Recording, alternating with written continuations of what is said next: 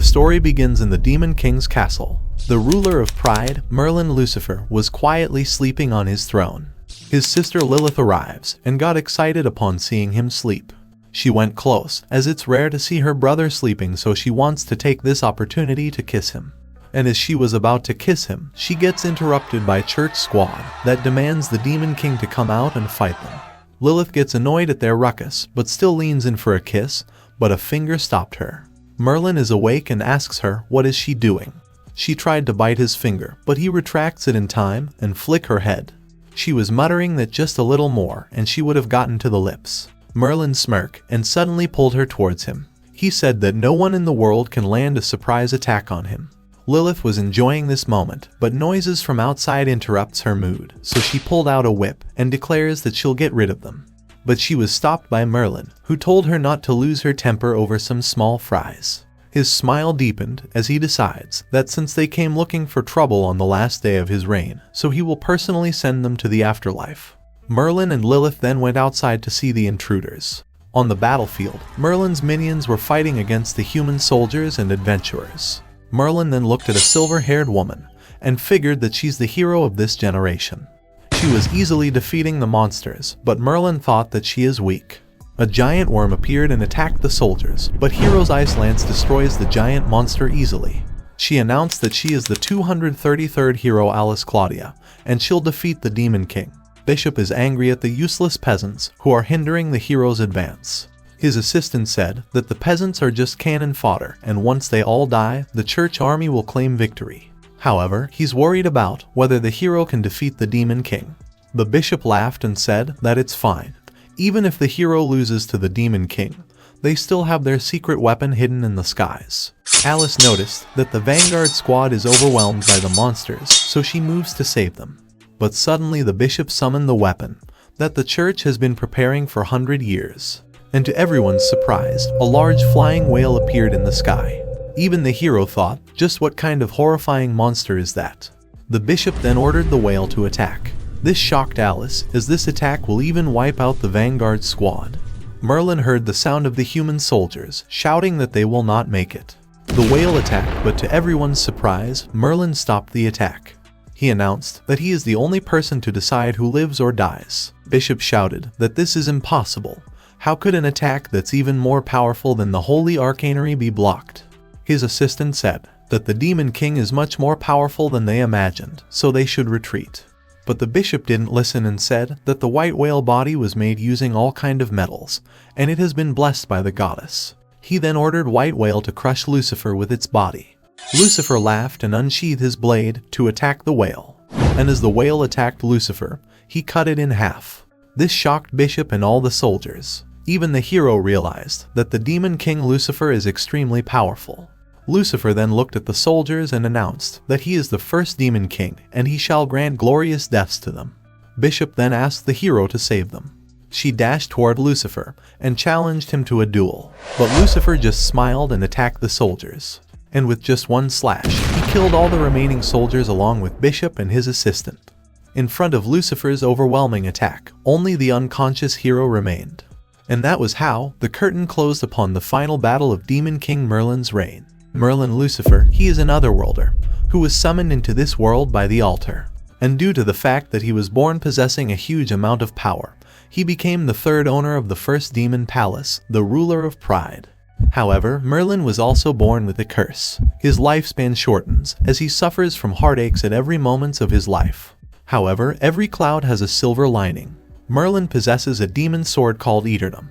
This sword augments its user's life force each time it is used to slay powerful enemies. Hence, Merlin was able to use the sword to temporarily alleviate the effects of his curse.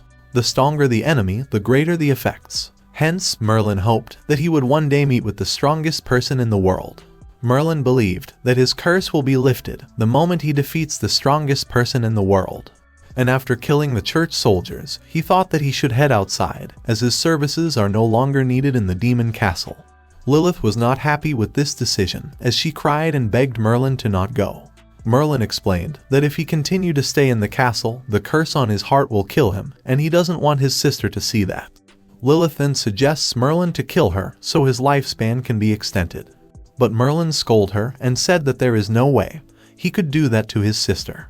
Merlin smiled and said that he loved his sister so much, and as soon as his curse will be lifted, he will return to her.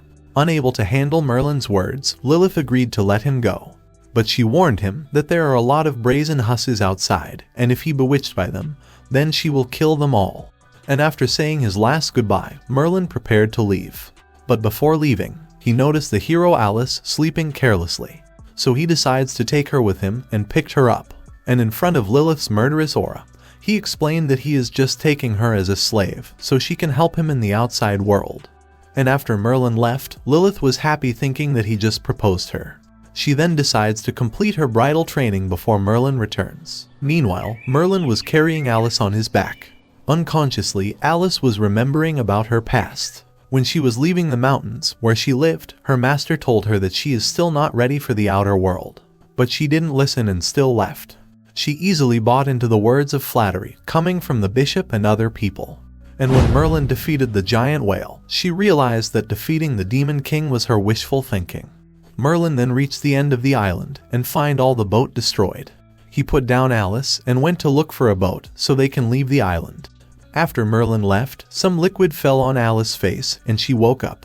She opened her eyes and find a demon wolf in front of her eyes. The demon wolf was about to attack her, but Merlin arrived on time and saved her. He declared that this girl is under his possession, so he won't allow the wolf to eat her. Alice was looking at Merlin trying to protect her, and she felt something in her heart. Merlin calmed down the wolf and sent it away, and as he went close to Alice, she assumed a battle stance. Alice thinks that Merlin has fallen for her beauty and wants to defile her.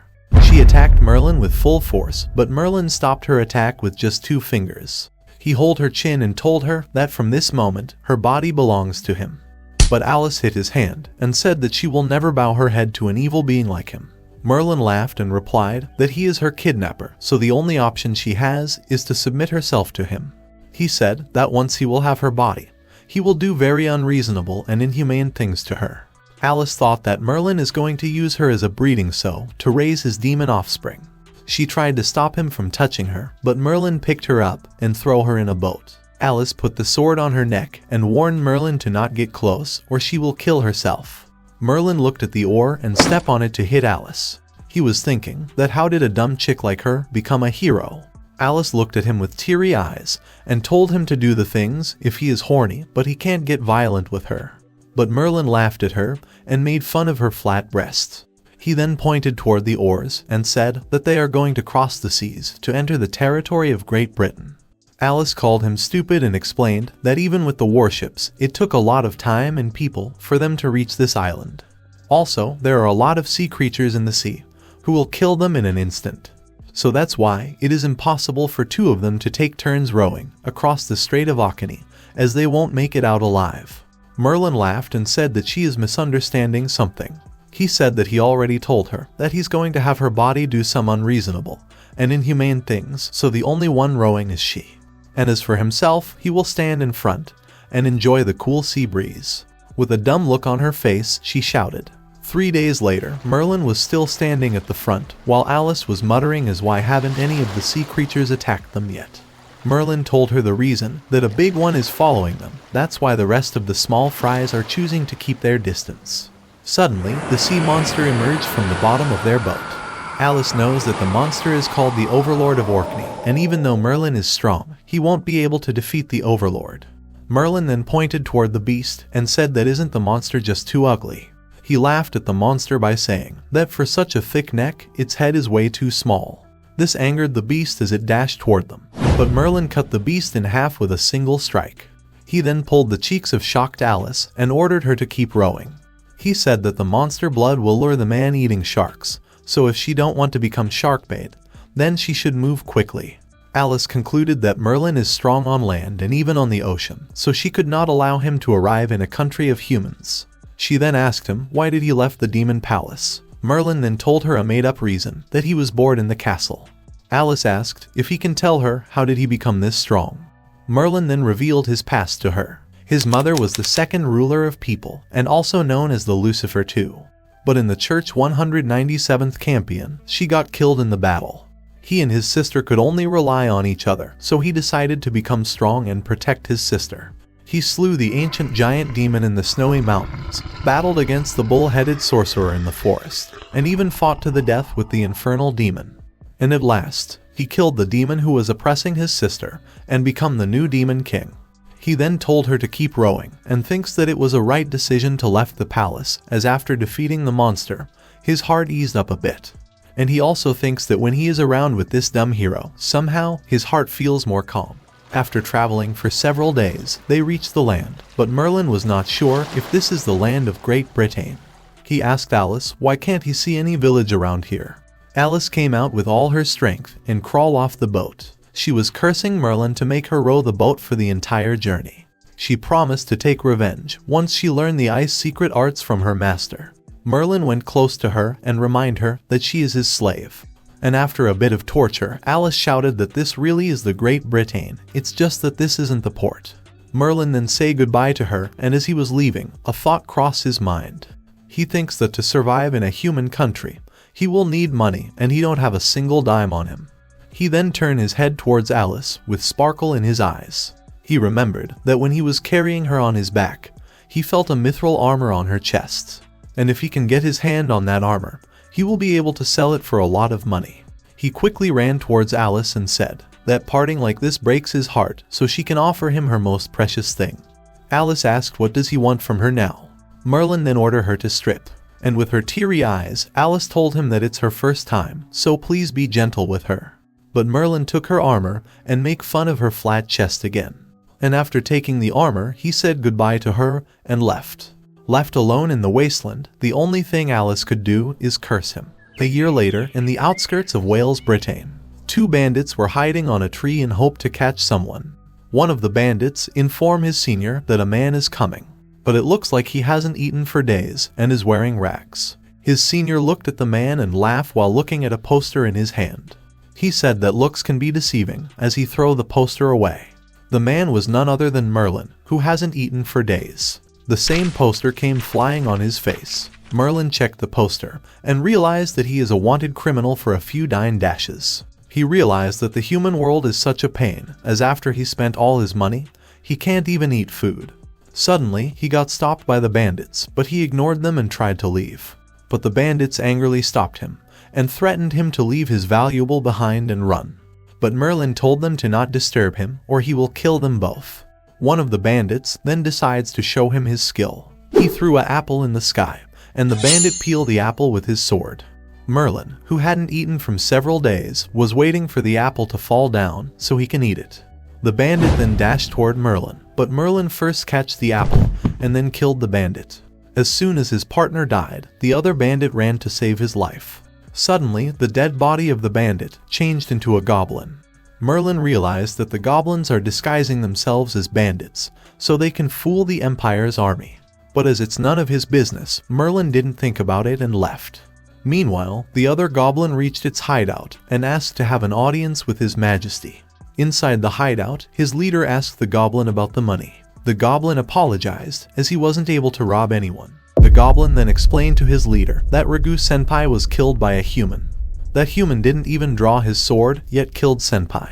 His leader laughed and said that it looks like that humans are starting a war with the goblins. Merlin entered the city bustling with activities. He paid his last 2 copper coins to pay the tariff, so he decided to look for a job. He remembered the past when he stole the hero's armor. He sold the armor and lived in a private manor and even hired butlers and maids. All his meals were prepared by chefs from high-end restaurants. He even visited race courses and bet extravagantly, though he had never won once. And when he came back to his senses, he realized that he spent all of his money and even racked up a huge debt. And as he was used to his lifestyle, he continued to visit high-end restaurants and do dine dashes. In the end, he became a fugitive, so he started living a life on the run from his creditors. And now, his condition is so bad that the demon king of the first palace is turned into a busker. He was calling the people on the streets to come and watch his performance. He then used the repetition sidestep to attract the audience. He could hear cheers from the crowd as everyone thinks that he is a martial artist. And after entertaining the crowd for a while, he asked them for some money. But the crowd quickly looked away and dispersed. He then noticed a rich-looking child on the side. He quickly stopped the child and said that the child has the bone structure of a kung fu genius. He asked for 2 copper coins from the child, and in return, he will teach him a skill. The child introduced himself as Henry, and told Merlin that he doesn't have any money, but Merlin didn't listen. According to Merlin, the child looks rich, so he will definitely have something. Merlin tried to scare the boy, and asked for 2 copper coins if he wants to live. Merlin then promised to teach him an invincible sword art if he can give just 2 coins. As soon as the boy heard about the sword art, he got excited and asked what kind of sword art is he talking about. Merlin confidently replied that it's a quick draw. But Henry made fun of the skill, as even the regular disciples are uninterested in that skill. He then told Merlin to stop scamming people and find a job for himself. He then gave 2 candies to Merlin and said goodbye to him. Suddenly, Merlin noticed a bishop telling the story of his past. According to the bishop, Merlin killed an army of 100,000 people without any trace. He then noticed some girls saying that even the 233rd hero died after being ravaged by the ugly demon lord. Bishop then showed the holy book to the crowd and told them that the book will protect them from the demon lord and they can have it for just 10 gold coins. The crowd quickly bought all the books from the bishop. This angered Merlin, as they were scamming citizens, and the worst part is they are not giving him a cut after using his name like that. After a while, Merlin was at a pub and was requesting its owner to hire him as a waiter. In front of handsome Merlin, the owner couldn't refuse and said okay to it. The owner then asked Merlin if he is a traveler from outside the village. Merlin replied yes and said that the most he can work is 2 months, as he will have to continue traveling after that, as the curse on his heart hasn't lifted yet, so he still needs to search for strong enemies to extend his lifespan. The owner then did some calculations and told him that as a temporary staff, he will be paid 1 gold coin per month, accommodations and food included. Merlin gets shocked, as she is paying more than he imagined. The owner then told him that in the evening, her pub is only open to females, so Merlin needs to use sweet words and develop intimate relationship to sell them drinks. This shocked Merlin, and this is the moment when Merlin, the demon king of the first palace, realized that he had fallen so far in this other world. Now, he had no other choice but to use his body to sell drinks. And as the owner noticed that Merlin is hesitating, she said that she will pay him extra money when he will resign. The woes of the poor, the prideful demon king chose to yield after all and accepted the job. After a while, Merlin gets ready and started his training for the night. Meanwhile, our hero Alice is on her way to catch a gigolo from Scotland. A year ago, when she was robbed of the armor, she had to bear a great debt. In order to pay back her debt, Alice could only register as an adventurer. Though she is still in a heavy debt, she is the opposite of Merlin, as she managed to get a place to stay, and also could buy a dress or 2. And the moment she got to know about this gigolo, she accepted the mission, as the pay was 5,000 gold coins. She was happy, as catching a gigolo is piece of cake, but the face on the poster is ruined, so she will have to find him first. Meanwhile, in the pub, Merlin was so good in selling the drinks to the ladies. Suddenly, Henry entered the pub and said he is back. Henry was so shocked to see that useless man from before working at his mom's pub. Henry asked his mom that how can she hire a useless guy like him. Even though Merlin is angry with the child's behavior, he kept his smile, as he can't be rude to the owner's child. Henry shouted at her mom and told her to stop hiring unknown people, as this is why the others keep bad-mouthing her. Merlin noticed that Henry's clothes are dirty, so he probably fought with the kids who bad-mouthed his mother. Merlin then put the sword on the table and said that if he wants to get those people to shut up, then he needs to be stronger. But Henry insulted Merlin's skill again and ran from there. The next day, Merlin was listening to a conversation between some adventurers. One of the members said to his partner that in this mission, his share will be 2,000 gold coins. His partner asked with a shocked look that why is he giving him a larger share. The man then looked at their other member, and they both announced that after this mission, they are getting married. Merlin looked at them and knows that this is a death flag. Merlin then asked the group about this mission they are going for. One of the members informed that the quest is to kill 100 goblins and then cut their left ears. Merlin thought that if this is just a goblin hunt, then the group will be fine. At night, the group was fighting the goblins and have already killed 63 goblins. They just need 37 more, and then they will immediately retreat after that.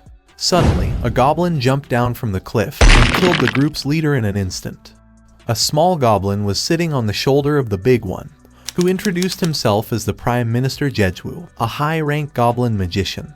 This shocked the adventurer as why a high-rank goblin is at such a place. Jeju then attacked the man with a fire spell. The girl boosted his defense with magic, but as soon as the boy defended the magic attack, he got attacked by the big goblin. Jeju then ordered the goblins to capture the woman. The man asked the goblins to leave his lover alone, so Jeju then offered him a deal. Meanwhile, our hero Alice has reached the best inn to stay in this town. She opened the door and was welcomed by the owner. The owner then showed Alice her room and said that their top boy is going to perform tonight, so if she wants to watch, then she can come downstairs. As Alice was not interested in dance, so she entered her room, and at the same time our boy, Merlin, came out. Inside the room, Alice was remembering the time when she was captured by the pirates. At that time, she was saved by an unknown man, who alone defeated 17 fleets of the pirates. She has fallen in love with the unknown swordsman, and thinks that he must be a very easygoing and generous person. She then remembered that she has to write a letter for her master. She wrote that she has been doing well, and she is so rich that she doesn't have to worry about church money or making rent.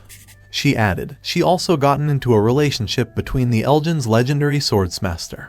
She then prayed to God to ensure that she never come across that bastard Merlin for the rest of her life. At the same time, Merlin sneezed and was confused, as every day, around this hour, he always sneezes. After a while, Alice came down to drink something, and noticed the women shouting for little Daisy. Meanwhile, Henry was angry and called all of them hoes. Alice tried to teach him that hoe is pretty harsh and asked him to look at how well dressed they are. But Henry said that all of them are married, and yet they came here to enjoy. He then said that Alice is different, as she is pure and simple. Henry then noticed a gold plate on Alice's waist. He excitedly asked Alice if she is a gold-plate adventurer. He then asked her to teach him a skill, as he really wants to learn one. But Alice's skills are impossible to learn without the proper inheritance, so she pat his head and asked him to drink milk to make his body strong, and then she promised to teach him the skills. Henry got happy and quickly drank a glass of milk. She then heard women shouting as little Daisy has appeared. Henry told her this is the useless man who only knows quick draw. And even though he is completely useless, he's a complete chick magnet, the perfect example of gigolo. Alice quickly unsheathed her sword and went to capture the gigolo. Merlin thought she looks like that silly hero, but before, her breasts weren't so big. And as soon as Alice went close to Merlin, he grabbed her breast. He then realized that she is using the breast pads. Alice angrily attacked Merlin, but he easily dodged the attacks and asked her to stop, as they have known each other from a long time. He then removed his mask and said, "It is me, Alice." In a second, all of Alice's pain has returned to her. Merlin asked if she has forgotten all those lovely nights they spent together rowing the boat. Alice angrily said that because of him, she had to live in shame and attacked him. But Merlin grabbed her and said that killing him for only robbing is a little too far. Unable to do anything, Alice starts crying and told him how much she has suffered because of him. Merlin then heard the other women calling him a scumbag for doing bad things. Even Henry was looking at Merlin in a disgusted way and asked what he had done to Alice. Henry pointed towards Alice and told Merlin that he should be grateful that Alice liked him, but how dare you to take advantage of her love. Merlin thought that if they are going to misunderstand like this, then he won't be able to work here anymore. So in order to prevent that, he quickly hugged Alice and asked her to calm down, as he will buy a drink for her. After a while, all the customers have left, and Alice and Merlin were sitting beside each other. Alice was happy as the iced milk in the pub is so good. Merlin insults her again, but Alice said that she has a boyfriend, Elgin's master swordsman, who will cut him in half. Meanwhile, the owner Martha was thinking that Merlin is popular with girls, as a high-ranked adventurer is his girlfriend. Martha then said that she is going to put Henry to sleep so they can take their time chatting. Alice then asked Merlin to return her armor and she will call it quit. But Merlin nervously said sorry and told her that he already sold the armor, and also he used the money to bet on the ponies at the royal racetrack. Alice was shocked, as the armor worth tens of millions of gold coins, but Merlin have spent it all so quickly. She grabbed Merlin and angrily told him that until he returned her armor, it's not over between them. But Merlin said that she knows who he is, and the moment he snatched it from her, the armor became his. Merlin said that the only thing he can offer in return for the armor is his life. But as he's no longer the Demon King, so they aren't enemies. But if she insists on taking his life, then it would no longer be the case. Alice froze in front of Merlin's murderous aura, but Merlin told her to relax as he won't cause any trouble in Martha's shop. Alice asked that he is strong, so why is he not stealing the armor back? Merlin replied that unlike humans, a contract is a sacred agreement to demons, so he will not break it. Alice replied that he just said that he's no longer a demon king, so why is he hung up on something like this? But Merlin said that even though he is no longer a demon king, but still he is the previous ruler of Pride, so he won't do it. Alice then told him that she is no longer a hero as the armor was Church's property, and she need to pay them for the armor. And to do that, she need to accept S-rank missions that pay 10,000 gold coins for a single mission, but they are too dangerous to complete. Merlin muttered, reward of one mission is several 10,000 gold coins, and asked Alice if that's true. Alice said yes it is, as the S-rank mission are fraught with dangers. Merlin smiled and thinks that he finally found his next job. He concluded that this is a perfect job for him, as he will kill Saint-rank enemies to extend his lifespan, and earn a lot of gold coins in the process. He then asked Alice, what does it take to become an adventurer? Alice said that anyone with aura or mana can become one, and an active adventurer's referral works too. As Merlin doesn't have aura or mana, he starts buttering Alice to refer him. But Alice quickly refused and said that she will never refer a scumbag like him. So that night, they parted on bad terms. A few days later, Martha asked Merlin if he has seen Henry. She told him that she hadn't seen him since morning, so she is going outside to look for him. Meanwhile, the same adventurer from before reached the gate and asked the guards to open it. One of the guards opened the gate to help the adventurer, who cried and said sorry to him. The guards then noticed an army of goblins. The Prime Minister of Goblins then ordered them to kill all the men in the village and steal all their women. The goblins then entered the village and starts killing the men one by one. The adventurer then asked the Prime Minister to release the girl, as he did what they told him to do. But the goblin laughed and killed the man with the fire spell. Everyone inside the village heard the alarm sound, but the goblins came and starts killing them. Meanwhile, Alice noticed the people running to save their lives. An old man told her to run, but gets killed in front of Alice. Alice then killed the goblin with the ice magic. She then challenged the goblins to come and attack her. The goblins attacked her, but she killed them easily. She then created ice wings and flew in the sky while killing goblins. Inside the pub, Merlin was enjoying his time with the beautiful ladies around him. Suddenly, the goblins destroyed the pub's gate and entered to kidnap the women. At the same time, Henry, who was playing with the other kids, noticed that the city is being attacked. He looked down and saw his mom getting kidnapped by the goblins. He tried to save her, but the other kids stopped him from going outside. Inside the pub, Merlin killed the goblins who destroyed the gate. He then noticed the army of goblins, who charged at him. But with just a single strike, he killed all of the goblins. A goblin then informed the Prime Minister that their Western forces were annihilated. Jeju shockingly asked if there was a high ranker, but the goblin said that he couldn't even sense mana from him. He looked like an ordinary human. The goblin then added that even the soldiers stationed at the main street were also annihilated. Jeju then ordered troops to retreat, as they can replenish their numbers with the human females they kidnapped. Alice noticed that the goblins are retreating, so she ran after them. But before she could save the women, she got attacked by the large goblin. She fought with the goblin and was able to kill it, but the goblin's army got away. The village chief then called for everyone to assemble. He said that a lot of people have been taken away, so they all need to go and save them. But the townspeople were scared of the goblins and suggested to forget about the kidnapped women. Henry shouted at the people and said that his mom and the others must be waiting, so they need to rescue them. Suddenly, the people heard the pastor's voice, who said that they won't descend to hell. The people bowed in front of the pastor and asked him to save their family. The pastor then showed them the holy book and said that if they buy the book for 100 gold coins, then their sins will be forgiven. The people were easily fooled by him, but suddenly they heard Alice's voice. She announced that she is a gold-plated adventurer and also the Vatican's 233rd hero, Alice Claudia.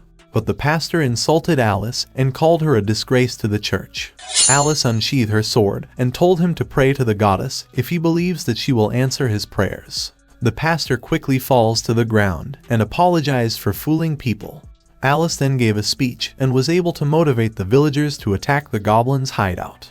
The village chief then informed Alice that the Goblin Emperor is a saint-ranked being. Meanwhile, inside the pub, Merlin was trying to calm down the ladies. Suddenly, Henry entered the pub and ran to his room. He picked his father's sword and said that he's going to save his mom. Merlin realized that Martha was kidnapped by the goblins and tried to calm down Henry. But Henry shouted that he will protect his mom and ran from there. Merlin then told the ladies to wait at the pub while he will go outside and take care of everything. At the same time, outside the village, Alice noticed the injured adventurer. She told the adventurer that the villagers are coming and he will be saved. And when the adventurer realized that she is the gold-plated adventurer Alice, he asked her to save his fiancé. Alice then took his adventurer badge and promised him that his fiancé will give it back to him and left. Inside the goblin's cave, the emperor was happy with the prime minister as he captured the beautiful ladies. He told him to send them to the back as he will enjoy the women after taking a bath. Jeju then ordered the other goblins to be ready for an ambush as he knows that the humans will come to save their family. Suddenly, the goblins noticed someone, but before they could do anything, they got killed by Alice. Jeju attacked Alice with magic, but she quickly dodged the attack and knocked him down with a kick. She went inside the cave and killed the goblins who tried to attack her. All the villagers also reached the cave and angrily dashed towards the goblins. Jeju gets up and created a wall of fire to stop the humans from attacking. And as the villagers were running away from the fire, Merlin arrived there. Merlin went close to the firewall, and the village chief told him that they should leave the Goblin Emperor to the silver-haired swordswoman. Merlin smiled and said that she's someone who has already lost to him. He then opened a path for himself without even unsheathing his sword. And as Merlin entered the cave, Jeju attacked him. But the attack didn't even scratch Merlin. Merlin then dashed toward Jeju and killed him in an instant. Meanwhile, Alice reached the cave and freed the ladies from the cell. Suddenly, the Goblin Emperor appeared behind Alice and attacked her. He then tried to capture the women when Alice sealed the Emperor inside her magical barrier. But the Emperor laughed and easily destroyed it. So the battle between the Goblin Emperor and Alice began. At the same time, Henry, who entered the cave, encountered a large goblin. The goblin was about to kill Henry, but Merlin arrived on time and killed the goblin easily. This shocked Henry as Merlin killed the goblin with just one move. Henry then realized that Merlin was never bragging, he really is too strong. Henry then quickly grabbed his leg and begged him to teach the quick draw he mentioned before. But Merlin declined, and as the two were arguing, they heard Martha's voice. Henry told Martha that Merlin is too strong as he killed this goblin with a single strike. Martha then asked Merlin to go and help Alice as she is fighting with the Goblin Emperor alone. Merlin tried to refuse at first, but when Martha promised to pay 3 times the salary, he quickly agreed. Merlin then told them to go outside and left to save Alice. Meanwhile, Alice was caught by the Emperor and was crying in pain. She then smiled as she trapped the Emperor in her trap. Then the icicle blade starts falling from the sky, and while the Emperor was trying to protect himself, she pierced his heart. But to her surprise, the Goblin Emperor healed himself and revealed that a goblin's heart is on the right side, not the left. The Emperor then attacked Alice and smashed her into the wall. He picked her up and said that she is going to be her captive forever. But the next second, his hand was cut down by Merlin, who was carrying Alice. Merlin then put her down in a corner and went close to the Goblin Emperor. Alice looked at Merlin with blurry eyes and thinks that the Elgin's master swordsman has come to save her again. The Emperor laughed as he regrow his hand. The Emperor was continuously attacking Merlin, but Merlin was easily dodging the attacks. The Emperor then offered Merlin to join him and said that he will give him the position of Prime Minister. Merlin laughed at him and insulted the Emperor. This angered the Emperor as he dashed toward Merlin. He attacked Merlin with full power, but Merlin easily dodged the attack. Merlin then attacked the Emperor and cut him in a single slash. Merlin was happy as now his curse will be alleviated for a while. He then noticed the goblin's treasure, but also noticed that the dungeon is falling down. With no other choice left, he left the treasure behind and saved Alice. The people outside noticed a part of the dungeon collapsing. But from the middle of the dust, Merlin appeared with Alice in his hands. The next day, Alice woke up and found herself on her bed. Martha came inside the room and told Alice that she is saved by Merlin last night. After a while, Merlin came to meet Alice. Alice then said thank you to Merlin for saving her life. Merlin replied that he won't accept a simple thank you, he wants her to make a referral for him as a payment. But Alice instantly refused and said that she will not do anything for him. Merlin then threatened her by saying that if she doesn't help him, then he will tell the people that the 233rd hero is an ungrateful bastard. Not wanting to hear bad rumors about herself, Alice accepted to help him. Meanwhile, near the fallen dungeon, a black-haired woman was looking for something. And after searching for a while, she picked the goblin's emperor weapon. She used magic on the weapon and found a key hidden inside it. The woman laughed as she acquired the third key of the Hell's Core. A dark portal opened, and a voice asked her if she obtained the key. The voice said that their plan to revive the previous realm has been on the agenda, and as long as they obtain the power of the Hell's Core, overturning Great Britain will be easy. Merlin and Alice then said goodbye to the villagers and left in a cart. Throughout the journey, Merlin and Alice are either arguing or roasting each other. And finally, after a week, they reached their destination, Wrexham. Merlin and Alice then quickly went to the Adventurer Guild so they can send each other away as soon as possible. And as they entered, they noticed an armored man, who is of saint rank. Alice was then welcomed by the guild's receptionist Lucia. Alice explained the situation to Lucia that Merlin is a fugitive, so he wants to become an adventurer. Lucia understands and told Merlin that if he becomes an adventurer, his bounty will be revoked, and he can repay his debt by completing missions. She then asked him to give a test to verify his strength, and also told him the higher the rank, the more the benefits. Merlin put his hand on the crystal ball with full confidence that even the other adventurers got nervous. But everyone got shocked, as according to the crystal, Merlin didn't have any strength. Alice told Merlin to stop fooling around, but Merlin explained that he doesn't have mana, he just uses his quick draw to defeat enemies. Merlin then asked Lucia to arrange a fight for him with their strongest adventurer. And if he wins, then he can be an adventurer. Then an old man came from behind and said that he will test Merlin's strength. The old man was the guild master named Taylor. The old man then told Merlin to follow him to the training hall and also ordered other members to not follow them. Inside the training hall, Taylor told Merlin to attack him with his full power, and if Taylor moved even one step, then it will be his loss. Merlin laughed and dashed toward the guildmaster Taylor, and in front of Merlin's overwhelming speed and strength, Taylor was not even able to dodge. But before Merlin's sword can hit the old man, he stopped, but still the power of the slash covered the half city. Guildmaster Taylor fell to the ground, but Merlin told him to not worry, as he just used the back of his sword. Taylor realized that even if he used his full power, he'd still be killed instantly. After a while, Alice and Merlin then left the Adventurer Guild. Lucia asked the old man why did he use his full strength on a normal person, because now they need to pay for the damages. Just a slash from the back of Merlin's sword cut the road in half without hurting anyone. Outside, Merlin was happy that he finally become an iron-plate adventurer. Alice and Merlin still roasted each other and left. But as always, Merlin has spent all his savings on the racecourse. At night, Merlin was trying to sell Matchbox so he can earn some money to live and eat food. After thinking for a while, Merlin stood up and decides to freeload a meal from Alice. Meanwhile, Alice was enjoying a bath and was praying for that bastard Merlin to sleep on the street like a beggar. She added that no one heeds the matches he's selling, so he's beset by hunger and cold. Suddenly, Alice heard her doorbell ringing. She opened the door, thinking that it's her landlady. But it was Merlin, who offered to spend a night with her. But as Alice is hostile toward Merlin, his honey trap didn't work on her, as she throws him with a kick. She then heard the doorbell again, so she picked the sword and went to kill Merlin. But this time, it was her landlady, who told her to not use weapons in the house. She noticed Alice and Merlin fighting with each other, so she told Alice to treat her husband well. Merlin quickly get into the role of Alice's husband and looked at her with teary eyes. Alice angrily tried to attack Merlin, but is stopped by the landlady, who told her if she didn't stop then she will have to leave her house. With no other choice left, Alice went inside. The landlady then told Merlin to take care of Alice, as she had suffered a lot to find this place. She also gave Merlin an extra key so he can enter again if Alice throws him out.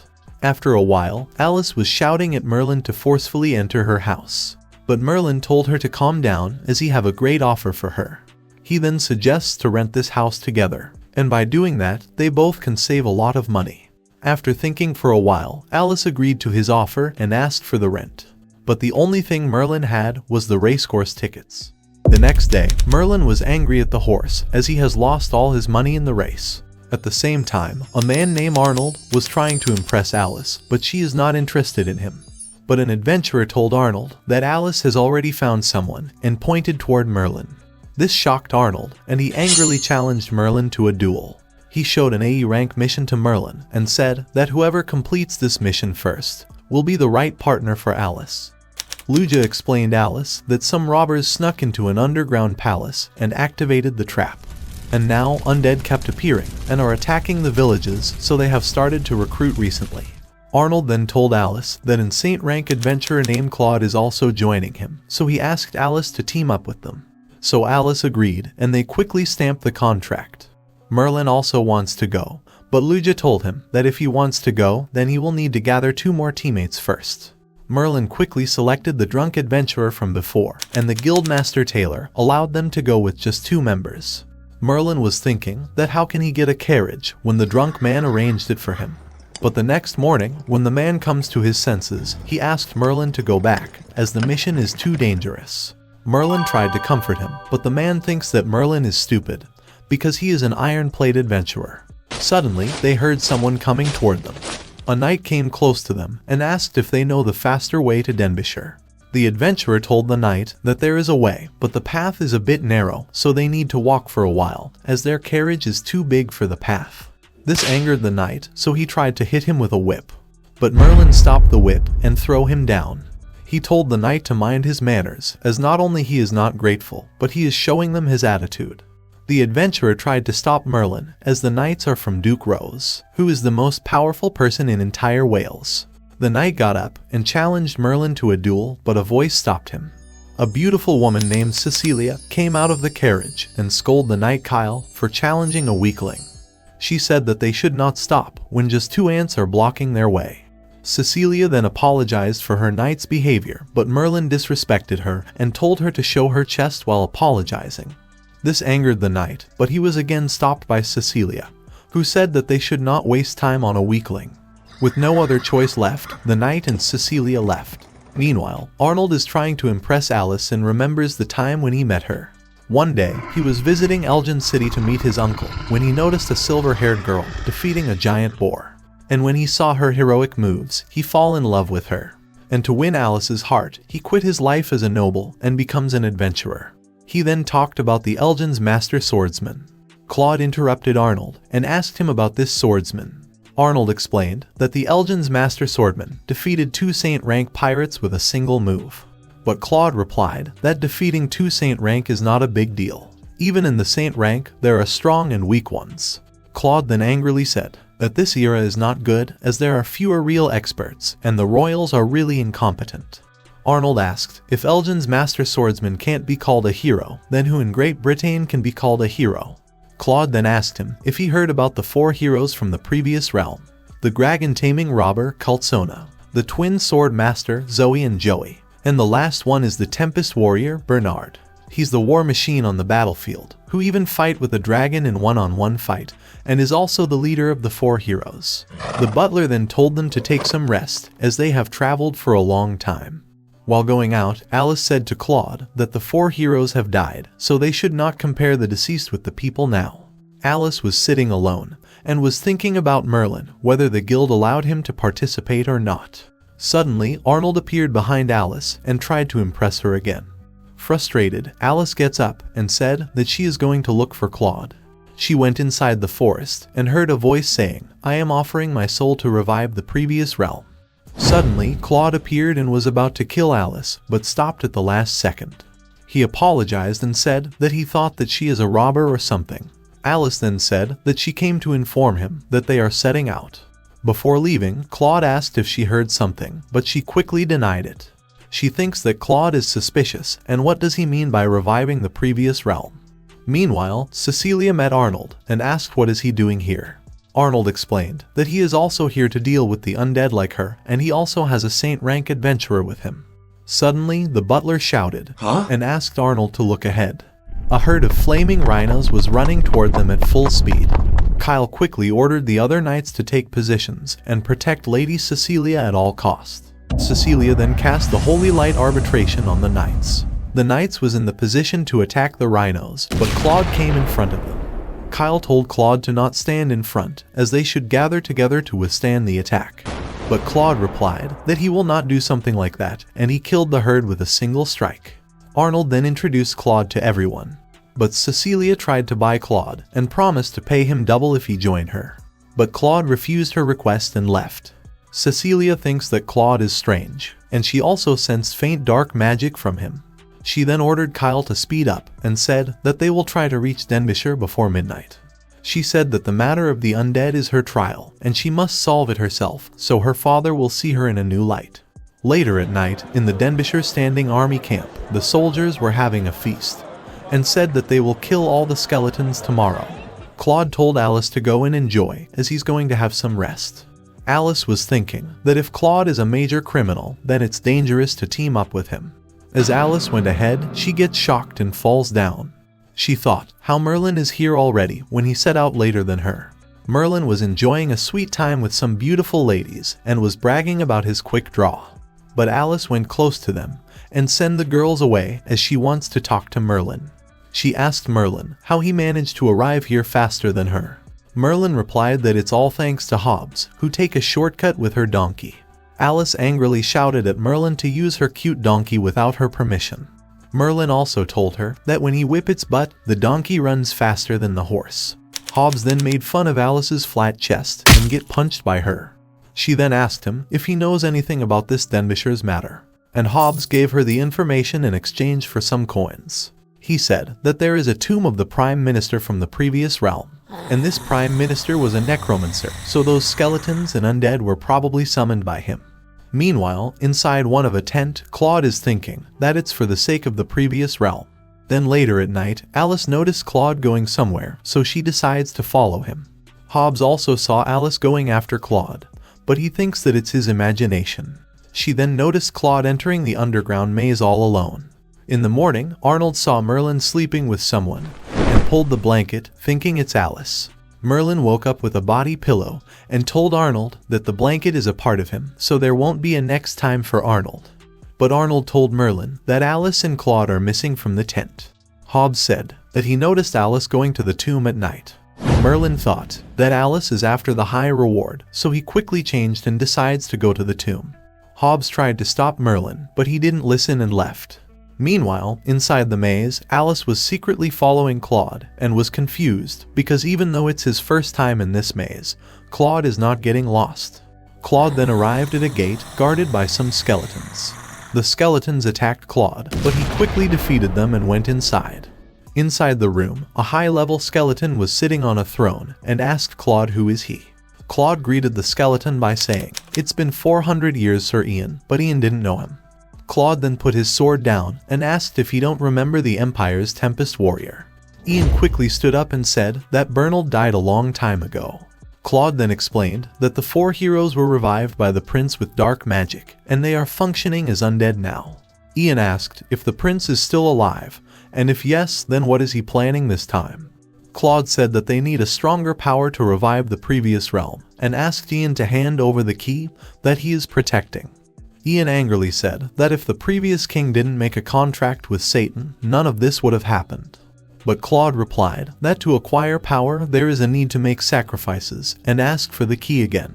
But Ian refused to give him the key, and they both prepared to attack each other. Unknown to them, Alice was still hiding, and was watching their intense battle.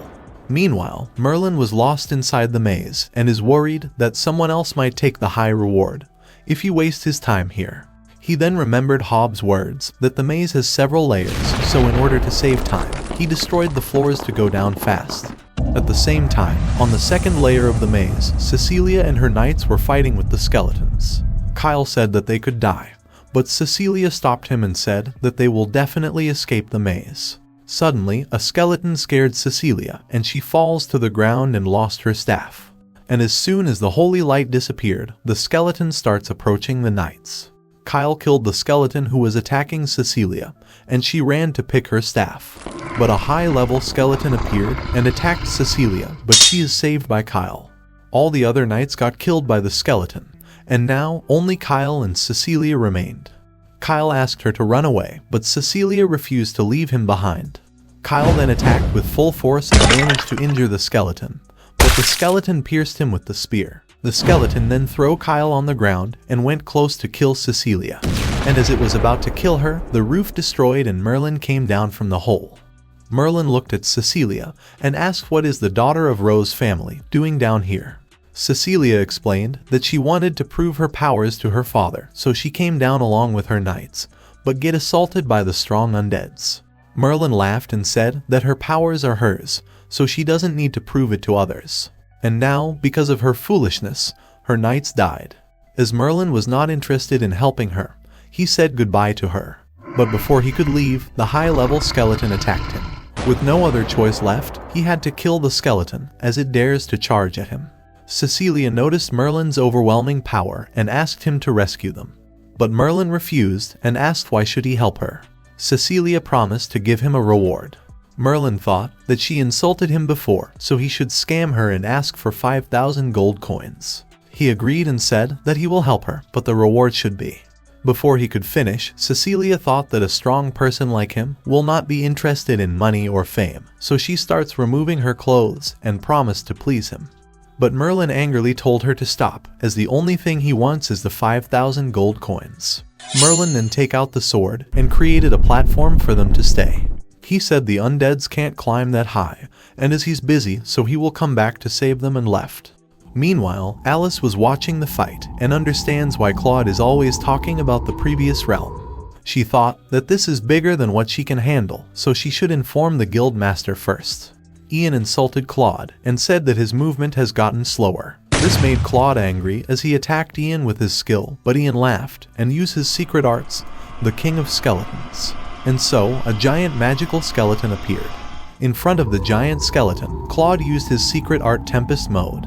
But before the two can attack each other, the roof collapsed, and Merlin came down and said he arrived on time. He asked Claude about Alice, while Claude was confused that how Merlin crossed the first and second level undeads. Alice was still hiding, and realized that he broke the layers to reach the boss. Ian angrily asked Merlin, who is he, and how dare he barge into his eternal resting place.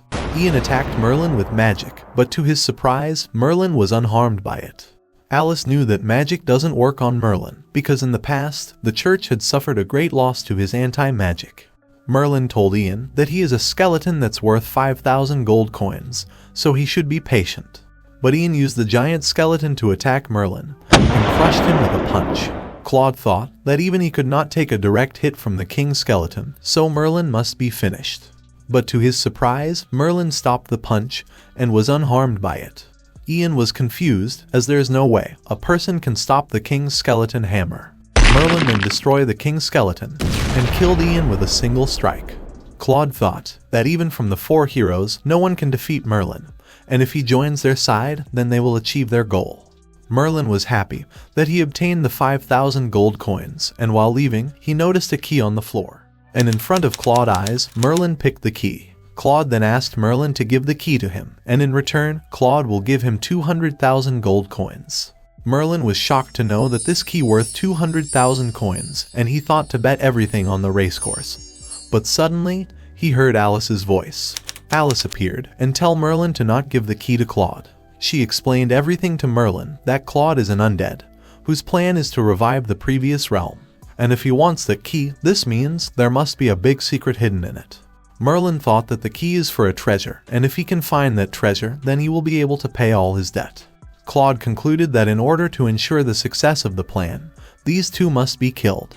He then quickly dashed toward Alice and attacked her. But Merlin stopped Claude's attack and saved Alice. Merlin said that he can't let Alice die, as he doesn't want to pay the full rent. Claude then asked Merlin to hand over the key, and forget about what happened here, then he will let him go. But as Merlin was declining his offer, Alice attacked Claude and managed to injure him.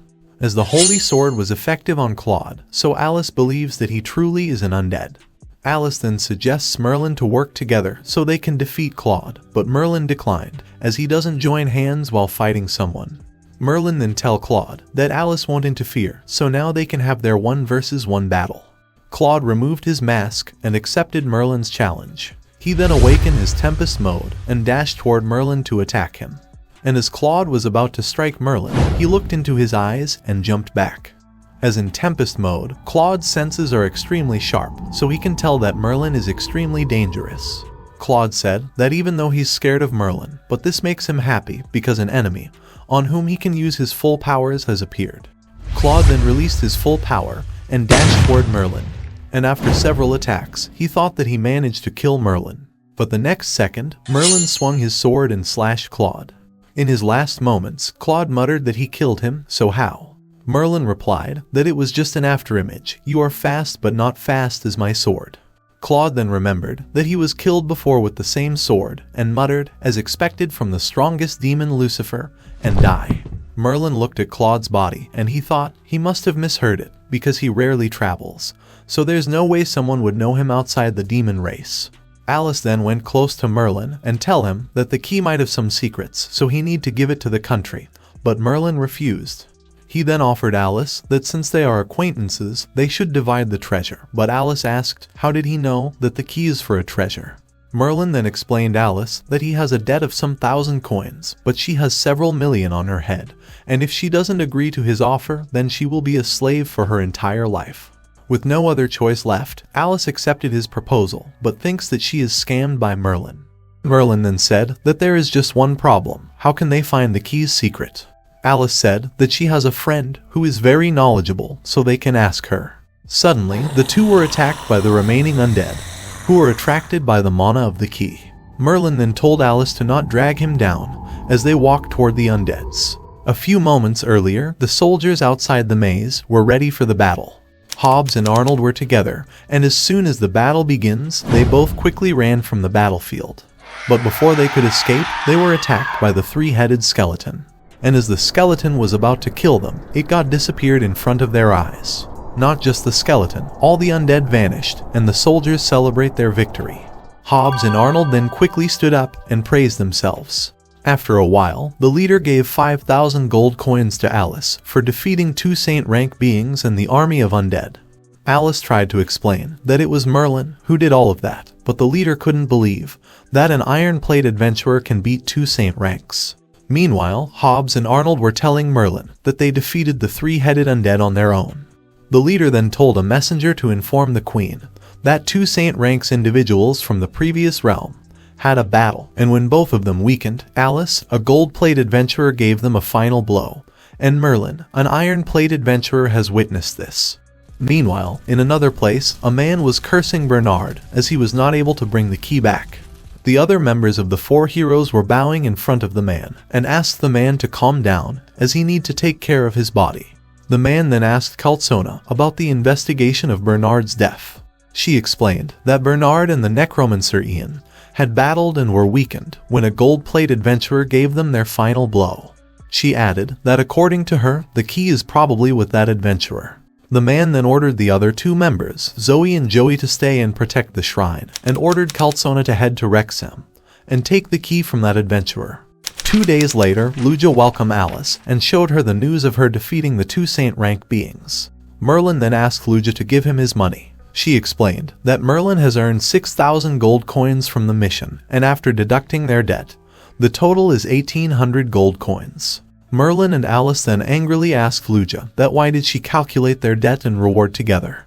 Luja replied that according to the documents, the 2 of you are married, so all of your wealth will be combined.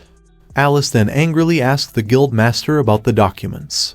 Taylor explained that in order to register Merlin as an adventurer, he used the loophole and register Merlin as Alice's husband. Also during the time of registration, Alice said that she will be the guarantee for Merlin. Merlin and Alice then asked Luja if they can change this married relationship. Luja replied yes you can, but first they need to show her their divorce certificate. Alice then heard Merlin's muttering that his debt was just some 1,000, Alice was several million, and now he need to shoulder all of it. Alice smiled and thought that karma has hit Merlin as he was the reason she is in this huge debt. Merlin then quickly quit being an adventurer and tried to leave, but Alice stopped him and said that he has to take responsibility for this, as no matter where he goes, he will still be a wanted criminal. Luja then smiled and informed them that there is a rule for married couples that they must take a mission together or she won't approve it. She explained that in the past there was a pair of adventurer couple where the wife went on a mission and cheated on her husband, so the guild made this new rule. Arnold then suggests Alice to marry him, and if she did, then he will pay all of her debt. But Alice refused his offer as she can't sell herself to pay her debt. Merlin then asked Alice about the reward for Denbighshire. So after deducting the deposit for the house, gardening fees, maintenance fees, cleaning fees, grocery fees, and some other fees, all he got was a single gold coin.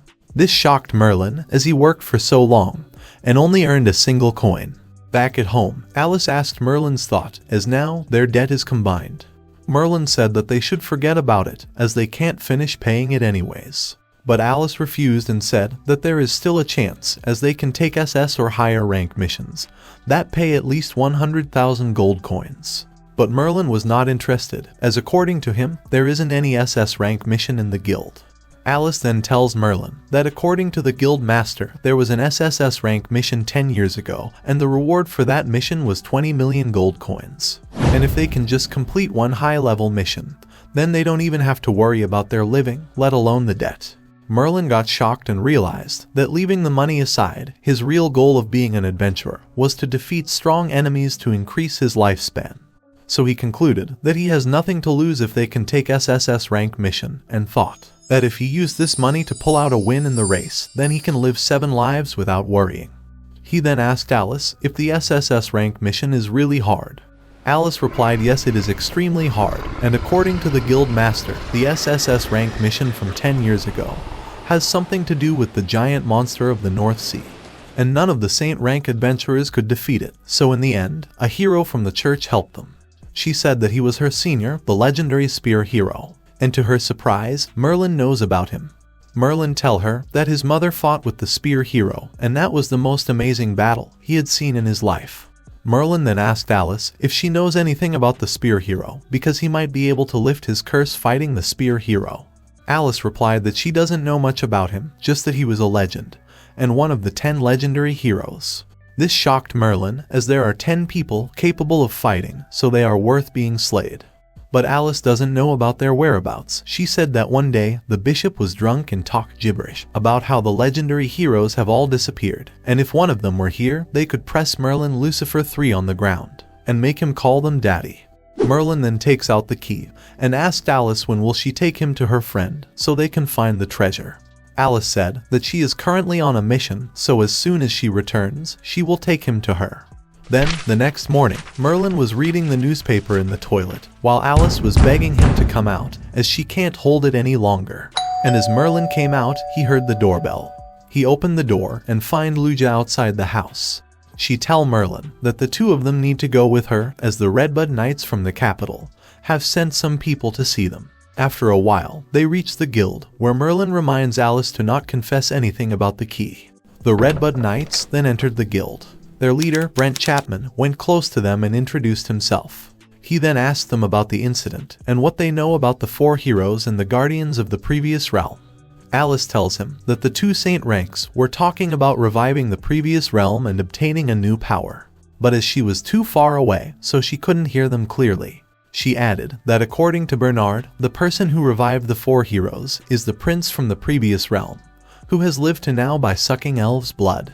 Brent thought that as the population of elves is very sparse, then they might be able to track their stronghold.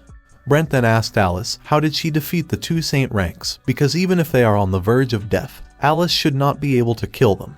Alice said in a low voice that she didn't defeat them and pointed towards Merlin and said that he was the one who killed them. But Brent and the other knights laughed at Alice and assumed that she is trying to give credit to her husband. Alice just looked at them with teary eyes, as no matter what she say, the knight won't believe her. Merlin then interrupted their conversation and said that the necromancer and Bernard weren't that strong, they were just high rank. Brent concluded that the 4 heroes from the previous realm are not that strong and praised Merlin for telling the truth, unlike Alice. The knights then said goodbye to them and left. Outside, as the knights were leaving, Brent noticed a woman passing by and got shocked. He thought that the woman resembles the dragon-taming robber Claudia from the previous realm. But as the four heroes have no reason to come to Wrexham, he thought that he probably mistook it just now. After several days, Alice was secretly training near a waterfall. She attacked the waterfall and freeze it, but the water pressure destroyed her ice. She muttered that she's a bit far away from the Saint rank. Suddenly, she heard a voice saying, "No, it's not a bit, but the distance between sky and earth." She turned back and found Merlin, who was laughing at her. She asked, how did he know she was here? Merlin replied that for the past few days, Alice was leaving early and arriving late, and as he was curious, so he followed her. Merlin then said that trying to break through like this is not the correct way, she is just wasting her time. He tells her the secret of how he became strong. He said that the answer to becoming strong is to put yourself in a near-death situation. Alice thought what Merlin is saying is true, as after being beaten half-dead by the Goblin Emperor, her mana and aura got refined. But she denied this, as she is not stupid to seek death out of blue. Merlin then offered to be her training partner, as if her level increases, then she can help more in reducing debt. But she still refused and said she will be in danger if Merlin is harboring bad intentions. Disappointed, Merlin then picked a twig and said he will use this while fighting. He then insults Alice and reminds her of the time when he snatched away her armor. Alice then angrily attacked Merlin, but her attack was cancelled by Merlin's anti-magic. She then dashed toward Merlin and attacked him, but her speed was too slow for Merlin, as he was just toying with her. Frustrated, Alice then dashed toward Merlin with her full power, but Merlin knocked her down by mistake. After a while, Alice was angry at Merlin to hit her. Merlin said sorry as his hand slipped during practice, and is even preparing a meal for her. And as soon as Alice took the first bite, she couldn't believe just how delicious was this. But she gets more depressed, as Merlin is not only better at fighting, but is also better at cooking. She tells Merlin that from now on, she will do the chores, and he will be in charge of meals. The next day at the Adventurer Guild, Merlin was cursing Hobbs, as what he said about the race isn't accurate at all. Hobbs tell him to calm down, as it's very normal to lose 1 or 2 times in races. But when he heard that Merlin has never won even after betting 100 times, he got shocked. Still, he motivates Merlin to try a few more times. But Merlin has no money, as Alice really hides the money well. So he take out the key, and concluded that treasure hunting is more reliable. Suddenly, Merlin felt someone's gaze on him. It was Claudia, who went to look for Alice, but noticed the key in Merlin's possession. She knows that Merlin is Alice's husband, and she doesn't feel any mana from him, so she smiled, as she can definitely take the key from a mere villager. Hobbs then offered Merlin to go to Helena's secret cottage, as it's a place any man would understand. Merlin got curious about this secret cottage, and agreed to go with Hobbs. Merlin then reached the secret cottage along with Hobbs and another man from the guild. Merlin looked at Helena and thought that Alice should see what a real woman looks like. Hobbs then introduced Merlin to Helena, and as soon as Helena saw Merlin, she got shocked. She then took the 3 men to the VIP room, where Hobbs and the other man were enjoying their time. After a while, Claudia, dressed as a performer, arrived, and showed her moves to impress Merlin. But Merlin thought that there is something wrong with this woman, so he insulted Claudia and tried to leave. But before Merlin could leave, Helena informed him that someone wants to meet with Merlin. This shocked Hobbs and Merlin, as they thought that this someone is Alice. Helena was taking Merlin underground, so Merlin thought that luckily it's not Alice, as he'd definitely get a good scolding if that guardian of justice were to know about this. After reaching the place, Helena quickly bowed in front of Merlin and greeted him. Merlin realized that Helena is a demon, so he asked her how did she recognize him. Helena explained that she is the servant of the demon king of the 4th palace, the ruler of lust, Asmodeus, who is a friend of Merlin. Merlin got shocked, as Asmodeus is a demon who, in order to save his palace from economic depression, dressed as a woman and become an idol. And after explaining everything to Merlin, she left. After entering the room, Merlin noticed a magic mirror, so he sat in front of it, and asked Asmodeus to show himself. Asmodeus appeared and greeted Merlin.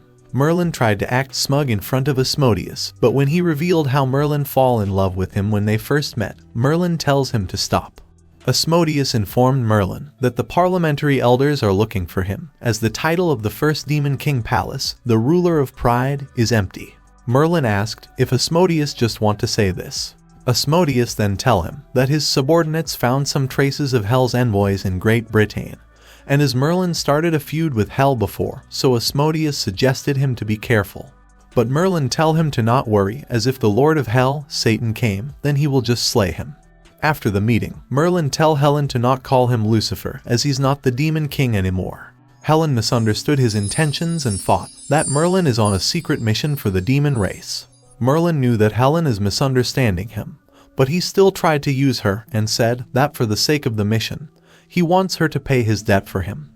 But as soon as Helen heard that the debt is more than 10 million gold coins, she quickly shut the door on him and tell Merlin to go home and sleep. And as Merlin was going home, Calzona was following him and decides to kill Merlin. She quickly dashed toward Merlin and attacked him with her daggers, but Merlin sensed the attack and used his swords back to knock her down. He realized that it's the same lady from the pub, so he tell her to stop hitting on him and left. Calzona was in shock and realized that Merlin was hiding his strength, so she won't be able to take the key back alone. The black portal opened and asked Calzona about the mission. Calzona bowed and told the man that the opponent is probably at the peak of Saint rank. This shocked the man, and he realized that Bernard was defeated by Merlin. Calzona then asked the man if he remembered the Frost Saint Dragon Isram. This Frost Dragon is one of the 6 Saint Dragons, and it formed a contract with the former king. And the dragon was sealed by the 1,000 court mages when the realm was destroyed. Calzona said that she knows the language of dragons, so she can awaken Isram. The man said if Isram still abides by the contract with his father, then their strength will be doubled. The next day, Alice was training with Merlin to quickly reach the saint rank. But just like before, she attacked Merlin with magic, but he easily knocked her down. While resting, Merlin suggested her to change her style, as being a magic swordsman is too much for her. But she refused, as she has vowed to become the successor of the Great Snow Mountain, when she was training with her teacher. She then asked Merlin, is his weapon the reason he's so strong? Because in the past, the bishop told her that the demon sword that Merlin uses is strong, but he, as a person, is not. But Merlin denied this and explained that this sword is the weapon of the king. It's mainly used to prove one's identity. And those who are not acknowledged by the sword can't even pull it out. He then gave his sword to Alice and asked her to try pulling it out. Alice tried pulling it with her full force, but was unable to do it. And after resting for a while, Alice started her training again. While fighting, Alice used her new move on Merlin, but before Merlin could react to that, his heart felt intense pain. Unable to handle the pain, Merlin starts falling toward Alice. Alice realized something was wrong, so she used her full force to change the direction of the attack, but still her sword scratched Merlin. Finally, his heart stopped hurting, but Alice was scolding him for head-butting her. Merlin looked at his hand and was confused, as even though Church's holy water don't work on him, but Alice's sword managed to cut him. He picked up the sword and noticed that the sword is strange. It was as if it's defying him. He returned the sword to Alice and asked her why did she put a seal on it. But Alice has no clue about it, as she stole this sword from her teacher. She explained that she secretly ran out of the mountains, thinking she is ready for the outer world. Merlin then insulted Alice for running from her teacher and ended the training. At night, Merlin was looking at his wound, thinking that Alice's sword is not a normal weapon, as it managed to injure him. The next day, Alice takes Merlin to meet her friend, Da Vinci, so she can tell them about the key. And as Alice went close to Vinci, she was grabbed by a woman named Rossetti from behind. Alice looked at her in a disgusted way, but the woman shouted that she has bigger breasts, is more popular, live in a bigger place, and don't have several 10 million debt, nothing else, so why is she so hostile towards her? Alice couldn't handle her sweet words, as she coughed blood from her mouth.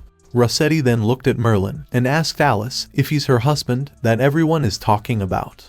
But Alice refused and said that they are not married, but just a normal married couple. Rossetti then quickly pressed her melons against Merlin and asked him if she is better than Alice or not. But before Merlin could say anything, Alice jumped between them and tell Rossetti to stay away from Merlin, as he's hers. But in front of Merlin's and Rossetti's cold gazes, she changed the topic. Alice thought that the only person she likes is Elgin's master swordsman, but the food Merlin makes is really delicious. Without wasting any time, Merlin showed the key to Vinci and asked her about it. After looking at the key, Vinci tells him that this key is a remnant from the previous realm. and when she tried to examine it through her magic, she felt an ominous aura from it. Terrified, she tells Merlin that the aura this key is emitting doesn't belong to this world. She then asked Merlin to give the key to her so she can study it thoroughly. Merlin refused it at first, but after Alice's guarantee, he gave the key to her. After some days, Calzona reached the place where the frost dragon is sealed. She looked around and realized that they have paid a miserable price to seal it, as so many high-rank mages have died in the ice torrent. She then went close to the sealed dragon and starts speaking in dragon's language. "Oh, the great descendant of the 6 saint dragons, the ruler of ice, the protector of the royals that have slept till now, awaken upon my summoning." Then the next second, Icewurm awakens and appeared in front of Calzona. Calzona introduced herself and asked if Icewurm remembered her. Icewurm tells her to stop using her crappy dragon language, as Icewurm can speak the human language. Calzona then bowed in front of Icewurm and congratulates Icewurm on the revival. Icewurm asked, how is she still alive, as she has long passed the limit of a human's lifespan. Calzona explained that she is revived by His Highness Copperfield, who has lived until now through the blood of elves and is working hard to revive the previous realm. She then asked Icewurm to help them in this, but Icewurm refused and said that she protected the kingdom because of the contract with the king. But there is no need for that now. Calzona asked Icewurm to help them in return for reviving her, but she still refused, as helping them revive the realm isn't fair. Calzona then asked her to defeat a person for her, so Icewurm agreed. Meanwhile, Merlin suddenly woke up as his heart starts hurting again. And while Icewurm was thinking of killing the enemy, Merlin was also thinking of killing a strong individual to ease up the curse. The interval of the curse is shorter than usual because recently Merlin killed Bernard and Ian, but they both were undead, so killing them didn't help with his curse. And even the Goblin Emperor was so weak that it couldn't alleviate his curse so well. Alice came downstairs and got shocked to see Merlin, who was crying in pain. She tried to help Merlin, but he refused for her help and lay down on the bed. Alice put the blanket on Merlin and said he doesn't have to bear it alone. If something like this happens, he can just call her. But she realized what she just said and quickly changed the topic. She said that she is just worried about him because they pay the rent together, so if he died for no reason, then she will be in trouble. Merlin was thinking that even Alice is pitying him and he fail as a demon king. Alice then put hot milk on the side and tell him to take care, and as Alice was leaving, Merlin stopped her. Merlin said that they have been resting for a while, so they should do some work now. He also tells Alice to at least think about what she is wearing, as her clothes are translucent, though he's not interested in a flat chest. Alice then shouted at Merlin and quickly went upstairs. The next day, at the guild, Alice was scolding Hobbs to take Merlin to an indecent place. Alice and Merlin were checking the missions which they can accept. Luja then informed them that yesterday she received a specific request for them. The request is from the Sujeji village at the foot of Ben Nevis mountain. She tells them that the villagers there are getting attacked by the dragons. Luja added that there's the rumor of a dragon eating humans and even demanding young girls as sacrifices. The level of the mission is S and the reward is 20,000 gold coins. Merlin asked about the dragon's strength and Hobbs tells him that it's not a normal dragon, but one of the 6 saint dragons. And as Icewurm was sealed nearby, so it must be her, Icewurm, the ice dragon. This shocked Luja, as even the Thorn Knights can't defeat one of the 6 saint dragons. Hobbs comments that only the Demon King that lives in the north can defeat one. Luja asked why only the Demon King can defeat one. Hobbs explained that a few years ago, the sacred dragon Ives went to fight Lucifer III but never returned from there. Meanwhile, Merlin was happy to hear such praises about himself. Merlin then thought that if it really is Icewurm, then this is worth exploring, so he said that they will accept the task. Luja was against this idea as this is dangerous. But Alice said that if there are casualties, then she can't just sit back and watch this to go on, so they will take this task. After a while, Arnold barged into the guild and asked Alice to return his heart that she stole from him. But Hobbs told him that Alice is away on a mission with Merlin. At the same time, Merlin sneezed, so Alice asked him if he's feeling cold. But Merlin replied that he never feels cold, maybe someone is saying bad things about him. Alice tells him the reason why he doesn't feel cold, because he's a cold-blooded animal. Merlin then removed his gloves and touched Alice's cheeks, and to Alice's surprise, his hands were warm. He then revealed that the demon's body temperature is higher than human. Alice then throws a bag at him and said, as he lost so much money on horse racing, that he can't even afford a scarf, so she is gifting him one. Merlin said that the scarf looks like a bargain, but whatever lands in this devil's hand belongs to him, so he wear it. They then noticed an ice mountain, and wondered if this was the doing of the ice dragon. Meanwhile, Iceram was waiting inside the ice mountain while enjoying its human food. Kaltsona then informed her that the target is going to arrive soon. Iceram was excited, as after killing this human, she will go to meet her old friend Ives. But after hearing the name Ives, Kaltsona got pale. And when Iceram asked her the reason, she revealed that she heard a rumor about Lord Ives. She heard that Lord Ives had died under the hands of the ruler of pride, Merlin Lucifer. This angered Iceram, as there is no way a mere demon king can kill her friend Ives. Iceram then decides to go and check this herself after killing this enemy. Merlin and Alice then reached outside the mountain, where a little girl named Simon greeted them, and said that she was the one that invited them to defeat the dragon. Alice then asked the girl Simon Ann about the dragon and what exactly happened. Anne explained that one day, it suddenly started to snow. The snowstorm relentlessly battered them and made the village extremely cold. And then, a ferocious dragon descended from the sky and made an ice mountain. Many villagers lost their lives, and the dragon even made them present a girl for him to eat. And because they were scared, many of her friends and sisters have been eaten. Alice then tells her to not worry, as now everyone will be saved. Merlin then asked Anne why did she specifically ask for them. Anne said that there was something in the newspaper about the heroine Alice, who solved a huge crisis. After a while, they reach the village, where they meet with Anne's father, who is the head of the village.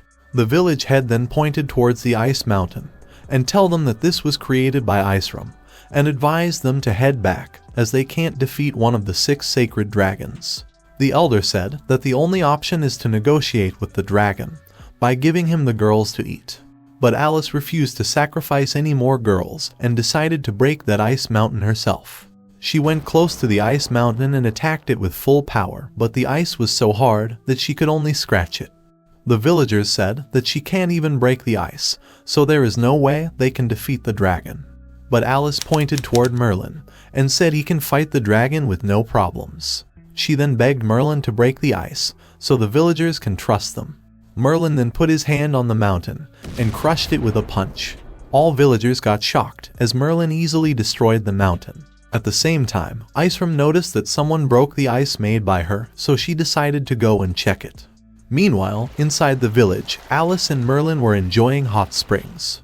Alice quickly hit Merlin, as she didn't know when he came beside her. Alice was thinking that even though she is the predecessor of Merlin, but somehow it feels like she is slowing Merlin down. She asked Merlin how can she increase her strength. Merlin tells her if she can get the inheritance crystal of a dragon, then she will have both the flesh and magic power of the dragon clan.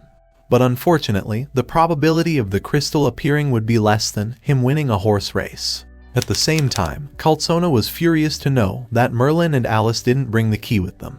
Then later at night, the village head tells Merlin about some abnormal things happening in the village.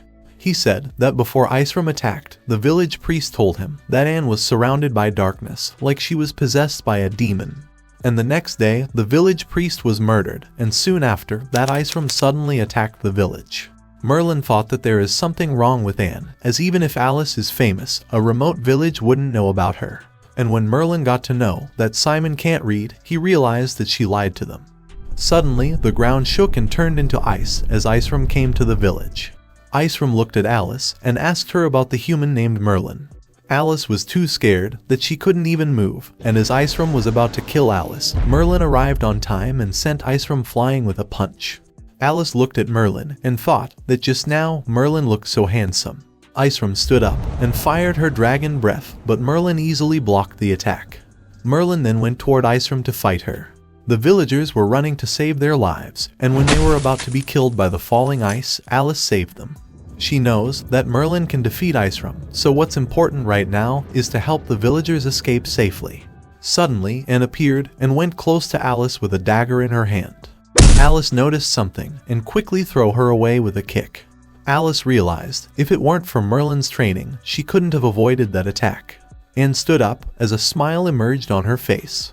and in front of Alice and the village head and turned into Calzona. The elder asked Calzona what has she done to his daughter. Calzona laughed and replied that his daughter is in the stomach of Isram. She then introduced herself as Calzona, one of the 4 heroes of the previous realm. Alice realized that she is that dragon-taming robber, so Alice asked her if she's there to avenge Bernard. Calzona then attacked Alice and said that she's there to take the keys that Alice stole from them. Alice was shocked to know that Calzona killed all these villagers just because she wanted the key. Alice then used her special move that she used on Merlin, but still got defeated by Calzona. Calzona said that she underestimated Alice as Alice managed to injure her. Calzona knows that the key is with not Alice, so she summons Zoe and tell him to take Alice to their base while she will check with Isram. At the same time, Merlin was fighting with Isram. Isram announced that she is one of the 6 sacred dragons and Merlin will pay for his terrible actions. But Merlin just laughed and said that being a sacred dragon is not great, as the other sacred dragon Ives is just a pet that watched over his house. This angered Isram as she shouted that Ives couldn't submit to a mere human. Merlin then punched Isram and asked what if it was a demon king, the ruler of pride. Isram realized that Merlin is not a normal human, but the demon king of pride. She attacked him with her dragon breath again, but it didn't affect Merlin. Isram then attacked Merlin with her full power. Merlin dodged the attack, thinking if it wasn't for the curse influence, he wouldn't need to avoid this attack at all. But still, Merlin was happy as the first time in his life he was having a proper fight. Isram then dashed toward Merlin and tried to bite him, but Merlin easily threw him away. Isram knows that Merlin has magic resistance, but she thought there ought to be a limit to that, so she attacked Merlin with her strongest magic attack. Calzona knows that attack, it's called Glacial Blast. Last time the attack was used, most of the sea was frozen, and the being who forced Isram to use it remains one of the biggest mysteries. The attack was so powerful that its effect even reached Rexem. And when the snow cleared, Merlin got frozen by the attack. Isram laughed, as Merlin will never be able to escape, because nobody has ever survived her glacial blast before. Calzona laughed and said that even if he's a part of the Holy Sea, he will still be defeated by Isram. But to their surprise, Merlin cancelled the effect with just a sneeze. Isram was confused to see Merlin unaffected, because her glacial blast not only freezes the entire body, but also the soul, so it's impossible to escape even for a demon king. Merlin realized that if he fight any longer, then the villagers and Alice will be in danger, so he dashed toward Isram and attacked her with his sword. Isram laughed and said that even if he's strong, his little knife is useless against her. Suddenly Isram realized that she is upside down, and so Isram was killed by Merlin. Merlin now feels much lighter as his curse effect is easing up. Suddenly he looked behind and noticed Calzona with a dagger. She laughed and cut the corpse of Isram. Merlin thought that the goddess of luck is Alice's mother, as the Isram had the inheritance crystal. But in front of Merlin's eyes, Calzona swallowed the crystal. And with the power of the crystal, Calzona gained the dragon's power. She laughed, as she's no longer a spirit, but become a human being once more. She then attacked Merlin, and split the ground with a single attack. Calzona laughed, as with the inheritance crystal, her strength is far above the holy rank. She then tells Merlin to hand over the key, as they have his wife Alice held captive. But Merlin laughed and said that he would never give up the key just for Alice. Calzona then used her newly acquired skill, and captured Merlin in her darkness array. Merlin realized that in this outside world, all his senses are sealed. But even with his senses sealed, Merlin killed Calzona with a single strike and got the inheritance crystal. He muttered that there's nothing good about the power of a dragon if one can't master it. He then looked at the crystal and thought that the time until Alice reaches the holy rank will be greatly shortened, and once she becomes a high-level adventurer, an SSS commission will just be around the corner. And as Isram was killed, all the villagers who were frozen by Isram started to unfreeze. At the same time, Zoe was watching everything from afar and was disappointed in Calzona. He thought that even if he and his brother fight Merlin together, it will be difficult to defeat him. He then opened the portal and was about to take Alice to their base when suddenly someone grabbed his hand. That someone was none other than Merlin, who asked Zoe where is he taking his wife. But he quickly corrected himself and said that she is not his wife. Merlin then tells him again to let go of his roommate. Zoe knew he couldn't defeat Merlin, so he cut off his own hand and quickly escaped into the portal. Inside the hideout, Copperfield was shocked to know that Iceram and Calzona have been slaughtered. Zoe tells him to not worry, because Calzona's death was not in vain, as she left a clue to the key's whereabouts. At the same time, Alice woke up in a cell and remembered that she was taken hostage. She tried to escape from the prison, but her powers were not working, as a magic circle was limiting her abilities. She thought that Merlin would never come to save her, and by now, he must have returned home and occupied her bed. Alice knew that if Merlin found the treasure, then he will never come to save her, so she prayed to God to keep Merlin poor. At the same time, Merlin was feeling someone's evil intent on him. He was in the village, where he found Alice's sword. He then asked the village head to lend him their fastest horse. Meanwhile, inside the cell, when Alice was praying to God, she noticed someone behind her. It was an elf girl who was scared of Alice and was begging her to stop cutting her wrist. Alice calms her down and tells her that she is also caught just like her. The elf girl tells Alice that these guys are taking her blood, as her blood has the ability to prolong the lives of demons. She said that she's been here for more than half a year and her father must be worried about her. Alice tells her to not worry, as her husband is quite strong, and he will definitely save them from there. Meanwhile, Vincai was trying to uncover the secret of the key. She used ancient magic on the key to check everything about it. And as soon as she used the spell, she found herself in hell, where a red-haired demon was looking at her. Vincai quickly cancelled the spell, and her consciousness returned to her. Suddenly, she saw a shadow of someone outside their door. The door opened, and a man in a cloak came inside. The man was none other than Merlin, who asked Vincai about the key. Vincai tells Merlin that the key can open the entrance to hell. Merlin was disappointed, as the key is not for the treasure. Vincai then advises Merlin to give the key to the royal family or the Holy See. But Merlin tells her that Alice was captured by people from the former realm, so he needs the key to free her. Vincai thought that Merlin's love for Alice is starting to show, so she handed the key to him. Merlin thanked her for the key while thinking that he will not pay the debt alone. Vincai suggests Merlin to not put up a front as a romantic hero and wait for the help to arrive. To which Merlin smiled and replied that he's not a hero and romance isn't suitable for him. He just needs to bring Alice back so she can do the housework. At the same time, Alice had become friends with her inmate, and while they were talking about escaping, they heard someone's voice. Then the member of the 4 heroes came inside to collect the blood of the elf girl. Shirley cried and begged him to be merciful when Alice came in front to save her. But the man punched Alice and threw her away for interrupting. And before he could hurt Alice again, Shirley begged him to stop hurting Alice, as she's ready to give her blood to him.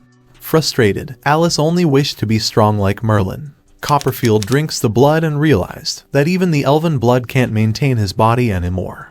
But Zoe tells him to not worry, as he is only one step away to become the new king of this era. Copperfield laughed, as once the army of hell will be released, the kingdom will be under his control once again. He then orders Zoe to handle the guests who just arrived. Outside the ruins, a knight informed his leader that they have arrived at the location. But before the knight's army could attack the place, someone attacked them. Then, the remnants of the 4 heroes, the brothers Zoe and Joey, appeared. The leader Sahadin then ordered the knights to attack them. After a while, all we see was the dead bodies of the knights, including the leader Sahadin.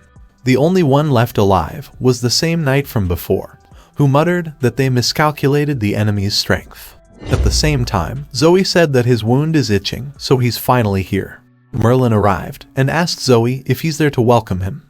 Without wasting any time, Zoe and Joey dashed toward Merlin. Merlin was attacked by thunder, but he was unharmed by it. Pissed, Merlin looked at Zoe and wondered where's the other one. Suddenly, he got attacked by Joey, who managed to steal Merlin's sword. Zoe laughed, as now that they took his weapon, Merlin won't be able to use his quick draw. Unafraid, Zoe dashed toward Merlin to kill him, but to his surprise, Merlin attacked him and cut his other arm as well. Merlin said, even though this sword is not efficient, but it's enough to deal with them.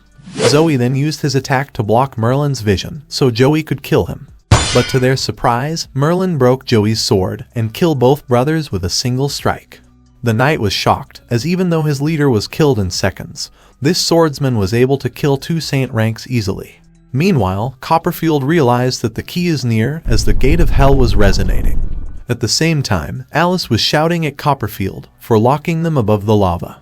Shirley was crying and said that she should have listened to her father and never should have gone out without his permission. Alice tried to calm her down while hoping that Merlin would come to save her. And to her surprise, Merlin really came. Merlin pointed his finger at Copperfield and asked if he's the leader of those corpses he just killed. Alice couldn't believe that Merlin really came to save her and thinks that Merlin likes her. But Merlin looked at Alice and called her a troublesome woman. And while the two are quarreling, Copperfield lowered the cage and asked Merlin to hand over the key to him. Merlin takes out the key and asks Copperfield if he's in contact with the apostles from hell. Shocked, Copperfield asked Merlin how he know about this, or did he make a deal with hell as well. Merlin smiled and replied that he rejected their proposal as he, the Demon King, would never stoop so low as to submit to hell. Copperfield asked if he's a Demon King, then why is he interfering in human affairs? Merlin dodged the question and realized that Copperfield is already one of Satan's dogs. Copperfield shouted that Satan has promised him immortality, eternal youth, supreme power, and an invincible army. Alice shouted at Merlin and tell him to not give the key to Copperfield.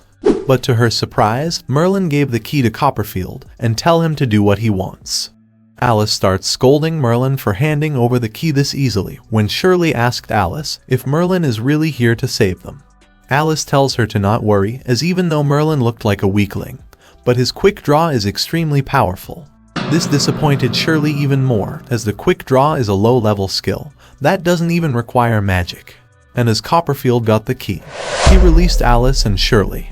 Copperfield shouted that giving the key to him was Merlin's biggest mistake. He opened the gate and ordered the Hell's army to come out and conquer the world for him. Merlin returned Alice's sword to her and tell her to be ready, as the guests will be arriving soon. Merlin went close to the entrance of hell when he heard a voice saying, "Is that you, Lucifer III?" A red-haired demon came out and said she has finally found the ruthless Lucifer III. Alice was confused as how this girl knows Merlin. And as soon as the girl saw Merlin, she lost her temper. Merlin tried his best to remember her, but even after thinking for a while, he called her a stranger. The girl ordered the army to stand back, as she will deal with Merlin personally. She attacked Merlin and said that she will make him pay for what he did. Copperfield shouted at the girl and said that he is the one who summoned her, so she should follow her commands. But the girl threatened him to keep quiet, or she will kill him first. Merlin tells the girl that something is wrong, as she's not the same hell disciple that was summoned last time. This angered the girl even more, as she asked Merlin how could he hurt a cute girl like Trist. And when Alice looked at Merlin, she was shocked to see his expression. The red-haired girl attacked Merlin and shouted that she will teach him a lesson for what he did to Trist. But to her surprise, her attack didn't even scratch Merlin. She then ordered her minion to combine and show Merlin their true powers. The minions then combined into a huge infernal demon. But to everyone's surprise, Merlin destroyed the demon in the Hell Gate with a single strike. The knight, who witnessed this all, couldn't believe that this Elgin's master swordsman defeated the monster of that level with only one strike. Merlin thought that it was a shame that the demon was a puppet, or he could have gained quite a few years. Copperfield was crying, as all his dreams and his ambitions were crushed by a single man. Merlin looked at him and said that someone who borrows the strength of others is not qualified to be a king. Copperfield asked Merlin that he could acquire everything this world has to offer, so why is he not wanting to rule the world? Merlin replied that even though it sounds nice, but to rule the world is troublesome, so he doesn't want it. Alice realized that Merlin's laziness has saved the world, and prayed to keep Merlin stay like this forever. Merlin added that he's just an iron-ranked adventurer, who only wants to live a carefree and lazy life. But Copperfield lost his mind and said he knows Merlin's true identity, that he's a god. And as he's just a mere mortal, he could never defeat him. Alice asked Merlin why didn't he kill Copperfield, as he deserved to be punished. To which Merlin replied that a person without dreams is nothing more than a dead man walking, so he's not worth killing. After a while, the villagers were thanking Alice and Merlin for saving them. The village head then offered the payment, and Merlin quickly accepted that. On the way, Alice was angry at Merlin for taking the payment, as the villagers needed it to rebuild the village. But Merlin said that this is their hard-earned money and they needed it to pay the rent. He also asked Alice about the elf girl, who is now traveling with them. Alice introduced her to Merlin and said that she will help her in getting back to her home. Alice also added that Shirley will stay with them for some time. Shirley noticed that Merlin was unhappy, so she said that if it's a matter of money then she have 1 million gold coins that she can give to him. And as soon as Shirley revealed that the 1 million gold coins is her pocket money, Alice and Merlin got shocked. Shirley asked Merlin if 1 million coins is enough for him, to which Merlin replied that protecting ladies is part of his job. At night, Shirley was sleeping when Alice asked Merlin about Trist that the red-haired demon mentioned. Horrified, Merlin explained that when he was still a demon king, Trist approached him and introduced herself as an emissary of hell. And as soon as he looked at her, he realized that the world is a scary place, as he coughed blood by just looking at her. She offered him to join Satan's army, but Merlin instantly refused. And when she mentioned about him seeing hell, he sent her flying. Alice realized that Merlin misunderstood her words and makes Satan his enemy. After a while, Merlin was looking at the dragon's stone, thinking that whether or not it will be useful will depend on Alice. At the same time, Alice and Shirley were enjoying the bath. Merlin heard their conversation and thought maybe this crystal will fix Alice's flat chest. At night, Shirley was praising Merlin as he's not only good at babble, but at cooking as well. At the same time, in some other place, a man was talking about beating an alchemist who mutated the local fish that made them dangerous to humans. His man was scared, but he told him to not worry and said that he is a famous mercenary, so a mere alchemist couldn't be a match for him. The man then noticed something in the fog, so he asked his men to be careful. Something came flying at him, but his armor saved him from the attack. The man got scared to see the fishes, who were attacking his men and killing them one by one. And before he could understand anything, a monster appeared from the bottom of the sea and crushed his boat. Then we see a man who shouted that he's coming to meet his sweet lady Asmodeus. Back at home, Merlin tells Alice now that the elf girl is asleep, so he will show her big treasure. But after seeing her expression, Merlin tells her to get her head out of the gutter, as he was referring to the dragon's crystal. Alice was shocked and asked, from where did he get this? Merlin explained that he got this after killing Iceram, and now she can use this to ascend to saint rank easily. He explained that if they grind the crystal before using it, then she can acquire the dragon's power, without any change in her appearance. After a while, Merlin asked Alice if she is feeling any changes, as she acquired the dragon's power now. But Alice replied that she is not feeling anything, just the same as before. She said that the crystal must be a fake, but Merlin said he would never make a mistake like this. Later, Merlin was thinking about why the crystal didn't work on Alice when he saw her approaching. And as soon as he saw her, he gets shocked, as her chest is big now. But that person was Shirley, who asked Merlin to go with her as something is happening to Alice. Merlin went inside the room and noticed Alice covered with a freezing aura. Merlin realized that Alice is unable to control her newfound powers, so he asked Shirley to sleep on the couch, while he will fix Alice. He then went close to Alice and sleep next to her, and just like he thought, his anti-magic body managed to help Alice. Merlin was confused, as when Alice touched him, his heart rate go up.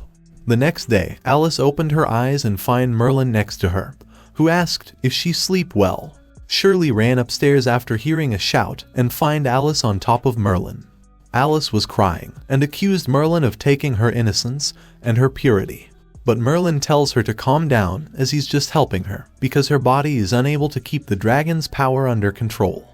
He went close to Alice and explained that until she reached saint rank, they need to share the bed, or who knows what would happen to her. And after hearing his words, Alice knows that she's in deep trouble now. After a while, Alice was telling Merlin to help her in reaching the saint rank soon, as she doesn't want to rely on him any more than she has to. But Merlin insulted her and said that last night she hugged him quite a lot. And while Alice was telling Merlin to never mention what happened last night, Vinci and Rossetti came and greeted them. Vinci then tells Alice to treasure the relationship that she has with Merlin, as even though Merlin is an iron rank adventurer, he showed enough conviction beyond the higher ranks. After a while, they reach the waterfall, and Merlin tell her to try manifesting her aura. Alice checked her aura and said that the power of the dragon race is incredible. But Merlin taunts her and said that this is nowhere near their power, and once she fully absorbs the crystal, her power will be several times stronger than this. Alice then confidently said that in just some time, she will surpass him. She then attacked Merlin with her newly acquired dragon powers. But in just some seconds, she understood that the reality is so harsh. While returning, Merlin tells her to focus on clearing the debts, as it is more realistic than defeating him. Suddenly, they are stopped by the different shop owners at the market, who thanked Alice for always helping them. And as they were going back to their home, they were stopped by the landlady. She smiled and said that they are looking like they have been married for years. Merlin thought that he would never marry a washboard like Alice, while Alice was thinking that she would never marry a perverted demon like Merlin. The landlady said that she misses her husband and tell them to be a little more intimate around her, and if they agree to do it, then she will think of having their rent. Merlin and Alice quickly get close and asked her how they look. This made the landlady happy as she thanked them for bringing back her pleasant memories. After a while, Alice was angry because Merlin suggested to be a little more intimate around the landlady to reduce their rent. She then starts preparing for dinner, but after looking at her, Merlin decides to teach her how to chop vegetables. Shirley looked at them and muttered, how could they deny that they are a married couple? The next day, Merlin was reading the news of the copper field and thought that he really is an unlucky guy. As with an infernal army like that, he could have conquered any kingdom he desired. He was just at the wrong place at the wrong time. He then noticed Alice looking at a broadcast from the capital. The knight who survived was telling the people that it was the Elgin master swordsman who defeated the infernal demon.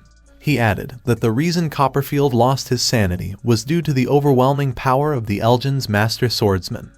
Therefore, he is the true hero.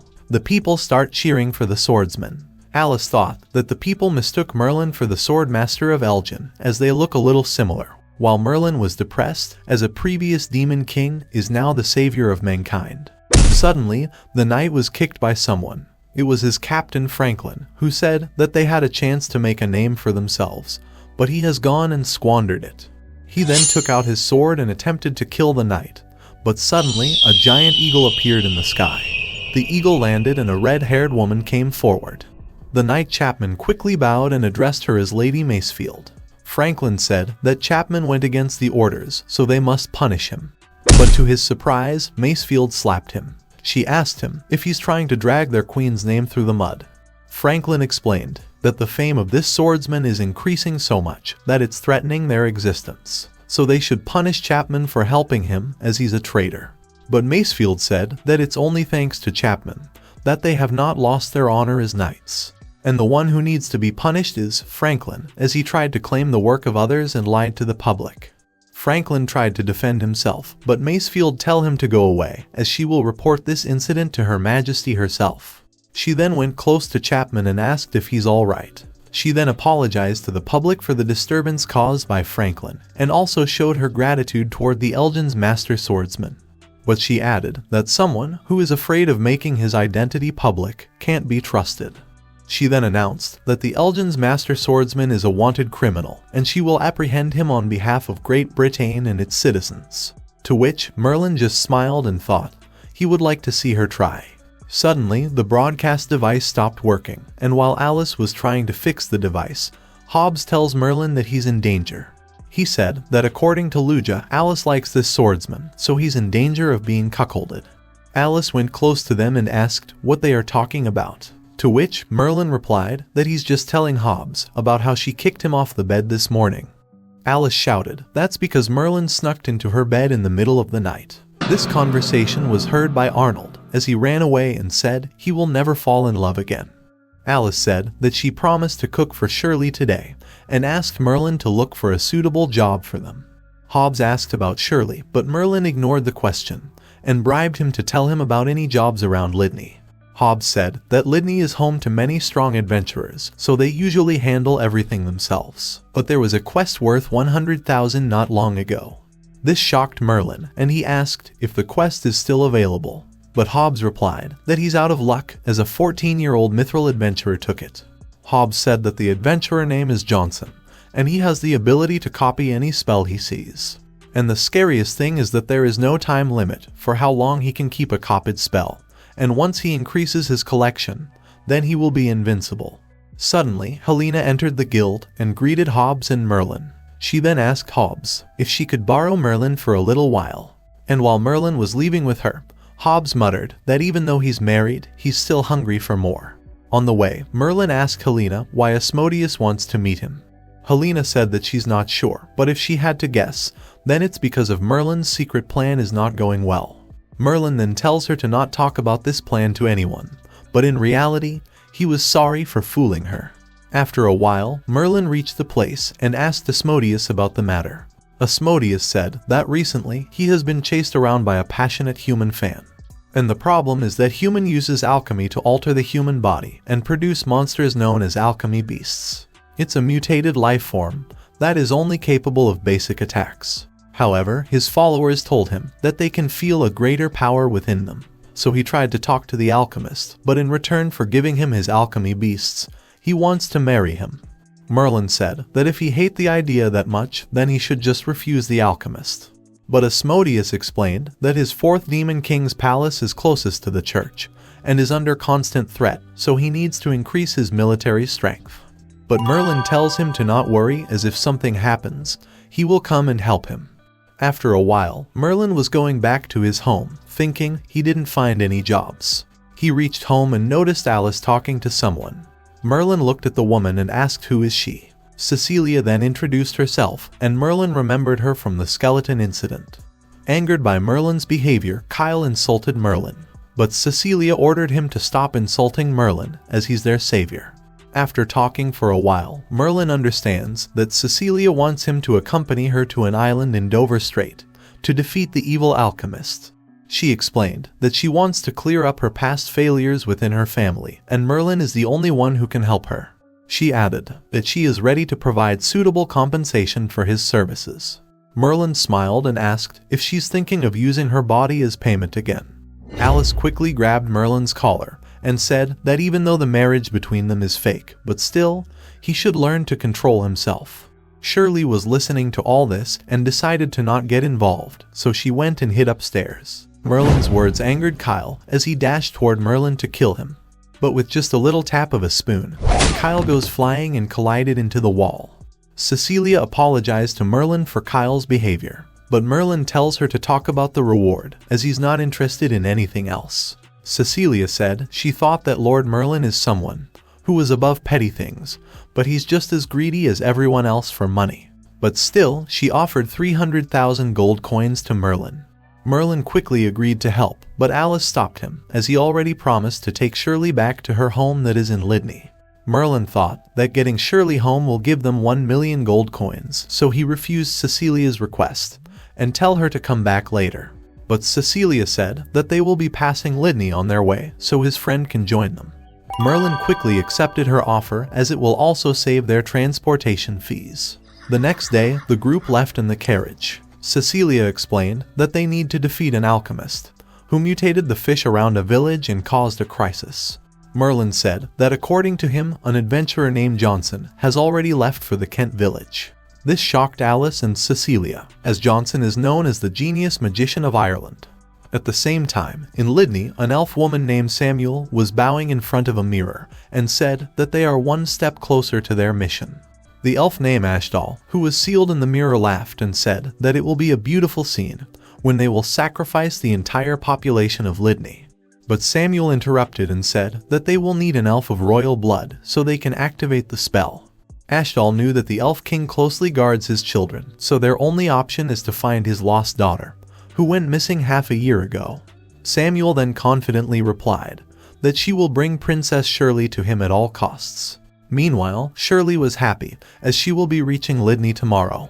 The next day, Merlin and his group arrived at the city of Lydney. Merlin was thinking that it's a little suspicious, as on this trip, nothing has occurred. Cecilia then asked Merlin what he thinks about Lydney. Merlin replied that there are so many people, so of course it's annoying. Cecilia said that it is a large city, and there are many places of entertainment like bars, baths, and gambling. But before Merlin could go for the gambling, he's stopped by Alice, who forbids him from going there. And as Merlin and Alice were quarreling about the money, Cecilia asked, why are they dividing their wealth as they are married? And before Merlin could say that they are not married, Alice stopped him from doing so and changed the topic. Cecilia looked outside and said, it's the College of the Goddess. Merlin noticed a stone sculpture in front of the college and thinks that she looks familiar. And while Merlin was insulting the goddess, Kyle advised him to stop, as the goddess followers might take offense. Kyle added that this college is Cecilia's alma mater, so he requested Merlin to mind his language. Alice then asked Cecilia that as a student of this college, what are her daily duties? Cecilia excitedly said that they study holy magic and how to purge demons. As demons are evil, so all followers must learn how to purge them. She added that it is in preparation for the holy war. Merlin then understood the reason why Asmodeus wanted to increase his military strength. He realized that the church is planning to launch an all-out war on the demon race. After a while, Merlin and Alice take Shirley to the embassy. The guards tried to stop them, as only authorized personnel are allowed in the embassy. Merlin then pointed towards Shirley and said that they are there to return a lost elf. And as soon as Shirley showed her face, the guards bowed and addressed her as Princess Shirley. This shocked Merlin and Alice, as they didn't know that Shirley was a princess. After a while, Merlin was thinking that 1 million gold coins seemed so cheap now.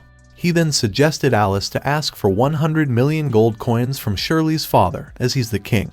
Suddenly, the same woman from before, Samuel, entered the room, and Shirley greeted her, as the woman is her aunt. After some time, Samuel thanked Alice and Merlin for returning Shirley, but in reality, she was thinking of killing them as well. Shirley then tells them that out of 9 races, her father is the strongest. And while Merlin was thinking of killing Shirley's father to extend his life, he was interrupted by Samuel. She said that according to her, Shirley's uncle, His Highness Ashdal, ruler of the Dark Elves, is the strongest. Shirley tried to stop Samuel, as taking Ashdal's name is a taboo. She explained that in the past, he refused to aid her father in establishing the United Kingdom, and even led the Dark Elves in rebellions. But her father managed to overpower him and put down his plots. Merlin asked if Ashdal was the strongest, then why was the Elven King able to defeat him? To which Samuel answered that the king ambushed him and killed his own little brother. Merlin was excited to know that this Ashdal was so strong that they had to resort to surprise attacks to kill him. Samuel added that Ashdal was a genius who could channel the power of the god. If he was still alive, then he might have been a living god. After a while, Alice was sad as she's missing Shirley already. But Merlin tells her to be happy as he is there for her. She then asked Merlin if he doesn't miss his little sister, but Merlin refused and said that he's super happy as she was even worse than Alice. He added that she beheaded all women who approached him and used their bones to make wine cups. Merlin said that he has been surrounded by problematic children for so long that he lost all interest in love. He then tell Alice that according to him, Samuel was a little biased towards the Dark Elf King, as even though his name was taboo, yet she used it freely. Merlin then noticed a ruckus on the street, so he went to check it. A man tells him that a guy is accepting arm wrestling challenges, and if you win, he's giving 2,000 gold rewards. But no one has succeeded till now. Alice said that the man is hiding his strength by suppressing his aura. The man then announced that as there is no one strong in Lydney, so he is taking his leave. But before he could leave, Merlin stopped him and challenged him. Alice tried to stop Merlin, but Merlin tell her to bet on him, and they could make easy money when he win. Alice thought this and quickly wished Merlin best of luck, as she's going to make a lot of money. And so, the arm wrestle match between Merlin and the suspicious guy begins. Merlin smiled and tell the man to stop trying to hide his strength, or he will lose. The man understood that Merlin was also hiding his true strength, so he decides to use his full power. He used his full power, which surprised Alice as he managed to defeat Merlin. But Merlin smiled as he still hasn't lost the match. In reality, he was just checking the strength of this man, and with just a little force, he defeated the man easily. And as the man gets knocked out, Merlin announced that he win. After a while, the man stood up and starts laughing and said that he never thought that anyone other than the first knight could best him in arm wrestling. He then gives Merlin the prize for defeating him. Even though Merlin won, Alice was still not happy, as he caused quite a stir. And before they could leave, they were stopped by the knights. The senior knight Franklin asked the culprits to step forward, or else he will arrest everyone. And as the people stared at Merlin, he looked at Alice. Franklin noticed this, and thought that Alice is the culprit, so he asked her to come quietly with him. Alice was angry at Merlin as he set her up. But Merlin said that she made the bet, so she's partially responsible as well. And in front of Franklin's provocation, Merlin decides to kill him first, before dealing with Alice. But before Merlin could do anything, the other man came in front of him and insulted Franklin. Franklin then ordered the knights to arrest the man, but the man removed his mask and revealed who he really is. It was their captain named Morrison. He's one of the 12 knights, handpicked by the queen herself. Franklin quickly apologized to Morrison for not recognizing him. Morrison said that their reputation has declined because of the people like Franklin. And it's no surprise that the public is siding with the Elgin's master swordsman. Franklin replied that the sword master is a wanted criminal, but Morrison ordered him to stop talking, as he has already caused the Redbud Knights a great deal of trouble. After Franklin left, Morrison apologized for his behavior and said that next time they should challenge each other to a proper wrestling match. At night, Shirley was asking Samuel about her mother's health. As before, she tried to stab her father several times. Samuel tells her to not worry, as everything in her family is great. She then takes Shirley outside a room and said that she prepared a surprise for her. But when Shirley looked inside, she got shocked to see that the room was full of corpse eaters. She asked Samuel why is she keeping these disgusting creatures, to which Samuel smiled and her body begins to change color. She revealed that she's a dark elf and she's going to fulfill the dark elf's dreams and Master Ash Doll's ambitions. Shirley was shocked to know that her aunt was a dark elf. Samuel then used her magic on Shirley and captured her. At the same time, outside a high-class lodging, some assassins were ready to attack the place. One of the men asked her leader why their whole group is attacking some adventurers. But his leader tells him that they are just following orders and gave the command to attack. Inside the place, Merlin was enjoying his time, thinking that he earned a considerable amount this time. He noticed Kyle and said that he's in good mood, so he will hear him out. Kyle said that he has been training nonstop to become his lady's protector, but his body reached its limits, and it feels like he can't protect her like this. Merlin tells him that it's good to know one's limits, as it allows you to find your weakness and thus improve it. But everyone has their own strengths as well. He added that there is an alcoholic in the town's Adventures Guild, whose information gathering is second to none. That is his strength. So he just need to find his strength as well. Kyle then thanked Merlin, as he's feeling much better now. Suddenly, the assassins jumped down and attacked Merlin. But Merlin defeated the assassins with just his towel. He then gave two choices to the leader of the assassins. First is to attack and become the ceiling decor like her comrades. Or second is to get lost while he's still being generous. Merlin's words angered the leader, so she takes out a berserker potion. Kyle tells Merlin that it's called a fighting potion that allows one to fight without limits. And as the leader drinks the potion, Kyle suggested Merlin to run away. Merlin got excited as the leader's strength has grown a lot. Meanwhile, Alice was enjoying her time in the women's bath. Cecilia asked her about the place, as she can bet that it's her first time in such a luxurious bath. Alice thought that Cecilia is looking down on her, so she revealed that she has been in a bath even more luxurious than this one. It was the Holy Spring Bath in the Holy City. This shocked Cecilia, as that bath is legendary and only a hero can use it. She then excitedly asked Alice if she's the hero, but Alice tells her to forget everything that she said, as everyone had a complicated story. Alice then looked at Cecilia's breast and once again realized that the world is cruel. Cecilia said that according to her, there's no way that Lord Merlin would take a liking to someone like Alice, and muttered if Merlin has an ulterior motive. Alice was crying inside, as there's no ulterior motive, they had no other choice but to marry. Alice then tells Cecilia that Merlin has peculiar taste, so she should not wait for him. But to Alice's surprise, Cecilia said that she doesn't like Merlin, she idolizes and worship him. After hearing Cecilia's words, Alice questioned herself if she liked the Elgin's master swordsman or idolize him. Alice then heard Cecilia saying that there is already someone that she likes. But before she could say his name, Alice noticed a killing intent towards them. She then used her ice magic to defend herself and Cecilia from the assassin's attack. The assassins attacked them again, but in front of Alice's overwhelming power, they got defeated. One of the assassins then used a smoke bomb. Alice tells Cecilia to stay back, as the smoke is poisonous. But to Alice's surprise, Cecilia used her protection of the light to protect them both. The assassins tried to attack Alice again, but got defeated easily. After looking at Alice fighting, Cecilia wondered how is she so strong, as she should be close to Saint rank. Alice then removed one assassin's mask and asked why the Dark Elves are trying to kill them. But the man smiled and said that the fight isn't over yet. He revealed that his captain has a dark berserker potion, and soon she will be here to kill both of them. He also added that by now she's probably already dispatched of their male companion. Alice looked at the poor assassin, who was smiling, unaware of who Merlin is. Suddenly, the wall got destroyed as the elves' leader came flying from it. They then heard Merlin's voice, saying, "It's not enough to beat him," while Kyle was telling Merlin to use his towel. Merlin then looked at the elf and said that there's still a survivor. Merlin also compliments Alice as her skills have improved. He then asked the assassin who sent them here and why the dark elves are trying to kill them.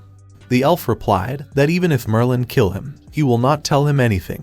But as soon as Merlin destroyed the pillar, he bowed and said that Master Samuel sent them here. This shocked Merlin and Alice as they asked him why does she want to kill them.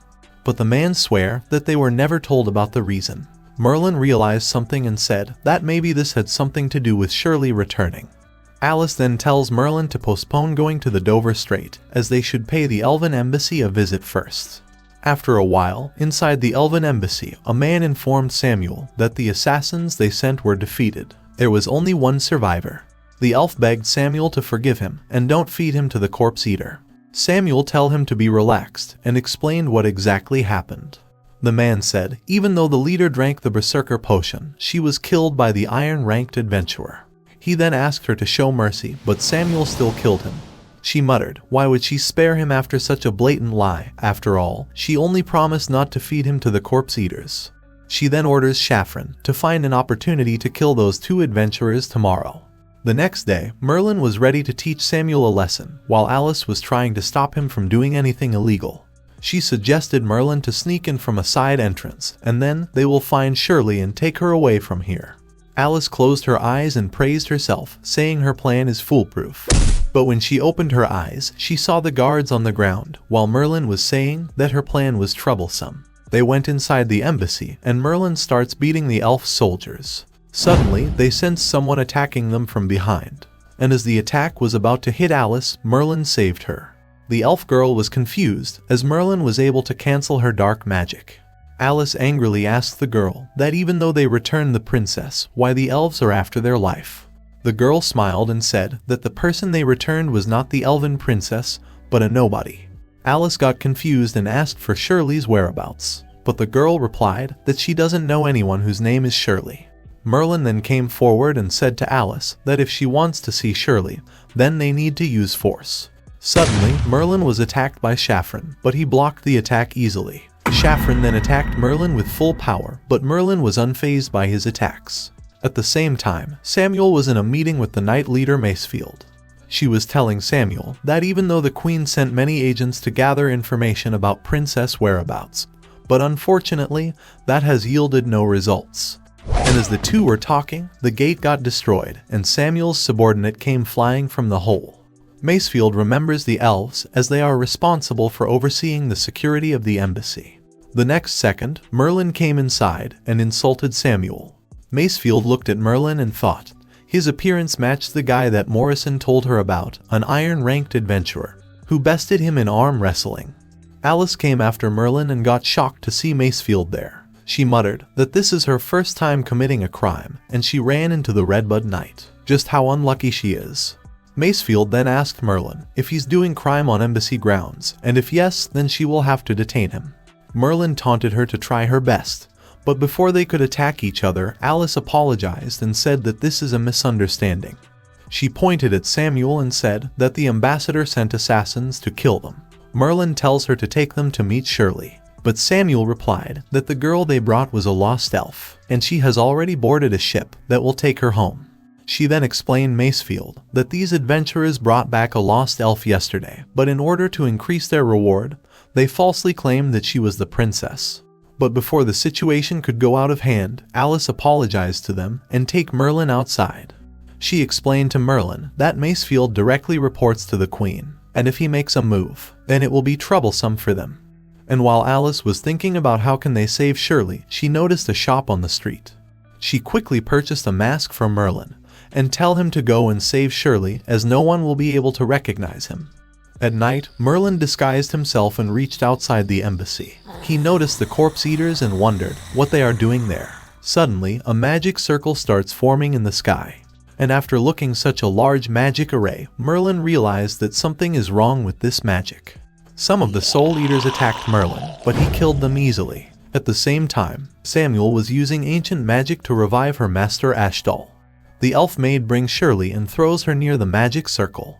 Shirley knew about this magic, it's called Elven Sorrow. She tells Samuel to stop this spell, or else this will turn this human city into a ghost town. But Samuel laughed and said that the Dark Elves are going to rule once more upon the return of Master Ashdal. Shirley said that her uncle was evil, and if she brings him back, then it will mean the destruction of the elven race. She then asked Samuel to put more faith in her father. But Samuel grabbed her neck and said that someone who would murder his own brother is not worthy of loyalty. She then throws Shirley on the ground and used her magic on her. Samuel then ordered the maid to keep the Redbud Knights away while she will monitor the spell. Meanwhile, the city was in chaos as corpse eaters were roaming freely and killing everyone at sight. The corpse eaters were about to kill a little girl, but she was saved by Alice. She tried to run away, but they got surrounded by the corpse eaters. Alice then tells Kyle that they need to hurry back, as Cecilia won't be able to hold the corpse eaters for long. Kyle then used his skill and opened up a path for them to escape. At the same time, outside the royal palace, the captains of the Redbud Knights were discussing about the situation. Morrison tells Macefield that the queen is in the secret room, and Catherine is looking for her. Macefield then ordered the other knights to split up and take out as many corpse eaters as they can before heading to the clock tower. She said that someone who's able to utilize such a large magic array is not an enemy they can underestimate. They reached the lodging, where Cecilia asked them about Merlin. Even though Alice knew where Merlin is, she said that she doesn't know about his whereabouts. Alice then tells the little girl to go with Cecilia, as she will protect her from monsters. Alice knows now that there are a few thousand survivors there, so their scent will attract the corpse eaters, and they will find the place pretty soon. So she asked Kyle to be prepared. After a while, someone jumped behind them, and when they looked behind, they find a big bear. Alice looked at its aura and realizes that this bear is the Saint Rank elf who was in the embassy. Alice tried to block it with her ice wall, but the bear easily destroyed the wall and injured Alice. It smiled and said that Alice is weaker than he thought. Kyle attacked it from behind, but his spear didn't manage to pierce through its hard skin. The bear then attacked Kyle and knocked him in a single punch. Alice couldn't do anything, as along with the bear, there were too many corpse eaters as well.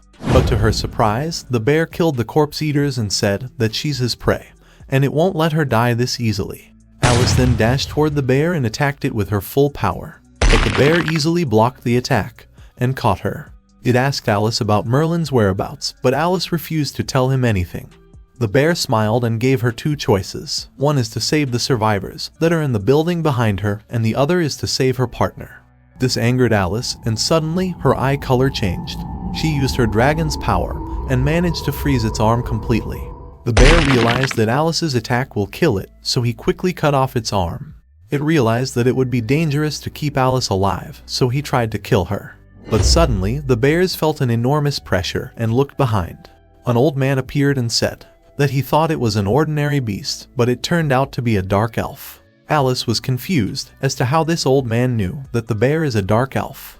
The dark elf remembered the old man and called him the space magician Gregory. Alice then realized that this old man named Gregory is the president of the Adventurers Guild in the capital. The dark elf thought this is bad, as no one has ever survived fighting Gregory, but still, he thought that in his current state, he might be able to kill the old man.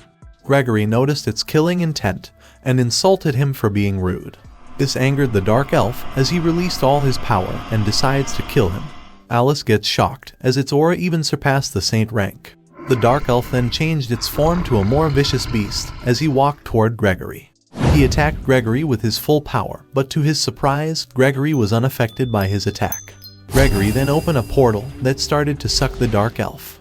And with this single attack, Gregory killed the dark elf easily. Alice was shocked to see that the fight finished in mere moments. Suddenly, Cecilia came running to Alice and said that she just sensed an immense aura just now. She then found Kyle on the ground and is happy to know that he is alive. Alice then went close to Gregory, introduced herself and thanked him for his assistance. Gregory was happy to know that she is from Wrexham, as he tells her to give the guild master Taylor a message for him, that he should visit more often. At the same time, the Redbud Knights were fighting the elf subordinate of Samuel. She was controlling a giant money monster that even the Redbud Knight captains couldn't defeat. One of the captains then used his power and managed to crush the monster. But to his surprise, a hand emerged from the liquid, and then the maid transformed into a giant monster herself. Both captains then used their magic power, and with their attack combined, they managed to cut her head. But even after her head is removed, the elf girl regenerates and tells the captains that attacks like these are meaningless against her. The captains realized that in order to defeat her, they need to destroy her entire body. Suddenly, Macefield arrived and ordered them to move fast as they don't have time to fool around. The elf noticed Macefield and dashed towards her, but to everyone's surprise, Macefield killed her in a single strike. And as she was scolding the other captains, they said that they were saving their strength for the battle in the clock tower. Macefield looked at the eye in the sky and realized that something bad is going to happen soon.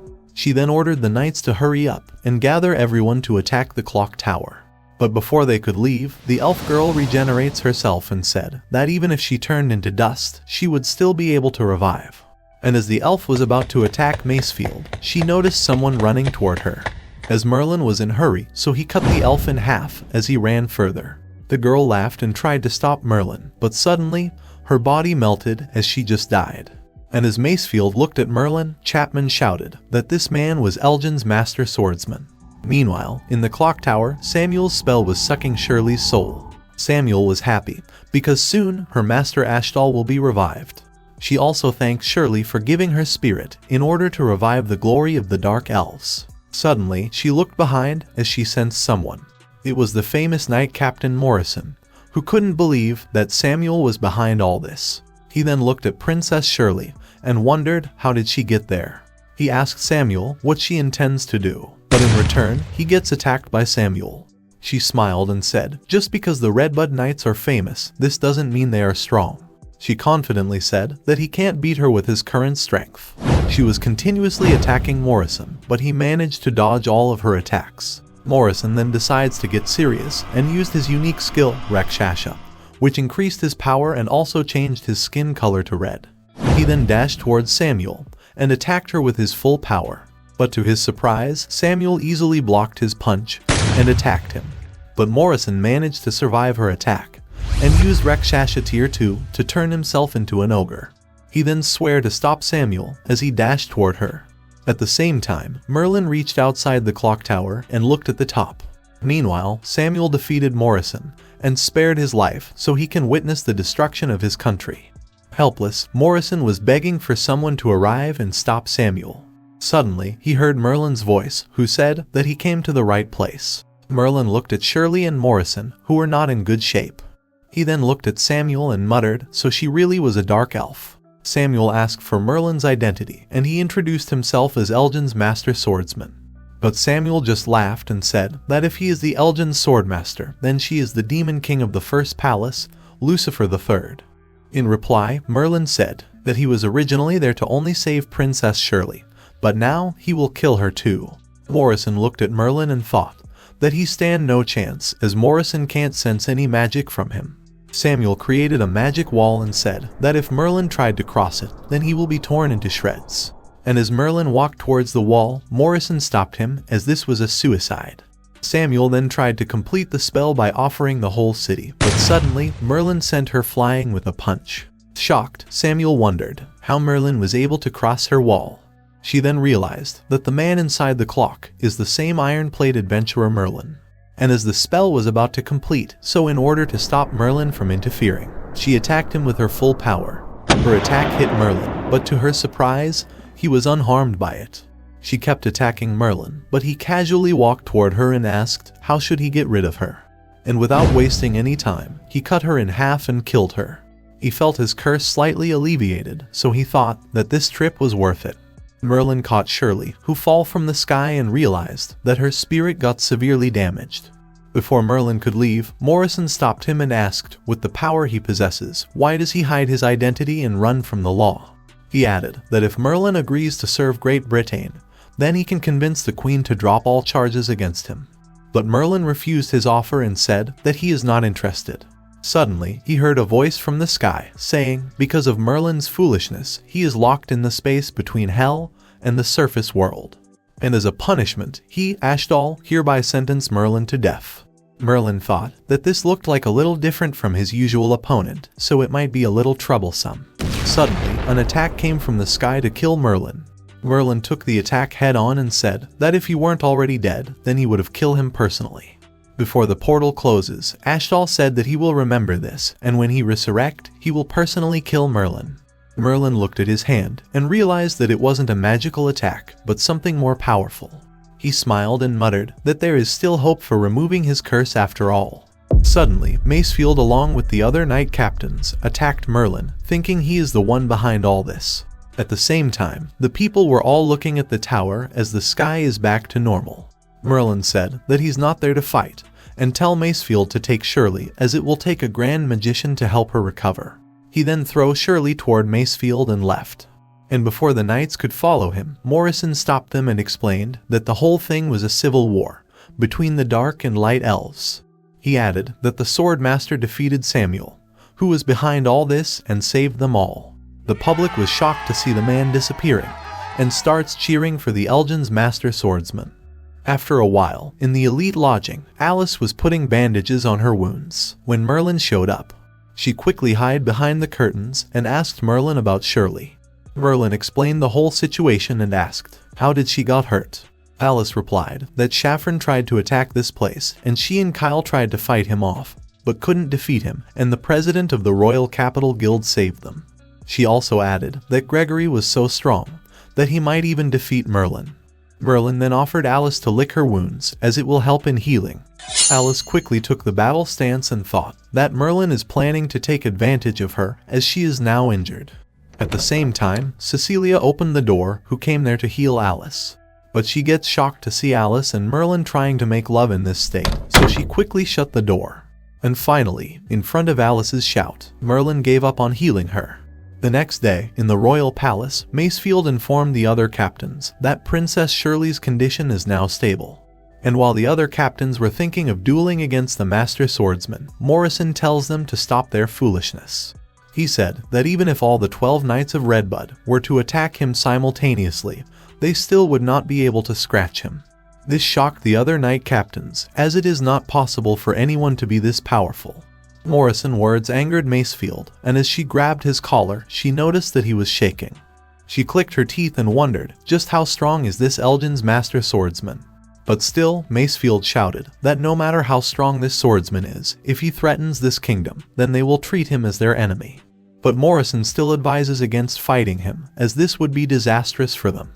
He added that he will personally ask the Queen to drop all charges against him and formally invite him to join the Redbud Knights. He said that this is all for the future of the kingdom and left. A few days after the disaster of Lydney, the citizens began to rebuild their city. Merlin and company also began their journey to Dover Strait. While leaving, Alice asked Merlin if it's safe to leave Shirley here. Merlin replied that Shirley is in safe hands, and they just need to sit back and wait for the 1 million gold reward. Alice thought that all Merlin cared about is money, so she hoped that he never see the reward. Suddenly, their wagon stopped as a giant eagle landed in front of them. Macefield was on top of the eagle, who asked Merlin and Alice to go with her. She take them to the temporary royal residence, where Shirley came and greeted them. She told Alice that she asked Macefield to bring them there so she could bid them farewell. Merlin secretly asked Shirley if the knights asked anything about him. Shirley replied that they just asked for the Elgin's master swordsman, who she has never heard of. Macefield then said sorry for interrupting, as it is almost time for departure. Merlin then asked Shirley for 1 million gold coins, but Shirley didn't understand. Merlin shouted that Shirley promised to give 1 million gold coins as a reward, but to his bad luck, Macefield tells him that Princess Shirley's spiritual damage caused her to forget about certain events. Everyone in the city then heard Merlin cry as his heart was crushed by Macefield's words. After a while, Alice was cheering Merlin as they can still get a reward from Cecilia. Alice could see Merlin tears of blood, but with no other choice left, Merlin started their journey again. Cecilia then informed Merlin that they will reach their destination soon, and asked about his preparation. But Merlin replied that for a mere alchemist, he doesn't need any preparation. They reached the village, and Merlin thought it is strange as the village is too quiet. Alice agreed as it looks like a ghost town. Suddenly, they noticed someone beating a man. They went close and sees a fisherman who was telling the man to hand over his granddaughter. But the man refused and said that the fisherman already take his son, so he will never let him take his granddaughter. The fisherman gang members came and informed their leader that they found the girl. The fisherman went close to the girl and tell her to be obedient if she wants to live. But the girl spits on him and called him a traitor as they asked him to protect the village, but he decided to side with the enemy. But the fisherman laughed and said that he is the strongest being there and tried to attack the girl. But before he could reach the girl, Alice used her ice attack and tell the fisherman to stay away from the girl. Alice threatened him to stay away from the girl, or it will be bad for him. But the fisherman said that there is no need for him to be scared of just a measly ice swordswoman and a squire from Wrexham. He said that he used to be an adventurer, so he knows about Alice and Merlin. He called Alice a dumb girl who somehow managed to become a gold-ranked adventurer through luck, and Merlin a gigolo who just relies on Alice. And as soon as the old man heard that Alice is a gold-rank adventurer, he begged her to save them. The fisherman laughed and shouted that even though he was no match for Alice before, but now he is much stronger. He said that his body has been enhanced through alchemy, so Alice is no match for him. Merlin smiled as he already got a lead on the alchemist. The fisherman added that if they are looking for Lord Democritus, then they will have to defeat him first. He then looked at Alice with lust and said that he has grown tired of village girls and offer Alice to become his new plaything. Merlin then tell Alice to deal with the fisherman alone as he's just a gigolo who relies on her. He added that she's much stronger than before, so it would be a good practice before they face against the alchemist. Alice confidently accepted this and turned towards the fisherman. The villager looked at this and thought, Merlin is really a gigolo, as he's going to hide behind the woman. Alice dashed towards the fisherman and attacked him. But to her surprise, the fisherman easily dodged her attack. He attacked Alice and said that Lord Democritus infused him with the blood of a dragon. Alice tried to attack his eyes, but he grabbed her sword.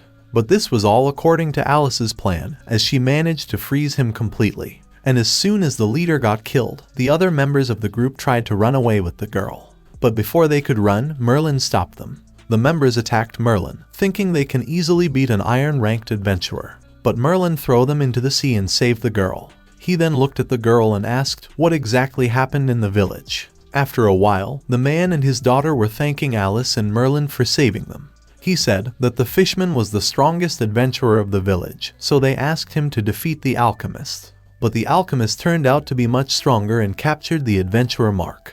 The alchemist then turned his appearance and personality. So the fisherman Mark started to abduct villagers for the alchemist. And one of the victims was the girl's father. Cecilia then excitedly said to Merlin that Johnson hasn't completed the job yet, so they should complete it before him. Merlin thought that her idea is good, as he could snatch the reward first. The old man tried to stop Merlin and said that the alchemist is too strong, so Merlin and his group is no match for him. He added that he can't let his saviors go to their deaths. At the same time, Kyle was monitoring the situation when he noticed many magical beasts coming towards village. Merlin heard the sound and asked the old man if they are raising magical beasts in the village. The old man informed him that it's the alchemical beasts who only listen to Mark's command.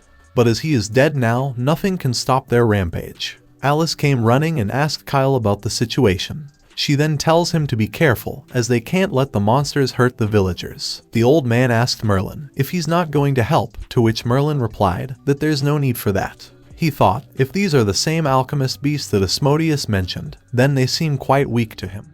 Then a powerful beast attacked Cecilia, but she got saved by Kyle. Alice tried to freeze the beast, but even her ice attack was not working on it. Merlin thought that Alice won't be able to handle this beast, and decides to kill it himself. But suddenly, he noticed someone casting a magic spell. The spell attacked the beast and managed to kill it easily. Merlin looked at the boy who casted the spell and realized that he's the mithril adventurer everyone was talking about. Alice was shocked, as even though it was the same magic attack, but it was much stronger than her. The boy called Alice an auntie and insulted her for not able to use her powers properly. He then showed his badge and announced that he is the genius magician and he's there to save the village. Cecilia went close to Merlin and tells him to hurry up, or this boy will take all the credit. Merlin agreed and said, even though he's a brat, but his strength is the real deal. The boy then said that unlike a certain childish adventurer, He is not a useless person. Merlin looked at Alice's chest and said, some part of her is indeed childish. And while Alice and Merlin were arguing, the old man welcomed Johnson into the inn. After a while, Connie tells the group that they have just 3 rooms left and asked about how they want to split them. Kyle suggested Alice to share a room with Merlin, while he will share the room with Cecilia. But both Alice and Merlin refused to share room with each other. Kyle said that Lord Merlin is the strongest, so they should not make any wrong decisions. Cecilia then decided to share a room with Alice. Later at night, Cecilia wakes up and finds the bed and the room freezing. She looked at Alice and realized that this freezing aura is coming from her. She quickly wakes Alice so she can stop her from releasing this aura. Alice looked at her hand and realized that the effects of the crystal have appeared again. She tells Cecilia that she's going for a walk so she can just sleep.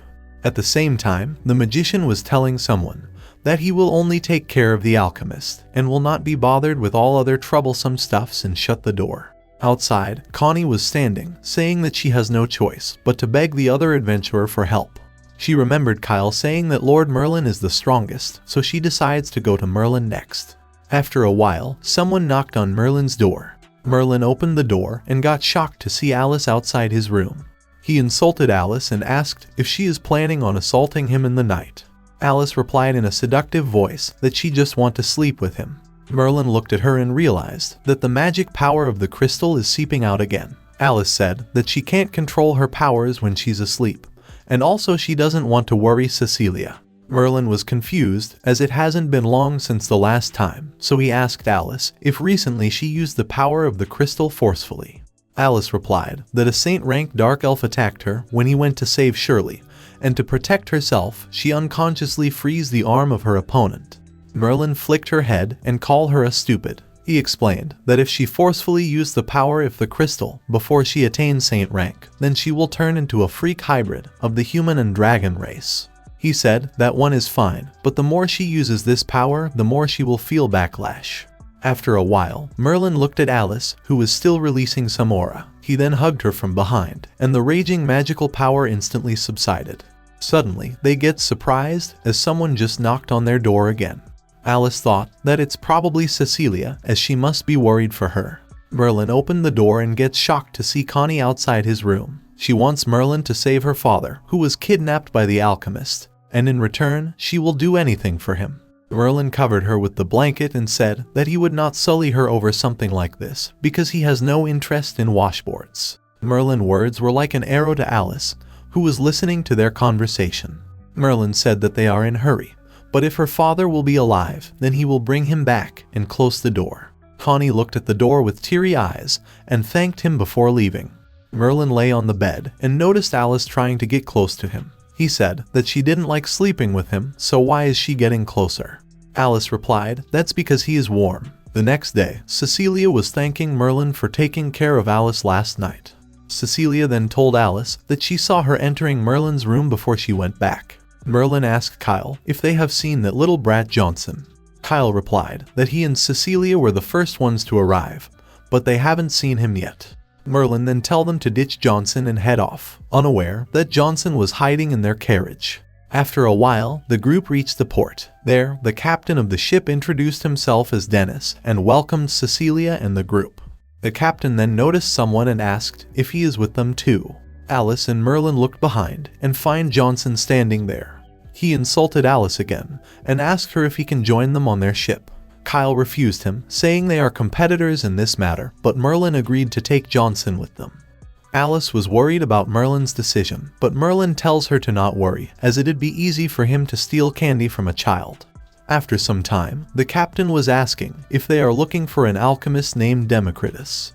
The captain told them that Democritus is extremely well versed about the dragon race and used to be a core member of the Imperial Research Department.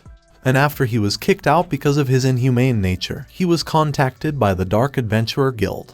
Merlin asked about this Dark Adventurer Guild and if they are their colleagues, but Alice angrily tells him to shut up, as the Dark Adventurer Guild is full of violent and twisted people who have broken the law. Merlin asked more about the group and their members. Alice explained that the Dark Adventurer Guild is made up of 4 guilds: Winter Y, Phoenix, Demonic Glory, and Blue Hell Flame. She added that their adventurer guild has tried to apprehend them quite a few times, but the Dark Adventurer Guild always escape, leaving heavy casualties behind. Suddenly, the ship started to shake as a monster emerged from the sea. A man informed Captain Dennis that the monster ripped a hole through their hull and their ship is about to sink. At the same time, a man was looking the scene from afar, thinking it will be a good post-dinner entertainment. Kyle informed Alice that he is going to protect Lady Cecilia and went to look for her, leaving Alice behind. Johnson insulted them again, saying he will show what he is capable of, but he was seasick so couldn't do anything. Alice quickly went inside the room and asked Merlin to help in defeating the monster, but Merlin replied that he was only able to use quick draw last time because they were on a small boat, but a ship like this one will be damaged by the shockwave. At the same time, inside the demon palace, Lilith was enjoying her time with a doll that looks like Merlin. Suddenly, the cup that Merlin used broke into two. Merlin then told Alice that he doesn't know how to swim. At the same time, the captain ordered the crew members to kill the monster and attacked it by cannons. But to their surprise, the cannons were ineffective against the giant monster. Dennis then decided to use his strongest weapon, the magic cannon. He used the cannon and managed to kill it in a single attack. Democritus said that this group is good, but it's still too early for them to celebrate. Then the monster appeared again and changed its appearance. But suddenly, everyone heard a slashing sound, and the next second, all that left were the remains of the monster. Alice looked behind, thinking only one person could do this, and her guess was correct. It was Merlin, who killed the monster. Dennis wondered who Merlin is, as he was able to kill that giant monster in half with only one strike. Merlin was disappointed, as slaying this level of alchemy beast is pointless for him. Alice asked Merlin that he said that his attack could destroy the ship, so why they are still fine. Merlin looked at Alice and felt something bad is going to happen, so he tells her to take care of everything. Alice wondered what Merlin meant when suddenly the ship self-destructed. After a while, Alice was scolding Merlin for slicing the ship in half and said that if she hadn't held the ship together with ice, then they would have sunk. Cecilia apologized Dennis for the ship and promised to pay for the damages. She then heard Johnson's voice, who was feeling alive to be on land again. Suddenly, he realized that everyone is staring at him, so he quickly changed the topic. He then thanked everyone for the ride and left to take care of the alchemist himself.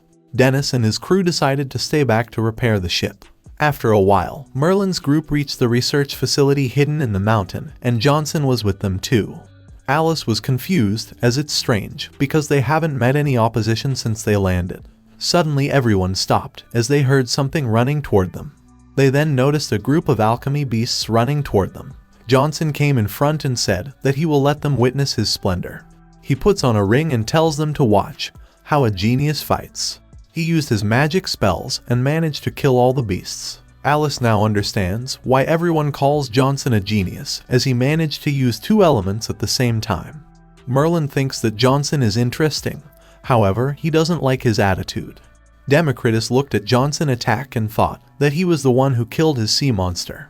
But he still laughed and shouted that he will put an end to Johnson's legendary status. Johnson looked at Merlin and thought that he defeated the sea monster with a single strike, so he need to ditch him soon, as Merlin is a troublesome competitor.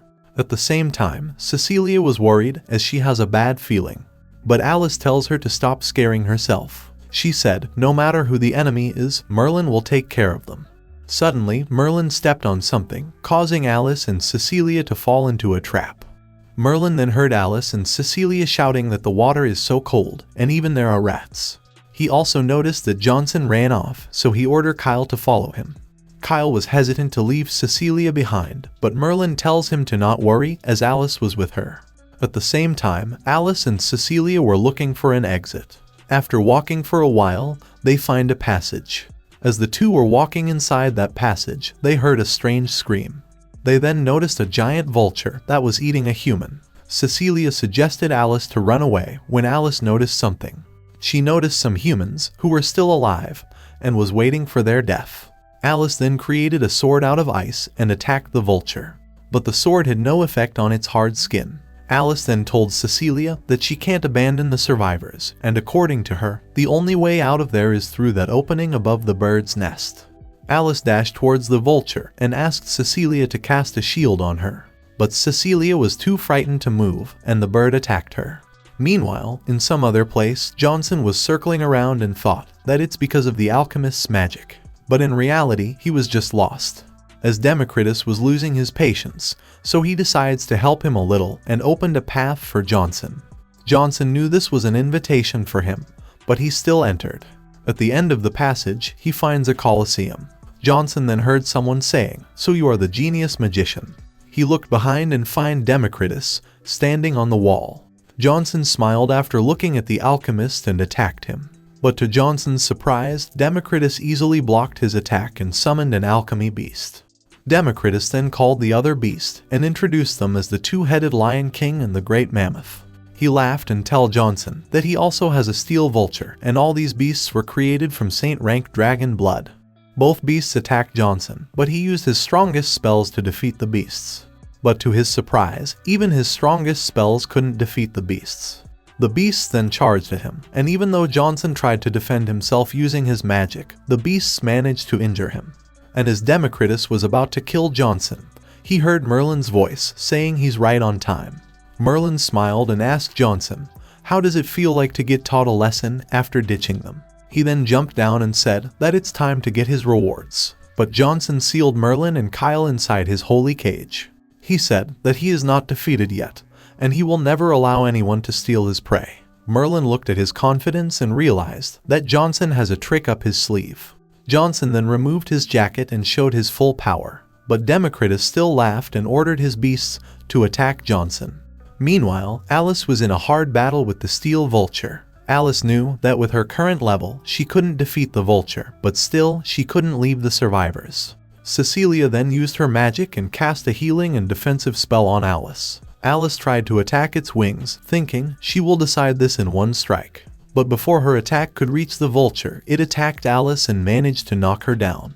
It captured her in its claws and was about to kill Alice. Alice refused to die, as she didn't even defeat Merlin yet. The vulture attacked Alice, but Alice grabbed its beak and freezed it completely. Cecilia couldn't believe her eyes and wondered if this person was still Alice, because it's almost like as if a giant dragon were in front of her. At the same time, Johnson was still fighting with the alchemy beasts, but none of his attacks were enough to kill them. Kyle was shocked, as Johnson was using saint-level spells of all the elements. He asked Merlin to hurry up, or Johnson will steal their reward. But Merlin tells him to not worry, as the alchemy beasts were specially designed to counter magic. Merlin and Johnson both knew that as a magic user, the only way you can win is to break through with the strongest spell. Johnson didn't want to accept defeat, so he used all of his power to combine two ultimate spells. The beasts sensed the danger and dashed toward Johnson, but it was already too late. The attack hit the beasts and managed to kill them. Even Democritus couldn't believe his eyes, as there's no way someone can combine ultimate spells. The only thing that's left after Johnson attack were the skeletons of the beasts. Merlin thought that even though Johnson is strong for a 14-year-old, but still that's not enough. Johnson used all of his power and thought he won, but to his surprise, the beasts recovered again. Democritus laughed and explained that his alchemy beasts can sustain any damage and immediately come back to life. Johnson used all of his power that even the magical ring got cracked. He gets on his knees and realized that he's going to die. Democritus was still laughing and said that he has been waiting to see the look of despair on Johnson's face. As Johnson was thinking that he really is going to die, Merlin patted his head and said, "Children's playtime is over, so let an adult handle things." Democritus laughed at Merlin and said that he's not even fit to become snack for his. Before he could finish his sentence, his face got cut by something. He looked at Merlin, who killed his alchemy beasts with a single strike. Scared, Democritus ordered the steel vulture to help him. But to his surprise, he felt that the steel vulture is afraid of something. The vulture was trying to run away from Alice, but she killed it in a single strike. Democritus was shivering, as he couldn't believe that the opponent's dragonic strength surpassed the vulture's. Merlin heard dragonic strength and wondered if that was Alice. Democritus shouted that his beasts far exceeded the saint rank, so who is Merlin and how could he defeat them so easily?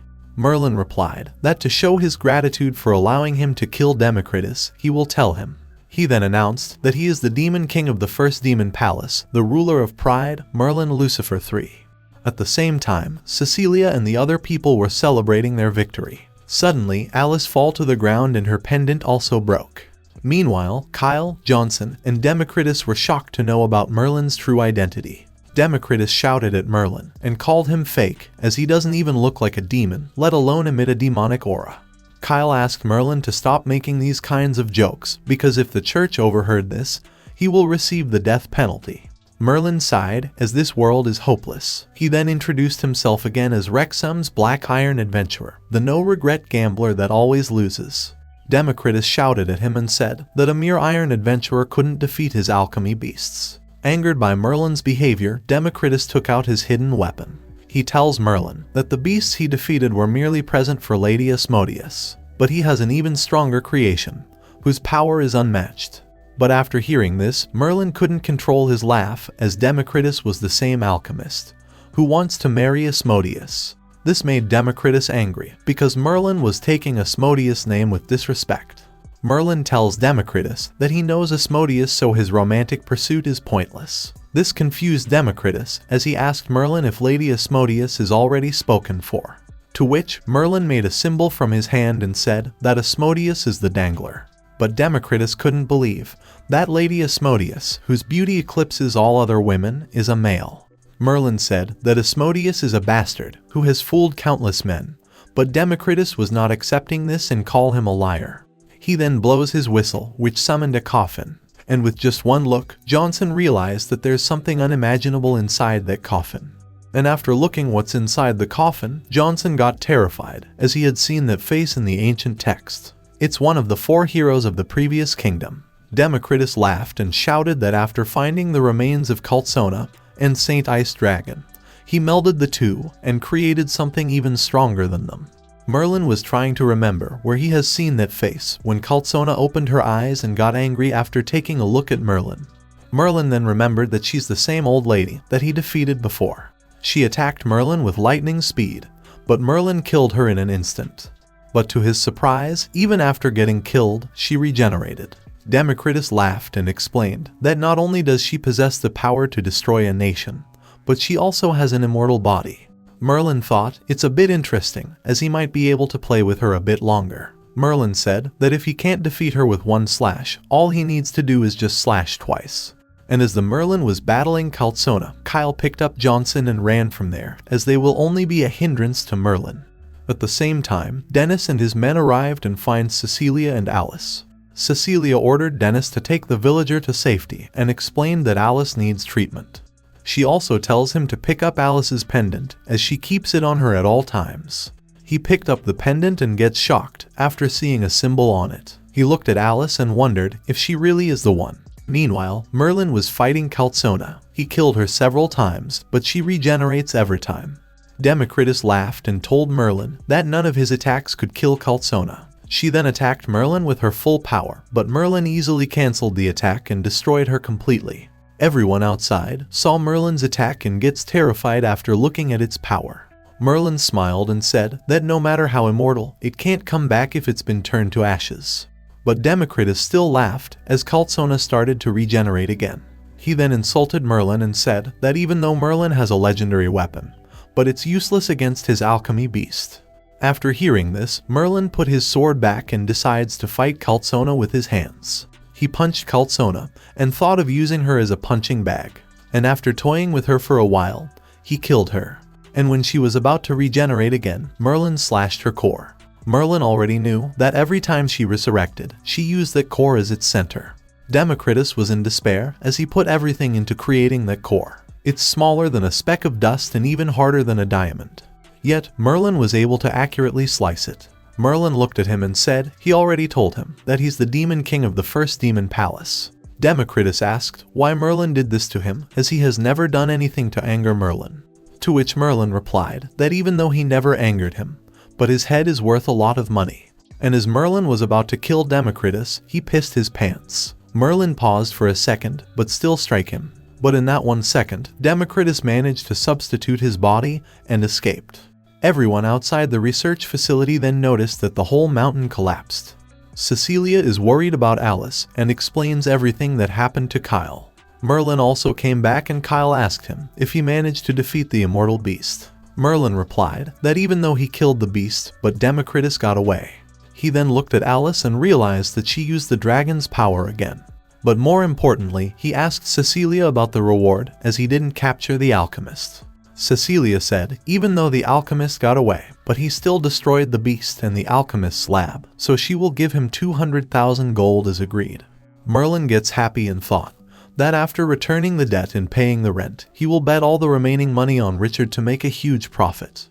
Johnson was worried and said that the situation is still troublesome because the alchemist can be back again in the future. But Merlin thought that the situation might be troublesome for humans, but if he angered the demons, then his death is certain. A few days later, in the fourth demon palace, Democritus was waiting for Lady Asmodeus to arrive. He thought that even though his beasts got killed, he still have the dragon's blood left over so he can make something stronger. Then, the ruler of lust, the demon king of the fourth palace, Asmodeus, arrived. He thanked all his followers for their support and was about to start his passionate dance. But suddenly, he was interrupted by Democritus. The demons there were confused as a human was addressing Master Asmodeus as lady. Democritus proposed Asmodeus and offered to marry him. Asmodeus realized that he is that idiot alchemist who wanted to marry him. Asmodeus refused his offer and said that he can't marry him. Democritus asked Asmodeus that if it's because he's a human. But Asmodeus lifted her dress and showed him that he's a man, and that's why he can't marry him. The other demons called Democritus an idiot, as everyone in the demon realm knows that the ruler of lust is a male. Democritus fell into despair and cursed Asmodeus for toying with his affections. But Asmodeus smiled and said that he never said that he's a female, so he can't call that toying. Angered by Asmodeus' words, Democritus blew his whistle and created a fire dragon, and ordered it to kill every demon. But Asmodeus changed into his battle form and easily defeated it. He explained that he excels at spiritual attacks, so it's useless to attack him with a weak spirit. He added that even though his beasts give the church some trouble, but it is a complete joke to the demon rulers. The other demons, who were angered as Democritus interrupted their master's performance, killed him. A few days after destroying the alchemist's laboratory, the ship was ready to set sail after many days of repair. Alice opened her eyes and wondered if she is still alive. She then noticed Merlin and realized that he was looking after her. Merlin saw her moving and asked why her cheeks are red. But Alice tells him to shut up and asked for some water. But Merlin offered her an apple and said she can have water later. She opened her mouth to eat the slice, but Merlin fooled her and ate it himself. And as she was shouting at him for not showing any sympathy, he put the whole apple in her mouth. Alice then asked Merlin if he's the one who saved her and Cecilia from the beast. Merlin then realized that Alice subconsciously used the power of the dragon's crystal. Alice was happy to know that she defeated the beast herself, but Merlin tells her to stop celebrating and take a look at her belly. Alice lifts her dress and started crying as there were dragon scales on her body. Alice asked Merlin to revert the effect by using his anti-magic body. But Merlin refused and said now that the powers affected her body, there's nothing that he could do. Alice fell into despair and thought, why is she so unlucky? Merlin looked at her and tells her to stop crying, as there is still a chance for her to stop the transformation. He explained that if she can reach Saint rank in 3 months, then she can stop the transformation. But in case she didn't, then she will be devoured by the dragon's power and will transform into a dragon herself. Alice's soul turned into stone because she knows that it is impossible to reach Saint rank in just 3 months. Merlin tells her to try her best and warned her to not use the dragon race power in these 3 months under any circumstances. He also suggested her to give up and enjoy her last 3 months of being a human. But Alice replied that until she meets the Elgin's master swordsman, she will never give up. Suddenly, the ship's captain Dennis entered the room to check if Alice is awake. He apologized to disturb her so soon after she awoke, but it was really important to him. He showed Alice's pendant and said he's there to return it. Alice took it from his hand and thanked him for returning it, as it was so important to her. He then asked Alice if he can bother her with a question. Without wasting any time, he asked Alice if she's a member of royalty of the Hispana imperial family.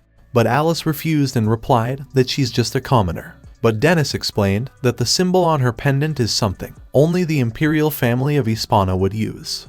He then tells them a story from 12 years ago. He was a high-ranking commander of the Hispana Navy when a swordsman killed the queen and kidnapped the young princess. The princess was the king's only daughter and the third in line to inherit the throne. That event shook the entire nation, and even the soldiers never found the culprit or the princess. He added that if the first princess was still alive, then she would roughly be the same age as Alice. But Alice replied that her teacher told her that the pendant was given to her by Alice's mother. Captain asked Alice about her mother's name, but Alice didn't know it. She explained that she was abandoned as a child and was found and raised by her teacher. Merlin thought that even though Alice is usually carefree, she was actually the protagonist of such a sob story. Dennis thought that Alice is right, as there is no evidence of the pendant belonged to the queen. Even Merlin confirms that Alice is not royalty, as her chest definitely is not of someone from the royal family. The group then return to the village, and the survivors finally meets with their family. Merlin noticed Johnson, who was trying to get away without showing his face to anyone. He grabbed him from behind and asked if he is forgetting something. Johnson then thanked Merlin for saving him, but gets hit in return as he called Merlin an uncle. Merlin then asked him if he knows any method to attain saint rank in only 3 months, but Johnson refused and said that it's impossible, as even he, the genius, took 3 whole years. Merlin thought that he had to find a way soon, or Alice will die in 3 months. And as he was leaving, Johnson asked Merlin, how is he so strong? To which Merlin just smiled and said that it's just natural talent. Meanwhile, inside the royal palace of the Great Britain, the Queen was asking Macefield about her thought on Elgin's master swordsman. The Queen was angry because this swordsman has destroyed royal property and insulted her knights. She tells Macefield that she's her most loyal subordinate and asked if she can defeat the Elgin's master swordsman. Macefield replied that even though she never fought him, but she will kill him and deliver his head to her. At the same time, Merlin was thinking that he's dead for sure this time.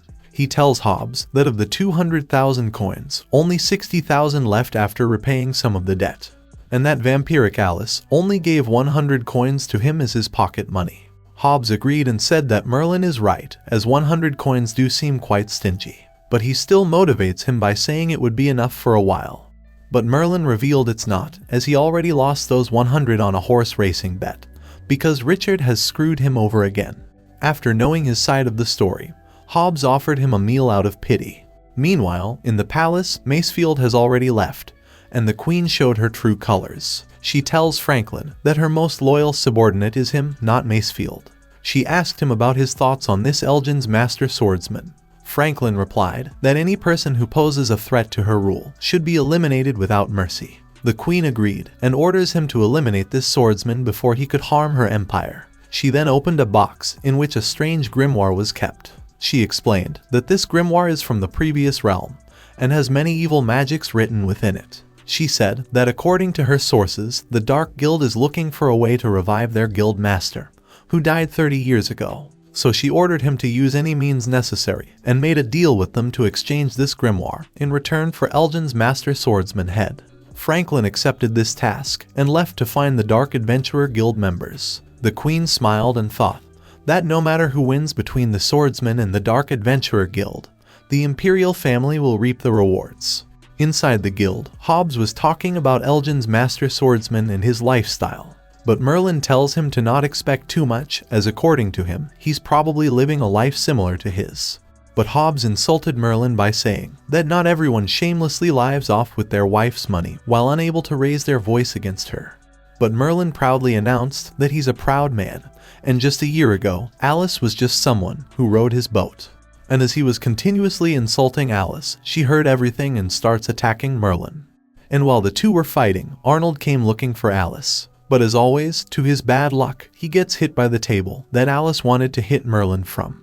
But before Arnold could fall to the ground, someone catches him and tells Alice that she is not allowed to use violence in the guild. It was an adventurer named Carl, who is loved by every adventurer in the guild. Carl then ran towards Luja and tried to hug her, but she was angry with him as he didn't write a single letter to her while he was away. Carl quickly apologized to his daughter for his mistake and forcefully hugged her. Hobbs was with Arnold, checking whether he was still alive or not. And when Alice introduced Merlin as her husband to Carl, Arnold coughed blood from his mouth. Carl couldn't sense any magic from Merlin, so he put his hand on his shoulder and motivates him to be stronger. He then picked up Luja and left the place. Merlin was frustrated at how everyone thinks that he's weak, so he suggested Alice to train tomorrow. After looking at his face, Alice sensed some danger. Later at night, in Wrexham Adventurers Guild Arena, Carl was fighting with the guild master Taylor. Even though Carl is improved than before, but he still was defeated by his dad. Carl asked why the arena looks brand new to him. Luja explained that this was due to the spar between Grandpa and Merlin as they destroyed the place, so they had to rebuild it. This shocked Carl, as he couldn't believe that Alice's kept man was strong enough to fight his father. But Taylor tells him to not judge a book by its cover as Merlin won against him. This shocked Carl even more, but he still smiled as he decides to find the truth himself. The next day, Alice was crying and cursing Merlin for not holding back on her. But Merlin reminds her that soon she is going to transform into a dragon and decides to leave. But Alice grabbed him from behind and begged him to not leave her like that. Suddenly, they heard Carl's voice, who said good morning to them. Without wasting any time, he told Merlin that he's there to fight him. Merlin asked him the reason why he wants to spar with him. Carl answered that he's there to check his strength, as his old man said that Merlin is strong. Merlin refused at first, but after Carl insulted him again, Merlin agreed to fulfill his request. Carl was not happy, as instead of using a sword, Merlin picked a twig to fight him. Carl was angry with Merlin's arrogance, so he decides to teach him a lesson. He then used his powerful thunderclap wrestling technique to attack Merlin. But to his surprise, Merlin easily dodged his attack. No matter how fast or what skill Carl was using, Merlin was easily dodging them all. Carl then used his strongest technique that has defeated countless opponents before. But in front of Merlin, the demon king of the first palace, it was like a child's play to him. 2 days later, Carl woke up on his bed. Taylor informed him that he has been unconscious for 2 days. Carl tried to remember what happened during the fight and suspects that Merlin is not a human. Taylor suspected that too, but even after investigation, he couldn't find any traces of other races upon Merlin. He said that Merlin seems ordinary on all fronts except for his sword slash, which is his strongest attack. This shocked Carl, as forget about using his strongest attack, Merlin defeated him from a twig. He then suggested his father to increase Merlin's rank, as calling him an iron rank is a disservice to him. Even Taylor wanted to raise Merlin's rank, but according to the rules, one should have magical power for that. However, Taylor informed Carl that the Adventurers tournament is near, and now that they have Merlin, they might make it to the top 16. That will also help Merlin in increasing his rank. At the same time, Merlin was returning from Alice's morning training and thought 3 months is not enough time.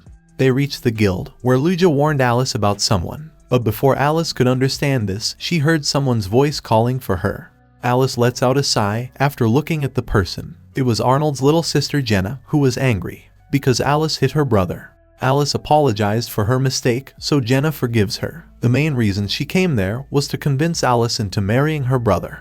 She praised her brother's beauty and asked how can she reject him. Merlin looked at her and realized that both siblings are idiots. Alice refused her offer and went close to Merlin and said she already has a husband. Jenna thought for a while and concluded that Merlin is tricking Alice. She then insulted Merlin by calling him a kept man and threatened him. Merlin argues with her, but to Merlin's surprise, she slapped Merlin. Annoyed, Merlin looked at her and knocked her down with a slap. Alice got worried, as Jenna is a noble, but Merlin doesn't care about the status. Jenna stood up and muttered that even her father never hit her. She then looked at Merlin in a seductive way and announced her love to him. Merlin got terrified as he realized that she's a masochist. Jenna was not in control, as she suggests Merlin to leave Alice and accepts her as his wife. Merlin knew that he couldn't win this battle, so he quickly ran from there. At night, in a small town on the border of Wales, Franklin met a guy and asked if he's the acting guild master of demonic glory. Franklin tells him that he has a grimoire of the previous realm that contains many spells such as how to resurrect the dead. But the man replied that according to him, the grimoire should have been in possession of Queen Elizabeth, so he asked Franklin if he's one of her lackeys. But Franklin refused to answer his question and said that in return for the grimoire, he wants the head of the Elgin's master swordsman. But the guildmaster laughed at Franklin and insulted Elizabeth by saying that in order to keep her grip on power, she stooped so low. Franklin was shocked, as the man already knows his identity and about Queen Elizabeth. The guildmaster asked him to hand over the grimoire, to which Franklin replied that he will hand it over once the task is complete. Suddenly, 2 men entered the building and said they got the goods. Franklin was in shock, as one of the men was holding the grimoire. He looked at Franklin and tells him that his men who are hidden have all died. The guild master insulted Franklin, but still agreed to uphold their part of the bargain. Franklin knew that something is wrong, so he asked what are they planning. The guild master cast a spell and announced that they will eliminate not only the swordsmaster, but the empire as well. Unable to do anything, Franklin gets a painful death. The guild master then ordered his subordinate to cause some chaos, as he wants Queen Elizabeth to regret her decision of handing over the grimoire. The next morning, Merlin was insulting Alice, as she was not improving at all. Merlin then tells her to stop, as training non-stop will do her more harm than good. Alice said that the dragonification is steadily increasing, and asked Merlin if she were gone, would he miss her? Merlin looked at Alice and asked, why should he miss her? After a while, Hobbs asked Merlin if he fought with Alice, as his face has her slap mark. Merlin then heard some people talking, that the demonic glory butchered a town, so they should leave the town soon. Hobbs tells Merlin about the demonic glory, and how they want to resurrect their previous guild master Palmer. He added that 30 years ago, Palmer broke into the royal palace and slaughtered many saint-ranked knights, and at the end, he held up the severed head of King William for all to see. Merlin asked if Palmer was that strong, then how did he die? Hobbs answered, there are two stories, but not sure which to believe. One was that Palmer discovered the secret treasure of the North Sea and was slain by the giant demon that guards it. And the other is that he attempted to assassinate the Pope, and was slain by the spear hero. Merlin has met the spear hero before, and even he thinks that not many could defeat him. Hobbs thought that Merlin is joking like always, and tells him now that the spear hero is gone. If Palmer really were to revive, then he will be unstoppable, and the people's only hope would be the Elgin's master swordsman. After that, Merlin said goodbye to Hobbs, as he's going to meet an old friend. Merlin went to meet Asmodeus and asked if he knows about the inheritance crystal. Merlin explained that there is a woman who is slowly being devoured by the crystal, and he's looking for a way to prevent that. Asmodeus tells Merlin that it's impossible to stop it, but there is a way to delay it. He said that if he submerge her in the blood pool of the Demon King's palace, it can temporarily seal the effects upon her body. But he added that it will be impossible, because the Genesis monster is sealed inside it, and even the dumbest demon would not risk destroying the entire lifeline of the demons. Merlin replied that he doesn't need to remind him that, as he would never do such a thing for a mere human. Asmodeus also reminded him not to marry a human, because if he did, the grand army of demons will give him and his wife a horrible death. Merlin then tried to laugh it off, as he's already married to a human. At the same time, Alice was at the guild, wondering, why did the guild master summon everyone? She was wearing a cloak to hide her dragon scales that are spreading more and more. Rossetti hugs her from behind and asked if she's wearing chest armor. Vinci also came and asked Alice if she's alright. Then Carl came in front and informed everyone that the Dark Adventure Guild has occupied the Cassidy Mountains, and as the task this time is extremely dangerous, so they will only accept gold rank and above adventurers, and the reward is 10,000 gold coins.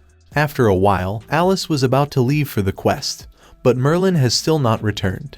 She knows that she can't always rely on Merlin, and she needs to break through to Saint rank on this quest. After some time, Merlin came running and shouted that they need to go to the Demon Palace. But even after searching the whole house, he didn't find Alice. He then finds a letter left behind by Alice. She said that she's leaving to complete a dangerous quest. They teamed up out of necessity, but still, he was an alright teammate. She left behind all her saving and mentioned that if she doesn't make it back alive, he can spend the money wisely. Merlin then reached the guild, where Lugia informed him that Alice went to Cassidy Mountains to fight off the demonic glory. At the same time, Macefield was bowing in front of the Queen. Elizabeth informed her about the Dark Adventurer Guild and ordered her to deal with them. At the top of the Cassidy Mountains, the acting guild master was casting a spell to revive Palmer. All the adventurers reached the mountain and sensed an enormous aura on top of it. The guild master noticed the adventurers and ordered the other members of the guild to deal with them.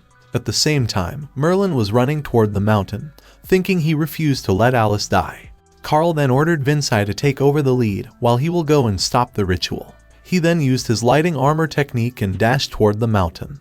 But before he could go any further, he was stopped by the member of the Dark Guild named Teacher. Without wasting any time, Teacher revealed his true form and attacked Carl. Vinci and the other members noticed that Carl has already engaged the enemy, so they decided to help him. But suddenly, Vincai noticed a presence from her detection magic and warned everyone. But to her surprise, she heard someone's voice from behind. Rossetti attacked the man and saved Vincai. Vincai knew who the man was. He's known as Twin-Bladed Clown, Cooper. She warned everyone to be on guard, as the man in front of them is above saint rank. All adventurers attacked together, hoping to kill Cooper, but he easily defeated them all. After some time, the guild master sensed someone coming from behind and thought it was Teacher. But to his surprise, it was Carl, who managed to kill him. Carl introduced himself to the guildmaster and said he's there to arrest him. But the guildmaster laughed and said that the only way to stop the ritual was the grimoire that he burnt in front of Carl's eyes. Angered, Carl tried to attack the guildmaster but gets easily defeated by him. At the same time, Cooper was about to kill the adventurers when Alice attacked him from behind. He dodged the attack and defeated Rossetti first so he can enjoy his fight with Alice. Vincai used her alchemy techniques to stop Cooper's movements, but even she was easily defeated by him. He then dashed toward Alice and attacked her, but to his surprise, Alice was unharmed by his attack. Alice jumped back and muttered that the dragon scales saved her. Cooper then dashed towards her again and kept attacking her. Alice was not able to react to his speed, but then she heard a voice saying hand it over. She felt like someone is holding her from behind, who tells her to hand over her body if she doesn't want to die. Then the flashback of Alice's past was shown. 10 years ago, she was with her teacher, who tells her to pass the test in 1 month. And when Alice asked about the test, her master pushed her down from the mountain. At the bottom, she encountered a wolf, so she quickly ran to save her life, asking the wolf to stop chasing her. She climbed the tree and waited for the whole day for the wolf to go away. At night, she came down thinking the wolf is gone, but suddenly she heard his growl from behind. At present, Cooper was still attacking Alice and finally managed to injure her. Alice couldn't understand why is she suddenly remembering her past. She then heard the same voice again saying she can survive if she become like she were before. Alice then realized that this transformation is all its fault, as it used the dragon's power without her will. The voice suggests her to hand over her body and transform into a true dragon, but Alice refused. She then remembered how she killed a rabbit during her test. But before she could eat it, the wolf came to steal her prey. Alice then understood everything, that she entered into the wolf's hunting ground. And on a snow-covered mountain, there is not enough food to feed 2 hunters. So between her and the wolf, only one of them can survive. As days passed, food became more and more difficult to find, until finally they had to fight to the death. Even though she was too hungry to fight, she still managed to heavily injure the wolf. The wolf then slowly went back and fell down. There, Alice noticed its baby and realized that the wolf was just trying to kill her so it can save its child. Back at present, Cooper was about to kill Alice by stabbing her head. The voice tells Alice to become a dragon, or she will die. But Alice refused and grabbed its head. She said that she has slain many others in order to survive, so she will never hand over her body. And then, finally, the dark aura disappeared and she started to glow. Cooper saw her combat aura and couldn't believe that Alice managed to attain the saint rank during the fight. Alice is now able to control the dragon's power completely. Cooper laughed and said that she's just a newborn saint rank, so there's nothing for him to worry about, and he attacked Alice. But to his surprise, Alice was able to reflect his attacks easily. She even managed to freeze his combat aura and then completely froze him. But as she just broke through the saint rank, she exhausted herself and was about to fall. But suddenly, Merlin arrived and caught her. He then tells her to not disappear on him again, or he will get upset. Alice looked at his face and thought, he's answering his question from before. But Merlin then added that even though she is an idiot, but still, 2 of them paying off the debt is faster than just him doing it. He flick her head and tell her to rest, as the guild's reinforcements will arrive soon. He tells her to leave everything to him, as now he's there. At the same time, Cooper was thinking that once he break out of the ice, he will kill Alice as she's exhausted. But suddenly, he was killed by Merlin, who said that trash should just get out of the way. Meanwhile, the guild master was about to complete the ritual when he gets attacked by Macefield, who cut off his arm. He attacked her with his magic, but Macefield managed to block it and throw him into the center of the magic circle. She thought it's over because the summoning spell can be cancelled by using the blood of the summoner. But he called her an idiot and revealed that he is not just the summoner, but also the sacrifice. And at the cost of his life, the ritual was completed and Palmer gets revived. Without wasting a single second, Macefield attacked Palmer, thinking that he's only just been revived, so he shouldn't be at his full strength. But before her sword could reach him, Palmer grabbed her hand and asked who she is, and why is she attacking him. But when he crushed her armor, he remembered that he has crushed this kind of armor before, and realized that she's a knight of Great Britain. Macefield shouted that it's been 30 years, so he should go back to hell. Palmer thought for a while and smashed her into the ground. He said now that he is returned, he will make this place hell. He then sent Macefield flying with a kick, and she collided with the wall.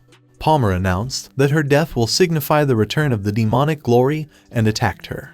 But to his surprise, his attack was stopped by someone. It was Merlin, who looked at Macefield and muttered, "It's you again, weak knight." Macefield's vision was blurry, but she thinks that she has heard this voice before. Palmer then asked Merlin about his identity as he managed to block Palmer's flames. But Merlin replied that it's not important and asked if he's the grand demon from 30 years ago, so do he know of the spear hero. This made Palmer angry as the spear hero was the one who killed him. Merlin laughed and asked who is more stronger, he or the spear hero. Palmer called Merlin a piece of trash and attacked him with his full power. But to his surprise, Merlin stopped his attack with just one hand. Palmer throws Merlin at the wall of the mountain and used his million-strong punches. At the same time, Alice was shocked to see that the whole Cassidy Mountain was collapsing. And while Merlin and Palmer were fighting, Macefield's eagle came and rescued her. Palmer thought he managed to kill Merlin, but when the dust got cleared, he saw Merlin laughing at him. Palmer shouted that his power is several times stronger than what it was before and asked Merlin who he is, and how did he manage to survive his attack. Merlin replied that he is just a demon king who lost his job. He then asked Palmer who is stronger between the spear hero and him.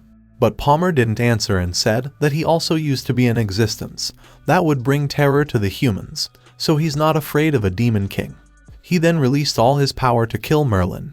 Alice and the other adventurers were shocked to see a blue sun on top of the mountain. Palmer absorbed the sun in his fist and dashed toward Merlin. But with just a simple sword slash, Merlin cut him in half. Palmer asked Merlin why didn't he kill him, to which Merlin replied, that's because he hasn't answered his question yet. Merlin then asked him again who is stronger, he or the spear hero. But before Palmer could say the spear hero, he was killed by Merlin. Many days later, Elizabeth was furious at Macefield, because not only she was not able to stop Palmer's resurrection, but also got saved by the Elgin's master swordsman. Elizabeth called her useless as she let the Elgin's master swordsman steal the spotlight again. At the same time, Carl gave a party to celebrate everyone's safe return, and for Alice to reach Saint rank. Taylor congratulates her on becoming the guild's third mithril adventurer, and as proof for that, he gave her the new badge. Alice accepted the badge and thought, now she can accept better quests, and not long until the debt is fully repaid.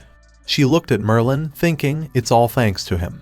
At the same time, Merlin was sad because he didn't accept the quest this time, so he didn't get any reward. But Hobbs tells him to cheer up, as he managed to come back alive based on his meager abilities. He then looked at Alice and smiled, because she managed to make it back alive and attain the saint rank. Suddenly, Arnold came and congratulated Alice and again proposed her. Rossetti, who was secretly in one-sided love with Arnold, got jealous and thinks of an idea. She mixed some vodka and fruit juice and gave it to Alice. Suddenly, everyone heard a sound, and when they looked behind, they find Rossetti completely frozen, and Alice was out of control. Merlin came close to her and said that he will not take care of a drunk. But Alice leaned on him and said that it's his fault that she owed so much money, and he almost turned her into a dragon, yet he keeps bullying her. Merlin looked at everyone, who were staring at him like he's a trash. But suddenly, Alice kissed him in front of everyone. Merlin couldn't believe that Alice just forced a kiss on him and muttered that her kissing is really bad. But still, after looking at her face, he felt something in his heart. Lugia informed Merlin that she has added the damages caused by Alice to his tabs. That shocked Merlin. The next morning, Alice was up, thinking, why is she on her bed? She looked at her body and wondered what could have happened to her that she lost her memory from last night. She goes out and gets surprised, as Merlin prepared a lot of delicious dishes for her. She thanked Merlin, as after eating the soup, her headache is now better. Merlin then tells her that last night, Rossetti gave her wine instead of juice. He explained everything to her about the destruction she caused and about how they have been charged for the damages, but he didn't tell her about the kiss. Alice sighed as their debt has increased again, but still wasn't concerned as she has 50,000 coins saved. But when she looked at Merlin's face, she realized that something is wrong. She opened the box and asked where all the money is because all the box had were the race tickets. Merlin tells her to relax and said with those tickets they will get rich soon. Alice was furious to know that Merlin spent all of her savings on the horse race. After a while, Merlin said to Hobbs that just because he bet 50,000 coins on Richard, Alice kicked him out of the house. But Hobbs tells him that he should feel lucky that he is even alive after doing that. Carl was with them too, who was more depressed than Merlin. He cried and told them that his daughter has fallen in love with the Elgin's master swordsman. He added that his daughter has become completely obsessed with him. Carl wanted to kill him, but Hobbs tells him to calm down, because according to the rumors, the sword master can easily slay saint-ranked enemies with ease. Merlin sighed and thought if only he could kill the sword master to rid him of his curse. Suddenly, Alice entered the guild and looked away from Merlin. Hobbs taunts Merlin to become strong soon, or Alice will leave him for some other man. Luja was so excited to know that Alice has met with the Elgin's master swordsman. But Alice mentioned that she didn't get a good look at his face. However, she believes that he's a very kind person. Suddenly, the communication crystal lights up. A woman announced that a few moments ago, an official of the Empire found out who the sword master of Elgin is. This shocked everyone in the guild. After a while, in the capital of Britain, Queen Elizabeth came to announce the identity of the Elgin's master swordsman. She announced that even though they sought to capture and arrest him after he destroyed thousands of Empire's ships, however, from today onwards, she pardoned his crimes and forgive him. Many days ago, Macefield informed the Queen that because of her failure, she wanted to resign from her position and want to be a commoner.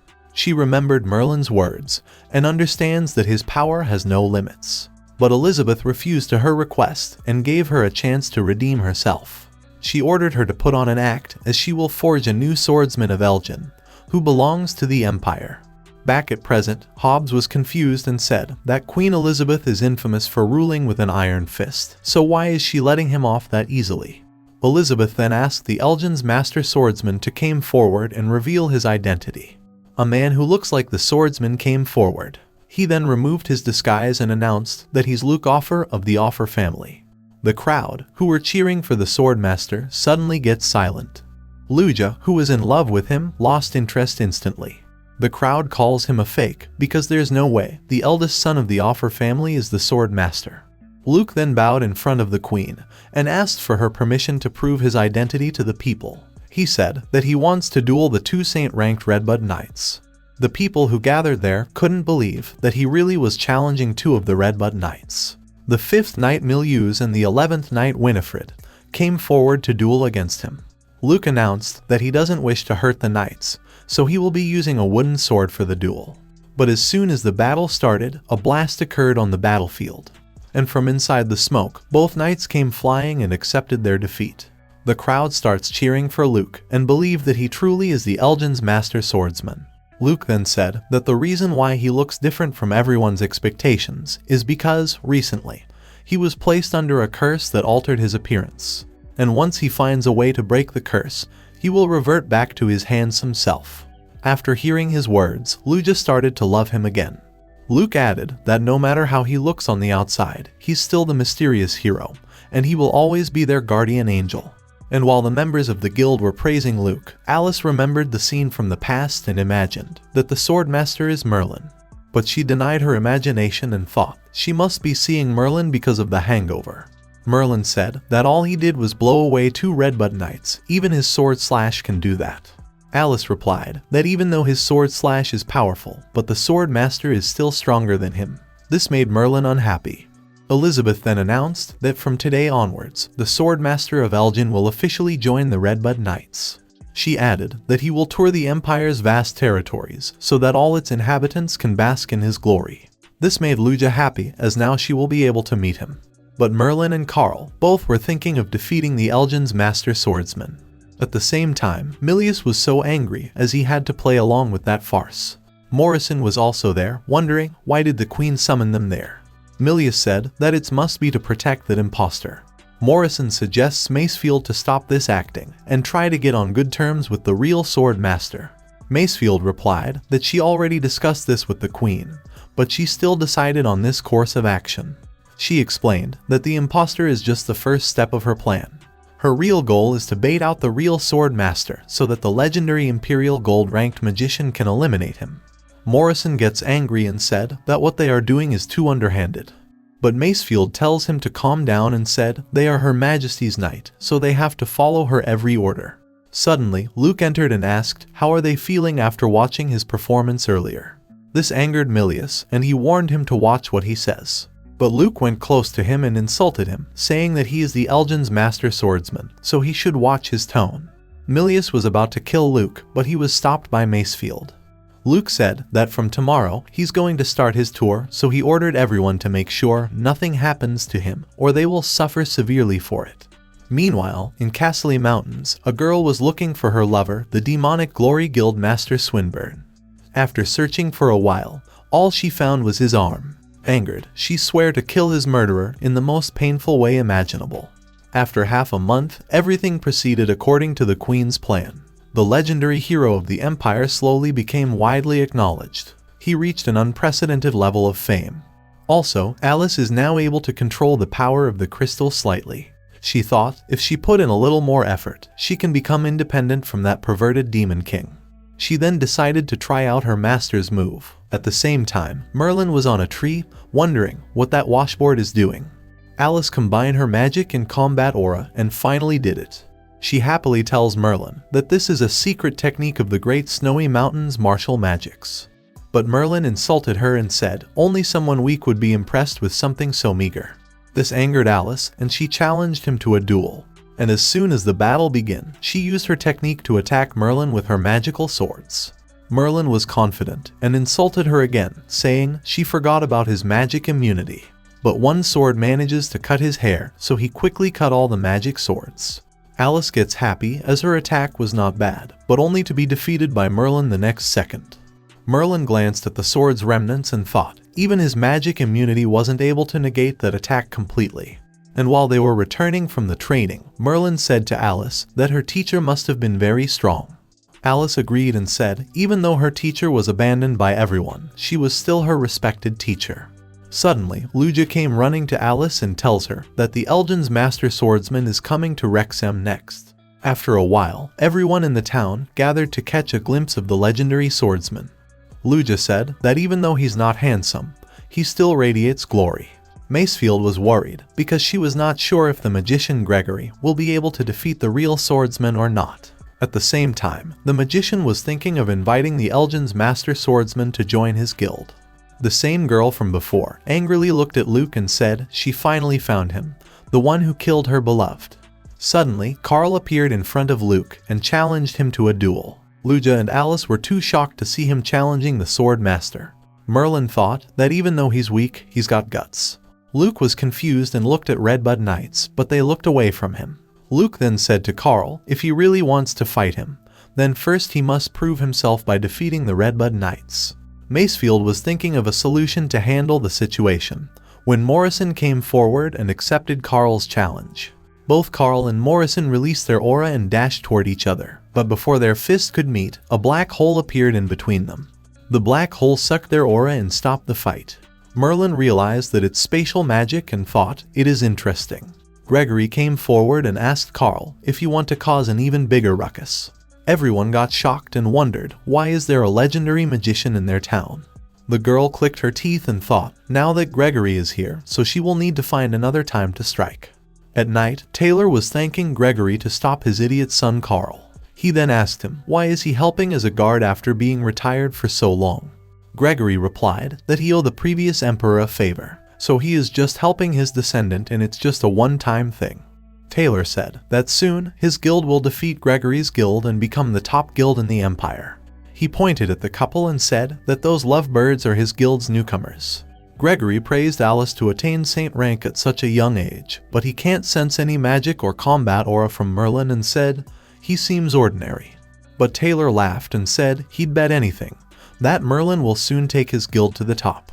Merlin looked at Gregory and said that his black hole magic is a little strange. Alice agreed and said that his black hole magic can kill opponents with ease and block all forms of attacks. And as Merlin was talking about killing him, Alice said that he saved her life once, so he should show him a little respect. But Merlin asked why, because he could defeat him in one slash. Alice wondered why Merlin is so competitive today. She then asked him if he's jealous of the sword master because she went to see him. But Merlin insulted her and said that there's no way he'd be jealous and he's not interested in a washboard. Angered, Alice tells him to sleep on the streets today as well and left. She was going home, thinking that Elgin's master swordsman is so much better than Merlin. Suddenly, she was stopped by a man who said that his master, Lucifer, wishes to see her. Alice was shocked to know that the sword master wants to see her. She was not interested at first, but after remembering Merlin's insult, she agreed to go with him. She reached the place, and the man tells her to wait for the sword master. Luke entered and said he saw her in the crowd today. She stood from the rest of the common rabble. Alice asked why exactly did he wish to meet her. Luke replied when he looked in her direction. He noticed her beauty right away. He was looking at Alice with eyes full of lust. Alice thanked him for saving her life before, to which Luke tells her to not worry, as he doesn't remember how many lives he has saved already. And while Alice was thinking of what she should ask him, Luke grabbed her and pulled towards him. He said they can take their time, as they have plenty of time tonight. At the same time, Merlin was enjoying in a pub with his friends. He said that just because he can't go home doesn't mean he doesn't have a place to pass the night. Hobbs said that they are still a young couple, so if he just buys Alice a present and apologizes, it will be fine. Suddenly, Helena came and informed Merlin that Alice is in the top tavern in the city. Merlin wondered what Alice is doing at a tavern. But Hobbs tells Merlin that he should be worried because the sword master is staying at that tavern. And according to what he has heard, the men of the Offer family are fans of women with small breasts, so Alice is a prime target for them. After hearing that, Merlin stood up and ran to save Alice. At the same time, Luke pushed Alice and said he has fallen in love with her. He added that her personality, her physique, they are all beautiful to him, especially those mesmerizing small breasts of hers. Alice tried to stop him, but Luke was forcing himself on her. His hand reached her thigh, but then Alice kicked him and threw him away. She said she held him in such high esteem, but she never thought he was this type of person.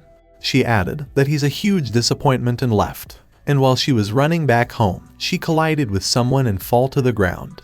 That someone is none other than Merlin, who said that she made him worry about her.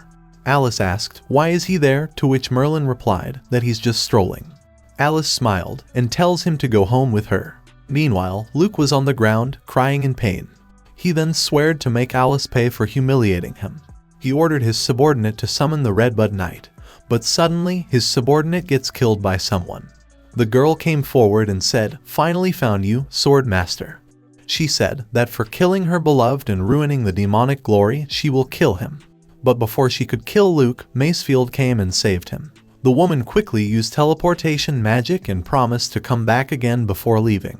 Luke then threw a bottle on her face and called her useless. She bowed in front of him and promised to protect him at all costs. After a while, she explained the situation to the other knights and ordered them to double the security, as she has a bad feeling about this. The next morning, Alice came to wake Merlin with a knife in her hands. She then asked him to taste the breakfast, as she has been practicing secretly. Merlin asked her if she's not going to meet that fatty sword master. But Alice angrily said that he's an even lower tier of trash than Merlin, and he doesn't deserve to be alive. Merlin then informed Alice that there's something he need to do and left. After a while, Luke was leaving Wrexham, when the same woman was looking at him from afar. After 4 days, Luke and his group arrived at the town of Crusum, the last stop of their tour. The people have gathered and were cheering for the legendary sword master. Even though Luke was acting brave, he wants to finish quickly, or he might die at this rate. Henry was also there in the crowd, and was a big fan of the Elgin's master swordsman. Macefield was on guard, but was not sensing anything out of the ordinary. But suddenly, a magic circle appeared and sealed Luke and some people inside a barrier. Luke and the other people were confused and wondered why they got trapped in there. Then, the same girl from before appeared and tells Luke that she prepared this barrier especially for him. Luke gets scared and tried to run away from her. He was hitting the barrier and begged Redbud Knights to save him. But the girl said that it's no use because not even a saint rank can break through her barrier. Henry was also there, who shouted that the sword master of Elgin will crush her like an ant. But Luke removed his mask and revealed that he is the successor to the Offer family, not the Sword Master, and this was all a ruse by the Queen. Everyone was shocked to know that the Sword Master is an imposter. Luke added that he is innocent and this is all a misunderstanding. Angered, the girl said that she went through a lot of effort to prepare the barrier, so now he has to pay the price. Luke was begging her to forgive him, and in return, he will pay her anything. But the girl used her magic and killed Luke. The crowd noticed her magic and realized that the girl is a member of the Dark Guild. She thought that the Sword Master is hiding nearby, so she decides to kill everyone to lure him out. Henry took a battle stance and said that if she wants to kill the Sword Master, then she has to deal with him first. The other kids were telling Henry to run, but he said that he will not back down. And as the girl was about to kill Henry, Merlin arrived on time and saved him. He kicked the woman away and tells Henry it's fine to be courageous, but one need to know your limits. Merlin then took his mask and put it on him. At the same time, Macefield was trying her best to break the barrier, but even her strongest attack was not working against it. Merlin came here to check how strong Luke was, but gets disappointed as he was fake. Henry shouted and tells everyone that the real Swordmaster has come to save them. He was happy to know that Uncle Merlin is the Elgin's master swordsman. Unaware that Henry now knows his identity, Merlin thought it's good that Henry didn't recognize him. The girl attacked Merlin, but Merlin said it's pathetic. But suddenly, he heard people shouting because the flames were attacking them. The girl explained that it's her forbidden magic, and her flames will burn away everything. She laughed and said that he failed as the protector of the Empire. She added that even he can't break her barrier, so he will die for certain. Annoyed, Merlin took out his sword and killed the girl along with the barrier in a single strike. Merlin felt good, as even though Luke was an imposter, he still gained something from this trip, as his curse alleviated a little. Suddenly, 3 Redbud Knights attack him together, but Merlin defeated them with just the wind pressure of his swing. Macefield looked at the dead girl and Luke and understood everything. But still, she dashed toward Merlin, as her real goal was to capture him. She attacked Merlin with her full power, but he stopped her sword with just 2 fingers and broke it. And with just a little flick, he sent her flying and she smashed into the wall. The crowd realized that Merlin really is the real sword master because he easily defeated the 4 Redbud Knights.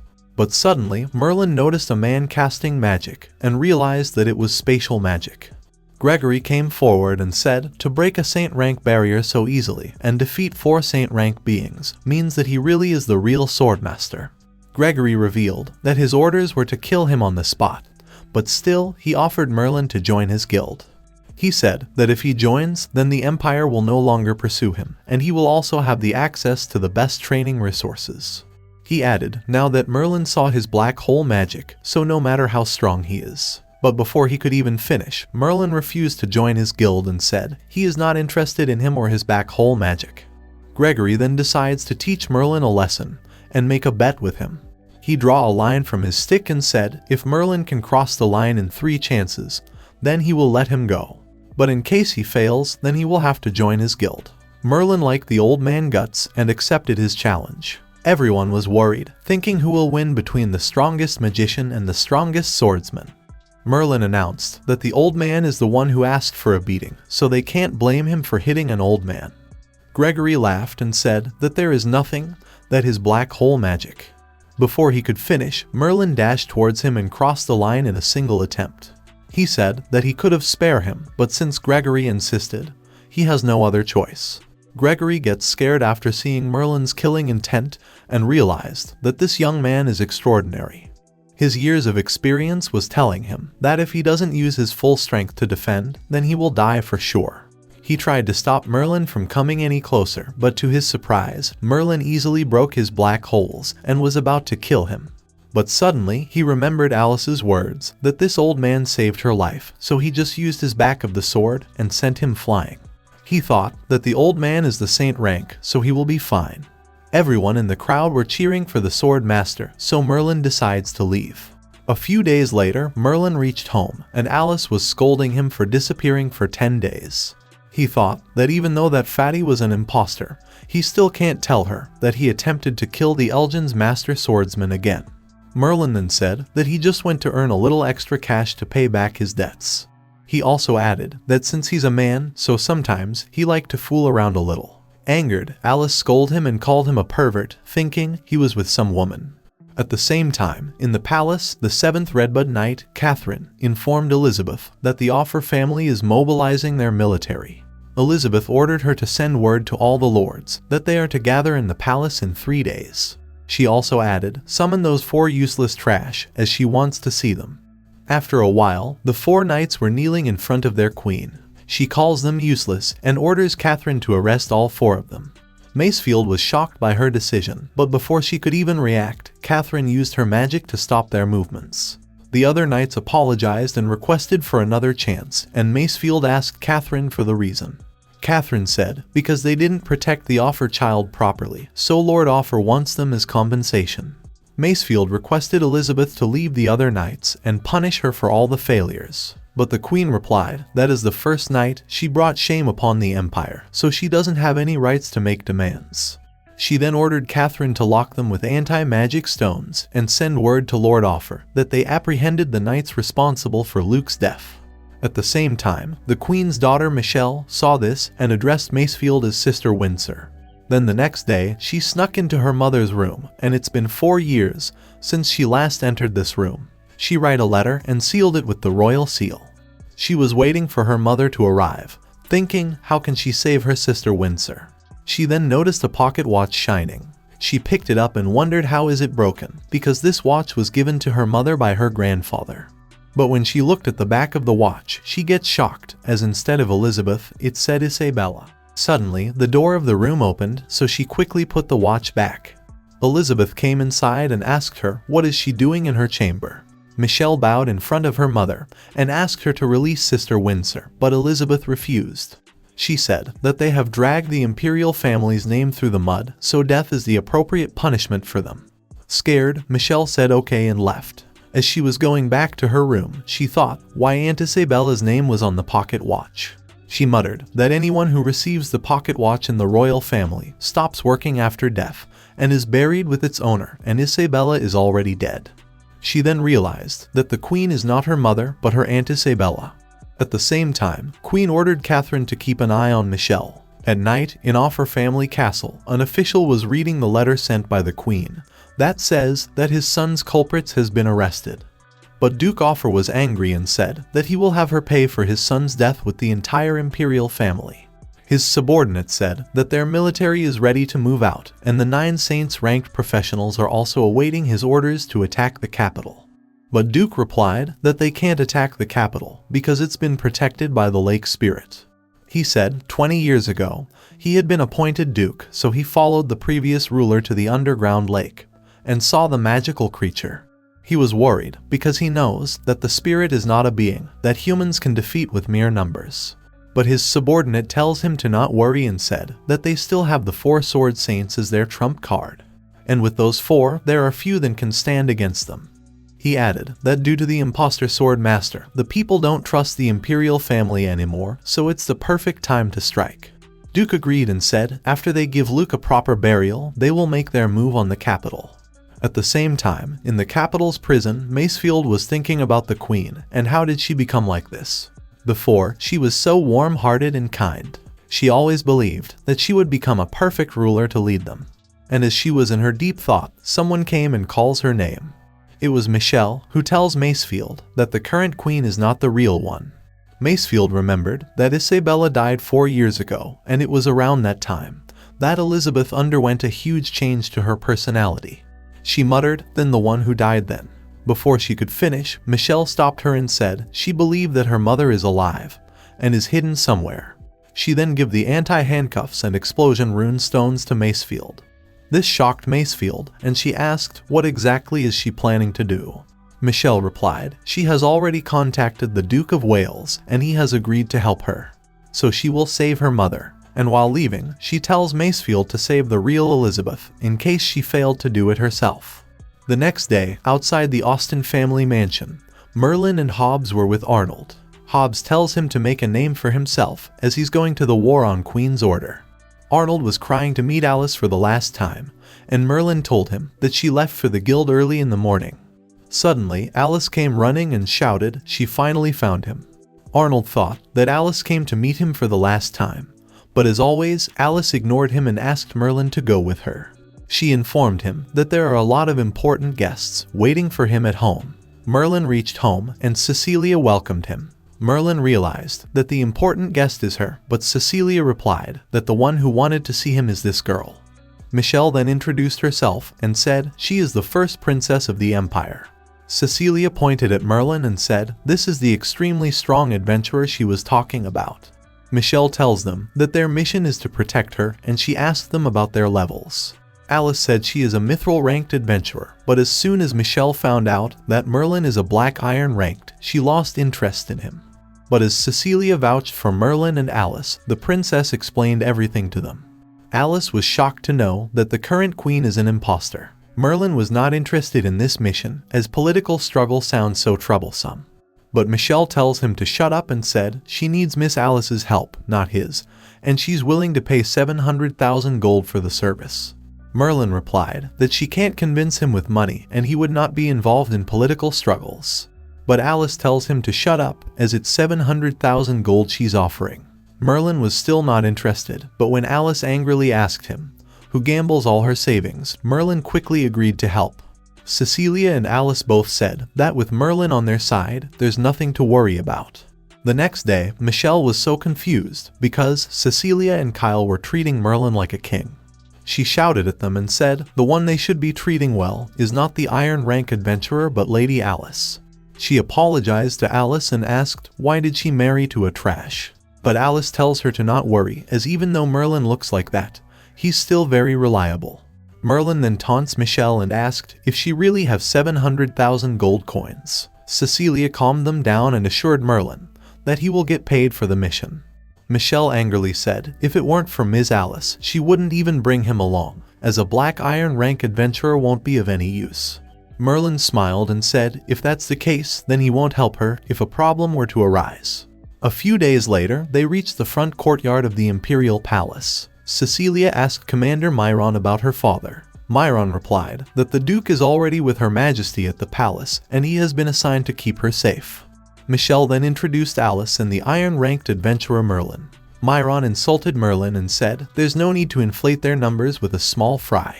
Angered, Merlin replied he may be a small fry, but at least he's stronger than some mustached weakling like him. This angered Commander Myron, and he challenged Merlin to a duel. And as he pointed his finger toward Merlin, he grabbed and bent it. Kyle tried to handle the situation, but Myron announced that he will teach him a lesson for insulting a knight commander. Alice whispered to Merlin that they are on the same side, so he can't kill him.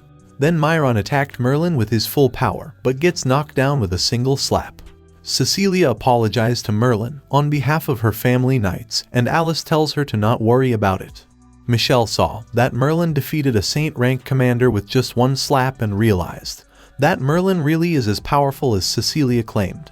Myron woke up and accused Merlin of cheating because there's no way an iron-ranked adventurer could be this strong.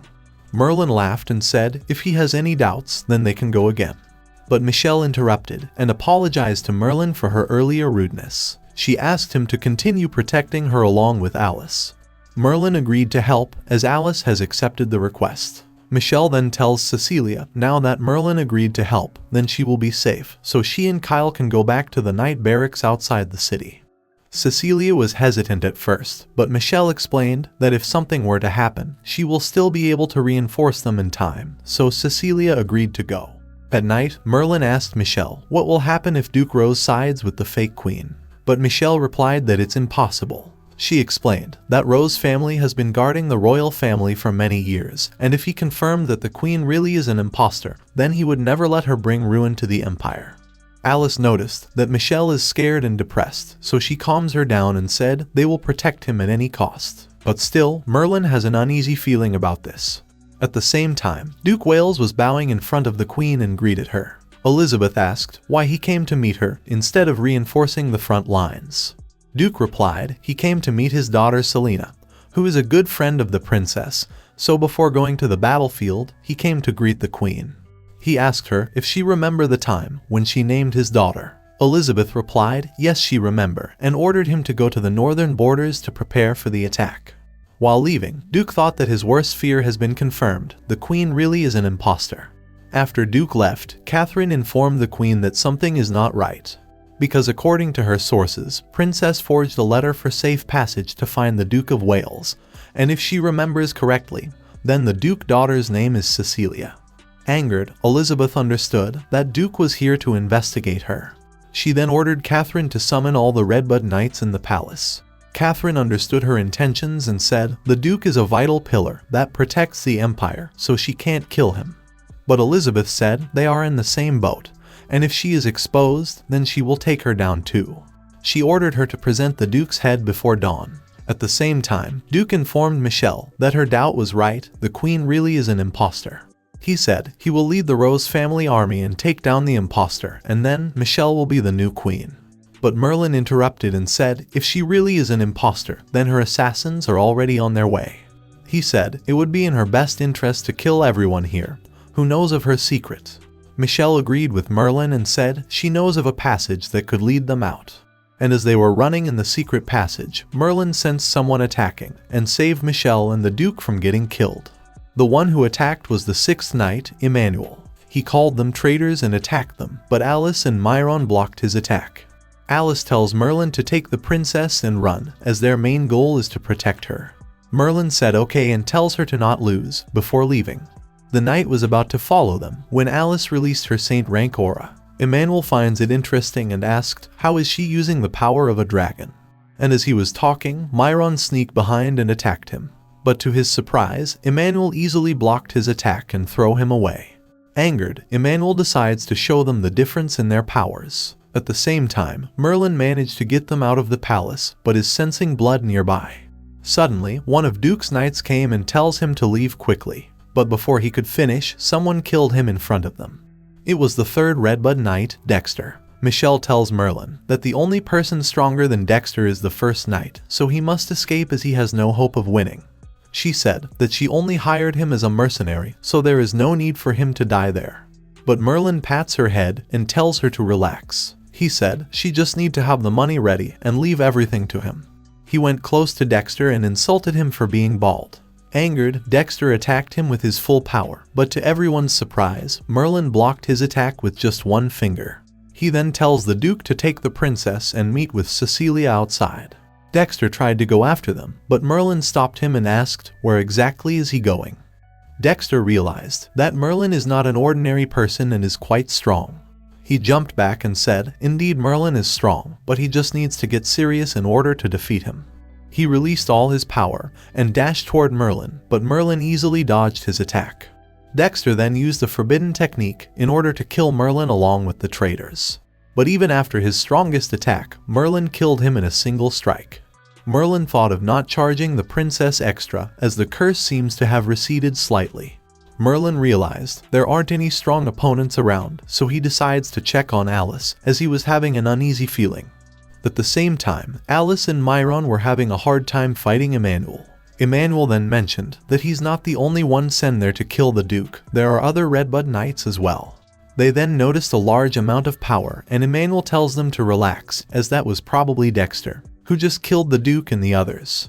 Myron noticed that Emmanuel was gathering his combat aura, but before he could even say something, he got killed by Emmanuel. He was so fast that Alice couldn't even react to his attack.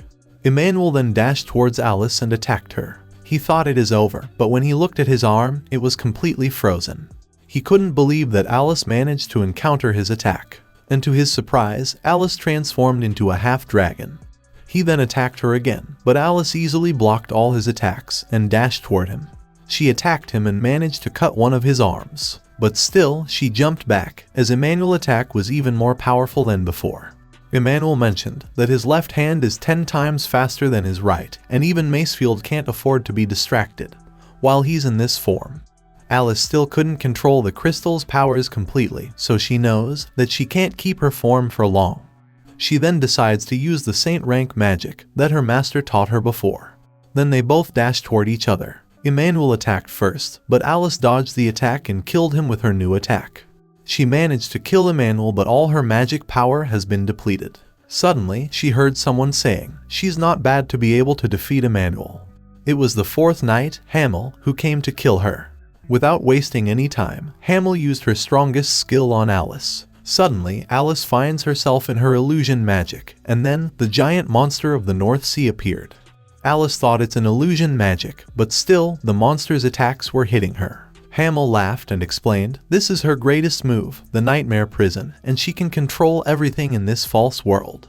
Alice knew she needs to escape, or she will really die, but suddenly, she started feeling pain. Hamel said, soon her mind will be shattered, and she will become a mindless puppet. But suddenly, someone kicked her from behind, and she fell on the ground.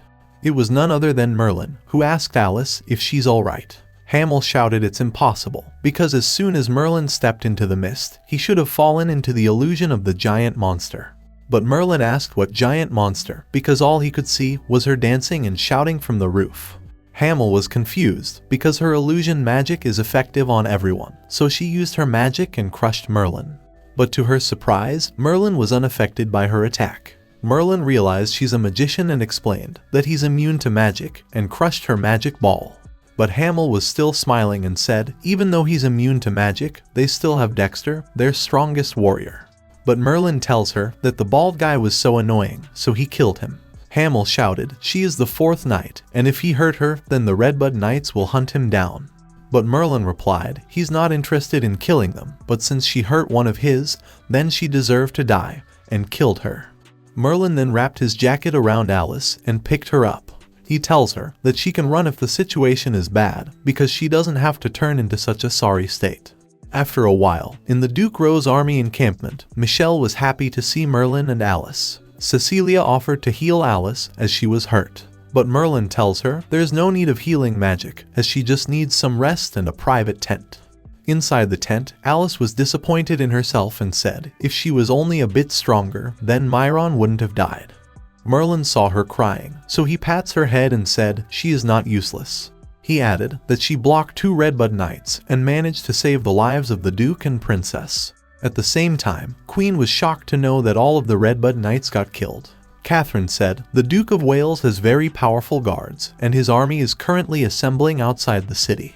Queen called everyone useless and left in anger. She was furious by the rebellion, so she decides to use her strongest trump card. After a while, in the secret palace underground chambers, the real Queen Elizabeth looked at the fake and said, she's earlier than usual. Isabella asked, why is she writing so many letters? Elizabeth replied, she is writing a memoir, so when she dies, someone will remember her.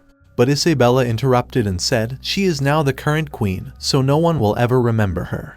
She added that everything that once belonged to Elizabeth is now hers, and slowly she will be forgotten. But Elizabeth tells her to stop and asked, why is she there? Isabella replied that Duke Offer has gathered troops to oppose her, and Princess Michelle found her secret, and started a rebellion with Duke Rose, which was crushed by her. Elizabeth shouted to leave Michelle, as she is just a child. But Isabella said, when it comes to power, there is no such thing as kinship, that's why she locked her there. She then gave a knife and a bottle to Elizabeth and asked for her blood in return for Michelle's life. She said she will use the blood of the rightful heir to summon the lake spirit. Elizabeth refused and said, if the lake spirit is summoned before the agreed time, then the empire will lose its protection for 2 entire centuries. But Isabella said, Offer, Wales, and anyone who threatens her position must be eradicated from this world. She tells her to hurry up, or she will kill Michelle first. With no other choice left, Elizabeth agreed to give her blood to Isabella. Then, near the lake beneath the palace, Isabella used Elizabeth's blood to summon the lake spirit. The spirit got summoned and said, she is Edmora, the lake spirit, with whom thy ancestors signed the contract with. Isabella asked, why is her appearance is different from the legends? Edmora replied that she has no fixed form, and it will change depending on the blood that summons her. Isabella then explained that 50,000 traders have gathered outside the gate. That's why she came to seek her assistance. Edmora thought for a while and refused her request. She said the contract was for the protection of the imperial family. Slaying the enemies is not within the bounds of the contract. Isabella cursed the ancestors, as the contract was not to control the lake spirit. Edmora said she will protect the imperial family and the capital from demons, but will not interfere in conflicts between humans. But suddenly, Isabella puts a knife on her neck and said if she doesn't help her, then she will kill herself and the contract will be broken. Edmora sighed and agreed to help her in killing the traitors. At the same time, the Duke's army was trying to destroy the gate in order to defeat the false queen. The people inside the capital were running to save their lives, as war is happening outside the capital. At the front walls of the capital, Catherine ordered the soldiers to not let the traitors to break into the capital. A knight came running and informed her that the traitors have broke through the north gate and are approaching the palace. Inside the Rose Knight's encampment, Duke ordered his knight to break open the palace gates and capture the fake queen alive. Michelle thought that her aunt's reign of terror is about to end and prayed for her mother's safety. Merlin was sitting on a tree and thought, he has nothing to do with the humans' war, and this 700,000 wasn't too hard to earn. Suddenly, they all noticed a large amount of water near the palace. The water then turns itself into a giant monster to kill everyone. Michelle couldn't believe that Isabella summoned the lake spirit in order to kill them. Isabella came and ordered the lake spirit to kill all the traitors. Merlin smiled, thinking if he can kill the spirit, then he can delay his curse for a pretty good while. But he still decides to not interfere, as this is a battle of human royalty, and above all, he hates water. Duke came running to Merlin and explained that the false queen has summoned the lake spirit, and every time the spirit gets summoned, it will sleep for 200 years. He asks Merlin for help, but Merlin refused to help them anymore. He said his mission was only to protect the princess, it doesn't involve participating in the battle. Michelle also came to Merlin and said none of the Rose Knights is a match for the spirit, and the future of the empire only depends on him. She promised to reward him after her aunt Isabella gets defeated. Merlin sighed and said Alice was already hurt protecting them, so he doesn't intend to involve in this mess any further. But suddenly, Alice came out of her tent and said if he doesn't overthrow the false queen's reign, then the empire will be doomed. She tells him to take pity on Michelle, who only has them for her support. Alice said she's an orphan too, so she understands the pain of having no one to depend on. Merlin was still refusing to join the war, but when Alice said that they killed 3 Redbud Knights, and if the Duke's rebellion fails, then the false queen will never let them go. Merlin pinched her cheek and said she only knows of how to get into trouble. He added, now that he has already gotten involved in this mess, he might as well finish the job. Suddenly, there was a blast in the capital prison. Macefield used the explosion rune, given to her by Michelle in order to escape from the prison. And as soon as she looked outside, she realized just how bad the situation is. At the same time, Merlin was running toward the lake spirit. He went near it and thought, he hasn't seen something this strong for a while now. He muttered, these water-based enemies are really annoying, so he will finish this in one strike. Suddenly, the spirit sensed Merlin killing intent and realized he's a demon. The spirit quickly changed its target and attacked Merlin, but he blocked its attack. The spirit realized Merlin is extremely dangerous, so she decides to use her full force and manage to capture him. Merlin's clothes start to get dissolved, so Merlin realized that this spirit is made of holy water, and if he didn't have the magic immunity, he would have been completely erased by now. Slowly, he was losing consciousness and muttered, that's why he hates fighting water enemies. At the same time, Alice was feeling uneasy, so she prayed for Merlin's safety. Meanwhile, Elizabeth noticed the shaking and wondered if the battle has begun. Suddenly, the roof collapsed and someone fell from above. It was Merlin, who destroyed the floor to free himself, but due to the holy water, his clothes got dissolved. Elizabeth wondered who this handsome man is, but then she turned her face away and asked, who is he and what does he want? Merlin tells her to calm down and picked a paper from the ground. He checked the contents and realized that this lady is the real queen. He asked Elizabeth if she is the real queen who was abdicated and impersonated by her sister. Elizabeth asked Merlin how does he know about this. Merlin replied that he is an adventurer Princess Michelle hired to come and save the real queen. Elizabeth grabbed Merlin and asked him to explain everything and if Michelle is all right. Merlin then explained everything to her about Michelle and her actions to save her and the kingdom. Elizabeth fell on her knees as she was tricked again by Isabella into giving her blood to summon the lake spirit. But Merlin was happy as he never expected to find the real queen in the underground prison. At the same time, Isabella was using the lake spirit to destroy the disobeyers. Suddenly, Macefield attacks her, but her attack is blocked by Catherine. Isabella asked Macefield if she's gone mad because she is attacking the queen. But Macefield tells her to shut up and asked about the real queen's whereabouts. She said, only the blood of a pure ruler can summon the lake spirit, so the real queen must be alive. Angered, Macefield used her full power to attack, but is stopped by Catherine's gravity magic. She asked Catherine if she is Isabella's accomplice as well. Catherine laughed and said, without her protection gear, she can't defeat her. But to her surprise, Macefield managed to resist Catherine's gravity magic. Catherine realized that Macefield used her saint rank aura to defend herself, so she tells Isabella to run away, while she will hold off Macefield. Meanwhile, a knight informed Duke and Michelle that the lake spirit inflicted heavy loss upon their forces, and Sir Merlin was also devoured by it. Duke realized that humans can't defeat the lake spirit, so he decides to retreat. In the underground prison, Merlin dressed with the sheets that Elizabeth was using. He tells her that the place is about to be drowned, so they need to get out of there. He then picked the queen and jumped above through the hole. He reached outside and asked Elizabeth if she knows about any way to stop the lake spirit. Elizabeth replied that the lake spirit controls the massive water elemental, and if he wants to talk with the spirit, then he has to get to the lake below the palace. Merlin thought that he will have to cut it all down to go to the underground lake, but he also needs to hide his identity. He then asked Elizabeth if she has anything that he can use to cover his face. She then gave him her handkerchief and said it's very important to her, so he needs to return it. At the same time, Macefield and Catherine were fighting with all their strength. Macefield asked, why is she trying so hard for an imposter? Catherine answered, they all has something to protect, and only that person can help her in that.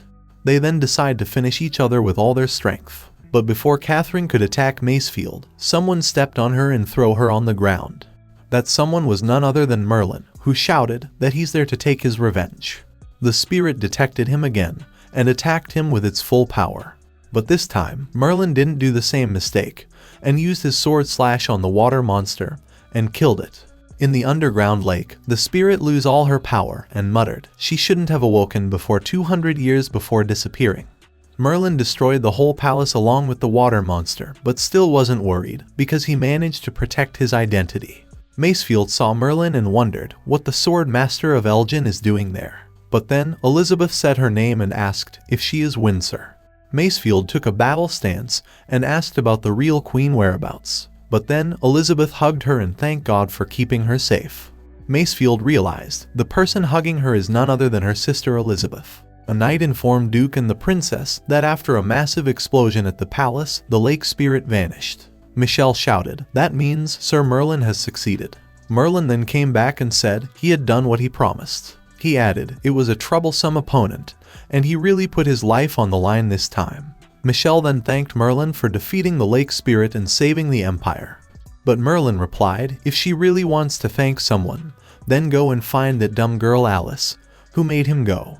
He also tells her that he found the real queen and he put her in the rear courtyard of the palace, so she needs to pay extra for this extra service. Duke quickly sends his knights to ensure the safety of the queen. Inside the tent, Merlin informed Alice that he completed the mission. Alice muttered that lake spirit was just being controlled by bad people, so she feels sad for her. But Merlin replied he didn't kill the spirit, as it is the guardian deity of the empire after all. Merlin then starts changing his clothes, and Alice shouts at him to stop stripping in front of her. But suddenly, she noticed a handkerchief falling from Merlin's clothes. She picked it up and thought, why Merlin has this high-quality handkerchief? She sniffs it and tears it apart, as it has the smell of a woman. She then angrily asked Merlin if he was messing with the woman out there. At the same time, Princess Michelle and Duke found Elizabeth, who had been rescued by Merlin. The rightful heir to the throne, who had long been imprisoned, was finally free. At night, Catherine was trying to run away from the palace. Isabella was with her too, who muttered that one day she will return to take it all back. But before they could go any further, they were blocked by someone's earth magic. That someone was the 11th Knight Winifred, who came to capture the traitors. Catherine tells Isabella to run away while she will hold him back. Isabella starts running and shouted when she will return to the capital, she will kill every last one of the Redbud Knights. But then she was blocked by Morrison and Milius, who asked if she really can kill them. Isabella falls on the ground and admits defeat. Several days later, Elizabeth thanked Duke for protecting the kingdom in her absence.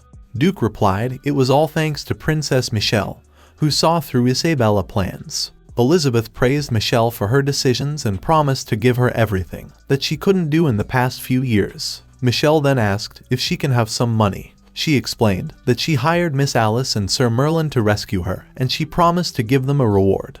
Elizabeth remembers Merlin's face, but then thought she's already a mother, so she can't live with him. Meanwhile, in the inn where Merlin and Alice are staying at, Merlin was insulting Alice for getting nervous as if she is going on her first date. But Alice tells him to shut up because she's going to meet the Queen, so of course she would be nervous. Merlin thought that the situation is troublesome because instead of giving them their reward, the Queen wants to see them in person. Alice noticed the destroyed palace and asked Merlin if he was the one who did it. Merlin replied he fought with the lake spirit, so of course there will be some damage. Alice tells Merlin that he destroyed the palace, so maybe the Queen is summoning them to pay for the damage. Suddenly, Alice gets shocked as she heard someone calling their name from behind. She turns back and finds Cecilia and Kyle, who are there to escort them to the Queen. Inside the carriage, Merlin tells Alice to go alone to meet the Queen. He explained the handkerchief she tore that day belongs to the most powerful woman in the empire. Alice thought who the most powerful woman is and shouted if that belonged to the Queen. Merlin said he borrowed it to cover his face, and the Queen said it was very important and he needed to return it. He asked Alice now that she tore it up, so what will he give to her when he will meet her? After a while, Alice was bowing in front of the Queen. Elizabeth tells her to stand up as she allowed her to see the light of the day again. She said Michelle has told her about everything, and she will always remember this favor. She then gave 2 boxes of gold coins and said this is the payment that she and Michelle agreed upon. Elizabeth then asked Alice if Merlin is with her too. Alice replied Merlin had to deal with something, so he can't come with her. Elizabeth tells Alice that something of her is temporarily in Sir Merlin's possession, and she hopes he has been keeping it well. Alice asked in a worried tone about that precious object, and the Queen replied that it is a handkerchief that her late husband gave to her. Meanwhile, the subordinate of Baron Offer tells him about the rebellion and that the lake spirit has been defeated. Baron laughed and said, with the lake spirit gone, no one can stop him from defeating the empire. He then ordered his subordinate to prepare the troops and invade the capital. After a while, Macefield was taking Catherine somewhere. Catherine thought her time is over, but she was shocked to see Queen Elizabeth waiting for her. Elizabeth went close to her and said she never thought that Catherine would do something like this. Catherine apologized for her mistake and requested her to grant her death. But Elizabeth asked if she will grant her death, then what will happen to her mother? She added she already looked into it and found that to cure her mother's disease, Catherine made a deal with Isabella. Macefield then gave a book to Catherine and said this is Her Majesty's blessing for her. Elizabeth tells Catherine that this magical tome contains the imperial family's spells, and after saving her mother she can return to her side. Catherine cried and thanked the Queen for her generosity. In the imperial prison special cell, Isabella noticed Elizabeth and asked if she's there to laugh at her abjection. Elizabeth replied that the reason she could never become queen was that she never had the conscience to take the crown. But Isabella said ever since they were little, everything good went to Elizabeth, and even their father left the throne to her. But Elizabeth replied, violent, selfish, reckless, willing to put the empire into danger for her own personal gains, so their father made the right decision. Angered, Isabella tried to attack Elizabeth, saying it's all her fault. But Macefield saved Elizabeth and threw Isabella away from her. Isabella laughed and said if father had just hesitated a bit back then, she wouldn't have fallen to these depths. She cursed Elizabeth that her body will be crushed beneath the steel hooves of the Offer family. Elizabeth then orders Macefield to leave as Isabella is beyond saving. 1 month after the incident of the imposter queen, the Offer family officially invaded the empire. Duke Wales' Rosebud Knights fought bravely, but Duke Offer's army, led by 4 powerful saint ranks, was unstoppable. News of the imperial army's defeat spread like wildfire, and large numbers of civilians began to flee their homes. In the Wrexham village, Merlin read the news about the war and said, no wonder there were a lot less commissions than usual. It's almost noon, and Alice still hasn't come down, so he went to check on her. He entered the room and found Alice crying in pain. She looked at Merlin and said, for some reason, she is unable to muster any strength. He checked her temperature and found that her temperature is lower than normal. He understood that the dragon crystal within her is repairing her injuries from before. He tells her to not worry and explained that the crystal is repairing her body, so it has drained her stamina. Merlin then smiled and said now that she can't muster any strength, then it's the right time for him to pick on her. But Alice called him a heartless monster and throws him out of her room. She was sulking, saying all she wants is for someone to stay with her, even if it's a demon. And as she was calling him stupid, idiot, perverted demon, Merlin brings something for her to eat. He said, after thinking for a while, and in his infinite kindness, he decided to take care of her. Alice looked at him and said she doesn't have any strength, and tells him to feed her, so Merlin agreed. On the other side, Duke explained the situation to the Queen and the others, that 5 cities have fallen into Offer's hands, and the difference between their army is just too great. He added that very soon, Offer's rebellion will reach the capital. Macefield said if Elgin's master swordsman hadn't injured the lake spirit, they wouldn't have to be so passive, even if the rebels reached the capital. But Elizabeth tells her to leave it, because if not for him, she would still be trapped underground. Duke Wales said that at least they now know the true identity of the sword master. He is adventurer Merlin from Wrexham. Morrison suggests if the sword master helps the Empire again, they can get out of this situation. Elizabeth agreed and said she will consider Sir Merlin's possibility and order Duke to continue explaining. Duke Wales added that according to the reports, the Offer family recruited many powerful mercenaries, and the most renowned of them are the Black Wolves. All the Redbud Knights get shocked after hearing the Black Wolves' name. Elizabeth asked Macefield who are the Black Wolves and why they all have this expression. Macefield explained Black Wolves is a mercenary group that gained fame during her imprisonment. They are active within the forest of demonic beasts, and even though there are only 5 of them, all of them have reached Saint rank. She said they currently have 5 Saint rank knights. One-on-one battle should be fine, but then they couldn't ensure her safety. Duke Wales then said these 5 individuals have all kinds of backgrounds, adventurers, bandits, murderer, and so on. Elizabeth was confused whether she should ask for Merlin's help again or not. Duke then said there is another difficulty, and that is the demonic beasts that the Offer family has tamed. Elizabeth said that Offer's family army is unstable, and as long as they manage to kill Duke Offer, his alliance will fall apart. She then tells them that she needs 2 heroes to bring a small team to assassinate Duke Offer before his army enters the capital. But this mission is too dangerous that even if they succeed, they may not be able to return safely. Macefield accepted the mission and said she will not tarnish the first knight's name.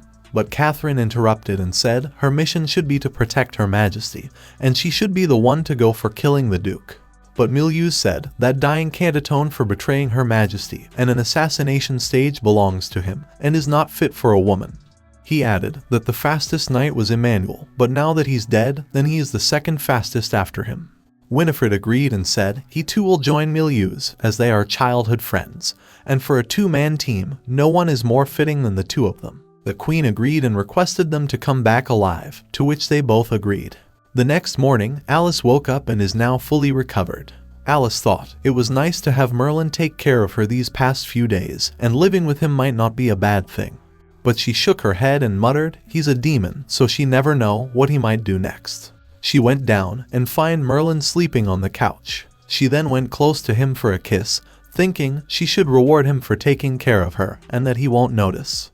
But before she could kiss him, Merlin sneezed. He woke up and asked if she's fine now, to which she said yes. Today is Merlin's turn to do the laundry. He found Alice's panty and asked when will she stop wearing such soft ones. But Alice came running to snatch it from him and said she will wash her underwear herself. Suddenly, an old man with a child came and asked for some food. The old man said that they are refugees from the capital and hasn't eaten for 2 days. Alice brings some food and gave it to them, so they left. Merlin said that the Empire and the rebellion are fighting, so maybe Arnold won't make it back alive. Meanwhile, Winifred arrived at the front line and finds some of his soldiers dead. Then suddenly, someone rang a bell, and the demonic beast came from the back of the mountain and dashed toward them. Winifred tells his other soldiers to be prepared, as they are attacked by the Offer's family demonic beasts. And as Winifred was killing the beast, he thought it is strange, because the beasts are not strong enough to wipe out the entire vanguard. But then, he noticed a wind attack that killed all the soldiers in a second. An old man appeared and muttered, "Is that's all the Empire's soldiers are capable of?" Winifred asked if he's from the Black Wolves, but the man replied that he's not one of those worthless dogs. He then introduced himself as one of the Duke offers 4 elemental sword saints, Sword Saint of Wind, Akaz. Winifred was helpless in front of Akaz and wondered if a saint rank can really control this amount of mana. Even though he knew that he couldn't win, Winifred still decides to attack with his full power, but got defeated easily. He then starts to remember about his past life. He and Milius were childhood friends, and their dream was to become a mage so they can protect this country and let every child sleep warm and full. Akaz then sensed some more soldiers nearby and thought of killing them, but he heard Winifred saying stop. Winifred stood up and said he will not let him hurt his friends. Winifred used his full power to crush Akaz along with him under his earth magic. Milius noticed the ground shaking, and a soldier informed him it's coming from the direction of Sir Winifred's team. Akaz was still unharmed and muttered he sacrificed himself in order to protect his friends, so he should let his friends live for that. But before leaving he said if they come to die, then he will not hold back. After a while, Milius found Winifred's locket under the rocks. The soldiers informed him that they didn't find any traces of Sir Winifred. Angered, Milius realized that Winifred burned his life to fight his opponent. He announced that the Offer family has powers beyond saint rank, and Winifred and his team have perished for the Empire. He added that this assassination is over and ordered them to go back to the capital, and informed Queen about the situation, and that he might not make it back. Milius muttered, "Wait for me, my friend," and left. Meanwhile, in the Wrexham village, Merlin was disappointed, because there hasn't been any missions as of late. He then noticed a carriage outside his house and wondered who is it. He went near the carriage and finds Cecilia and Kyle waiting for him. Cecilia greeted Merlin and said their visit today is for a request. But before she could finish, Michelle take off the hood and revealed herself. After a while, Merlin taunts Michelle and asked what she wants from this poor remote village. Michelle apologized for disturbing him and said her mother doesn't know that she is here. Merlin made fun of her and said, in a situation like this, Demon King or Dragon kidnaps the princess, and then the dumb heroes run to their deaths one by one.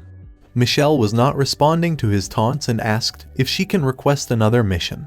But Merlin said if she wants his help in defeating the rebellions, then she can leave. Michelle explained that they are running out of options, and the armies at the front line can no longer hold the rebels back. She started crying and said she doesn't want to lose her mother again. But Merlin still refused and said he will not get involved in anything related to war. He said they are adventurers, so they will not accept large-scale war missions, and tells the princess to go back. Alice shouted at Merlin for being heartless, but Michelle stopped her and said it is okay. She then apologized to Merlin for coming so late at night and left. Outside, Cecilia asked her if Sir Merlin agreed, but Michelle starts crying and said the Empire is doomed.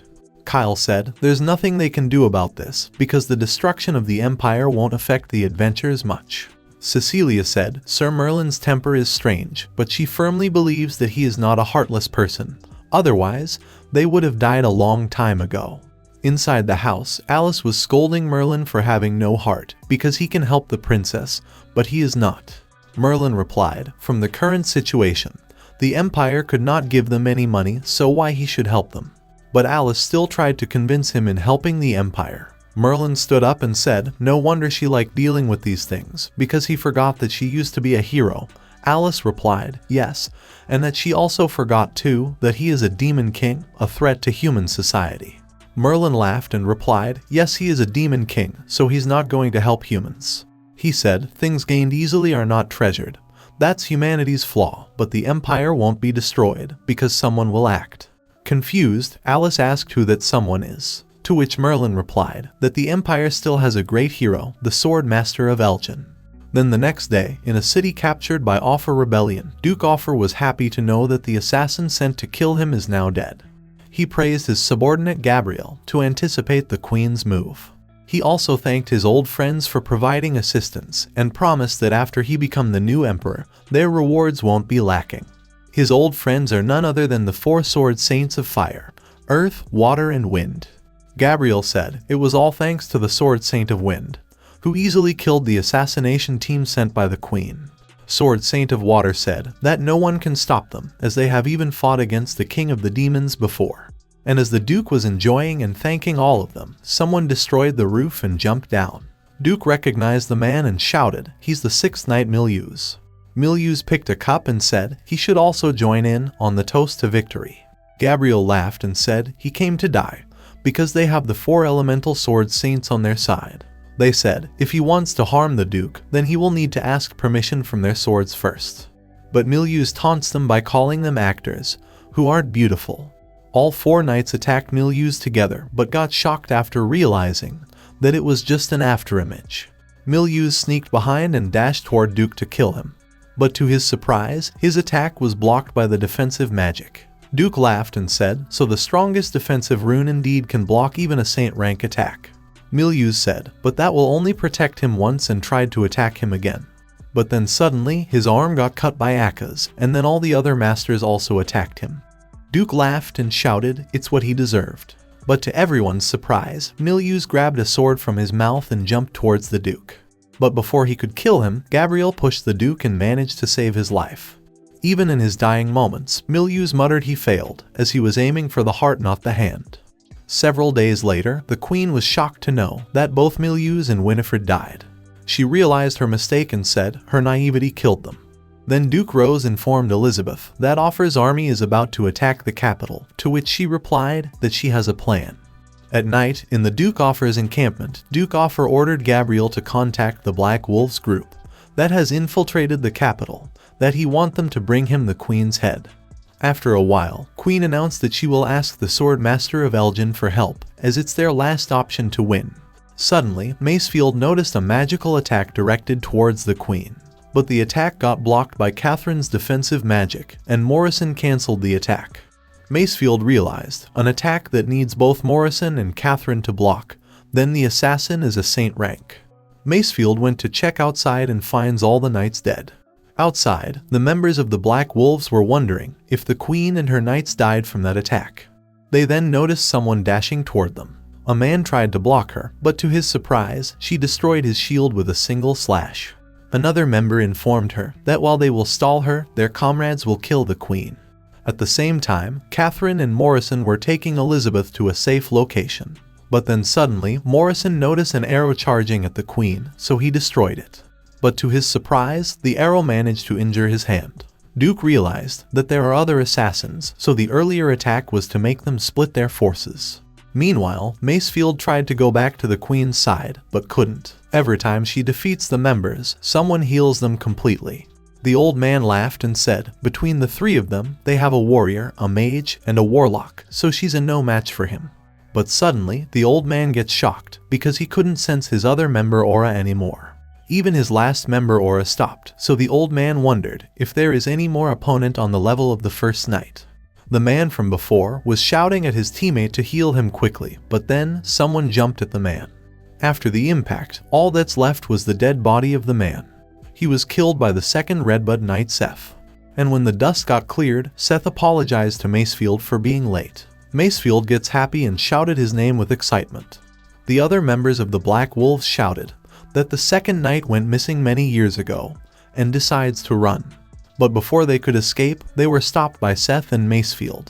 Soon after, inside the palace chamber, Macefield gave the report that all 5 members of the Black Wolves has been eliminated. She then pointed at someone and said the situation was resolved because he arrived in time. Seth bowed in front of the Queen, and apologized for being unable to be her side sooner. Elizabeth was happy to see Seth, and tells him to join the others. She explained that the difference between them and their enemy is too great, so she intends to invite a person to support them. Confused, Seth asked if she's planning to invite the old guild master Gregory, but she replied he will know when that person will arrive.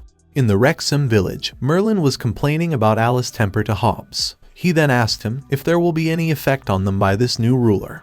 And as they were talking, Luja came and informed Merlin that he got a letter from the capital.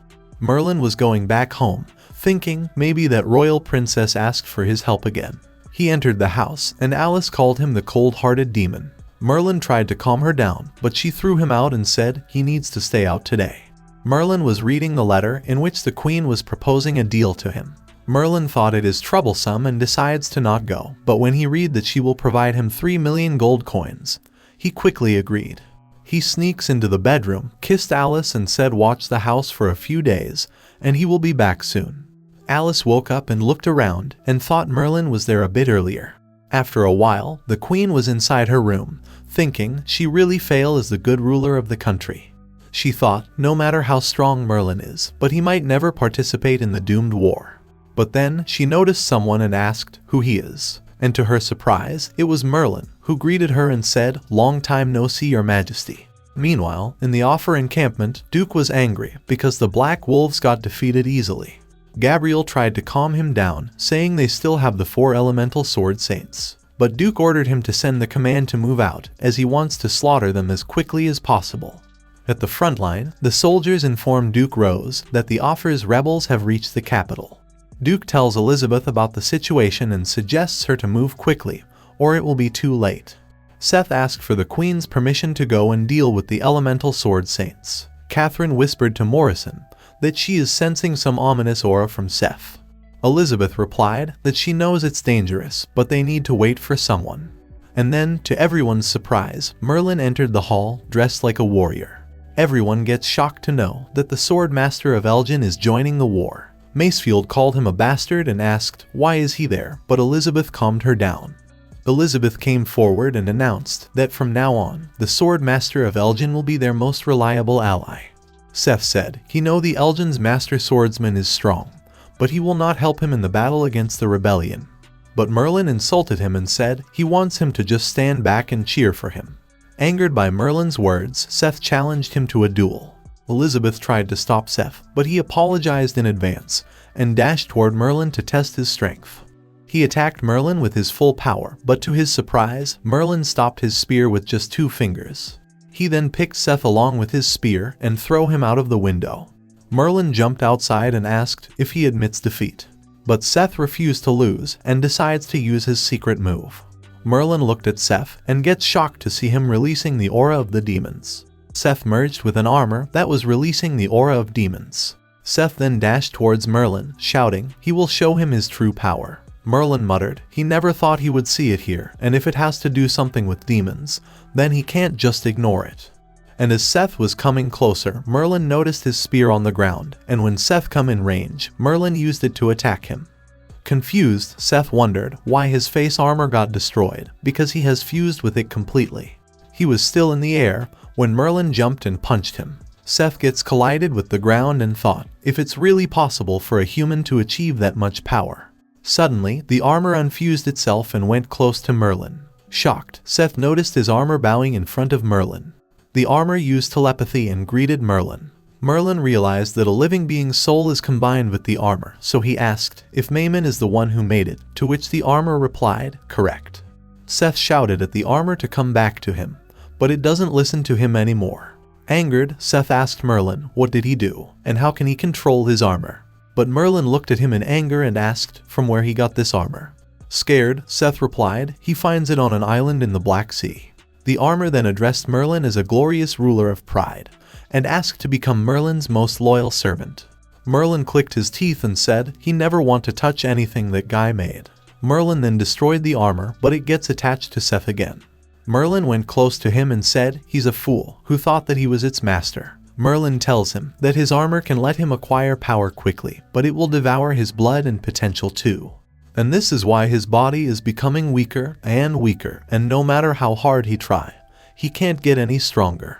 Merlin suggests him to return it to its place, or he will die a terrible death. He then went close to the queen and suddenly they heard the war horn.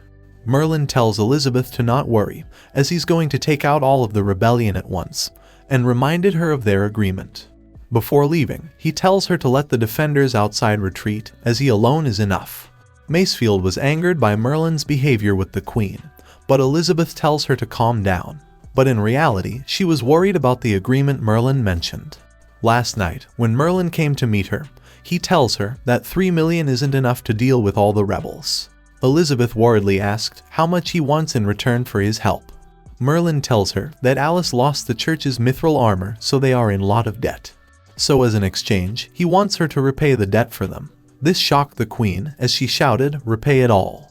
She knew that even with 10 or 20 years of the empire's taxes, she won't be able to pay it back. She tells Merlin to stop joking, as she could never agree to such a difficult condition. But then Merlin tells her to find another person to fight for her and tried to leave. But Elizabeth stopped him and said if they win this war, then the Empire will take on the debt.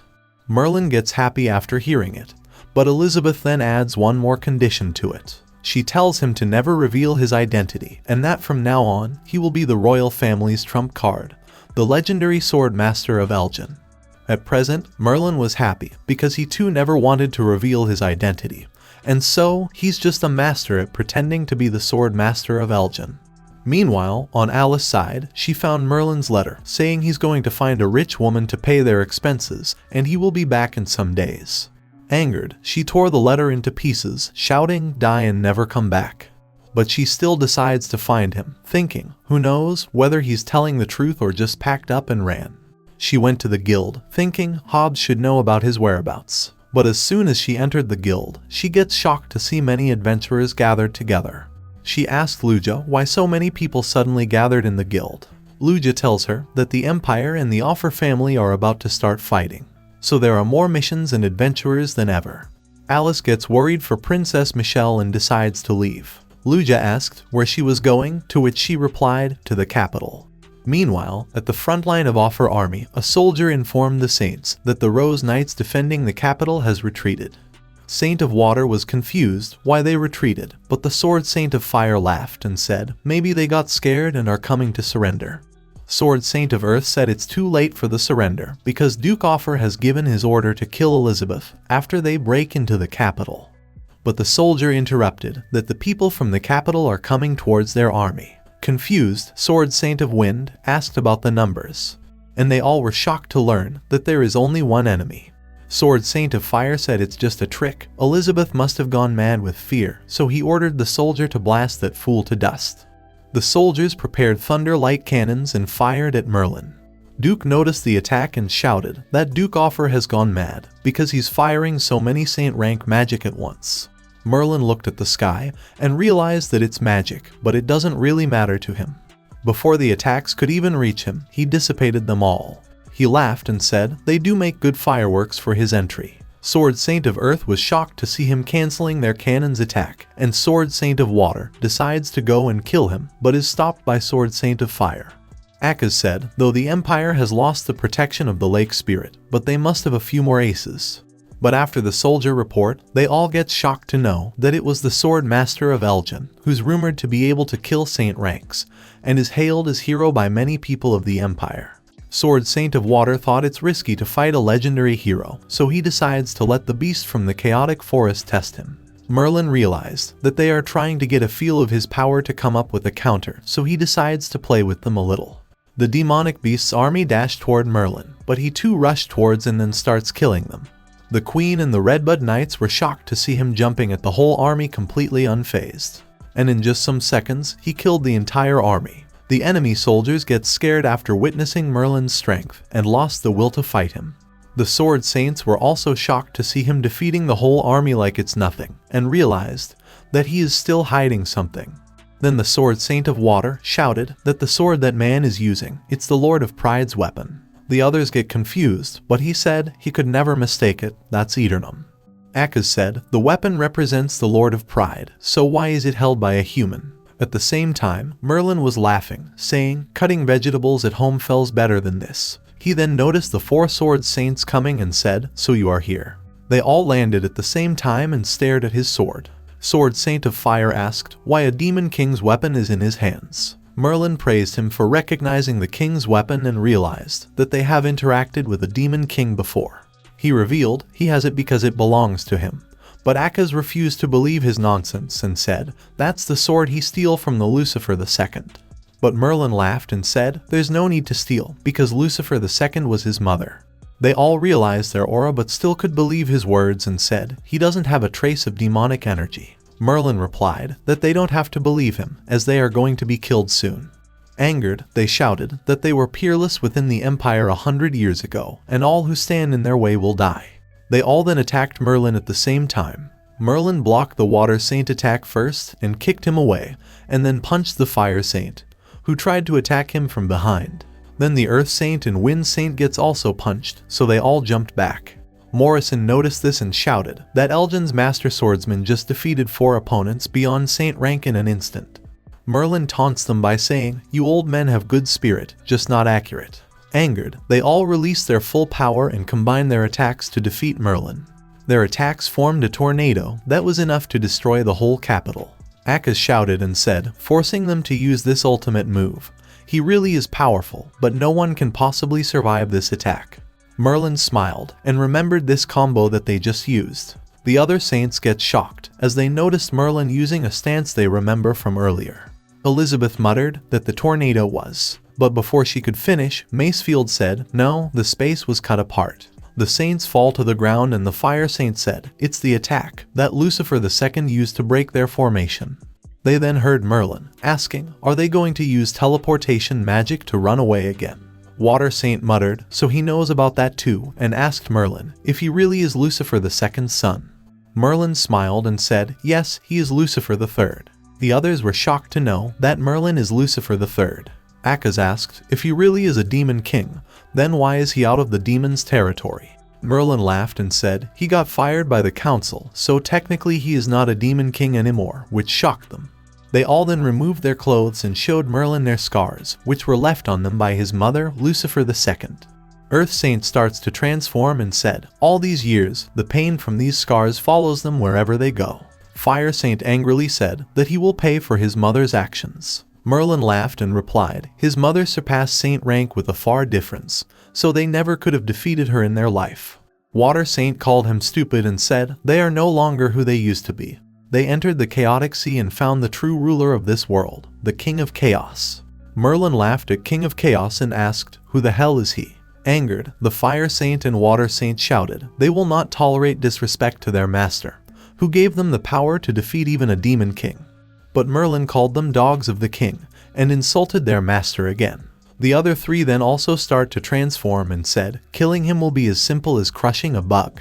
Suddenly, they all get covered in a dark tornado. Even though Catherine was protecting the queen, but the power of the tornado is enough to injure her. She and Macefield used all their power in order to defend from just the magic impact of the tornado.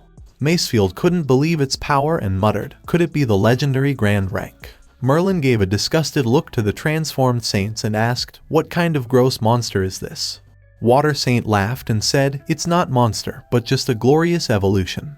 Earth and Fire Saint shouted, the hatred that they have carried for countless years can finally be returned, and raised their hands. The other two said, this is the first time they are using their power their master bestowed upon them, the sword of the end. Confused, Merlin wondered what kind of sword. But then, he noticed something coming down from the sky. It was a sword that even Merlin thought is looking no good. But then he smiled and said, now this is something worthy of his full power, and attacked it with his sword.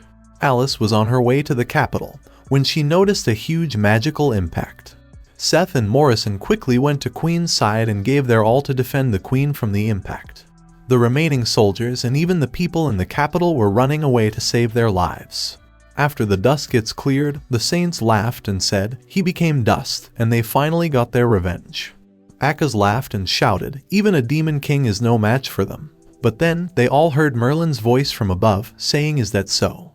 Before they could even react, Merlin cut them all with superhuman speed. He admits they are pretty strong and muttered, but compared to that spear hero, they fall pretty far short. Elizabeth couldn't believe that Merlin is still alive, and they have won the war. Macefield wondered just how strong the sword master of Elgin is. Morrison and Seth said the difference between them and him is truly massive, and they could never achieve that level of power. Confused, Merlin was wondering why his heart didn't feel anything when he killed them, as those four were pretty strong.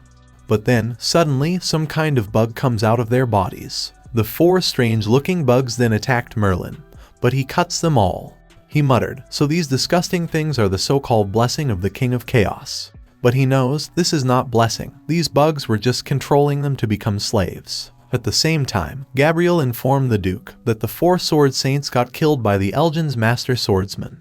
He then ordered his men to leave, as this war is now over, but Gabriel tried to stop him and continue the war. Angered, Duke replied, with Elgin's master swordsman on enemy side, they could never win, and if he hand over the control of the army to the queen, he might be able to live on, even as a peasant. Gabriel stood up and said if he wants to surrender, then he has no more worth, and he will have to clean up this mess himself. Angered, Duke shouted that he is still his master, but Gabriel replied that he's just a pawn, and his only master is the glorious King of Chaos. Duke called him a fool and said if he repent immediately. But before he could finish, Gabriel's body starts to crack, and a monster comes out of him. It introduced itself as Black Blade Ramen, one of the big three under the throne of the King of Chaos. Duke tried to run away, but got killed by the monster instantly. At the same time, Merlin crushed the bugs and realized that these were their true form, because killing these bugs made his heart feel much better. He looked at the enemy soldiers and said they are no longer a threat to the Empire, so it's time to get the money from the Queen and go home. But then, he noticed a Saint Bug monster dashing toward him, shouting, "Where is the Sword Master of Elgin?" And to Merlin's shock, the beast ignored him and said, "There is no one strong, so maybe the Sword Master already retreated." At the same time, Macefield, Morrison and Seth were talking about the strength of Elgin's master swordsman.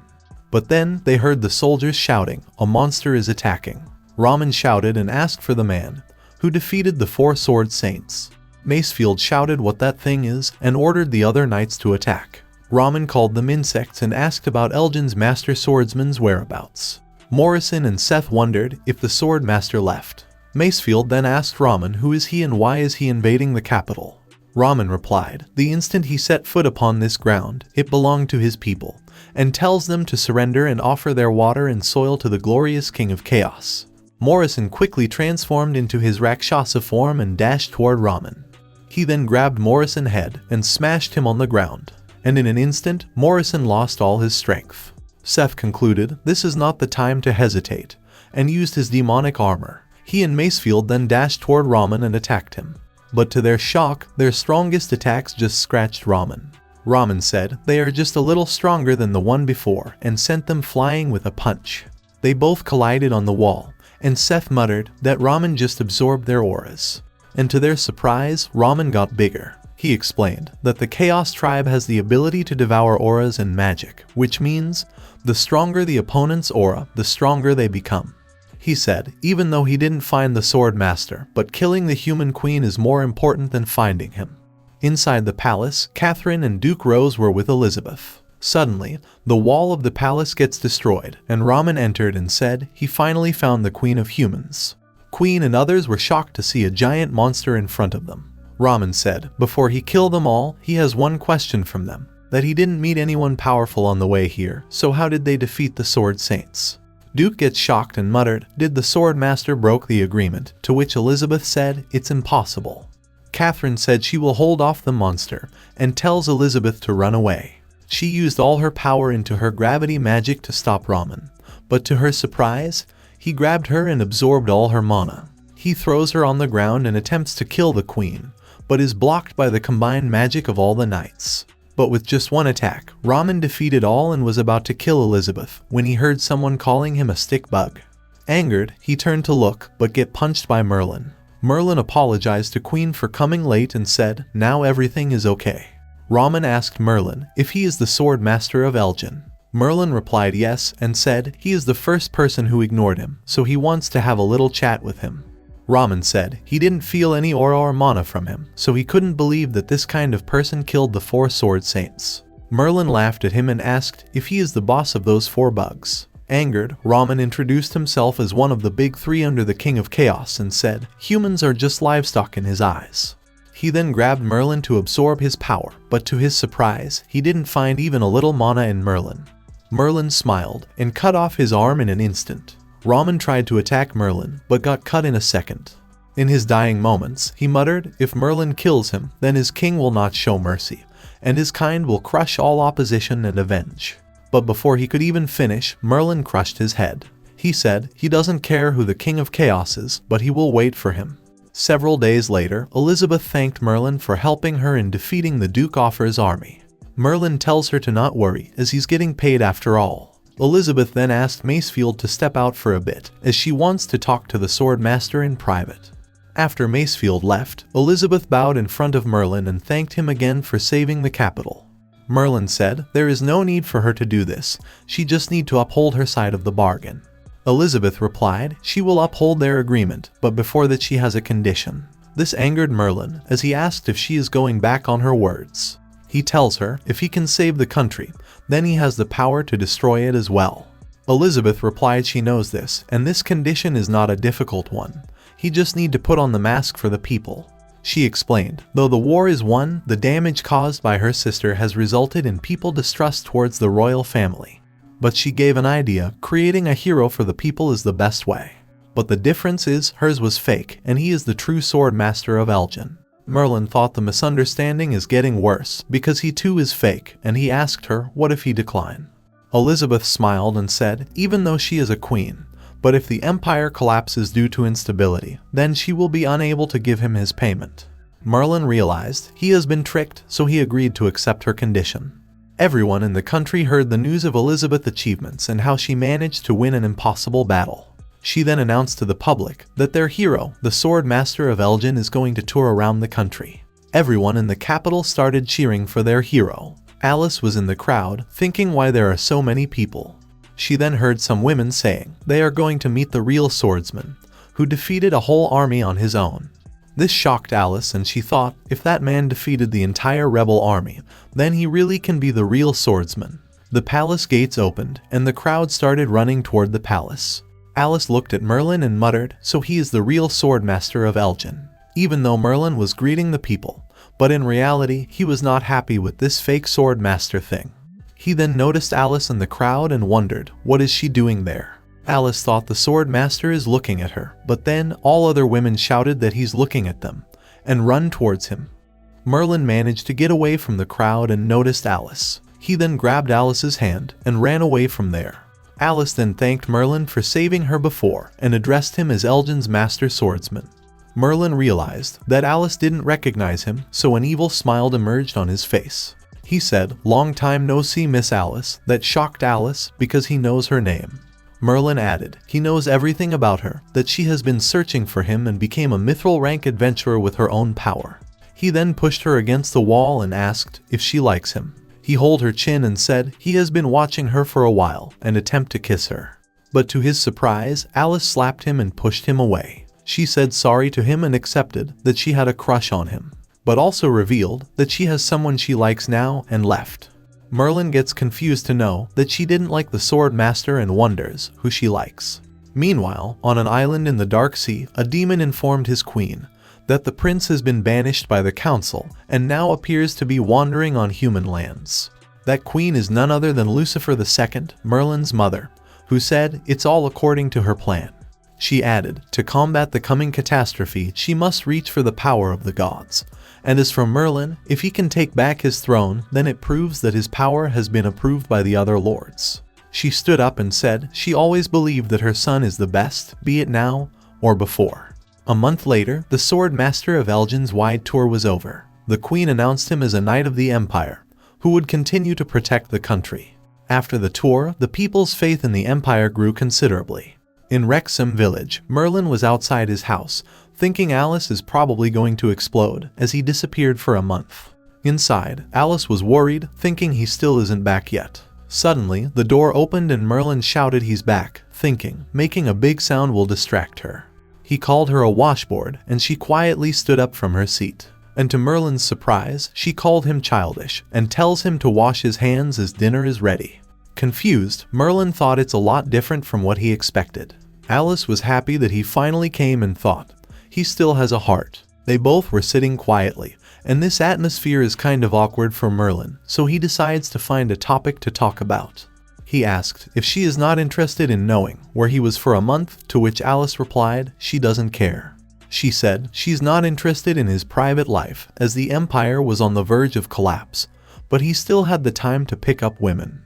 Confused, Merlin asked what she mean by that. Alice shouted that he wrote it himself, that he's going to find a rich lady. Merlin taunts her and said she used to be a hero, so how can she always think about these things? He then explained that he did find a rich lady, but he just made a fair deal with her. After Merlin tells her everything, Alice gets shocked to know that the rich lady is Queen Elizabeth. After defeating the rebellion, he went to Elizabeth for taking his payment. But she said that the price of rebuilding is high, so she wanted some time from him. Angered, Merlin slapped the table and said that's not what they agreed on. Elizabeth replied she will not go back on her words, however, his overly large debt will have to be paid in periods. She explained that within 30 years, the royal family will uphold their end of the agreement and pay back his debts. Merlin said it's a good plan, because now he has to protect the empire in secret for 30 years, or nobody can pay back his debts. Elizabeth agreed and apologized for her unreasonable request. She promised to not interfere with his freedom, just wants him to protect the empire from any dangers.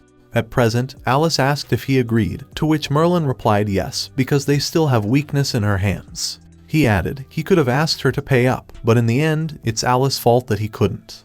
Confused, Alice asked, how is it her fault? Merlin said, when he was with the queen, she asked for her handkerchief, which she lent him before. And as the handkerchief was destroyed by Alice, Merlin tells her that he is keeping it as a deposit, and once the royal family pay off their debt, then he will return it. He gave her two choices, either take the handkerchief and do a single payment, or let him keep it as deposit. As the queen had no other choice, she accepted his deal. At present, Alice couldn't believe that because of a handkerchief, their debt will be paid in 30 years. But Merlin tells her to not worry, as the royal family will deal with their debt, and they can enjoy their life with that 700,000 coins they get from Michelle. He then noticed Alice's reaction, and figured that something is wrong. And after interrogating her, Alice revealed that after he left, the debt collectors came, so she used those 700,000 coins to pay the debt. After hearing this, Merlin lost all his strength and fall on his knees, because even after all the hard work, all that left was 0 coins. Meanwhile, in south of the continent Whispering Forest Island, in the Dark Adventurer Guild Blue Hell Flame, their leader asked about the situation. His subordinate Aidan tells him that Lizen has been destroyed and only 3 guilds remain. He added that Phoenix and Winter Eye has started to recruit, and if this continues, their guild will be at disadvantage.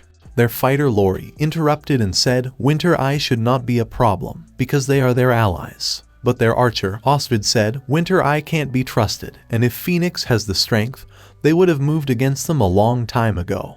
The assassins of the guild, Una and Vina, said that they can easily kill the Winter Eye guild master. Their guild master Humphrey stood up and said there is no need to worry, as he has a plan to increase their guild's power. Aidan asked if he is talking about that myth, but Humphrey replied that it is no myth. Legend has it that the greatest vampire, Count Dracula's ruins, have countless treasures, and if they can acquire them, they will become the strongest Dark Adventurer Guild. The next day, in Wrexham Adventurer Guild, Hobbs taunts Merlin that he always comes for drinks with him, but never pays. Merlin tells him that stupid Alice took all the money he earned to repay their debt. He then asked Hobbs why the royal racetrack not get shut down, even after the capital almost got burned. Hobbs explained the actual owners of the racetrack are the Rothschilds. They are the biggest corporation in the world, and even if the empire were to fall, the Rothschilds wouldn't be affected. Merlin muttered, the name Rothschild sounds familiar, and if he remembers correctly, then he's a diamond VIP there. Hobbs gets shocked after hearing that, because not even the current queen is a VIP there. He said, just a gold VIP costs tens of millions of gold coins, so there's no way an iron rank adventurer is a diamond VIP. Merlin thought, it's just a couple of tens of millions, and Alice's armor sold for about that much. And as they were talking, Alice entered the guild. She went close to board to find a job, because if this continues, not only she won't be able to pay the rent, but won't be able to sustain that idiot Merlin. Merlin went close to her and asked how's it going, to which she replied, there aren't any suitable commissions. She then started crying and said, the rent is going to be due soon, and they will not have the money to even eat.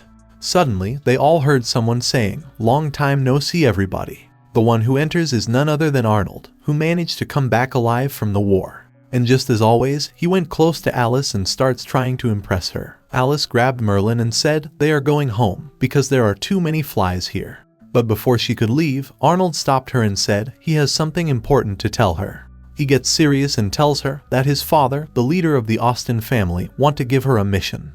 After a while, in the Earl Austen manor, Arnold was showing and bragging about his place to Alice. He said his ancestors were all hereditary lords of Wrexham, so they have so much power. Alice then asked about the mission that his father wants them to do. Suddenly, Arnold realized something and angrily asked Merlin, why is he here? Because he only called Miss Alice, to which Merlin replied, it's because of the guild rules. Arnold then asked them a question, are they really married? He said he can't find a single trace of love between them, so how did they fall in love and when did they hold the wedding? Arnold said that they doesn't even have the engagement ring, so how are they married? Merlin grabbed Alice and said a ring would only get in the way, but if he wants a demonstration. But before he could kiss Alice, Arnold stopped him, who was crying tears of blood. Suddenly, Merlin sensed someone on the roof trying to do a sneak attack on him. That someone is none other than Arnold's sister, who jumped at Merlin. Merlin dodged the attack and said, neither of these two siblings are normal. Arnold shouted at Jenna, saying, Miss Alice and Merlin are father's guests, but she was not listening at all. She said, Sir Merlin came to her home, so he's finally going to break up with Alice and fall into her arms. She added that to celebrate the crystallization of their love, she will have as many kids as Merlin wants. Alice tells him to leave her alone as they have a job, but then Alice noticed something. Merlin was not listening to her and muttered the word, children, which shocked Alice. Later, Arnold introduced the mithril-ranked Alice and the dead-weight Merlin to his father. His father happily welcomed them and praised Alice to attain saint rank at such a young age. He then tells Jenna and Arnold to leave as he's going to discuss something important with Alice and Merlin. Even though Jenna refused, but Arnold bowed to his father and forced her out of the room. After they left, Merlin asked what kind of mission is so secret that even his own children can't hear about. Duke Earl replied it's a long story, then opened a secret path and tells them to follow him. At the end of the tunnel, he said, they are going to one of his family's most secret places, so he'd like them to keep quiet about this place. And as they entered the room, Alice gets shocked and Merlin said it's interesting. He then gets shocked to see a vampire in the room. Duke Earl said his family has protected Wrexham as its Earl for generations, but they have another identity. They, the Austen family, are the vampire hunters who spent the previous century battling the vampires to protect the empire, so they were granted land and a title by the emperor. Alice said she thought that they were just made up like demons, to which Merlin replied, demons wouldn't have low-level creatures like the vampires. Earl explained, the vampires have strict ranks based on blood, their reproduction rate is low, but they can create familiars. Alice said she couldn't imagine that the Duke of Wrexham is a vampire hunter, to which he replied, not anymore, the arts of vampire hunting were already lost by his father's generation. He said his great-grandfather hunted Count Dracula for many years, but then he met that vampire, whose blood was most noble of them all, and it ended when his great-grandfather attempted to have them both perish together. But unfortunately, Count Dracula survived, and as a result, their entire bloodline was cursed. Confused, Merlin asked what he meant by the curse. Duke Earl then showed them the bite marks and said, this mark appears on all members of their family when they are born. And as they age, it gets deeper and deeper, and before their 50th birthday, they will mysteriously die. He added, overnight their blood is sucked dry, and in the future, Arnold and Jenna will also endure this. He said that he heard the Duke of Wales speaking of Miss Alice and Sir Merlin's power, so he begged them to free his family from the curse. Back at home, Alice said that according to the legend, vampires have an almost endless life, and their regeneration abilities are incredible, so are they really going to be fine? Merlin tells her to not worry, as there is nothing that his single strike can't fix. Also, Duke Earl gave them all of his family's gear. He then picked a bottle, saying he sent them this expensive-looking wine too. Alice checked the list and tried to stop Merlin, but it was already too late. Merlin said it tastes weird, and Alice shouted that it was the holy water. Suddenly, Merlin felt something and fall to the ground. Alice looked at the empty bottle and thought, the holy water is effective against him. But then, she looked at Merlin and realized, he's just drunk. The next day, she was riding a carriage and read that vampires doesn't belong to any species. They were abandoned by the goddess to gain their immortality and become evil beings. And whether it is pure-blooded vampires or their followers, both have a thirst for the blood of powerful races, as it can increase their strength. Suddenly, Merlin woke up and said his head hurts. He was not feeling well and asked how much longer until they reach this Galway city. Alice replied it will take some days and said they need to find Baron Barton, as he has the map of the vampire ruins. After some days, Merlin was complaining, as all they have been eating for 5 days is dry bread, but Alice tells him to stop complaining. Merlin asked, what if Baron Barton doesn't accept Duke's letter, but Alice replied, Duke saved his life once, so he should give that map to them. Suddenly, Alice's donkey stopped and fell to the ground. Merlin said her donkey is so lazy, so after reaching the city they should cook it, but Alice tells him to not, as all their traveling depends on it. Suddenly, the members of the Dark Blue Flame arrived and asked if they can give them a ride to Galway City. After a while, they were thanking Merlin for the ride, but Merlin tells them to not worry, as they already agreed that this hitchhike is going to cost them a little. He then asked them who they are and from where they are from. Laurie introduced them with fake names and said they are adventurers who are going to Galway City to make money, but unfortunately, their horse died on the way. They then asked Merlin how much money they need to pay for the ride. Merlin smiled and said, just 1,000 gold coins will do.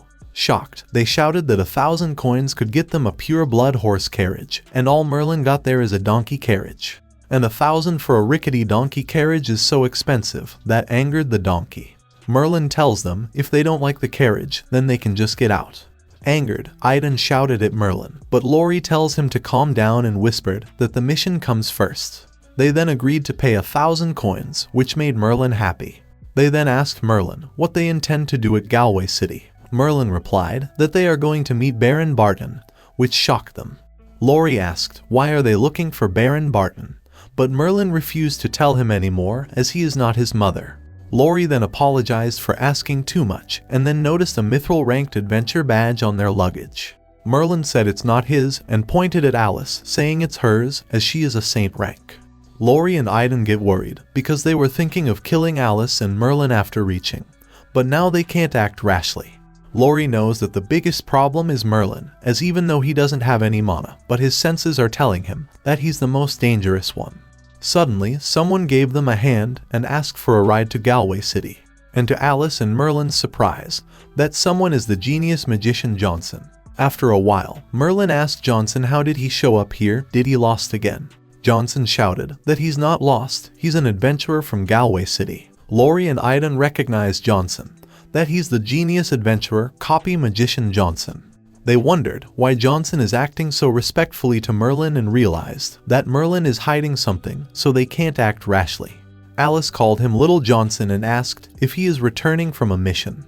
Johnson tells her to not call him Little, as it makes him angrier than being called a brat, and also addressed her as breast-patting lady. Angered, Alice shouted that she will kill him, but Merlin tells her to focus on the road. And after listening, that Merlin is going to meet Baron Barton, Johnson tells him to be careful, as his reputation is not great. He said that Baron is extremely greedy and also bullies his subordinates and peasants. He even tried to pick on his father, but because of his father's background, the Baron didn't go too far.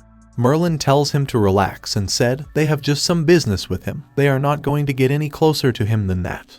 But still, Johnson tells him to stay wary if he's going to deal with the despicable man.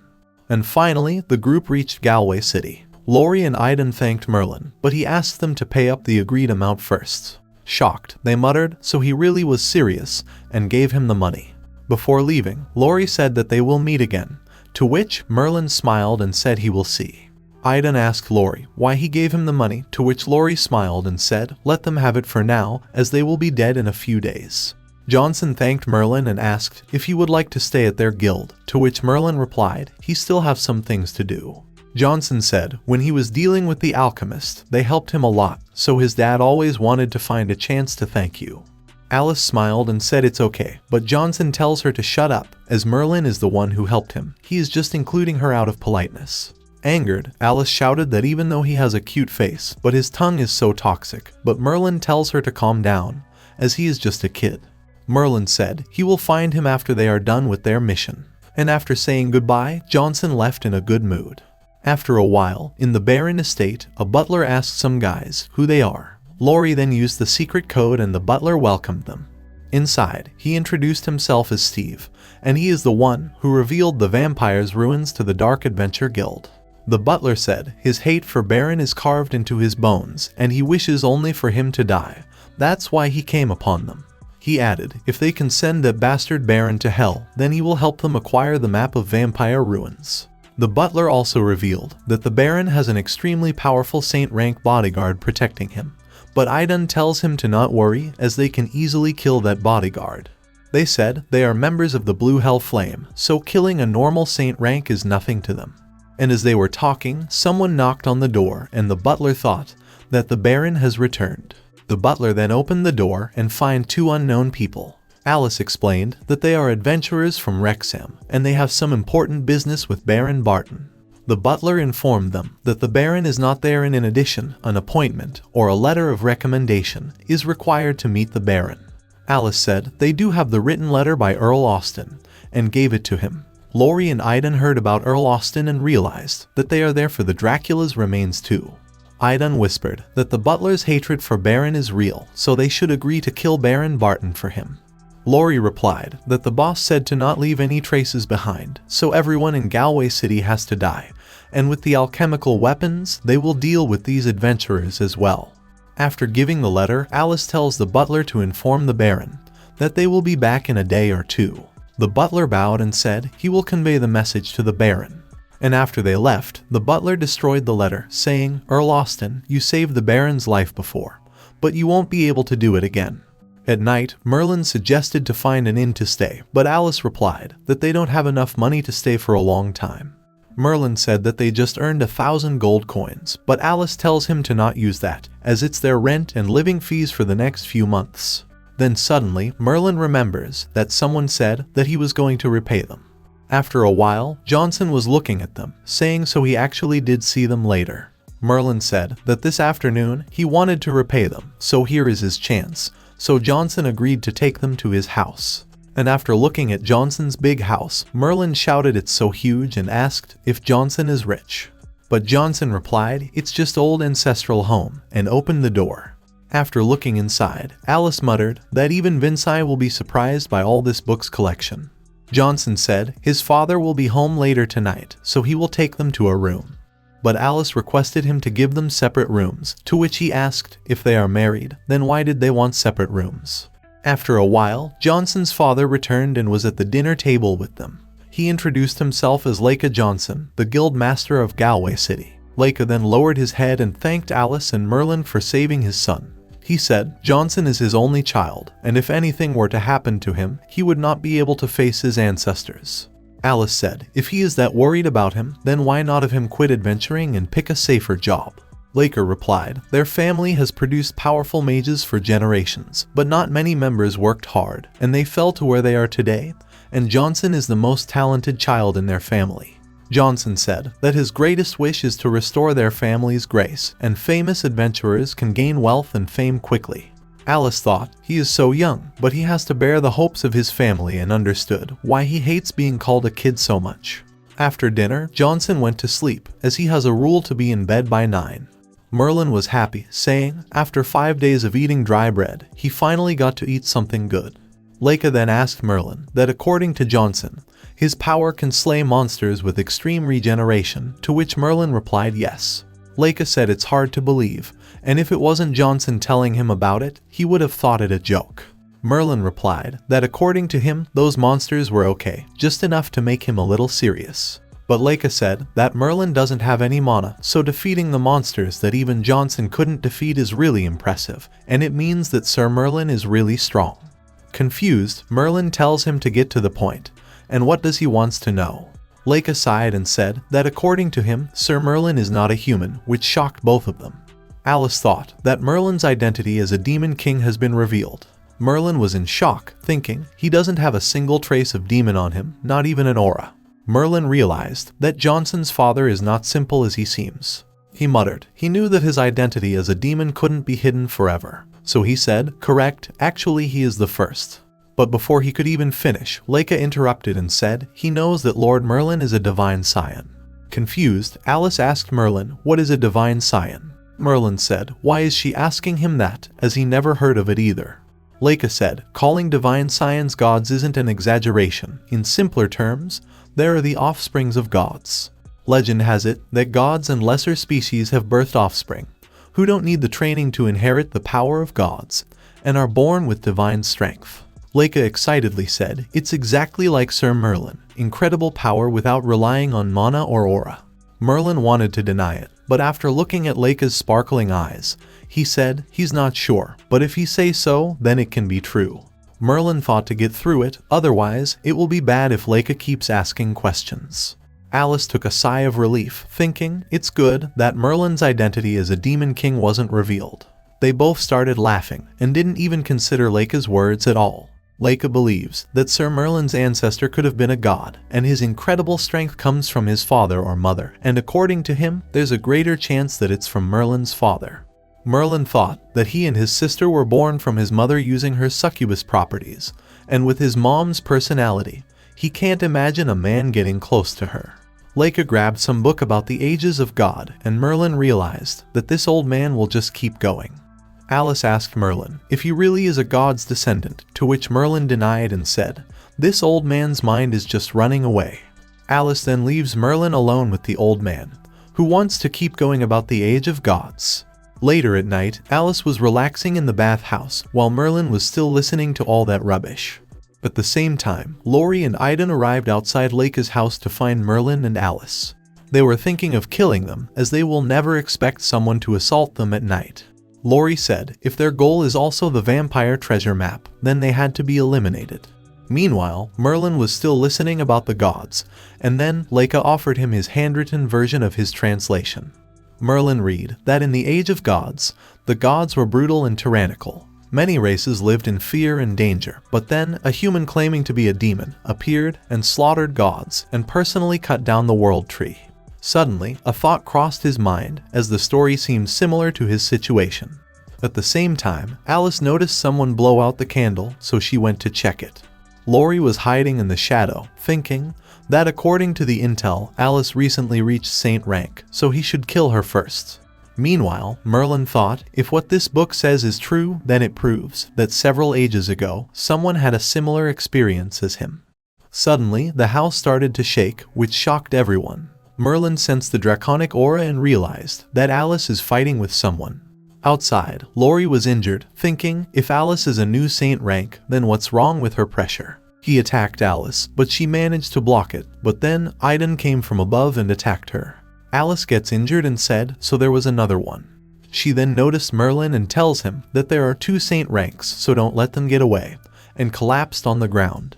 The next morning, Alice woke up and remembered that she got unconscious after fighting with the intruders. She then noticed Merlin and thought that he stayed by her side the entire time. Merlin then woke up and saw that Alice is now awake. He tells her to not worry, as she just consumed too much mana and passed out, so Alice asked him about the 2 bandits. He replied that they got away as he had to take care of her, and said he didn't know that a previous hero had enemies. Alice said she doesn't know about them, but she could tell by their attacks that they really wanted to kill her. Merlin said if they are not the old enemies, then it's likely that they are after the treasure map too, so Alice suggested finding Baron Barton quickly. But before that, Merlin gave her a magic elixir given to him by Leica, who said that it will help Alice's fusion with the draconic inheritance crystal. He explained that if she drinks it, then she will be able to break through. He tells her that Leica spent 3 years refining the elixir, so she should thank him for this. After a while, Alice thanked Leica for the elixir and apologized for destroying his house. Leica tells her to not worry and said being able to meet a legendary scion means more than anything, and wanted to discuss more about it. But Merlin quickly refused and said they need to find the Baron so they can complete their mission, and left. Outside the Baron Barton estate, Merlin noticed a lot of carriages and said maybe Baron has probably returned. He then heard some maids saying the Baron is very displeased after his return, because a trade with foreign merchant doesn't work out, and even the Rothschild banquet is starting soon. As they were going inside, they were stopped by a knight who asked them the reason for their visit. Alice said Earl Austen recommended them, and they handed the letter of recommendation to the butler. The knight confirms that with the butler, and he replied that he never heard of it. He said he has seen these 2 wandering outside for a few days, so he thinks that they are up to something. Alice shouted at him for lying, but before she could do anything, Merlin grabbed her hand and tells her to leave. He explained that after handing the letter, they have been attacked by the assassins, so he smells something fishy there. Alice asked how will they find the Dracula's ruin, to which Merlin replied that they can meet the Baron in the Rothschild's banquet. At the same time, in a small inn, Aidan was treating Laurie's wounds. Aidan said even though he protected his hand by his aura, but it's still frostbite. Laurie added that Alice is not an ordinary saint rank, as her pressure is on par with their guild master. He said, even though the mission is difficult, but they will kill the Baron in the Rothschild's banquet, as that will be their only chance. He then gave a list of some materials to Idun, and tells him to buy them from the black market. Idun asked why he wants those materials, to which Lori replied that once they get the map, they will blast the entire castle to pieces. At the night of the banquet, Alice and Merlin reached the castle. The butler of the banquet asked if they has an invitation to the banquet, to which Merlin replied no. The others were making fun of him and Alice and called them peasants. Alice suggested Merlin to find a different way, as they are standing out too much. Merlin then tells Butler that even though he doesn't have an invitation, but he has something else. And as soon as the butler takes a look at Merlin's diamond VIP pass, he gets shocked. He tells him to wait and ran to do the preparations for them. Alice tells him to not create a scene and suggested to snuck in quietly, but Merlin tells her to just watch. Suddenly, they are welcomed by the fireworks and the red carpet. The maids bowed in front of them, and the butler bowed and said, "Welcome, Diamond member Sir Merlin, to tonight's banquet." Merlin was smiling while Alice was in complete shock, and as they were going inside, the others were shocked to see a real Diamond member. They never thought it was real, as this is the first time they have seen it. Alice asked Merlin, how is he a Diamond member, because from what she heard, just a gold membership would cost millions, and even the Queen isn't a gold member. Merlin explained the time when he sold her armor, he went to their racetrack every day, and then suddenly they gave him the membership. Shocked, Alice said, so he bet the money from selling her mithril armor and became a Diamond member. Meanwhile, in the Baron Barton private room, he was angry as the auction hasn't started yet. The butler of the venue explained that there is a process of banquet and the auction will start after the dance. Baron said, a lot of people have died for this map, so if he can't get a good price for it, then all the efforts he invested will be wasted. At the same time, his butler Steve realized that the Baron has the map with him. Outside the castle, Lori and Idun were waiting for the right time to attack. They said, once they get the treasure map, they will blow the barrels they put inside the castle. At the same time, Merlin gets ready and thought the ball didn't allow him to bring a weapon, but he should be able to deal with any situation without it. The maid then informed him that the ball is about to begin, and tells him to head to the venue. Merlin then called Alice's name and said, did she forget the real reason they are there for? Alice replied, she is not used to wearing a dress, so it took her some time to get ready. And as soon as Merlin saw her in the dress, he felt something in his heart. She asked, why is he looking at her like this? But he replied, it's nothing, and tells her to come with him. The butler then welcomes the Lord of Galway City, Baron Barton, to deliver the opening speech. Alice said, they found the Baron, so what should they do? To which Merlin replied, just ask him directly about the map. The butler then announced that tonight, other than the Baron, there is also a prestigious guest of the Rothschild.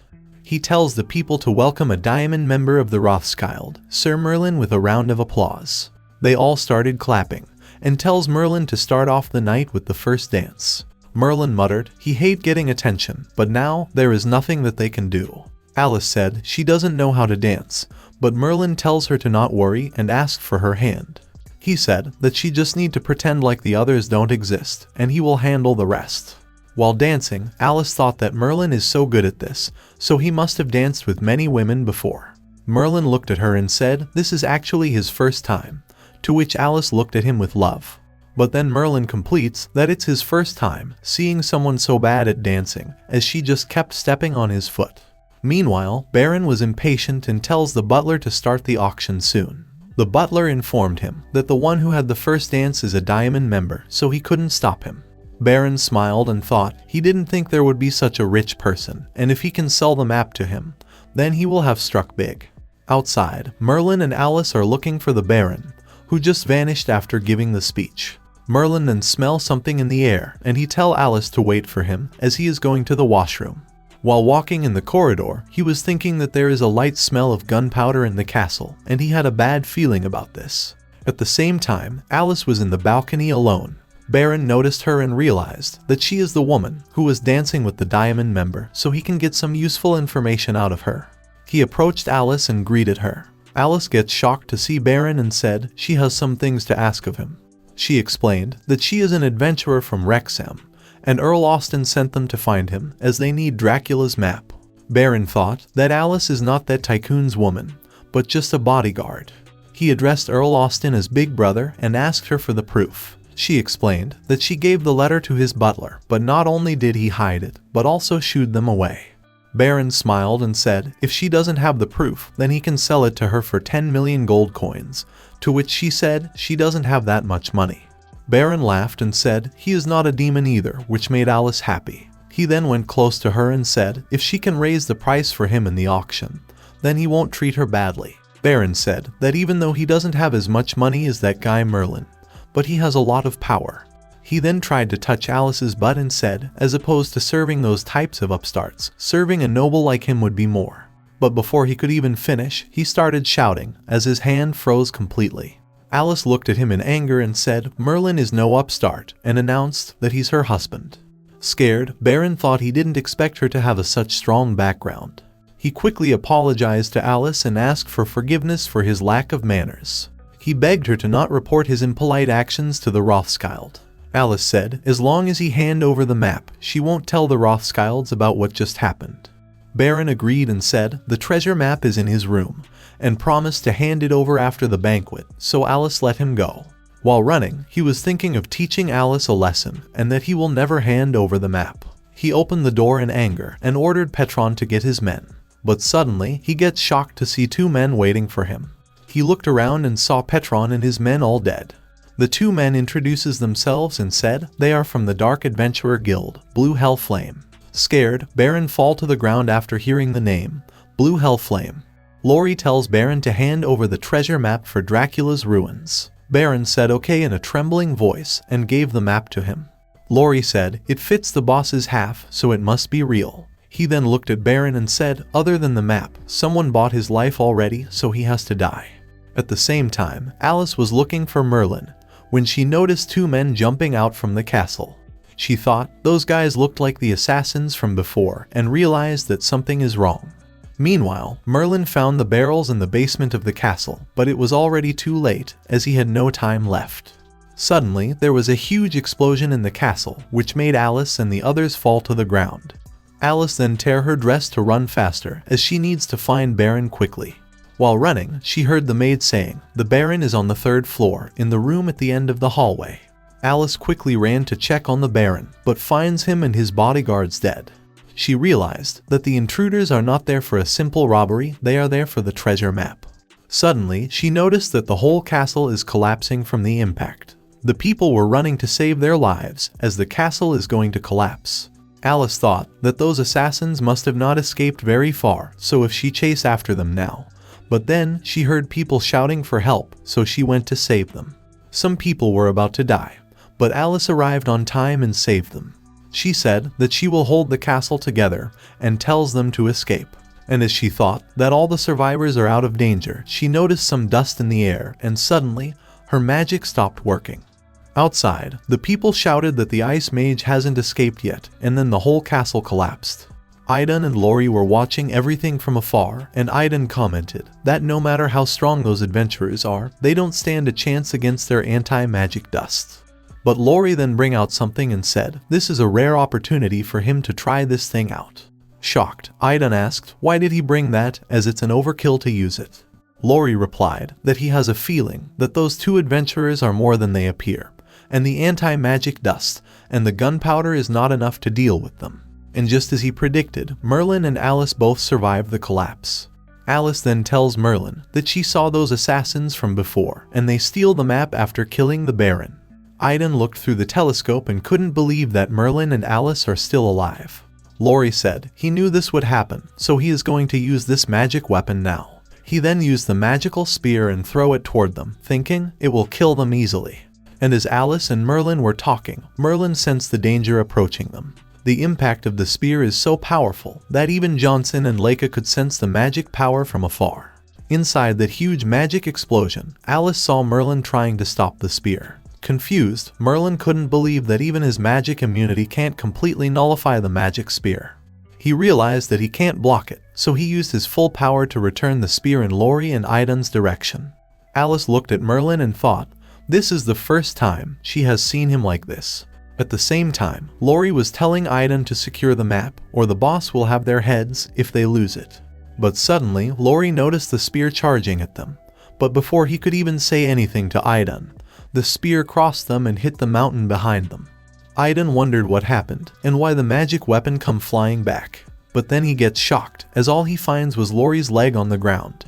Aidan quickly ran after Laurie's death, thinking that adventurer is beyond what they can handle, as he is a monster. Merlin asked Alice if she is alright, to which she replied she is just out of mana. She was depressed, thinking now that Baron is dead, they can't get Dracula's ruins map. Merlin then suggested going in the explosion direction, thinking they can find a clue there. Alice was shocked to see the destructive power of that spear and thought if that spear hits her, then she would have died. Merlin went close to the spear and said, "This is extraordinary, as the power it contains is neither aura or mana." Alice thought maybe her friend Vincey can find some clues about those assassins from the spear. Suddenly, a thought crossed Merlin's mind, and he tells her to go with him. He smiled and tells her that there is one more clue in Galway. In the town, the people were shocked to see that the castle exploded. Amidst the chaos, a man was trying to leave the town. The man was the butler Steve, who said he finally avenged his friends. Suddenly, he heard someone's voice asking where is he going at this hour. That someone's were Alice and Merlin, who knows that the butler was behind all this. Steve refused to tell them anything and tried to leave, but gets knocked down by Merlin. And as he fall to the ground, a pocket watch fell from his neck. Merlin said he won't kill him until they gets a clue, but then he noticed that pocket watch, while Alice asked the butler why did he wanted to kill the Baron. Angered, the butler shouted because that scum deserved to die. He said if Alice and Merlin were sent by Earl Austen, then it must be in regard to the vampire incident. He angrily said that Baron Barton was a man that was even scarier than any vampire. He tells her that 7 years ago, he and his small adventurer group received a mission from Baron Barton. The mission was to enter a secret ruin and find a map. They found the map in the grip of a dry corpse, so they took it and thought the mission was quite easy. However, they did not know that the ruin was the burial place of a high-class vampire. The map showed where Dracula's remains were along with the other treasures, but they had awoken the guardian of the treasure map. Then, the guardian mercilessly charged at them. They were no match for a high-class vampire, and so they hastily made their retreat. But when they made it back to the entrance, they discovered that it had been blocked off, and behind them was the fully resurrected vampire. His comrades died one by one of the vampire's attacks. And as he was about to be killed, the wall behind him broke, and the underground river carried him out. He said that afterward, the official records held them responsible for the awakening of the vampire, and consequently branded them as a cult. And that Baron Barton used this incident to summon the army and the religious leaders to combat the vampire. And after suffering heavy losses, they managed to get victorious and Baron gained more power. He said after he escaped the vampire, he faked his identity and infiltrated the Baron's household as a guard, and it took him 7 years to become a butler. He said after Baron invited a scholar, he got to know that the map marked where Count Dracula was buried. So Merlin realized that's why the butler spread the news of the map, in hopes that someone would kill the Baron. The butler said he never thought that his actions would result in the destruction of the castle and kill so many innocent people, and also added that the map is now with the blue hell flame. Merlin then showed him the photo inside the pocket watch and asked, "Who is she to him?" Alice said, "Isn't this the Moonlight Pub's owner, Miss Martha?" which shocked the butler as she knew his wife. Merlin tells him that she took care of them around half a year ago when Wrexham suffered a goblin attack, and that she was taken by the goblins. But then they defeated the goblins and brought Martha and her son back and safe. He said, even though it hasn't been easy, but she and little Henry have been waiting for him at the Moonlight Pub. He tells him to atone for some of what he has done, by letting them know that he is safe, and left. But before they could leave, Steve stopped them and apologized to them. He then gave them a book, saying they found it along with the map, and it is the notes of the hunter, who captured the vampire. He said this will be useful to them if they are thinking about looking for Dracula's whereabout. Merlin opened the book and said he can't read it, as it was in the ancient text, so they decided to show it to Vincey. Alice asked Merlin if he is really going to let the butler leave, as it's not like him. She said that according to her, he would have mercilessly taken all his money and left him to die. Merlin then smiled and thought maybe a certain idiot had an effect on him. Meanwhile, in the Blue Hell Flame Guild, the guild master was shocked to know that Laurie is dead. Aidan tells him everything about Merlin and Alice and how Merlin threw the magic weapon back at them. And as soon as everyone heard that the magic weapon was thrown back, they all got shocked. Aidan said, the woman is an ice attribute mage with the dragon race aura, and even though her partner has no mana, but he managed to throw the weapon back. Humphrey then angrily said they will mobilize all their manpower and will go to France for Dracula's treasure. The next morning, in the town of Wrexham, Merlin gave the book to Vinci and asked if she could understand what is written inside. She gets excited after seeing the ancient texts and said this is her first time seeing this writing in person. She excitedly said she will translate all of it in 3 days. Merlin also added that he wants her to help in verifying this. But Vinci was not listening to him anymore as she was searching for reference books so she could translate the ancient text. Rossetti tells him Vinci becomes very absorbed when she is fascinated by something, so she won't be responding to anyone. So Merlin decided to take the spear back with him, thinking he will ask her after 3 days.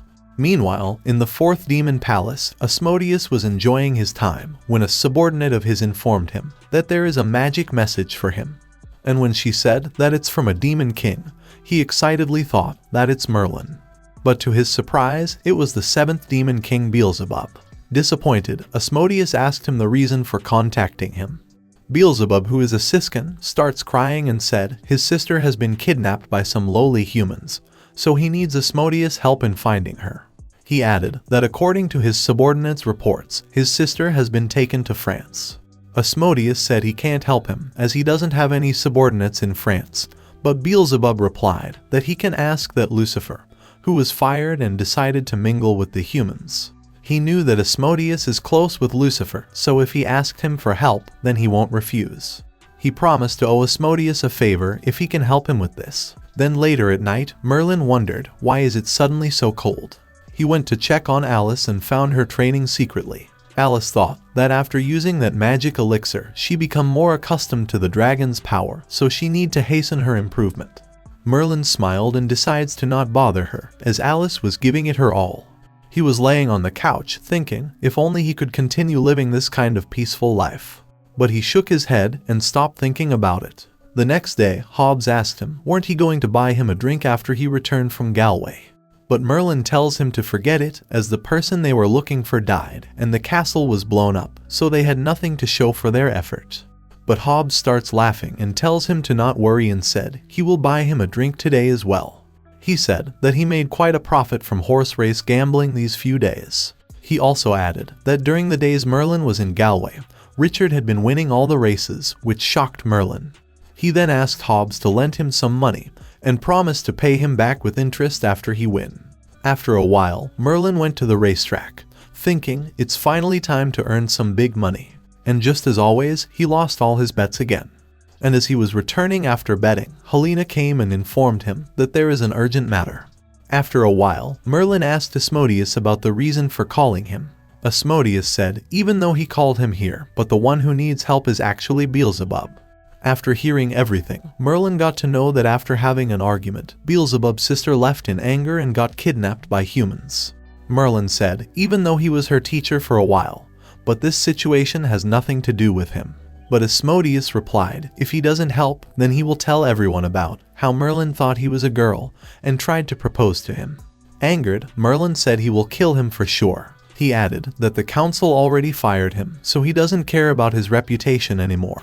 But still, he could help Beelzebub. But he said he never worked for free, so he wants some kind of reward for helping. Asmodeus tells him that Beelzebub promised to help with anything as long as they find his sister, and quickly cut the magic connection. He sighed, thinking Merlin is not weak against this anymore, and he screwed it up this time. 3 days later, in Vinci house, she translated the book and revealed that it's the hunting diary of a legendary hunter, who died after sealing a high-ranking vampire in that cave. But within those ruins, he found clues to the location of Count Dracula, the legendary vampire said to be the first of his kind. She said, on their modern maps, that would be the south of France, and it also mentioned a place called the Glen Plains. After that, Alice gave her the spear and asked about it. Vinci looked at the spear and asked from where did they find it.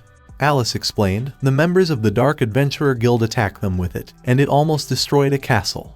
Vincai said that she could never mistake it. The maker of this spear is her senior, which shocked Alice. Vincai explained that she and her senior were the only students of their teacher, and her senior had an incredible talent for alchemical tools. She said that he only ever made weapons, more accurately, magical devices made for killing. And afterward, he left and went missing, and she never heard any news of him in years. She tells Alice if she ever encounters him, then she should be careful, as even though he is a genius, but also a madman. After a while, Merlin was with Hobbs, saying a lot of stuff is happening to people he knows. He then asked Hobbs if he knows anything about the Dark Adventurer Guild. Hobbs explained there are 4 guilds: Demonic Glory, Blue Hell Flame, Phoenix, and Winter Eye. Apparently, Demonic Glory was destroyed not long ago, so there are only 3 of them left now, to which Merlin asked if their guild masters are strong. Hobbs said they shouldn't be any weaker than their guild master, and if one managed to kill even a member of a Dark Adventurer Guild, then he would get a reward from any guild or country, leaving Merlin disappointed. And as the two were talking, Mark came and greeted them. Hobbs and Mark then both taunts Merlin, saying Alice is soon going to reach the pinnacle of the saint rank, so he should also increase his rank, or he's gonna get dumped. Merlin ignored their taunts and said that he is going to France with Alice tomorrow, and asked if they knows anything about the vampires. Mark said the vampires vanished a long time ago, but there is a living legend in France, who completed countless low-level missions and ascended to the silver plate. After some days, Merlin and Alice reached France and wondered why it looked like everything is withering. Suddenly, some people surrounded them and asked for something to eat. But before Alice could give them anything, Merlin grabbed her hand and ran from there. He scolded her and said if she gives them anything once, then the others are going to tear her apart for more. And as Merlin was scolding Alice, suddenly he sensed something, so he quickly went to check it. Alice chased him and asked why did he get nervous all of a sudden. But Merlin said it's nothing, and tells her to get moving. He thought that for an instant he sensed a demon who was at the level of the Demon King. Meanwhile, a man was asking for some food from a stranger, but gets scared after looking at his face. That someone was none other than the Demon King Beelzebub, who was muttering, if Lucifer isn't going to help, then he will do it himself. After some time, Merlin was complaining about the place as they can't even rent a proper carriage. He asked the man about France and why there are so many refugees. The man explained, not long ago, they had a flood and lots of villages were destroyed, and all the people who fled are refugees with nowhere to go. He then sighed and said, the king won't care about the lives of these refugees, and according to him, France is going to be gone soon. Alice asked if the king of France is not going to help the refugees, to which the man replied that the king is aged and his mind is unclear. The king only has one daughter named Margareta, who will have all the power. But now they don't think that she would take the throne because of the new prime minister. Prime Minister Midas bought all the officials, and once the king became sick, he started devouring large amounts of empire property to the point that now they don't have the money for disaster relief anymore. Alice asked why no one tried to resist the prime minister, to which the man replied that anyone who tried to resist was executed by the prime minister. He then suggested Alice to do their work and leave quickly as the current France is going down. Alice couldn't believe that a country is going to doom, but then Merlin pinched her cheek and said he knows what she is thinking, but this has nothing to do with them, so they are staying out of this. Alice replied she know that, but now that they have come across this matter, so if they don't do anything, she will feel slightly guilty. After a while, they reach the Vaux village, which looks more battered than they expected. They then find the house with their guild badge on it. Inside, they find an old man who tells them to leave if they are there for any marketing. Alice said that they are adventurers from Wrexham and they have business with Sir Callan. And when he revealed that he is a Callan, Merlin shockingly shouted, so you are the legendary adventurer who completed countless low-level missions to be promoted to silver plate. Confused, Alice asked how is he a legend, to which Merlin said, he is quite famous in Wrexham. Merlin explained, this old man is the very definition of, if there is a will, there is a way, and he's the legend hailed as their spiritual role model at the Wrexham Royal Racetrack. Merlin then tells the old man that Carl sent them there to meet him so he can help them in their mission of investigating vampires. A Callan said that Carl once saved his life, and if it is his request, then he will accompany them throughout their mission in France. Alice thanked the old man, and he tells her to wait as he is going to change into his gear. A Callan then went inside his room and came out after some seconds. Confused, Merlin asked what gear did he change into. Callan replied that he changed his slippers into leather boots. He said the slippers aren't fit for long-distance travel, but with these boots, he can go on a long journey. After a while, Callan asked Merlin and Alice if they can feel the lighting speed of his ox wagon. Depressed, Merlin and Alice wondered if Carl screwed them over by sending them to this old man. Alice asked when will they reach the Glen Plains, to which Callan replied in roughly 3 days. Merlin was angry, saying they should go to the plains directly because Callan was going to the church first. He said if they want information on vampires, then they need someone with experience, and his friend happened to be a known priest in the Glen Plains. And with the lightning speed of ox wagon, the 3 days journey took a whole week. Alice tells Merlin to move their luggage so they can take a break. Suddenly, Merlin starts to feel pain in his heart and falls on the ground. Alice worriedly asked if he is alright, as he was looking pale. But Merlin tells her to not worry and said it is just an old problem, so it will be fine soon. Alice asked what problem is this and from how long he had it. But Merlin said there's no point in telling, as it's not like she can fix it.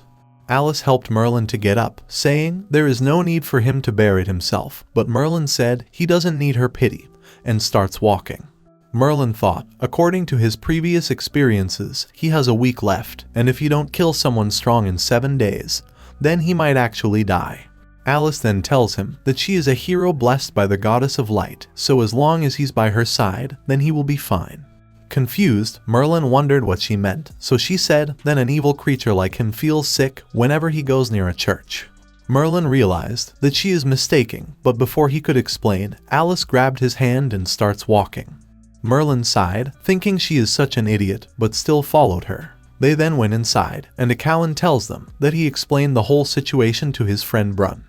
Brun tells them that vampires did exist once and ruled over all of France. But now, vampires have gone extinct as if they vanished overnight. Alice then confirmed something, saying she heard that in the Glen Plains, the deceased must have their hearts pierced by silver before they are buried. Brun said it is true because the ancestors of the Glen Plains were assaulted by vampires before, so this is a tradition to prevent dead from turning into vampires. He then said that 600 years ago, one night, 3 monsters came out from the southern forests of the Glen Plains. And as soon as they arrived, they immediately began slaughtering humans, using their sharp fangs to drain their blood. And the dead came back to life, killing their kin as the vampires did. And this horror continued for a month. And then suddenly, the 3 ancient vampires vanished, allowing humans to retaliate, burning the followers of the vampires to death and piercing their hearts with silver. Merlin then asked, who were those 3 ancient vampires? Brun said their names were Lamia, Satori, and Dracula. Alice shockingly shouted the name Dracula and asked to tell more. Brun said that most people think that vampires were cursed by the goddess of light to become monsters, but that's not true. There is a very old legend that within a dense cluster of trees there is an evil altar, and the vampires absorbed evil power from the altar and were born after being cursed. A long time ago, many people saw the 3 ancient vampires exit the forest. Merlin then smiled and said they will go into that forest, thinking he wants to meet this evil power in the depths of the forest. He thought, no matter how evil it is, it can't be more evil than him. Meanwhile, a group of adventurers were wandering in the forests. Their leader explained that the boss wants them to get some money, or else they are all gonna starve to death, so that's why they are there to try their luck. And after walking for a while, they finally found the altar. One man tells his leader that from what he heard, this place is too dangerous, and no one's ever left this place alive. But the leader tells him to shut up and starts digging for the treasure, saying if anything happens, he will handle it, as he is a saint rank. After a while, the leader was thinking that this job is quite easy, but then he noticed something behind him. He then gets shocked, because when they came in, there was not any tree there. Then suddenly, he heard his men shouting, saying there are ghosts. They said that there is a little girl singing in the ruins. The leader said there is no one singing and tells them to go back to work. But then he noticed something. Back at the Glen Plains, Merlin was thinking about his curse, that killing without end, is this that power brings him? Suddenly, he asked, how long is she going to watch? That shocked Alice, as she thought that she was hidden quite well. Merlin tells her to have some rest, as they are going to the altar tomorrow, but she was worried about him. He said that he just want to be alone for a little while. But Alice smiled and said, "This isn't like him, because there's no way an arrogant, disgusting demon can become this emotional." She said, even though she doesn't understand others, but she knows him very well. As a demon, his pride is really high. Feeling uncomfortable makes him become all mean, and doesn't want other people to feel sorry for him, just like an angry child. Merlin then looked at her face and starts pulling her cheeks, saying she can't understand him and called her a trash hero. He then tells her to keep her distance, because he is a demon and she is a human, so in the end, they are not the same. But Alice tells him that it doesn't matter because they are married, but then stopped herself and said they are partners. But Merlin smiled and said what he mean is that they used to be enemies, and that hasn't been settled yet, so he is sure that she hate him somewhere deep down inside. He asked if one day he were to fight her for some reason, what would she do then? To which she just smiled and said there's no way he would do that, and if they looked past his demon constitution, he is actually a good person. After hearing that, Merlin smiled evilly and asked, what if he commits a great evil, will she draw her sword on him? Alice replied that she will stop him before he could do something like that, and as for drawing her sword on him, of course she will do it. She said that one day she will beat him as payback for bullying her all this time. Merlin then flicks her head and tells her to go to bed and do that in her dreams. Then the next day, Brun said goodbye to them as they are going to the forest to find the altar. Callan excitedly said that he can't wait to unveil the mystery of the vampire altar, to which Merlin said that he can go back once they get to the forests. But Callan refused and said he won't be able to sleep if he let them go to such a dangerous place alone. After a while, Merlin and his group were walking inside the Glen forest and find water everywhere. And after walking for a while, they finally found the legendary altar. But then they get shocked to see some corpses lying on the ground. Merlin said they died yesterday, and the bodies weren't chewed on, they look like they were torn apart. Callan said that according to the legend, the Glen Forest has a powerful protector, so it could be their work. Merlin then tells them to come over as he found an underground passage. And while Callan was thinking whether they should go inside or not, Merlin enters the passage and starts walking. And after walking for a while, they reach the heart of the altar. At the center of it, there was a magic scroll. Merlin finds it interesting and went to check it himself. But then, suddenly, a man came running and begged them to not kill him and ran from there. Alice said he must be one of the survivors, so she ran after him, saying he might know something about this place. Callan suggested to follow after Alice, because without her protection, he and Merlin are both in grave danger. But then, Merlin heard a child singing. He then asked Callan if he knows something about this bottle. Callan replied that the emblem of the goddess of light is printed on it, and the rune on it is familiar to the things that the church's heroic inquisitors use. He said that it must be used to contain something evil, something very malicious, so they should not. But before he could complete, Merlin picked the bottle, saying he doesn't feel anything. Callan shouted at Merlin to not break the containment seal, or the evil within will be released. But Merlin tells him to not worry, as he can control his hands very well. But then, the seal on the bottle got destroyed by Merlin's anti-magic. Callan worriedly asked, just what did he do? To which Merlin replied, maybe the seal just shattered because it was too old. He then looked inside the bottle and said, there is nothing evil in there. But then, suddenly, the ruin started to collapse. Callan said, maybe the evil in there gets released, and now they are doomed. But Merlin tells him that it's got nothing to do with them, and that someone is fighting outside. Outside, Alice was fighting with the protector of the altar, a large treant. She was shocked and muttered, this is the first time she has seen a treant this big. The treant was angry, saying, that has disappeared, it escaped the seal. It was attacking Alice, saying, now evil will rage at the world, and even the gods will be disturbed. Alice gets shocked, because the treant easily breaks her saint rank barrier. She realized that it is the power of a grand rank, and wondered just from where a treant got this much power. But then she got captured by its branches. It was repeating the same thing over and over, that it has escaped, it is all over. Alice tells it that they haven't done anything with the seal, and there must be some kind of mistake. But it shouted, saying, he is a holy life created by the goddess of light, and for 600 years, he has watched over this evil altar. He added that the goddess seal is broken, and the source of all evil will return to this world, and the sinners who open the seal shall die 1,000 deaths. It then tightens its grip to kill Alice, but before it could happen, Callan attacked it with fire magic and saved Alice. He tells Alice to get out of the forest while he will hold it off. He said that all these years of adventuring, he is still only a silver plate, so if he can save them, then he is ready to die.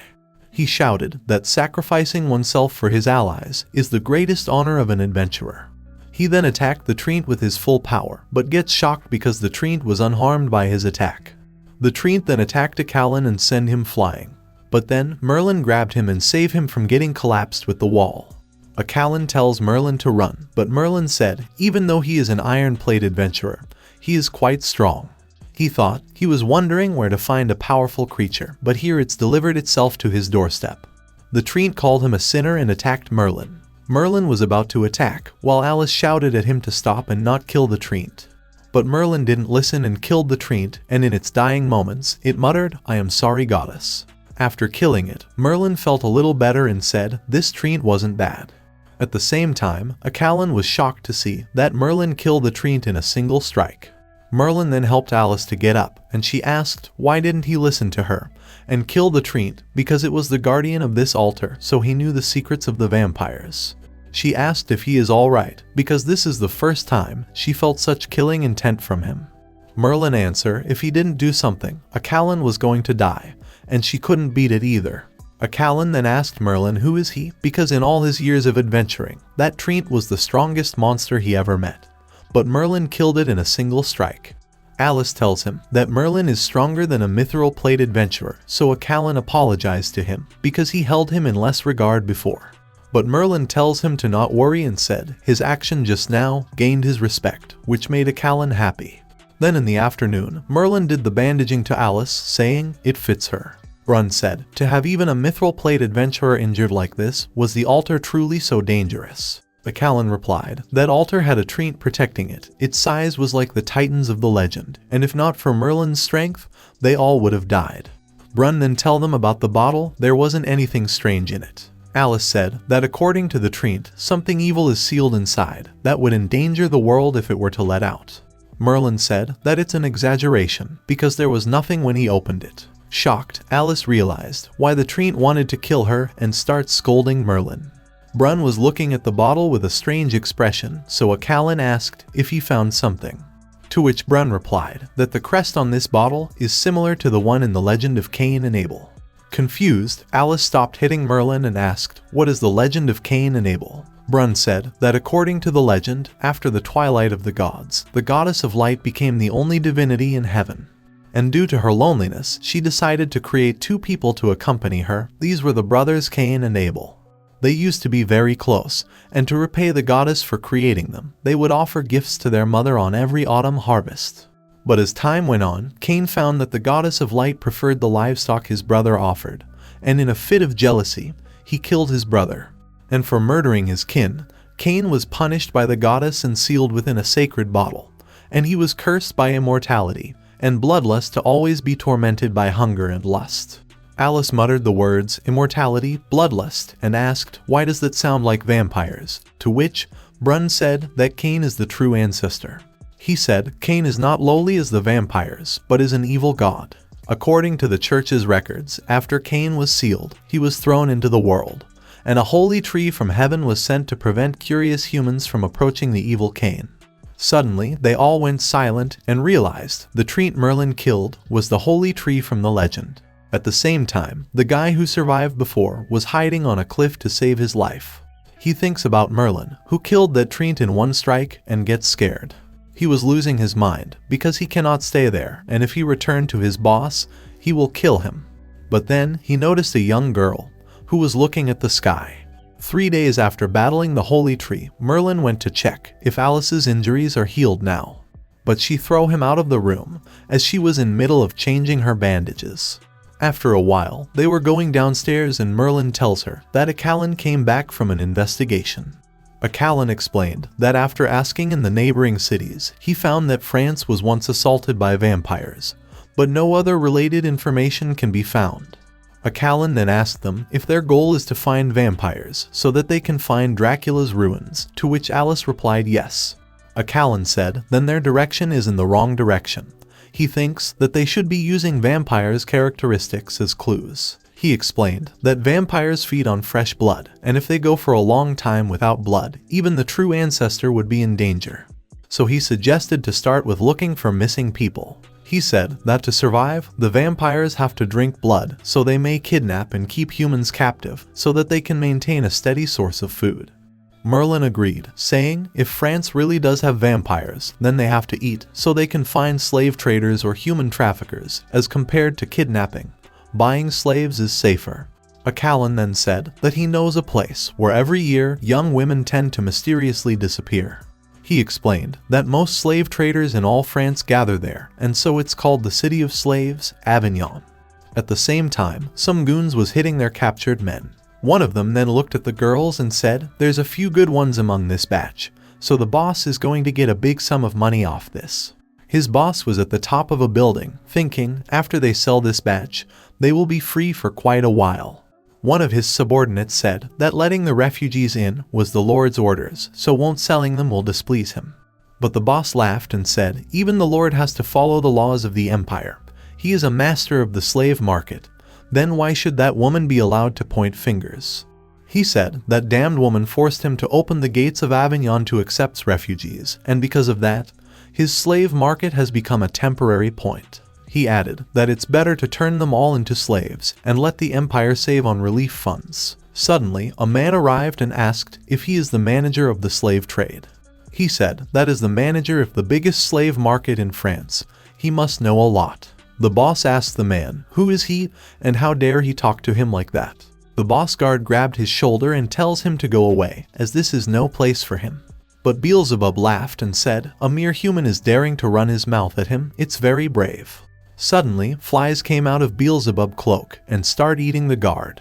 The boss shouted at his guard, asking why is he taking so long to kill a bunch of bugs. But then, he gets scared, because in just some seconds, only the skeleton of the guard remains. Scared, the boss realized that Beelzebub is a demon, so he begged Beelzebub to not kill him and promised to tell him everything. Beelzebub then showed him a picture of a girl and asked if he seen that girl. He said if he know where she was sold to, he can consider sparing him. The boss replied that he has seen her, she came there 2 months ago, but was already bought. He said he don't know who the buyer was, but the accent was from someone high up in the capital. And after getting the information, Beelzebub starts walking, so the boss took a sigh of relief. But before leaving, Beelzebub said he has finished considering and attacked the boss. He then looked at all the refugees that the boss captured to sell.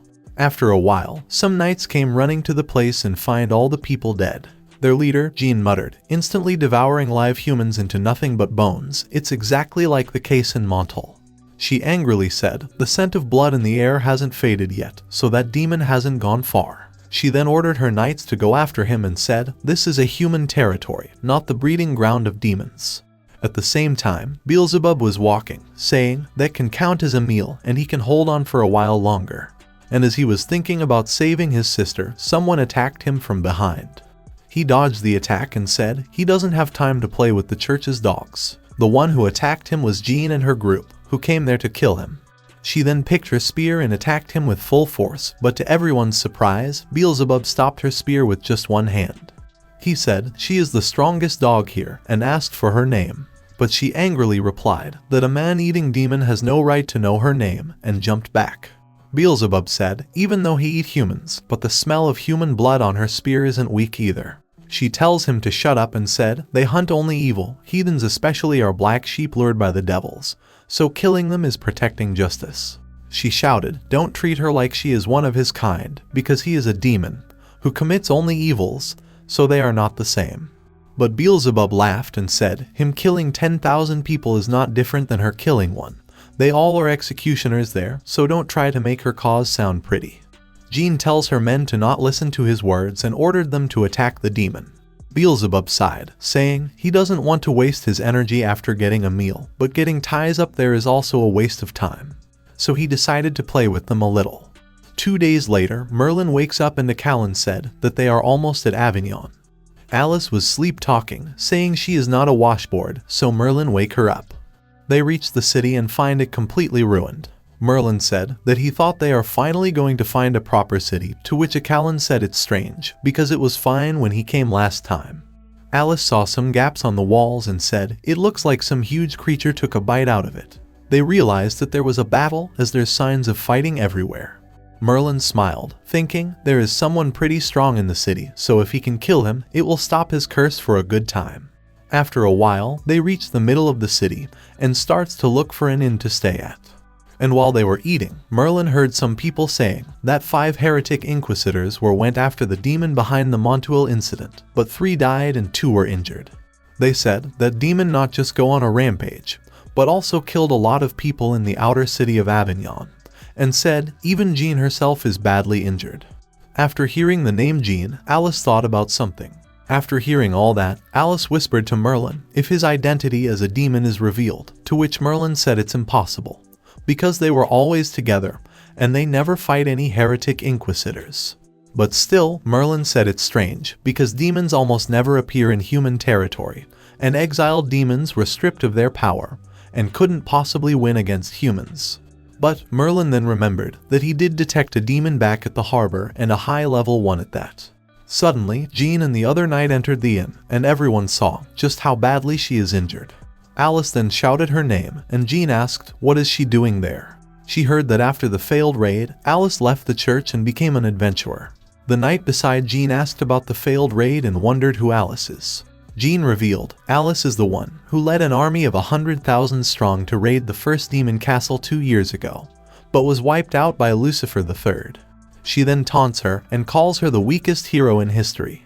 Everyone gets shocked after hearing that Alice is the hero of legend, who was taken by Lucifer III as his concubine. Even Callan was shocked to know that Alice is the hero in the legends. After a while, in Alice's room, she explained everything to Jean, and that her only relation with the church is of debt. Jean then challenged Alice to a battle, as back then, when she was the hero in waiting, she lost to Alice. Merlin tells Alice to not back down and pound her, because people like Jean won't stop until she gives her a beating. But Alice throws a pillow at Merlin to shut him up, and tells Jean that she can't accept her challenge, as she has no reason to fight her. Jean said she is disappointed in her, as now she is just a normal person, who threw away her identity and her faith in Goddess.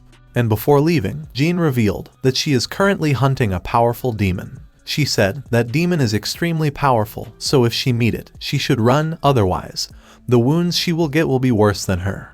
Slightly later, Alice asked Merlin about this demon, because he said that demons almost never appear on human territory. Merlin laughed, saying, it's not completely impossible. The only ones who can hang around human territory long term are exiled demons who are stripped of their power. He added, but this one can beat that saint rank girl into how she is now, so according to him, it's some great demon official out on business, so they won't stay long. But then, suddenly, Merlin remembered Asmodeus' words that Beelzebub's sister was kidnapped to France, and thought maybe it's one of his subordinates.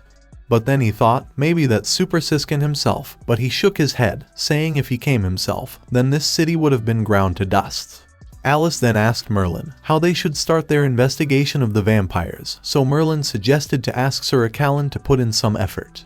Callan quickly agreed, saying he is a pro at gathering information. He said that he will get to the bottom of people going missing in Avignon, and tells them to wait for his good news. Alice was worried, thinking if it's alright to leave Sir Callan alone, but Merlin tells her to not worry and said, let the professionals do the professional work. Meanwhile, in the raider mercenary encampment, the survivor explained everything to his leader. He said when they got into the altar, the deputy's head got crushed by some huge tree man with just one punch, everyone else died, and he only survived by hiding in a cave. The leader then asked, so even after entering the altar, he didn't find anything of value. Scared, the man replied, there really wasn't anything, there was only some weird bottle in there. Angered, the leader take out his sword, saying, so a bunch of his people dies, including a saint rank, and he have nothing to show for it. But the man shouted that he didn't come back empty-handed, he kidnapped a kid on the way here. He said, the kid looks like she's high-quality goods, so she can probably sell for a good price, and show the girl to his leader. At night, in the inn where Alice and Merlin are staying at. Merlin found Alice awake in the middle of the night, so he went close to her and asked, what is she doing there, to which she replied that she couldn't sleep. He then repeats her words from before, that someone is heartless and energetic, she still has moments like these. He then smiled and asked if it's related to Jean, and it was a bullseye. Alice said that in the holy capital, Jean was her junior and they were really close, but now they are like enemies. She added that it was a fair duel with the title given to the winner, so how is it her fault? Merlin smiled and said she is pretty straightforward. He tells her that to take back his throne as the king of arrogance, he killed a lot of demonic aristocrats, and he didn't think twice about it as it was his in the first place. Confused, Alice asked what does he mean, and he replied that what he mean is none of them are wrong, they only happen to get in the way of others' profits. He said she can't have everyone like her, people without an enemy or two are the odd ones, as even the goddess of light has Satan as a mortal foe. He added that if she didn't choose to become a hero, then she probably wouldn't have met him, and he would never have met her, this was their destiny. He said that meeting her wasn't a bad thing, rather it was very lucky, so he tells her to rest and left. Suddenly, Alice realized what he just said, and it was the moment when Merlin's words hit hard on her heart. After a while, she was calling Merlin stupid and said, what does he mean by their destiny? Then the next morning, Alice was still thinking about Merlin's words. And while having breakfast, Merlin asked why were she so loud last night, to which she asked him, whose fault is that? She then asked a Callan if he find any news.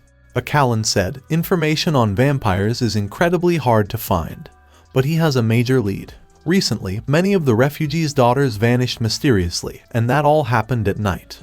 Merlin said, this is a slave market, so maybe they were kidnapped and sold by the slave traders. But a Callan replied that slaves are only merchandise in the eyes of slavers, so they don't care if they are male or female. But the only ones disappearing are girls. He added that according to the legends, the vampires consume large amounts of blood to survive, and in their eyes, the pure blood of a maiden is particularly precious. Alice agreed and said if they can find the missing girls, then they can confirm whether or not it has to do with vampires. Merlin then asked Alice with a serious look if she is still a virgin. Angered, Alice grabbed his collar and asked what does her virginity has to do with him, to which Merlin smiled and said, judging by her reaction, there's no doubt about it. But suddenly, a Callan interrupted and said, aren't the two of you spouses? So whether or not Alice is still pure of body or not, shouldn't Sir Merlin know best? But Merlin quickly changed the topic and said it's all okay, as long as Alice fits the condition.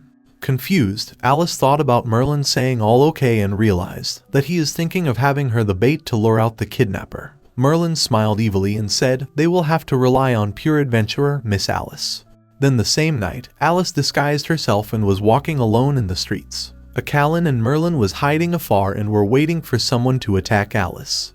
A Callan then asked Merlin why doesn't he express his love for Miss Alice, which shocked Merlin. The Callan said that their relationship is quite strange, as even though they say they are married, yet don't act like that, but still, they both care about each other. But before Merlin could say anything, he sensed Alice's presence disappeared suddenly. He informed a Callan that Alice has left the original area. At the same time, Alice was running from someone, and then falls on the ground. Outside, Merlin checked that Alice's footsteps disappeared near the horse wagon. A Callan came running and said maybe Miss Alice finds something, and went to investigate by herself. He then tells Merlin to leave him there and go after Alice, as his legs are not good as they used to be. While looking for Alice, Merlin thought that with Alice's strength, a thug or two shouldn't pose any threat to her. Meanwhile, in the bandit mercenary squad, two men were laughing as they were able to catch someone easily. That someone was none other than Alice, who intentionally let them capture her. She was hearing their conversation and realized that they are the kidnappers, not the vampires.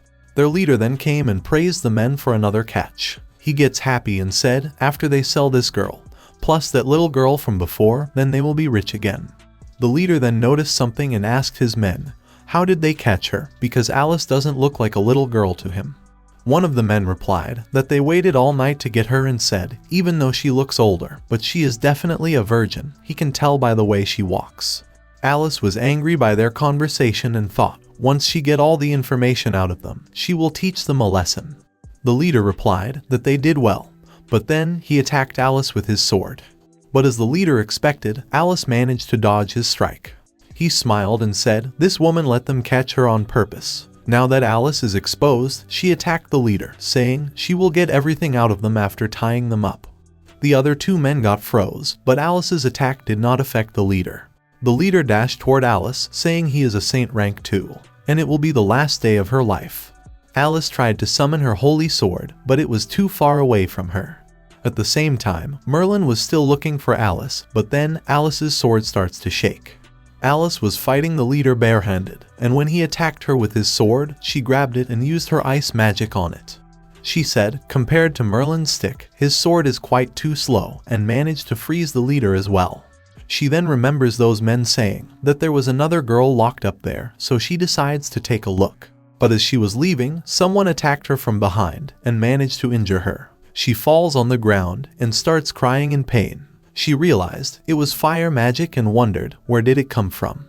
She then looked at leader's body, which was hollow from inside. Someone appeared in front of her and praised her as she forced him to take off his disguise. He said, even though her saint rank aura is stronger than him, but he has killed too many fools like her, and introduced himself as Gungul. Injured, Alice was trying her best to dodge his magical bullet attacks. The leader explained he only need to put in magic crystal to release magical attacks, and this gun is a dwarven masterwork. He said one strike from this gun is equal to that of a saint rank attack. He started laughing, saying she will pay for her ignorance, and launched his strongest attack. Alice knew she could not dodge this magical bullet, so she decides to use her full power. The attack hit Alice, and when the dust got cleared, the leader was shocked to see Alice in a draconic form. But still, he smiled and said she is the first person to block that and start attacking her again. Alice was trying to close the gap between them, but because of his gun's attack, the only thing she could do was defend herself. She was using her ice magic to block the attacks, but then a bullet managed to destroy her ice wall and hit her. But instead of running away, Alice started dashing towards the leader. He attacked her with bullets and realized that Alice wants to trade her arms for his life. And finally, she managed to grab the leader and said, "Caught you." Alice then used her strongest move and managed to defeat the leader. She thought, even though this was her first time using this move, but luckily it worked. She then angrily looked at the leader and asked him to handle all the girls he kidnapped. The leader quickly bowed in front of her and started begging for his life, saying he promised to never do it again. He cried and said he has an old mother, a son and a daughter, so he was forced to do this. Alice sighed and said if he tells her everything, then she will let him go. But as soon as Alice dropped her guard, the leader pulled out another gun and attacked Alice. Alice knew she couldn't block it this time and shouted Merlin's name.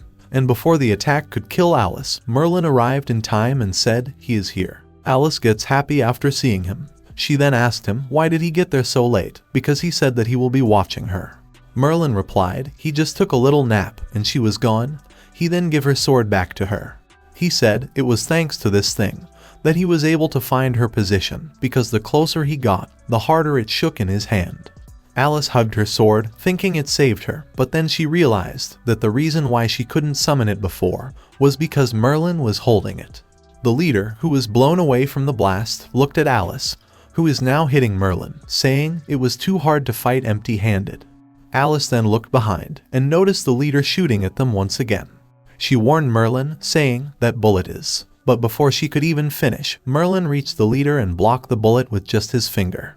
After a huge explosion, the leader was sent flying and gets collided into the wall. He looked at his gun and said it's impossible. Scared, the leader asked Merlin how did he unhurt by a saint-rank demonic beast core. To which Merlin smiled evilly and said that his little pistol was fine, but he is too weak, and he doesn't even has the qualification to be killed by him. But the leader laughed and said 2-on-1 means nothing, as he still has an ace up his sleeve. Alice noticed the magical scroll and wondered if the leader is trying to run, but Merlin knows what that scroll is.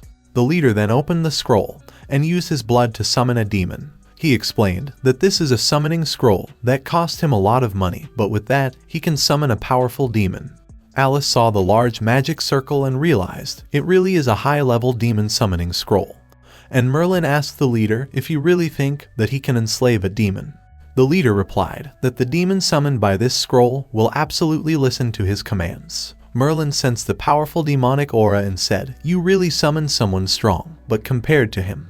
Suddenly, Merlin's smile faded and he went pale after looking at the summoned demon. The demon then tells the leader that during the contract, she will heed his orders. The leader then ordered her to kill those two behind her. Alice shockingly said, "It really is a powerful demon," while Merlin was trying to sneakily run. But as soon as the demon girl saw Merlin, she dashed toward him and hugged him. She addressed him as His Majesty and asked, "What is he doing there?" Alice looked at the scene and realized it's a demon that Merlin knows. The leader gets angry and commanded her to kill Merlin and Alice. The demon girl replied, although the contract requires her to listen to him, but in front of them is her master, the ruler of pride of the first demon king palace, so in the hierarchy, of course, the ruler of pride comes first. She then angrily said he ordered her to turn her blade upon her master, so she, the head maid of the first demon king palace, Ophelia, will not forgive him. She then attacked the leader and burned him. The leader was crying in pain as his face was melting. She explained that in these flames of hell, even his soul will be burnt away. Merlin then ordered Leah to not kill him, as he need to ask some questions from him, so she didn't kill him. Merlin said that he already has been stripped of his title, so she doesn't need to call him His Majesty anymore. But Ophelia replied that to her, he will be the only one who will always be her master. Merlin then asked about Lilith and how is she doing. Leah replied that after he left, Her Highness also attempted to leave the demon palace, but the demon council didn't allow her to leave. She angrily added that Her Highness works hard every day to maintain the stability of the seal on the blood pool, and she can't believe that the Council of Idiots fired him. Merlin realized it's been hard on everyone, so he apologized for causing trouble. But Leah hugged him and said it's all fine, and she is too happy to see him again. She added, it's been long since she saw him, and he looks even more manlier now. Alice looked at the scene and gets jealous. She then pushed her away from Merlin and tells her to keep her hands and feet to herself. Merlin tried to explain the situation to Alice, saying she is the maidservant who used to take care of Lilith and him, and she is like an older sister to them. And as they were talking, Leah grabbed Alice's shoulder from behind and said, how dare she to interfere with her reunion with His Majesty. Merlin was trying to stop both of them, but then Alice revealed that Merlin is her husband, so she won't allow anyone to touch him like that. It was the moment Merlin realized that it's all over. He looked at Ophelia's face, who has now a crack on her glasses. Merlin tried to stop Alice from saying anything else, but she tells him to shut up, as even if it's just in the name, they are definitely married. Suddenly, they sensed a murderous aura around them, and Merlin gets scared. It was Ophelia who angrily asked Alice if she just said that she is His Majesty's wife. She looked at her in anger, saying, a lowly human dares to taint the noble Lucifer bloodline. This crime is unforgivable. Merlin tried to calm her down, saying they are just married in name only, so she doesn't need to listen to her rambling. But Ophelia grabbed Merlin and threw him away, saying, please get out of the way, Your Majesty. She then attacked Alice and said, a mere saint rank is not enough to stand by His Majesty's side. Alice used too much strength in the last battle, so Ophelia easily pushed her away. She gave Alice one chance, saying, if she obediently leave His Majesty alone, then she won't have to die. But Alice refused and said she will not choose anything. Ophelia then released her demonic aura, and Alice used her draconic aura to counter it. But Ophelia smiled, saying it's just a maggot's skill, and her flames of hell will kill her. But to her surprise, Alice dashed through hell's flame and managed to injure her. But then, Ophelia sent her flying with a punch. She then attacked Alice with her full force, but before she could kill Alice, Merlin arrived in time and saved her. He tells Ophelia to stand back and said, it's enough. Shocked, Ophelia came back to her senses and muttered, she just hurt His Majesty. She apologized to Merlin, saying it was an accident, to which Merlin replied, she hasn't changed at all. There is no stopping her when she fly into a rage. Merlin then looked at Alice and said, it was originally a simple matter, but she just made things so much more difficult. Alice muttered, she is out of strength and draconic scale starts to fade. Merlin then covered Alice with his jacket. He then tells Ophelia to calm down, and that he doesn't mind her fighting, but he won't let her kill Alice. Ophelia worriedly asked him, what exactly is he thinking to be caught up with a human being? Is he betraying the demon race, because the council fired him? Merlin replied that he is not betraying the demon race, it's just that this woman is very important to him, so he won't let anyone hurt her. Alice heard Merlin's words and gets shocked and happy at the same time. Ophelia gets too shocked to hear that, and in her anger, she decides to kill Alice. She said, for the future of the demon race, this woman has to die, which made Alice scared. But then, Merlin angrily looked at her and said, before a successor is crowned, he is still the king of the first demon palace, and asked if she is disobeying his order. Shocked, Ophelia quickly bowed in front of Merlin and said she would never dare to do that. Merlin sighed, saying, "Because of you two fighting, the bandit leader guy ran off. Now the time of the summon is up," so she said goodbye to Merlin and tells him to take care of himself. But before disappearing, she added that she will inform about his marriage to a human and his protection of this crook to her highness in detail. Merlin tried to stop her from telling anything to Lilith and said they are just joint debtors, that's why her life is very important to him. But it's already too late. Merlin was shivering, saying it's all over, to which Alice asked, what exactly does he mean? Merlin said, when his sister will find about this, it will be over for them. But Alice asked that they are not even married, so why is he worried? Merlin answered that when Leah gets back, she will definitely blow things out of proportion. And then Lilith may abandon everything to find him, and will torture him to death. Alice asked in a low voice, what are they supposed to do now, because they seem to have provoked something which should not have been provoked. But suddenly, Alice started to feel pain in her arm. Merlin asked if she is alright, to which Alice replied she is fine, and her body is already healing. She just never expected his maid to be so strong. And Merlin then revealed that Ophelia is one of his 7 demon generals. Because she was summoned, her strength was only 1/10 of what his was originally, which shocked Alice. After a while, in the outskirts of Avignon, the leader was cursing Alice and Merlin, as he never expected Merlin to be a demon king. He said, it's not safe there anymore, so he needs to find that woman and stay low for a bit. At the same time, in the bandit mercenary encampment, Alice frees the men from her ice magic. Merlin tells them to reveal everything about their boss, or they will die a horrible death. Scared, the guys revealed that their boss made some kind of deal with Countess Camilla, so he must be hiding there. Merlin thought that he feel like he has heard the name Camilla before, and Alice replied that a Callan tells them that she is the Lord of Avignon. Alice then asked the guys about the girl's kidnapping, and who was the one who hit her and called her old, so one guy points at his friend, saying he did. The other guy was then knocked out by Alice with a punch. His fellow member then explained everything, that a young and innocent maiden can fetch over 200,000 gold coins, and this is the main source of income for them. Merlin then looked at Alice and said he didn't know that she was this valuable. Alice then remembered that earlier the bandit leader said that other than her, they had captured another girl. Merlin then asked about her location and the guy replied that she should be in the underground prison. Inside the underground prison, the little girl was shivering in fear. They then went inside to find the girl, and Merlin asked Alice if she heard correct, because he can't sense the aura of anything alive downstairs. Alice said she is certain, because the bandit boss said himself that they kidnapped another girl besides her. Alice looked at the cells and asked Merlin, why is there such a large prison underneath the Count estate? Merlin replied, he doesn't know about it, but from the looks of things, one can keep over 100 prisoners there.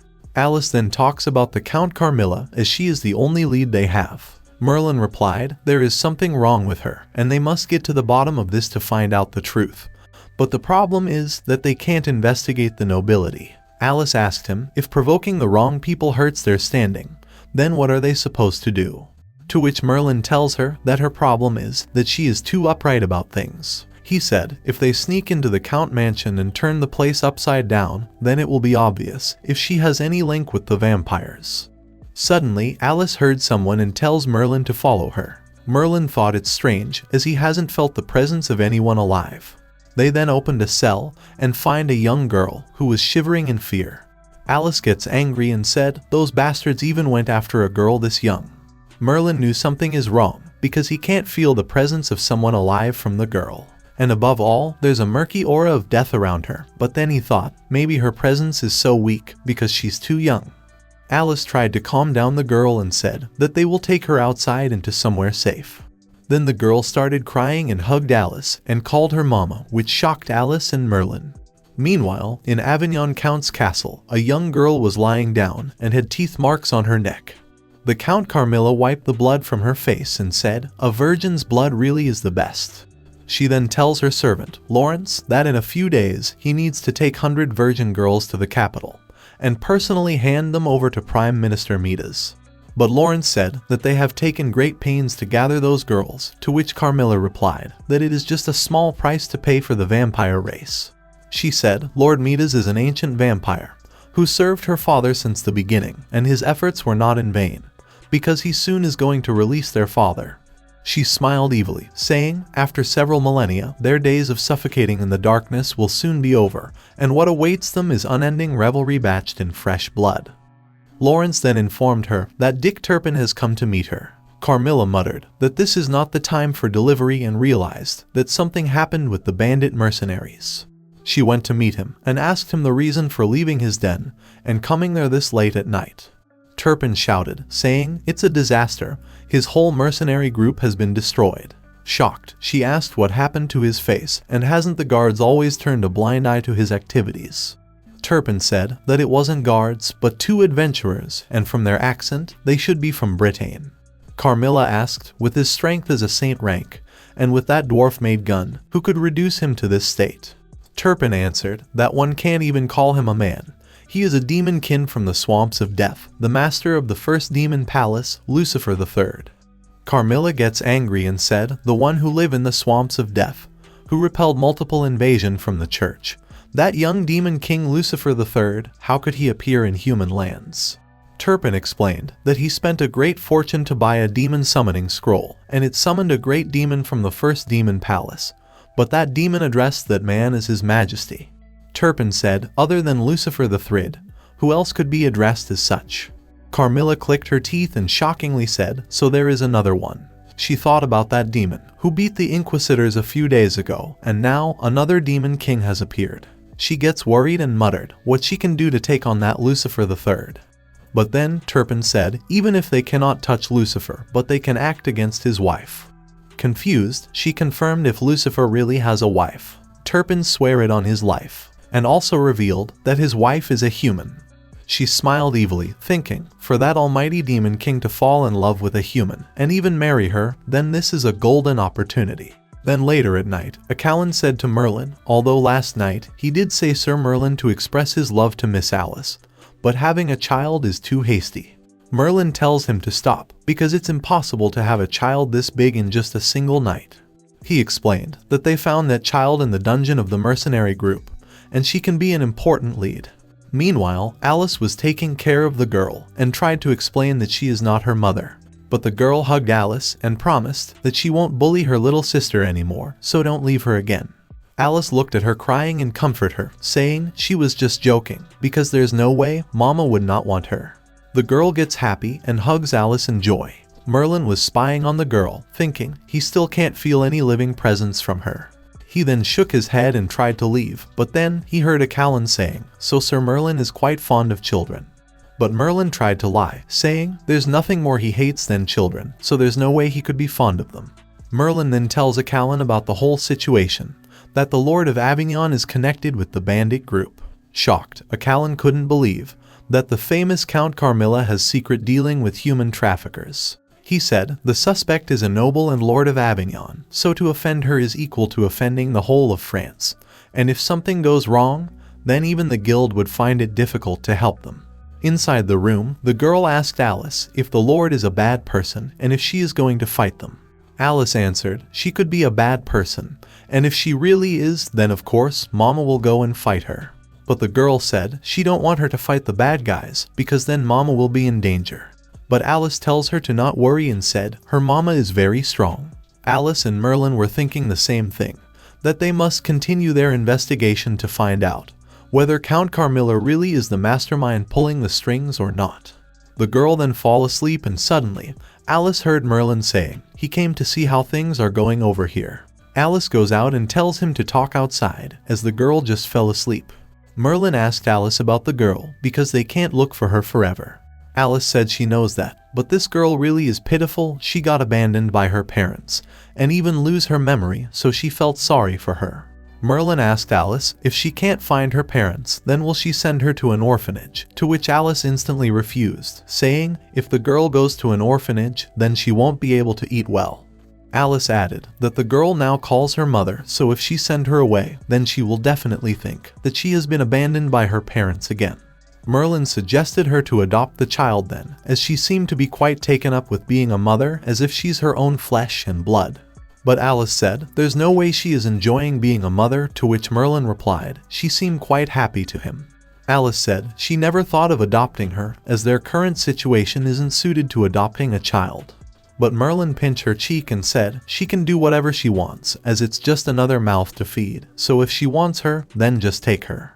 The next morning, the girl was looking like a noble after getting dressed. Merlin asked Alice about the clothes, and she replied that she bought them from a nearby store, as there's no way they can let her keep wearing those tattered clothes. Alice asked, isn't she looking cute? And Merlin realized that Alice is completely addicted to being a mother. Suddenly, someone came and knocked on the door. Merlin thought a Callan is back from his investigation, so he opened the door. But to Alice and Merlin's surprise, it was a man who introduced himself as Lawrence, Count Carmilla's butler.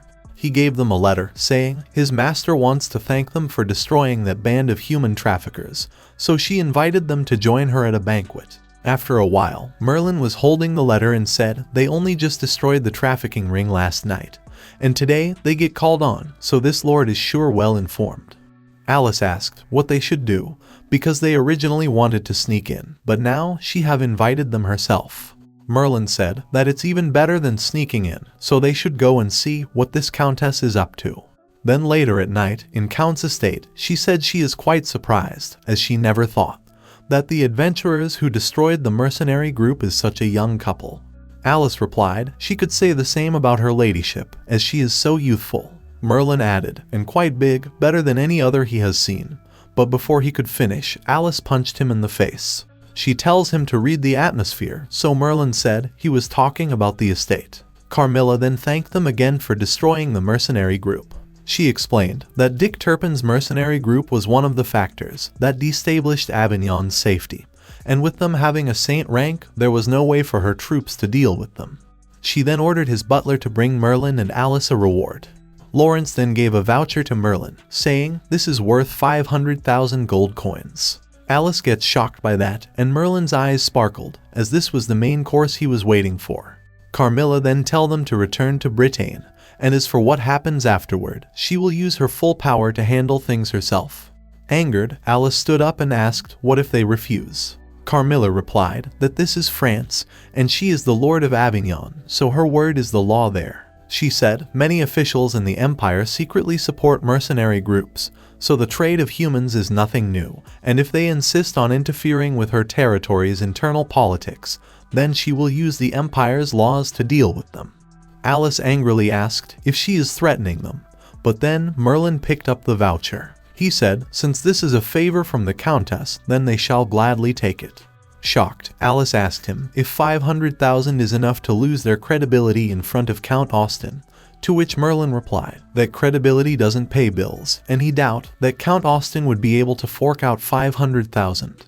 Carmilla said Mr. Merlin is indeed wise, so she will write a letter of commendation to Britain royalty regarding him destroying the mercenary group. Merlin put the voucher in his pocket and said, but Alice has a point, because as adventurers, they naturally must complete the client's request, so he assured her that their actions will not affect France's politics or her standing. Carmilla hit the table in anger and stood up. But Merlin said, unless her ladyship is hiding some sort of secret, and who knows what they will find if they continue their investigation. Scared by his pressure, Carmilla wondered if Merlin realized that she is a vampire. She knows, although demons and vampires never had direct conflicts, but that doesn't mean they aren't enemies. She looked into Merlin's eyes and realized that those eyes are absolutely of a hunter. Actually, Merlin's line of sight was somewhere else. Carmilla thought that Merlin even married a human woman, so he can't be reasoned with normally, and Lord Father's revival is imminent, so she can't let anything get in the way. Merlin said, since he has taken the money, then they should take their leave. And before leaving, Merlin tells Carmilla if she can 10 times the money that she gave them, then he would consider her request of leaving France. And as the two were leaving, Lawrence asked Carmilla if she will really let them do as they please. Angered, she said that damn demon and that woman make a fool out of her, so once father is revived, she will definitely make them pay the price in blood. Lawrence then said that if Lucifer III is really strong as they say, then there is another way to handle him. He explained, when he delivered the invitation, he discovered a child by their side, and he could not detect the aura of a human in her, so it is quite likely that she is Lucifer's child. He said, Lucifer III easily defeated the armies of the church and countless heroes, so to make an enemy of him is certainly not a wise choice. But if they can get their hands on his child, because it is that demons are not very fertile, and so they greatly value their children. Carmilla agreed, saying Lucifer's bloodline must be particularly precious, so if they can get hold of his wife and daughter, they can control Lucifer III. She ordered Lawrence to take care of it and thought, if she can have Lucifer as her trump card, then there will be nothing to stop her father's return. Back at home, Alice tells everything to Callan, that Carmilla wanted to seal their lips with money, so they declined her offer. Callan asked Merlin if he find any clues, and Merlin answered that they were being followed the entire time they were in the estate, so they couldn't find any information. But his eyes sparkled when he said that he found that she had a brilliant chest. Callan agreed and said that size is really too naughty for this world and those curves. Merlin praised Callan, as he really know his stuff well. Few days later, some people were running after someone, saying they won't leave him alive. That someone was none other than Merlin, who managed to hide and said, this is really troublesome. He crushed a poster and thought he never expected that woman to go so far. A few days ago, Callan tells Merlin and Alice to leave the investigation to him. Alice tried to stop him, but Callan said now that they have both offended the Count, so their every move will be monitored, and as he is just an old fogey, so it will be safer this way. Merlin tells Alice to calm down and that Callan is right because the enemy already have their eyes on them. Outside, someone was spying on them. He said the Count's actions were very swift as this inn is already marked, but Alice was still against the idea of sending Callan alone. But then Callan explained that before he became an adventurer, he was a bona fide burglar. Though his hands have been clean for decades, but when it comes to infiltration, he is still experienced. Merlin then tell Alice to no more ifs or buts and leave everything to the old man, as he is still a very experienced adventurer. Few days passed, and the people outside the inn were still monitoring them. Alice was worried about Callan, and Merlin said that they can only rely on him and wait for him here. Merlin was inside his room, thinking, although killing the treant helped relieve the curse, but he doesn't know how long it will be. Alice looked at Merlin and wondered if he is feeling unwell again, because he seems pissed. The girl then hugs Alice and tells her to not get angry. Alice realized that their uncomfortable atmosphere is affecting the girl, and then she gets an idea. She whispered something in girl's ear and tells her to go. After a while, Merlin noticed the girl staring at him. He get up and said he doesn't have the time to play, so she can go and play dress up by herself. But the girl muttered, "Please cheer up, Daddy." As soon as Merlin heard that, a huge explosion occurred in his mind. He then angrily scolded the girl, asking, who is she calling her dad, as he is not her father. The girl starts to cry, and Alice hugs her, saying, "Uncle isn't a bad person," and scolds Merlin, saying she was just trying to cheer him up. Merlin sighed after realizing and said he is heading out for a bit to get fresh air. He tells Alice to look after the kid, and that he will be back soon. After a while, Merlin was returning home with a doll in hand, thinking, even though he went and bought it, but he doesn't know if that brat will like it or not. He then heard some men talking about the Lord issuing a wanted notice today, and if they can quickly catch the human trafficker, then everyone will be at ease. Merlin thought, what is that bitch up to? Because they have already destroyed the mercenary group, so why she issue a notice? He then looks at some people who looked at him and start whispering. And as he was moving further, he noticed that the number of men following him increases every minute. He then looked at a poster he found on the ground and gets shocked. It says that Merlin and Alice of Britain are guilty of human trafficking, and anyone who captures them or gives any information will be greatly rewarded. Suddenly, the whole town gathered and the men shouts that human trafficker dares to come out into the open, so they must capture that bastard. Merlin's eyebrows twitched as he realized that the cat is out of bag now. Carmilla was watching from her castle how the people were running all over the town to capture the human traffickers. She said, sometimes strength isn't enough to solve all problems, and now these peasants will be like a swamp. The more he struggle, the deeper he will get trapped. She smiled, thinking to be with a human shows he still follows the little rules of the human realm, so she wonders if he can cut them all down. Merlin was hiding and thought it would be easy for him to deal with this crowd, but if he were to hurt the villagers, then Alice wouldn't let him hear the end of it. He then suddenly realized something, that the wanted poster has Alice's face on it too, so he wondered if she is alright. And then, suddenly, someone destroyed the wall and attacked Merlin. Merlin dodged the attack and said, guards always came at bad times. The guard attacked Merlin again, but Merlin sent him flying with a punch, saying, go take a nap. But to Merlin's surprise, the guard was a vampire. He wondered if vampires have infiltrated the guards. At the same time, Alice was also fighting with some men. And even though they were clearly implied by her icicles, but they were not slowing down at all. Their bodies healed automatically, and they tells her to hand over the girl. And as Alice was fighting, a shadow appeared and grabbed Alice's leg, and managed to capture her and snatch the girl from her. It was Lawrence, who said that without Lucifer III by her side, there's simply no way for her to protect the child. Alice recognized Lawrence and realized that Carmilla is behind all this. Lawrence then ordered his men to take the girl away, while he will deal with the woman. Lawrence confidently said that she will not escape, as even saint-rank beasts are helpless against his magic. But to his surprise, Alice froze his magic and angrily tells him to give her child back. She then froze Lawrence's body and he ordered his subordinate to do it. And to Alice's surprise, one of the men killed Lawrence in front of her eyes. He then picked Lawrence's head and said it is his honor to offer his body to Sir Lawrence. Confused, Alice wondered what that stance is, and then Lawrence get attached to his subordinate's body. Alice then saw Lawrence's true form and realized he is a vampire. Meanwhile, Merlin was killing vampires, but no matter how he killed them, they were getting healed. The vampires laughed and tell Merlin to surrender, saying, even Lucifer III can't kill vampires. Merlin replied that they can't even touch a hair on his head, so what's the point of this? One of them then revealed that their mission is just to stall him, and by now, Sir Lawrence should have already dealt with his human wife. But Merlin started laughing and said, even though that silly girl is just a weakling, but she absolutely would not lose to any trash vampires, as she is a true blue hero. Alice then asked Lawrence what has he done with those young girls they kidnapped. Lawrence smiled and said they are vampires, so those girls are already got eaten by them. This made Alice angry as she dashed toward him, saying she will kill him. Lawrence shouted that he is a very high-level existence even within the vampires, so even a saint rank couldn't dream to hurt. But before he could finish, Alice attacked him and cut his left hand. He jumped back and wondered why his wounds aren't healing, and if that sword is a holy weapon or relic.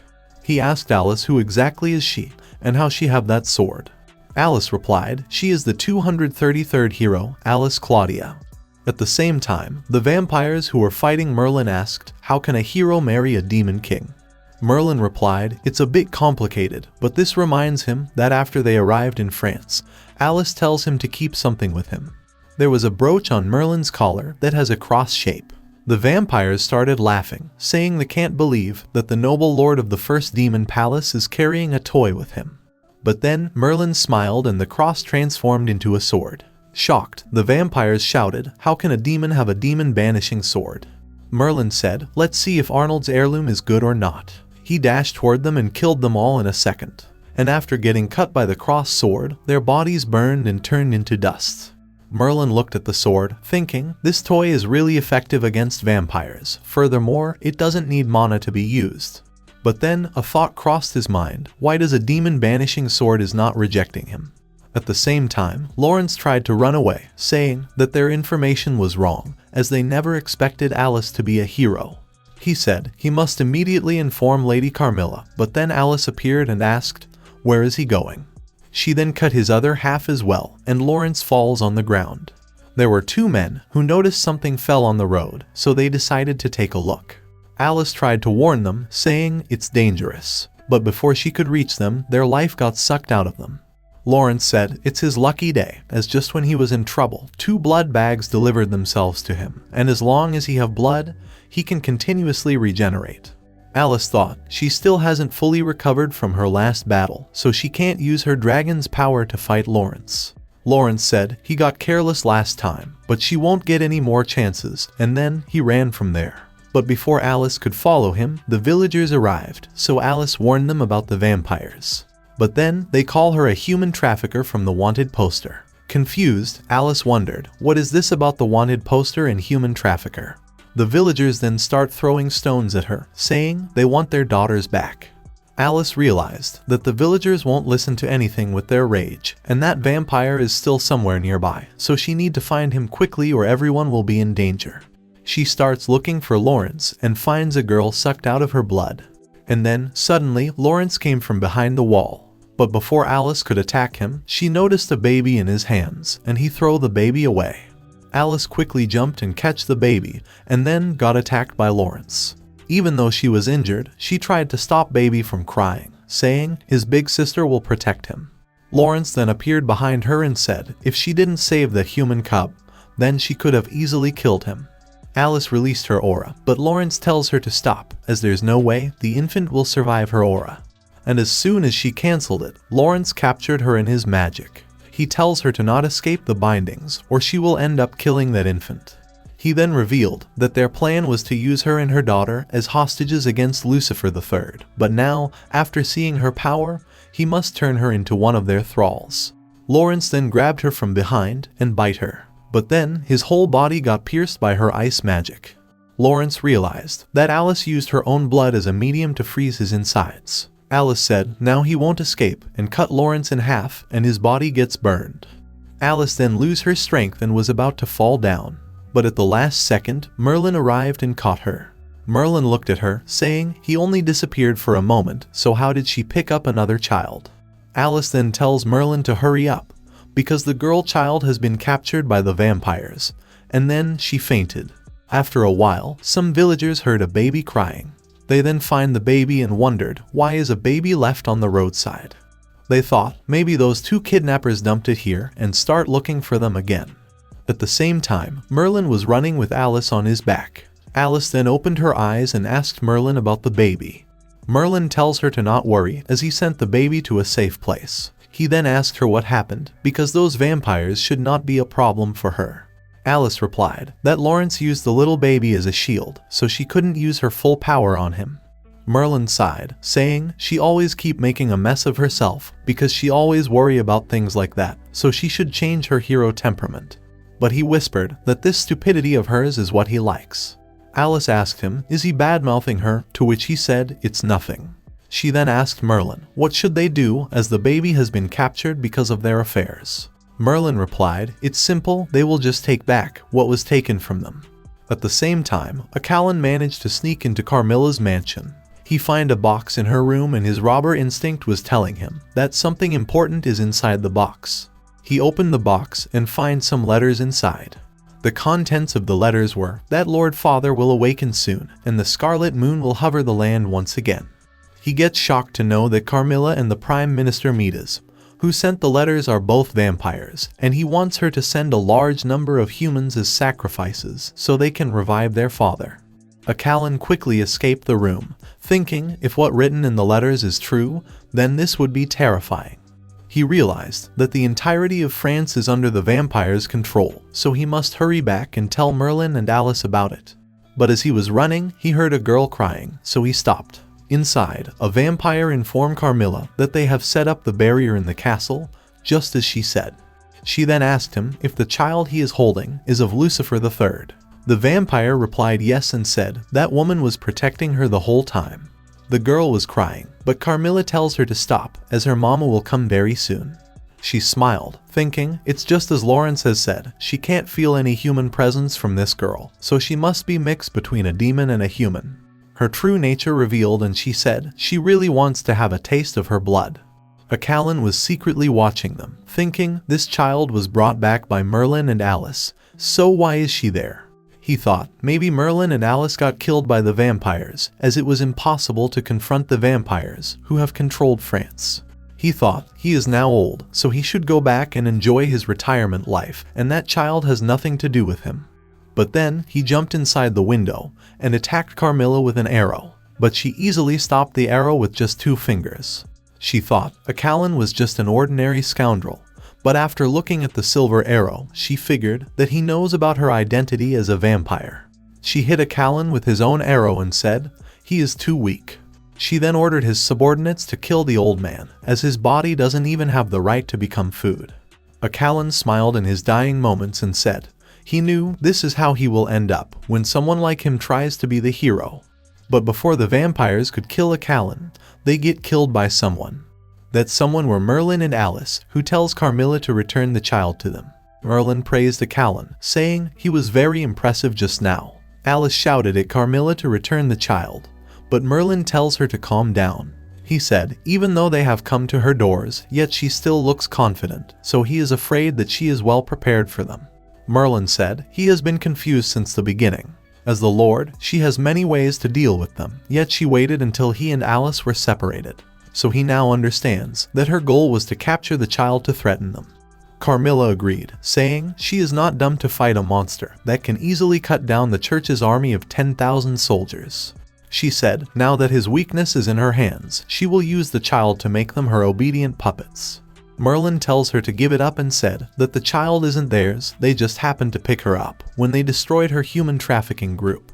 But Carmilla starts to choke the girl, saying she will not believe in his nonsense, and taunts him to cut her along with the child. Merlin then takes out his sword, saying he hates people who try to provoke him the most. Carmilla was still smiling, and taunts him to show her just how cold-hearted demons can be. Merlin smiled and dashed toward her, but suddenly Alice came in front of him to stop him. At the last second, Merlin changed the direction of his attack. Carmilla gets scared, thinking he really couldn't care less about this child's life. But then she smiled, as she now knows his weakness. Merlin asked Alice what she is doing, is she mad, as that could hurt her. But Alice replied that he is the one who's mad, because he really was going to kill the child as well. Merlin said it's better to get things done once and for all than to be controlled by that bitch. He added that they are not the same, she is a human and he is a demon, so if she doesn't want to do it, then he will. But Alice stopped him, saying they are not the same, that's why she can accept whatever he has done before, and she won't question him about them. But she added that it's not the same now, so she tells him to promise her that he won't become a bad person. Merlin sighed and put back his sword, and as if Carmilla was waiting for this moment, she cast a spell on Alice.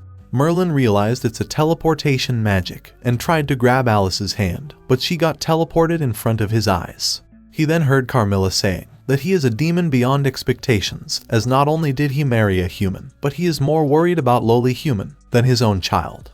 Merlin gave her a murderous look, but she suggested him to not act rashly, otherwise he won't be able to find his human wife. She then ordered him to stay there without moving, as she prepared a special gift for him. She smiled and gave him a kind reminder that he needs to be serious inside, otherwise one of the 7 demon king would perish from this world. Callan tried to get up so he could help Merlin, but then the walls and the doors gets destroyed as the blood came out of them. Merlin then gets shocked as he was in front of a sea of blood. He gets trapped in it and realized that this was the specially prepared present. Meanwhile, at the France capital, in the basement of the Prime Minister's house, he was hitting a demon girl. He was punishing her, as even after he told her to not attempt escape, she didn't listen.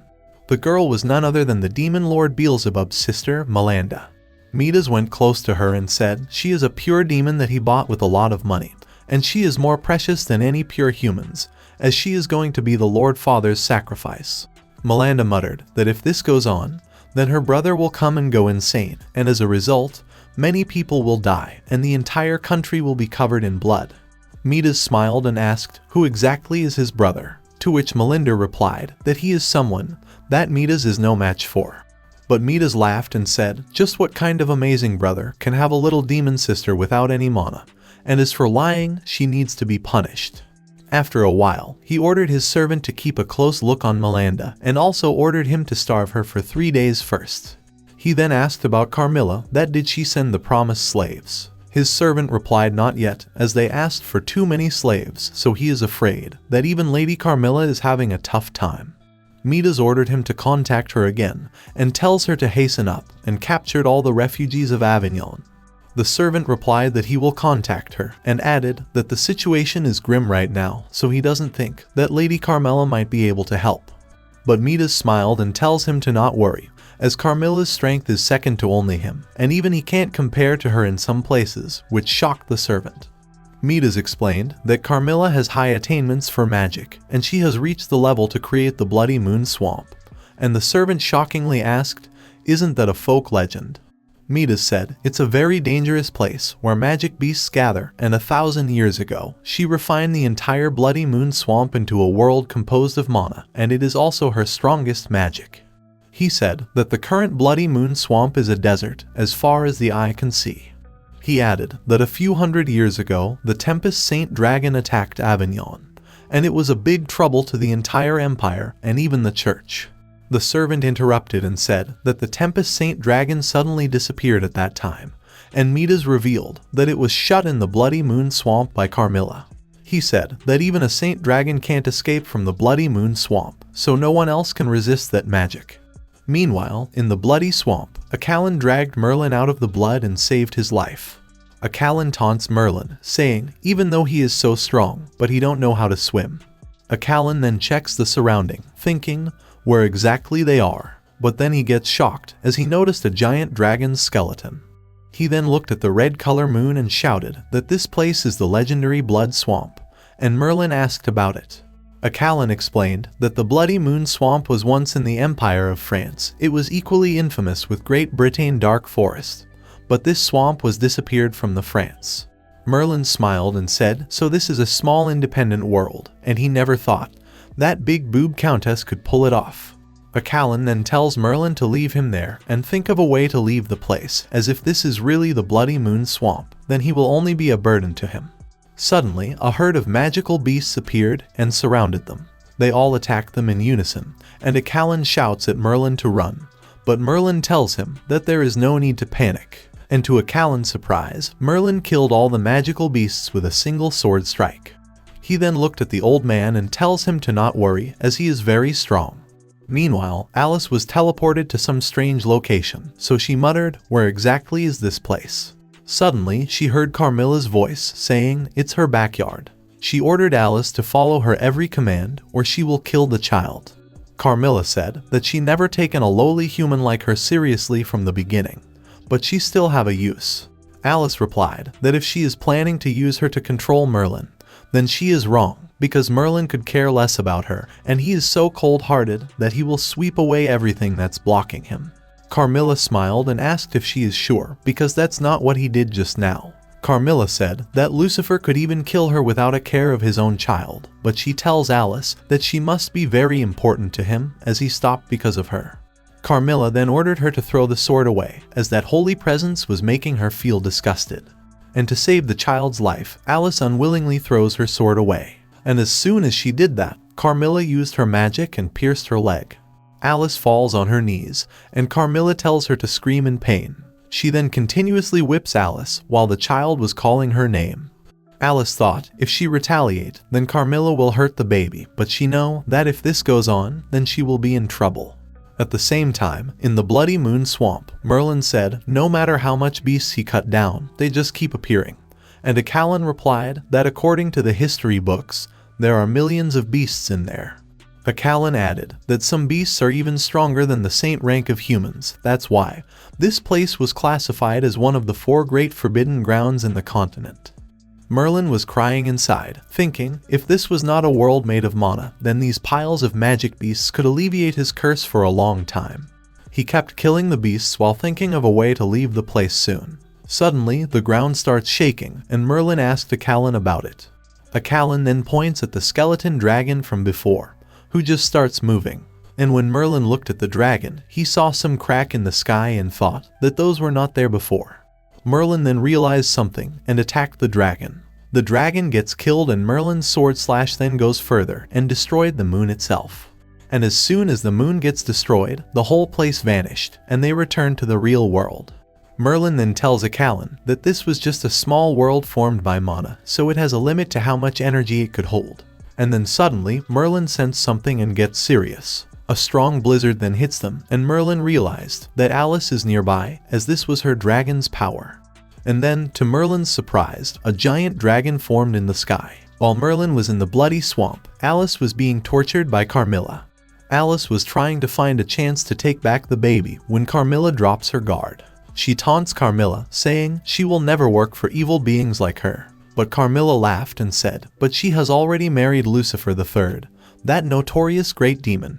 Alice tells her to shut up and said, even though Merlin is lazy and a hopeless gambler, even if he's full of rotten ideas and likes to cut corners, but he wouldn't do something as despicable and shady as using the weak to coerce others. She then angrily tells her to not put him together with her filthy and despicable bastards. Angered, Carmilla dashed toward Alice, shouting that even though she can't kill him, but she will pull out her tongue. But before she could attack Alice, she heard stop, and her whole body stopped.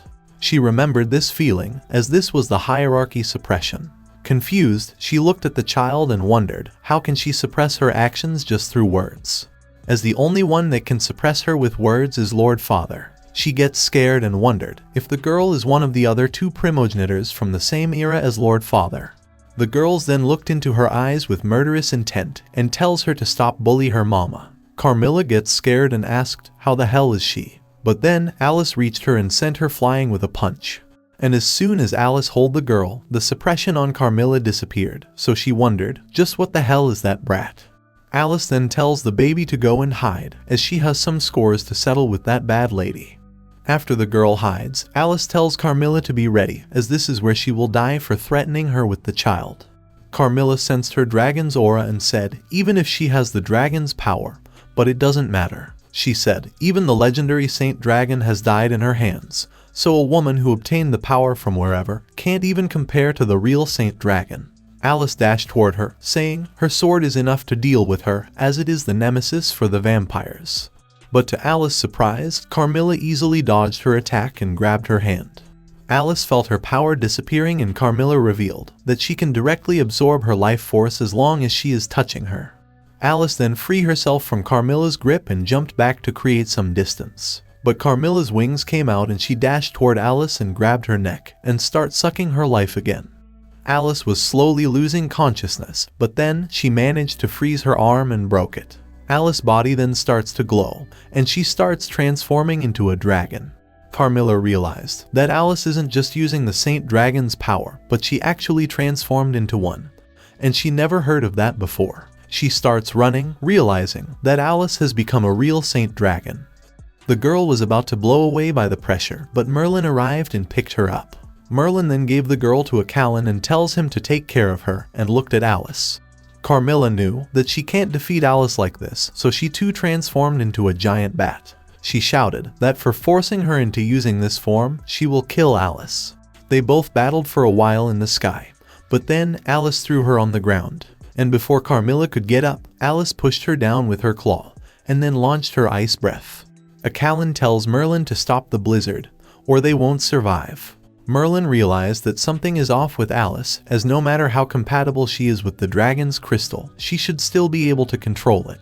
He wondered if the remnant of dragon's consciousness is still in the crystal. Merlin knows if her magic keeps on releasing, then the entire country will be ice-bound, let alone the slave city.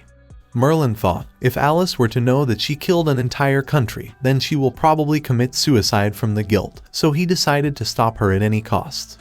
The girl said that a person as gentle as Mama won't do bad things, so she will definitely stop if they can wake her up. Merlin pats her head with a smile and promised to bring her mama back. Alice was continuously attacking Carmilla's bat form, but then she heard Merlin's voice saying she has already caught her so she can stop the blizzard. Alice glared at Merlin and attacked him. Confused, Merlin asked what exactly is she doing, but she was just kept on attacking. Merlin thought maybe the remnant dragon conscience took him as an enemy because he is a demon, or maybe that idiot Alice is subconsciously angry at him. He looked at the dragon attacking him and realized that it's both. Merlin thought it would be bad if Alice kept going wild, but then Alice grabbed his leg and hit him on the ground. She then threw him in the sky and was about to use her breath attack, but then Merlin hit her head with the back of his sword and she falls to the ground. Then her dragon's form disappeared and she was lying unconscious with a bump on her head.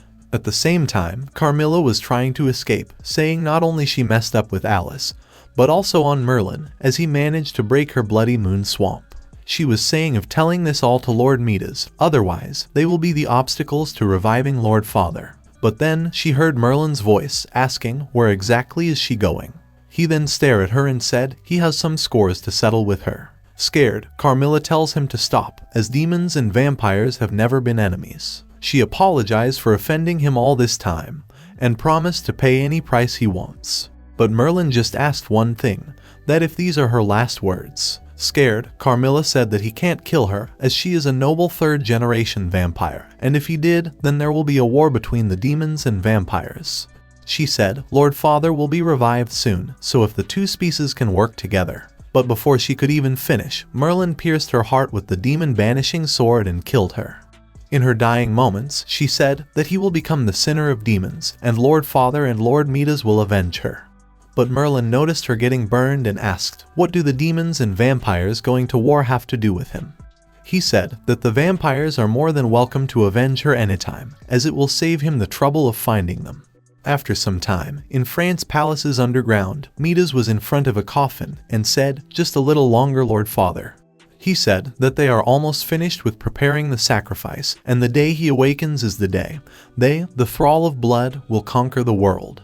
Suddenly, his servant opened the door in a hurry and gets pushed against the wall by Midas.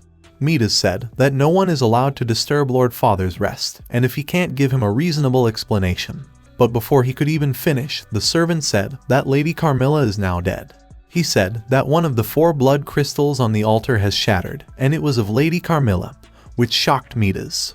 He thought that with Carmilla's strength, even the church's heroic can't kill her, and she also has a small world, the Bloody Moon Swamp, so who in the world? But then Midas realized that she could be killed by those adventurers from Britain she mentioned in her letters. He then tells his servant to transmit the order to all the thralls in France to send the humans they have gathered to the palace in 2 days. He added that they need to send however many they have over, regardless of gender, age, and physical condition. And after confirming, Midas said that they will start the ceremony of reviving Lord Father in advance. 3 days later, in Maverick Town, the girl was looking after Alice. Alice said that the baby loves her more, unlike someone who hit her without mercy, to which Merlin asked who was the one that brought the 3 of them back. Callan agreed and said it's all thanks to Merlin, because he thought that he'd die in the bloody swamp. Callan happily added that he has no regrets when he got to experience such a hot-blooded adventure with them at such an old age, as he got to see the Bloody Moon Swamp and Miss Alice turning into Saint Dragon. Alice tried to deny it, saying her turning into a Saint Dragon was just his imagination, and stopped the baby from saying the truth. Callan tells her to not worry, as even though he is not good at anything, but he is tight-lipped, so he won't tell anyone. He said, but things will be complicated with France now that Merlin killed Carmilla, to which Merlin replied, France still lists them as wanted, even before killing her, so it doesn't matter. Merlin then asked Callan if he knows someone called Midas, because before Carmilla died, she kept saying something about the father and Midas. Callan sighed and said, everyone knows about Midas in France. Alice gets shocked and asked if Midas is also a lord somewhere, to which Callan said no, he isn't a lord. Alice took a sigh of relief, saying, how can someone be so unlucky all the time? It must be a small probability for a lord to be a vampire. But when she heard Callan saying that Midas is the Prime Minister of France and the whole of France is under his control, Alice's heart crumbled by the news. She shouted, so the head of the vampires is actually the supreme leader of France. Merlin said it's great, as now they don't have to go everywhere searching for him. Alice replied that they were commissioned by Earl Austen to investigate vampires and to solve his family's curse. But now, the worst-case scenario would be that vampires have completely infiltrated France. She said, even if they annihilate the vampires, the people of France will treat them as criminals, and they might even implicate Great Britain. Merlin replied that if he would be that prime minister, then he would have held humans captive, as there is no need for him to act as a human to do things in secret. So he thinks that the reason they are working according to the human rules must be because they are scrupling for a certain reason, and Callan also agreed to this. Merlin added, now that they are wanted, they can only work even more secretly, and they can't count on Queen Elizabeth or the Guild to provide help, so they need to get dependable support in France itself. Meanwhile, in the France capital battle arena, one of the 3 great knights, Jobless, defeated a man and tells him to run away, as he doesn't have the right to marry the princess with his strength. The audience was cheering for Jobless, saying, there is no one as his opponent in the country. Jobless heard the crowd saying what that hedonistic Princess Margareta is thinking, as she announced that anyone who can defeat Jobless can marry her. A knight then came and informed Jobless that the princess is summoning him to an audience. After a while, Princess Margareta asked Jobless if he chased away the flies that came today. Jobless replied, yes, as the people that came this time were very weak, and the level of the challengers aren't as good as before. He then added that he thinks that His Majesty will be angry if he knows that she is treating her own marriage as a game, so he suggests her to attach more importance to the royal's prestige. Margareta stood up and said, Midas is here to manage the country anyway, and as she has nothing to do, so she will just do what she wants. She puts her hand on Boulez and angrily said she will pay any price, she will even marry a demon, as long as someone can save the country from that man. The same night, Alice and Merlin were ready to leave for the capital. Alice was explaining to the girl that she is not abandoning her. Merlin tells Alice to stop indulging in parent-child drama as they are pretty far from the capital. She tells him to shut up and explain to the girl that Mama and Daddy have something important to do, so they have to leave her for some time, and Grandpa Callan will take care of her. And after saying her goodbye, Alice left with Merlin. Callan tells the girl to stop crying and said her Mama and Daddy will be back soon. He then noticed the girl looking at the moon, so he asked if something is wrong. The girl came back to her senses and said, "It's nothing." The next day, the demon king Beelzebub arrived in France's capital. He said that the slave merchant didn't lie to him, as this city has Melanda's presence. He then decides to not waste any time and have those damned humans hand out Melanda. He ordered his flies to come out and combine. The soldiers protecting the capital looked at the flies and wondered what that black sandstorm is. But in front of their eyes, the flies created a large monster and destroyed the capital walls.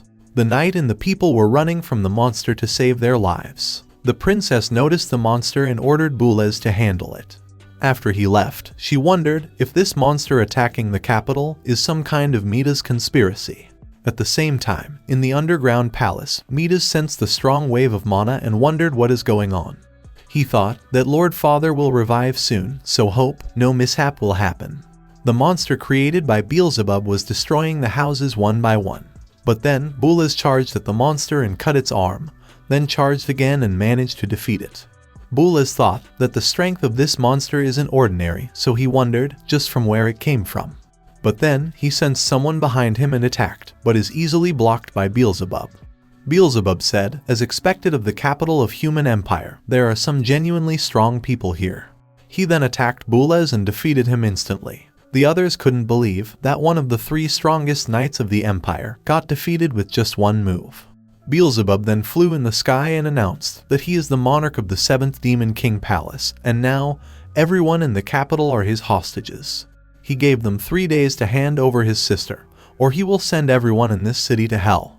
After some time, the princess was informed by Boulez that Beelzebub's power was indeed on the Demon King's level, as if he didn't want to pass on the message, he could have killed him instantly. Everyone then starts to panic, saying they need to find that Demon King's sister quickly. But they knows they couldn't find her in just 3 days, as they don't even know how she looks. Midas then shouted and tells everyone to calm down. He said that the Demon King's sister being in their city is just an excuse for the demons to attack humans. He then asked Jean what the church is going to do with this situation.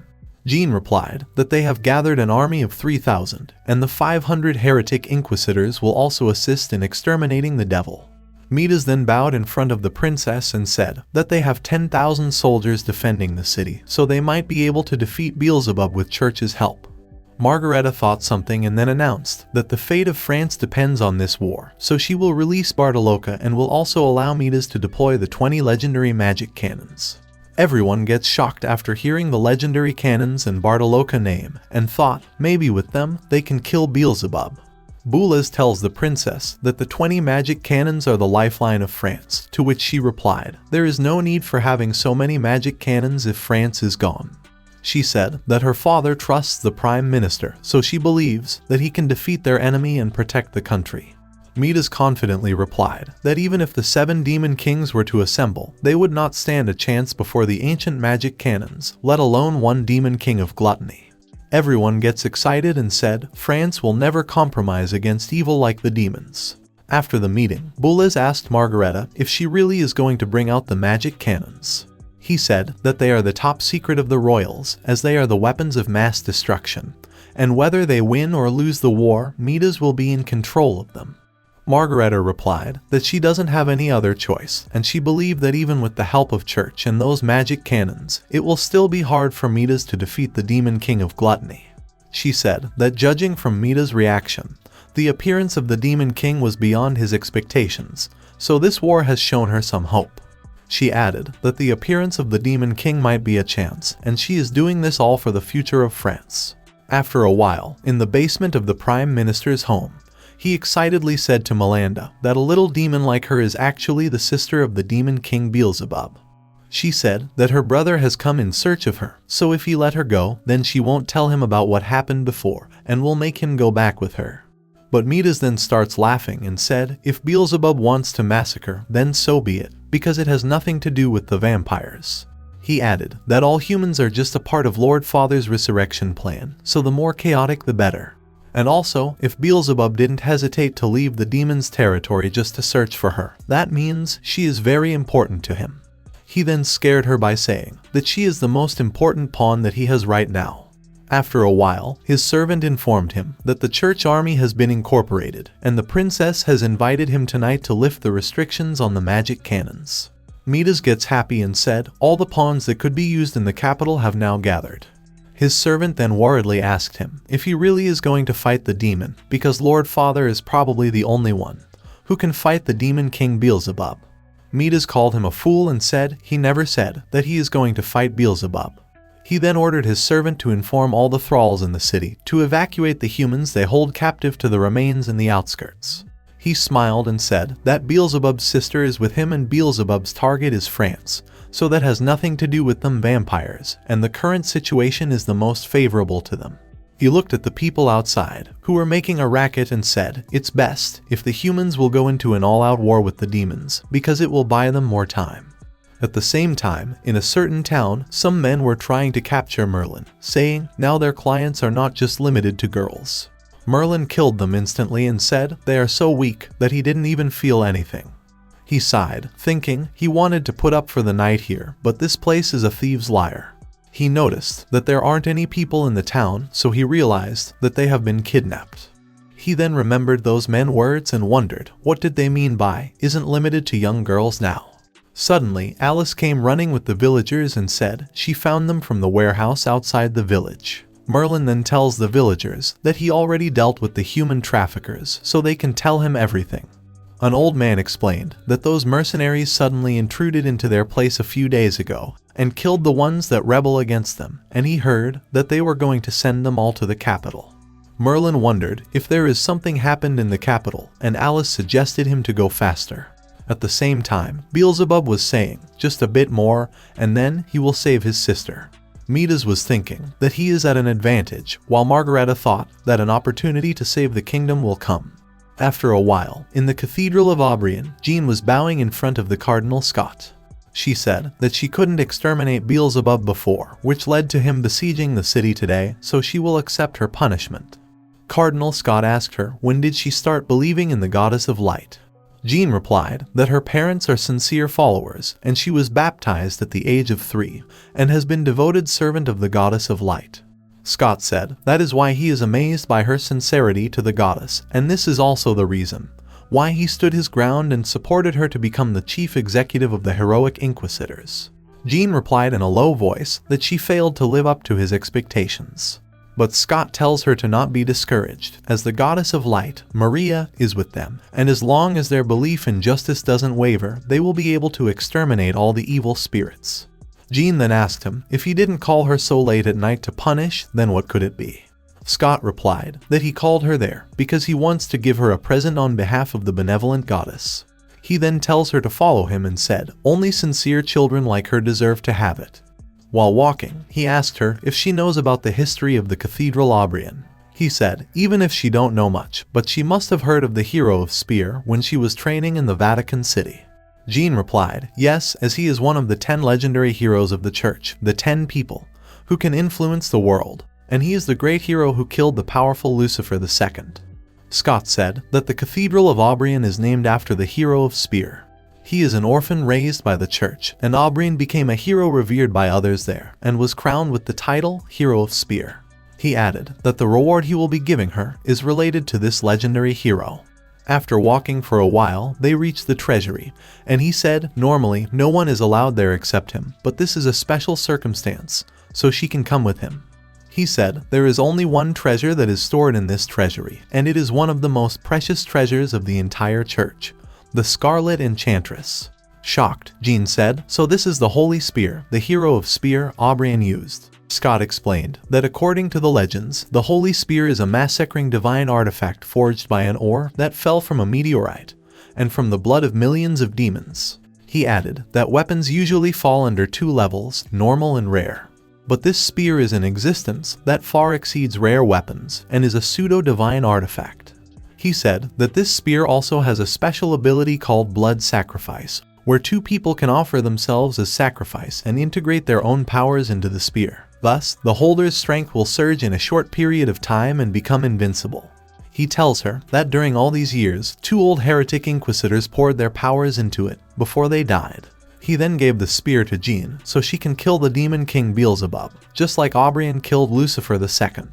Jean accepted the spear and said she will not disgrace the name of this divine artifact, and vows to the goddess of light that she will banish all evil from this land. At the same time, in some unknown forest, Merlin and Alice were having some rest. Suddenly, Merlin heard something and quickly extinguished the fire.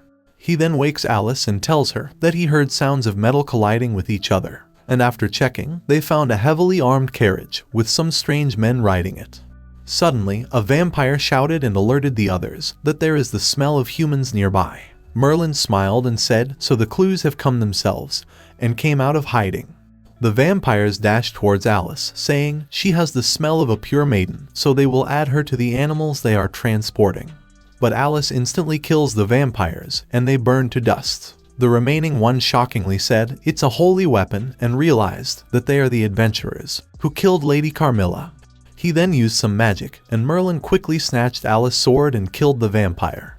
But he realized that he was too late to react. He tells Alice that the vampire just used a magic that transmits messages, so things have become troublesome now. After a while, in the Prime Minister's home, Mita's butler was removing all the documents related to the vampires. After a while, he came and reported to Mita's that the transfer is almost done. But Mita said in a cold voice that a thrall has found the adventurers who killed Carmilla, which shocked the butler. He then ordered him to announce the appearance of that pair to all the thralls in the country, and kill them upon discovery. Midas now knows how Merlin and Alice looks, so he vows to make sure that they die miserably. At the same time, some people thanked Merlin and Alice for saving them, otherwise, they would have been killed by the vampires. Alice asked them why their carriage was leaving the capital, because the vampires should be taking them inside. A girl replied, they heard that a demon king attacked the capital, and not even the strongest knight of the country is a match for him, so the vampires had to send them away. Alice gave a suspicious look to Merlin, but he whispered, saying it's not him. Merlin realized that the presence of a demon king he felt before wasn't a mistake. At the same time, outside the capital gates, Beelzebub was waiting for the humans to return his sister. Suddenly, the gates opened, and the soldiers came out to fight Beelzebub. But then, Beelzebub sensed something and said, so not all humans are spineless cowards, and they actually have the courage to challenge him. Then one of the three great knights of the empire, Bartoloka, came out, who was locked in chains. Boulez released him and said that princess has a message for him, that if he win this battle, then all his sins will be written off and he will be free. But Bartoloka smiled and said he doesn't care about being free or not, as this is the opponent he has yearned for. Beelzebub decides to play with him a little, and sends some of his flies to eat him. Boulez was trying to kill the flies and asked Bartoloka what exactly is he waiting for. Bartoloka laughed and tells him to shut up and watch just how strong he is. He then released all his aura, and then got covered by the flames. Beelzebub said it's interesting, as the human territory actually has such an existence. Bartoloka then transformed into a fire monster and starts walking toward Beelzebub. Beelzebub realized that Bartoloka combined with an elemental creature to transform himself into half-human, half-monster. Boulez ordered his men to step back, and no matter what, don't get drawn into their battle. Beelzebub then offered Bartoloka to join his gluttony army and work for him, as he is different from those lowly ants. Bartoloka smiled and said okay to his proposal. That shocked everyone. But then, Bartoloka jumped towards Beelzebub and said they will talk about that after this fight. Beelzebub tried to block his punch, but to his surprise, Bartoloka's fire started to cover him. The officials of the empire cheered and praised Bartoloka, but then Margareta tells them to stop. They then notice the fire vanishing, and see Beelzebub unaffected by Bartoloka's attack. Beelzebub said, even though Bartoloka have the heart of the fire demon, but he still is a foolish human in nature. Beelzebub added that he will say it one more time, that if you submit to him, then he and his family will receive protection from a demon king. But Bartolocca starts laughing and revealed that he is an orphan, and the Empire merged the fire demon's heart with him as an experiment at the age of 3. He added that by the age of 10, he became one of the 3 great knights, but then one day, he executed the son of a duke who was guilty of monstrous crimes, and then the fire demon went on a rampage, so he was locked in the prison. He shouted that what he wants is a life or death battle in a battlefield where he can dance with death. Beelzebub interrupted him, saying he is not interested in his journey of heart, he just wants to know his decision, whether he wants to join or die, and the protection will be still valid. To which Bartolocca replied that demons are best at lying, as he, the demon king, couldn't even protect his own sister, so how can he provide protection to his family? Angered, Beelzebub gathered his aura in his hand, and Bartolocca also attacked him, saying, "Let's have a fight at close quarters." But the next second, Bartolocca's body came flying and crashed into the wall.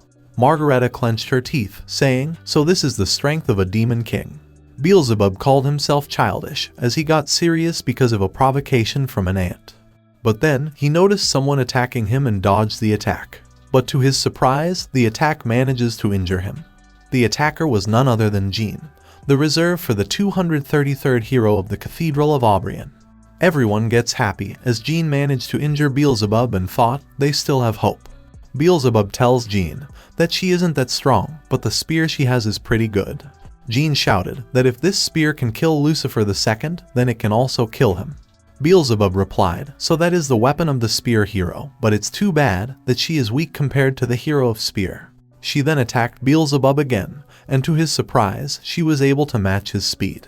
He said that she is much stronger than before and asked if it is because of that spear. Jean shouted, "Seniors of the Heretic Inquisitor, please lend me the power to exterminate evil," and then her whole body got covered by the spear aura. Margareta and the others gets happy as Jean was able to fight against that demon king. But to their surprise, they heard Midas ordering his men to prepare the 20 magic cannons for firing. Margareta tried to stop him, saying Jean is still there, but Midas said, as the church's heretic inquisitor, it is her honor to sacrifice herself against evil. He then tells her to think about France, and ordered his men to fire the cannons once they are charged. After a while, a soldier came and informed Boulez that Lord Midas has ordered them to fire the magic cannons. Boulez then ordered everyone to take shelter from the magic cannon's shock. Beelzebub noticed the soldiers falling back and wondered what they are up to. He then smiled and easily dodged Jean's attack and said he is not playing with her anymore, and then he sent her flying with a punch. He tells her that she is just relying on the weapon's protection, and not even bringing out the functions the weapon has. Jean released her aura, saying she is the flame of justice, the manifestation of divine judgment. But then Beelzebub grabbed her neck and said she managed to sneak attack him just now, because he was off guard, but there is no way he will give her another chance to do the same thing. He added that as a reward for injuring him, he will let her become her nutrients. At the same time, the magic cannons finished charging, so Midas ordered them to fire the cannons. Beelzebub threw Jean away, saying she is useless now, and then he raised his hand toward the magic cannon's attack. And to everyone's surprise, Beelzebub easily absorbed the attack. Shocked, Midas couldn't believe that Beelzebub absorbed the energy of the magic cannons. Beelzebub then flew into the sky and said, "An eye for an eye, and a tooth for a tooth." He showed them his power and said, France will no longer exist from now on. But before he could destroy it, Margareta stopped him and said she has a way to find his sister. She said if he will destroy the capital, then he will never find her clue. She promised to use all her manpower and resources to search for the whereabouts of his sister. She offered herself to him, saying he can kidnap her and she is willing to use her life to exchange for his sister.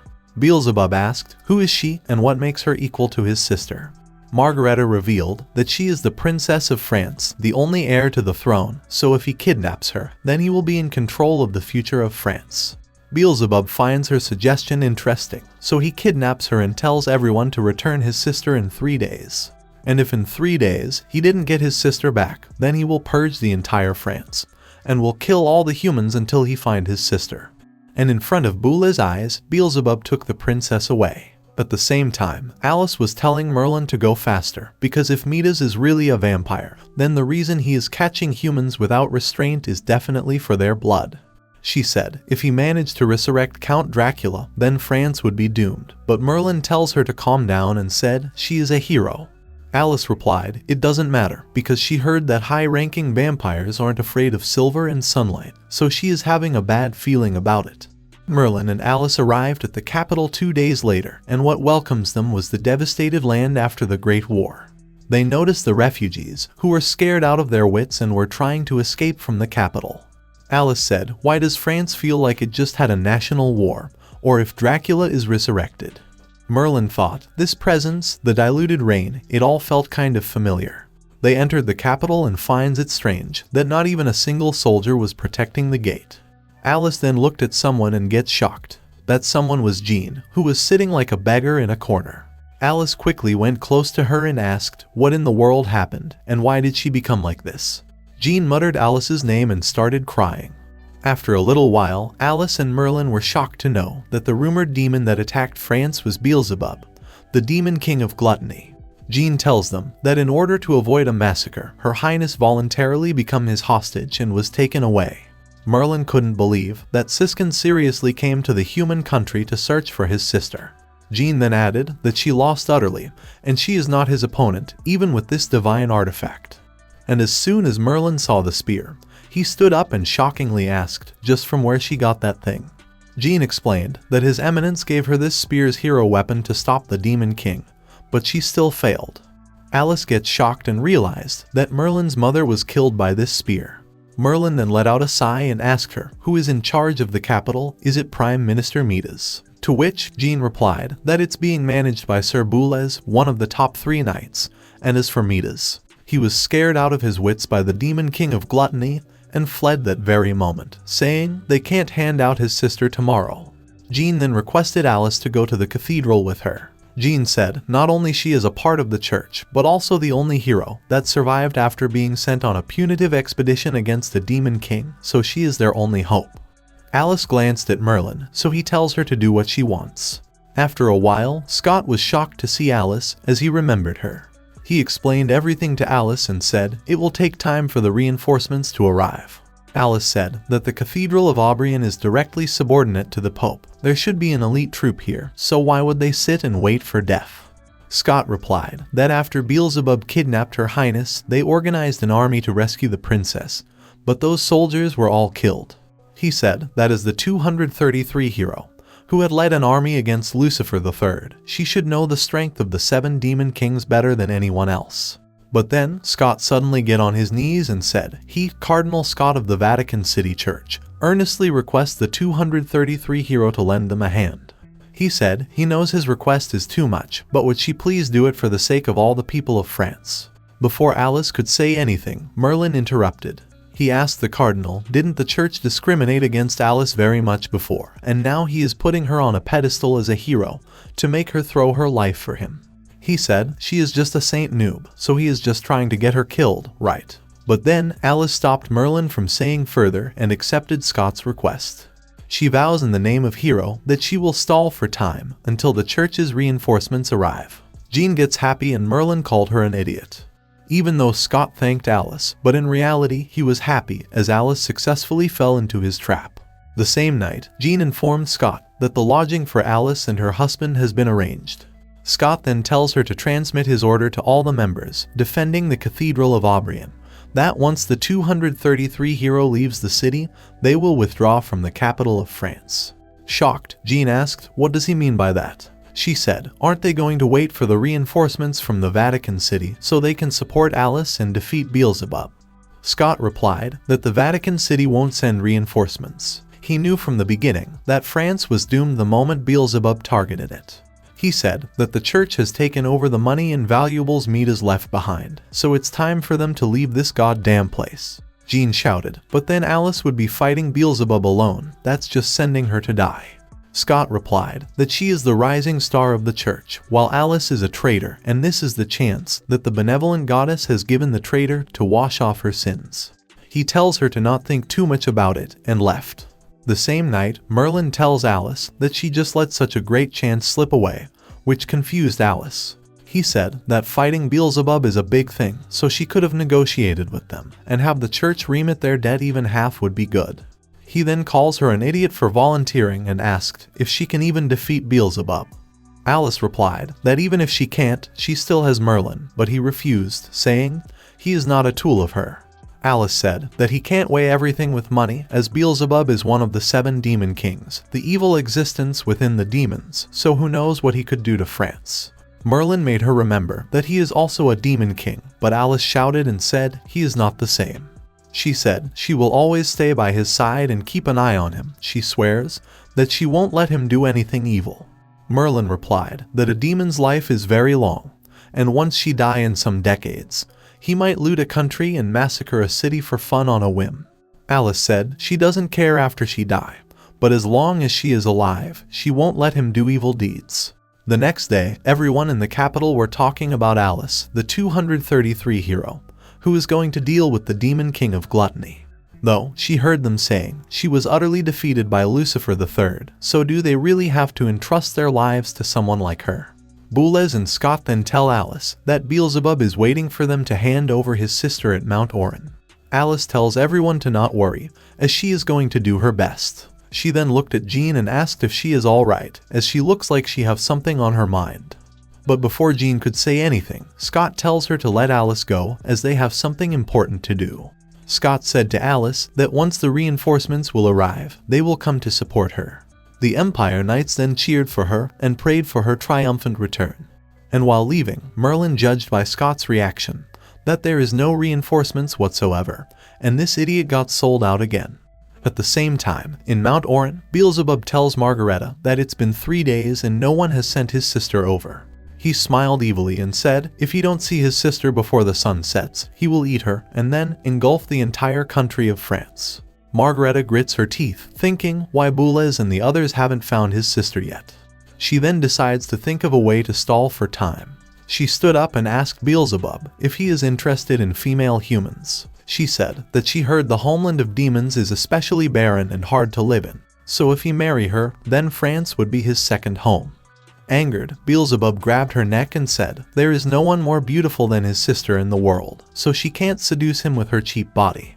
He tells her now he has changed his mind, and he is going to eat her right now. At the same time, Alice and Merlin reach the location, so Merlin tells her to stay hidden, while he will try to talk him over. Alice said it's strange that he is trying to negotiate, so she asked if he is close with Beelzebub, and Merlin refused instantly. She then asked him that as fellow demon kings, he should be able to fight Beelzebub, right? Merlin replied it's hard to know, because Beelzebub can devour all the damage from attacks, and turn it into his own energy, which shocked Alice. They then suddenly feel Beelzebub's killing intent. Beelzebub was angry with Margareta's seducing plan, so he decides to eat her, and then start a blood purge on France until he finds his sister. Margareta was begging him to not do it, and as he was about to kill her, he gets attacked by someone. That someone was Alice, who tells him to let go of Her Highness Margareta. Beelzebub laughed and said it's reckless of her to think that a mere saint rank can go against a demon king. But suddenly he gets shocked as he saw Merlin waving at him, saying long time no see. He then scolds Alice for attacking Beelzebub, as the plan was to have a talk with him. Beelzebub asked Merlin what is he doing in France, because according to Asmodeus, he refused to search for Melinda. Merlin replied he came to France for other business, but if he knew Melinda was in France, then he would have helped him. Beelzebub said it's useless to talk about that now, because he will search for her himself. Merlin replied, but demon kings can't leave their palace for a long time, so he tells him to let go of that human princess, and in return, he will search for Melinda. Beelzebub said not even his mother dared to talk to him like that, so how dare a brat, who's still wet behind his ears, try to make him obey. Merlin knew this would happen, so he suggested him to settle this by demon's way, so Beelzebub agreed. Merlin said that if he defeated him with quick draw, then he won't be convinced, so he promised to not use any weapons while fighting him. Merlin then whispered to Alice that a weakling like her shouldn't meddle, so while he holds Beelzebub, she must rescue the princess. The battle begins, and as soon as their fists clash, the shockwave started to destroy the mountain. Margareta muttered what is going on, and if she is still alive. She looked outside and gets shocked to see a human fighting Beelzebub. Merlin grits his teeth, saying, as always, it is not easy to deal with this guy. Margareta looked at Merlin and thought, he is just like the person who has appeared many times in her dreams, the one who will save her country, the one and only her prince. Inside the capital, Boulez was shocked to know that there is no reinforcements coming from the church. He realized that Scott is planning to abandon France and Hiroshima. Beelzebub and Merlin were equally matched, and both managed to injure each other. Margareta was watching the fight, thinking that human is so strong, as he is evenly matched with that demon king. Suddenly, Alice came and said she is an adventurer from Great Britain, and she has come to rescue her on the request of the church in France. Margareta asked her who is the person fighting with the demon king. Alice replied he is her husband, but she stopped herself and said he is her adventurer comrade, named Merlin. After hearing Merlin's name, Margareta took a sigh of relief and gets unconscious. Alice realized that these past few days, Margareta has not eaten anything, so she need to take her to the city quickly. Beelzebub noticed that Alice is trying to rescue the hostage, but before he could go to stop her, Merlin hits him and asked where exactly is he looking. Angered, Beelzebub dashed towards him and said he has always disliked him, so he will teach Merlin a lesson on behalf of his mother. They both clashed and started to push each other, but they were equally matched. Beelzebub punched him, saying he was always the weird one among the demon kings, as he kept taking pity on humans. Merlin punched him back and said, as if a goddamn perverted siskin has the right to say, that he was the weird one. They keep hitting each other and talk about each other's bad qualities. Alice was taking Margareta back and thought, so this is the battle between demon kings. Merlin then pins Beelzebub down and asked if he is ready to behave. But then, he gets pushed by Beelzebub's demonic aura. Merlin jumped back, and then a punch hit him and sent him flying. Alice then saw a shadowy figure in the dust, and Merlin said, so he finally got serious. Beelzebub transformed into his true form and said he indeed underestimated him by using that body.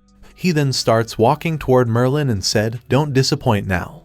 Injured, Merlin dashed toward Beelzebub and punched him, but to his surprise, Beelzebub was unaffected by it. He then throws a punch, but Merlin dodged at the right time, or he would have been defeated. Beelzebub laughed, saying all of Merlin's attacks will be devoured by him, and will become his energy in the end. He said he will just keep getting stronger, while Merlin will only be slowly depleted to death by him. Beelzebub punched Merlin again, but this time, Merlin blocked it by focusing on defense. Merlin realized he need to do something quick, as Beelzebub punches are getting heavier every time. But then, suddenly, he fall to the ground and wondered why his curse acting up now.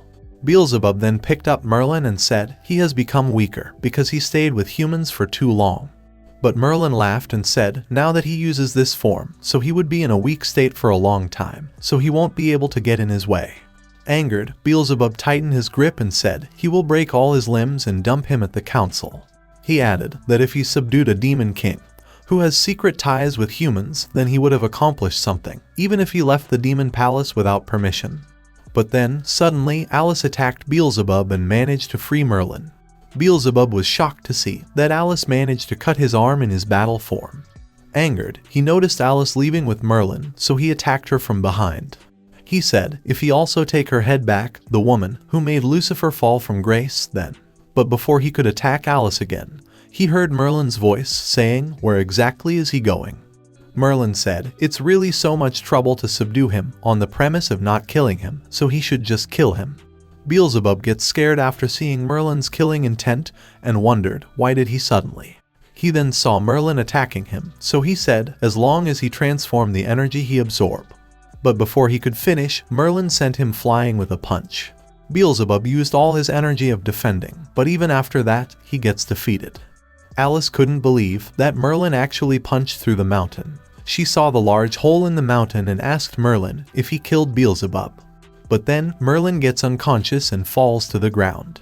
2 days later, in the hotel Merlin and Alice are staying at, Merlin wakes up and wondered where he is, as the last thing he remembers was that he beat Beelzebub. He thought that he didn't hold back on his punch, so if Beelzebub is dead and no one is there to suppress the blood pond, then the council would. Suddenly, he heard a voice. It was Alice, who shockingly said, "You are awake."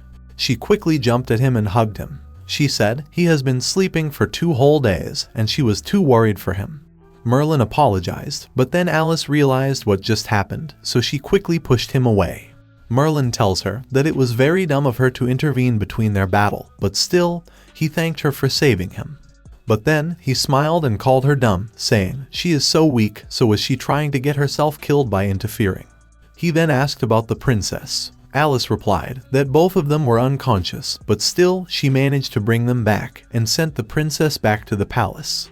She then scolds him to not do something so dangerous again, as there was no need for him to fight hand to hand with Beelzebub. Merlin tells her that according to the rules of demons, they always have a fight to settle conflicts, but this time he went a bit overboard. At the same time, Beelzebub also woke up and said if he hadn't used all his power on defense, that punch would have killed him. He called Merlin a monster and said there is no way he was born from Lucifer II through the power of succubus.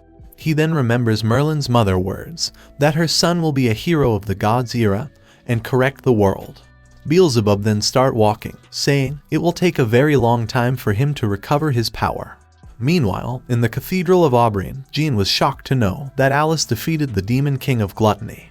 Scott tells her that her strength as a hero is incomparable, as the battleground has been raised and 2 mountains have been wrecked during their fight. He then added that the princess has safely returned to the palace and France's crisis has temporarily been averted. Jean then asked about Alice, so he tells her that she is fine, but her husband is injured. He said that they are resting in the hotel that he arranged for them and tells her to bring Alice to church tomorrow. After Jean left, Scott thought Alice really is something, because if surviving from Lucifer II was a stroke of luck, then defeating the Demon King of Gluttony would be the symbol of strength, so he must pull her back to become the hero again. He thought that with Jean and Alice, their Cathedral of Aubrey will gain a lot of fame, and then he will be chosen as the next pope in the election. At the same time, in the palace, Margareta was causing a ruckus, saying she is going to find the hero that saved her. Jobless stopped her and said when Midas ran away, he took a lot of goods and people, so everyone is in a panic outside. He also added that they have arranged for Hero Sama to have an audience with her tomorrow, so she just need to wait for tonight. Margareta still tried to go, but is stopped by Jobless. She tells him to let go of her, as she is going to see Merlin Sama, the Mr. Right for her. Suddenly, Merlin felt a chill, so Alice asked if he wanna wear some clothes. The next day, in France's palace, Merlin was too shocked to know that they are not getting any rewards. The official apologized to him, saying Midas ran away with all the wealth in the national treasury, so they can't reward them anything. He added, but all of France will remember that they saved their country. But then Margareta came forward and said she has a proposal. She said even though they don't have the money to pay right now, but they can pay the hero that saved their country an appropriate reward. Merlin said this little girl is young, but she knows how to play the game. The official said, but their national treasury is empty, so how are they going to pay an appropriate payment? She then excitedly said the reward will be the whole country and announced that she is going to marry Merlin Sama, which shocked everyone. Jobless tells Margareta to stop joking, as Mr. Merlin is Miss Alice's husband. She replied she already knows about it, but since their country has no money, so she can only give herself to him. Other officials explained that Mr. Merlin is just an iron-plate adventurer and it was Miss Alice who saved their kingdom. But Margareta said it was Merlin Sama who fought the Demon King, so she will marry him. She went close to Merlin and said as long as he has her in his heart, then she doesn't mind him having other women. Suddenly, they heard someone shouting, but I do. That someone was Alice, who tells her that there's no way Merlin will become her anything because he is her husband. Merlin whispered and asked, aren't they fake? But Alice tells him to shut up. Margareta said, of course, she knows Sir Merlin is her husband, but isn't it very normal for strong men to have many wives? She added that as the Princess of France, she doesn't mind sharing a man with her, so why is she getting so riled up? She then hugs Merlin and said it's decided that from now on, Mr. Merlin will have to love her too. Merlin tried to calm her down, but then, suddenly, the palace started to freeze. Angered, Alice tells her to let go of Merlin, and if she dares to babble that he's her fiancé again, then she won't let her off. Margareta gets pushed back by Alice's magic pressure, and before Alice could hurt her, Merlin stopped her. Jobless quickly went close to the princess and saved her from getting killed. Merlin tells Alice to calm down, as being a fiancé is definitely a joke.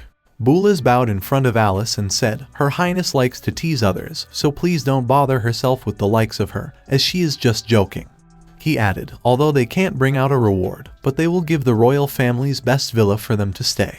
Merlin replied, since they are so poor, so it's unrealistic to forcefully make them pay the reward, so he has to accept this as payment. He then dragged Alice outside, while telling Boulez that he still needs his help on some follow-ups regarding Prime Minister Midas. After they left, Boulez asked the princess what she was doing because they can't make the hero Sama who defeated the Demon King their enemy. Margareta replied she already told him that it was Merlin who defeated the Demon King. She added, no matter what, but she will get Merlin Sama whether it's for France or herself. After a while, in the royal family's villa, Merlin gets a little happy, saying the entire building is for them. Suddenly, he heard someone banging on the door. It was Alice, who pushed him against the wall and asked if he likes that little princess. Confused, Merlin asked, what nonsense is she spouting? Alice said when that princess made him her fiancé, he didn't resist, and when she hugged him, he was bursting with joy inside. Merlin tells her to use her brain and said, a royal family will never let their princess decide on her marriage. Moreover, he will never agree to tie himself to a princess and lose his freedom. He also tells her to not forget about that cunning Elizabeth, as she will never let him marry a princess of another kingdom. Alice then asked him, who does he think is better between her and that princess, who has a bit better body than hers? Merlin replied, even though she crushes her in all aspects, but no matter how good she is, he doesn't like women who are too scheming and goal-driven. He then flicked her head and said, it's more relaxing to be with her, which makes Alice happy. At night, in France's palace, Margareta tells Boulez to speak what he has in his mind. Boulez asked if she really is going to marry that Merlin, to which she replied, of course. Boulez said, but if His Majesty were to know this, he would never agree to it. Margareta agreed, saying she knows that he and those other ministers must be thinking that she is mad, but she believes in her own judgment. She said she was very shocked to know that Midas was a vampire as well, so it couldn't be better if Merlin Sama and the others crusade against the vampire. She then asked him, is the other matter he is there for is related to Bartoloka? Boulez replied, yes it is, as he hoped that Her Highness will clear Bartoloka's name. He said, although Bartoloka's nature was beyond redemption, but he sacrificed himself for the sake of the France. Margareta then promised him to clear his name once the authorities has been reshuffled and once she have France under her control. She then asked him about the fire demon heart that was inside Bartoloka. Boulez said that they secretly sent his body to the ice house under the capital, but since the host has died, the power of the fire demon will go away if they don't find a suitable vessel soon. She then ordered him to find a suitable person as soon as possible, as they must preserve anything that can be used to fight. Inside the royal family's villa, Alice tells Merlin that Scott wants her to become the hero again, and then the debt she owes will be written off. Merlin tells her to become the hero so he can be free from the debt, but Alice refused, saying then she will be tied to the church's war chariot. But then Merlin added that once their debt will be cleared, he will go and kidnap her back. Then she would be free as well, just like the Badger game. Suddenly, they both get alerted as they sense someone strong approaching them. They quickly went outside the room and finds Beelzebub waiting for them. He said, we have met, but before he could finish, Merlin sent him flying with a kick. Merlin apologized, saying it was too dark, so he didn't see him clearly. Beelzebub then looked at Alice and asked why is she so nervous and if she is scared of him. Merlin tells her to calm down, as Beelzebub doesn't have any evil intentions. Beelzebub said since he didn't win, so of course he will do what Merlin say as long as he keeps his promise. Merlin replied, what promise, as he doesn't remember it anymore. Beelzebub starts crying, saying Merlin said before that if you behave, then he will help him find Melinda. He added that Melinda keeps addressing Merlin as her teacher in front of him, and she really admires him. He begs Merlin to save Melinda, as her presence was in the capital before, but it disappeared now. Alice said that his sister might be taken along when Prime Minister Midas was fleeing. Beelzebub grabbed her and asked about that bastard who kidnapped his sister. But Merlin knocked him down, saying, let go of Alice. Alice was shocked, as Beelzebub fainted just like that, so Merlin tells her that he used a lot of energy to recover, and he's so weak right now that even she could beat him. Merlin said that if they let him run around, then he will cause trouble again, and Alice agreed. At the same time, at France City Gate, the soldiers stopped a carriage from entering the city. A girl came out from the carriage and puts them to sleep with her magic. Aidan was also inside the carriage, who wondered why the capital of France is like this. Another member of the guild, Oswald, replied that according to the rumors, this place was attacked by a demon king not long ago. The guild master, Humphrey, said it's great, because now no one will be able to stop them from searching the ruins of Dracula. Then the next morning, in a hotel, Humphrey gets to know from Oswald that someone in France kidnapped the sister of a demon king. He said that the royal family of France is stupid, because the demon race is full of strong people that even dark adventurer guilds like them wouldn't dare to offend. The sisters, Una and Vina, suggested to take over France as the country is heavily damaged, so no one will be able to stop them. But Oswald replied, although France is heavily damaged, but they still managed to beat back the demon king, so they must have a trump card. Humphrey agreed with him and said their only goal is to find the ruins of Dracula, so no one is allowed to stir up trouble. Then suddenly, Aidan came running and shouted his name. He said he just saw the person on the street that fought them for the treasure map and killed Laurie. After a while, Merlin was with Beelzebub, who complained that it's been a few days, but still, there's no news of Melinda. Merlin tells him to wait, as France is in a mess right now, so that little princess is probably held up by work. Beelzebub agreed to wait for a little while longer for the last time. But he said if there's still no clue after that, then he will kill the princess and turn France upside down. Merlin puts an apple in his mouth and said, just leave everything to him and wait. Beelzebub tells Merlin to give him some meat so he can recover quickly, but Merlin doesn't want to waste money on him. Beelzebub smiled, saying he can eat that flat-chested woman, to which Merlin angrily said that he will kill him. Beelzebub said he's just joking, and added, but if those old bastards in the council decide to crusade against him, then he won't help him. Merlin sighed, saying he will deal with it when that time comes. At the same time, Aidan showed Merlin to Humphrey, saying he is the husband of that woman. He said that his wife is a mithril plate adventurer, so she must be the one who threw that magic weapon back. Una called Aidan a trash, as he and Laurie were defeated by just a mithril plate adventurer. Humphrey tells them to stop arguing and said they will kill Merlin first and then his wife. The other members of the guild got excited, saying there is a show to watch now. Humphrey released his aura and shouts they are the Dark Adventurer Guild Blue Hell Flame, and anyone who dares to kill their men will have to pay a bitter price. At the same time, Merlin sensed someone approaching them. Humphrey jumped at him and attacked Merlin with his full strength, but to his surprise, Merlin easily stopped his punch and asked, "Who is he?" Humphrey thought that even Amethyst Plate Adventurer can't take his unique skill, yet Merlin easily blocked it. He realized that Merlin is definitely not simple. He quickly apologized, saying it was a misunderstanding, as he mistook Merlin for someone else. Angered, Merlin said if apologizing works, then laws wouldn't have existed. Humphrey got scared, thinking Merlin is going to kill him. But then all of the guild members came to their guildmaster's rescue. They shouted to attack Merlin together and protect their guild master. Beelzebub sighed, saying he hates being disturbed the most when he is eating, so he angrily tells them to be quiet. Suddenly, all the members froze in their place. Oswald asked Aidan who that man is, but even Aidan didn't know him. Humphrey realized that this level of coercion means that they are facing a demon. Beelzebub laughed and said they are there at the right time, as he happened to be hungry. But Merlin stopped him and tells him to not go overboard. Beelzebub said that Merlin really have a bad life here, as every Tom, Dick and Harry dares to put their hands on him. Merlin then asked Humphrey if he and his subordinates still plans to fight. Humphrey denied and begs him to spare his life. But to his surprise, Merlin asked him with a smile how much is he going to pay to compensate him. After a while, Una asked Aidan just what kind of monster did he and Laurie mess with, because she thought she was going to die. Oswald asked Humphrey about Merlin and what should they do now. Humphrey tells him to ignore him and his wife, as their main goal is to find those Dracula ruins. He said as long as they obtain Dracula's treasures, nothing else matters. Beelzebub gets confused and asked Merlin why did he let them go. Merlin replied that there is no need to haggle over every matter, and the 500,000 gold coins they paid isn't a small amount.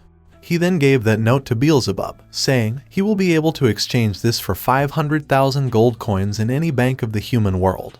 Merlin said that the 5th Demon King Palace always lacking in money, so take it back as subsidy. Beelzebub shockingly asked if he is really going to give him several hundred thousands like this, and if he is that kind-hearted. Merlin replied if it's with him, then Alice will take it all, so it's better to give it to him.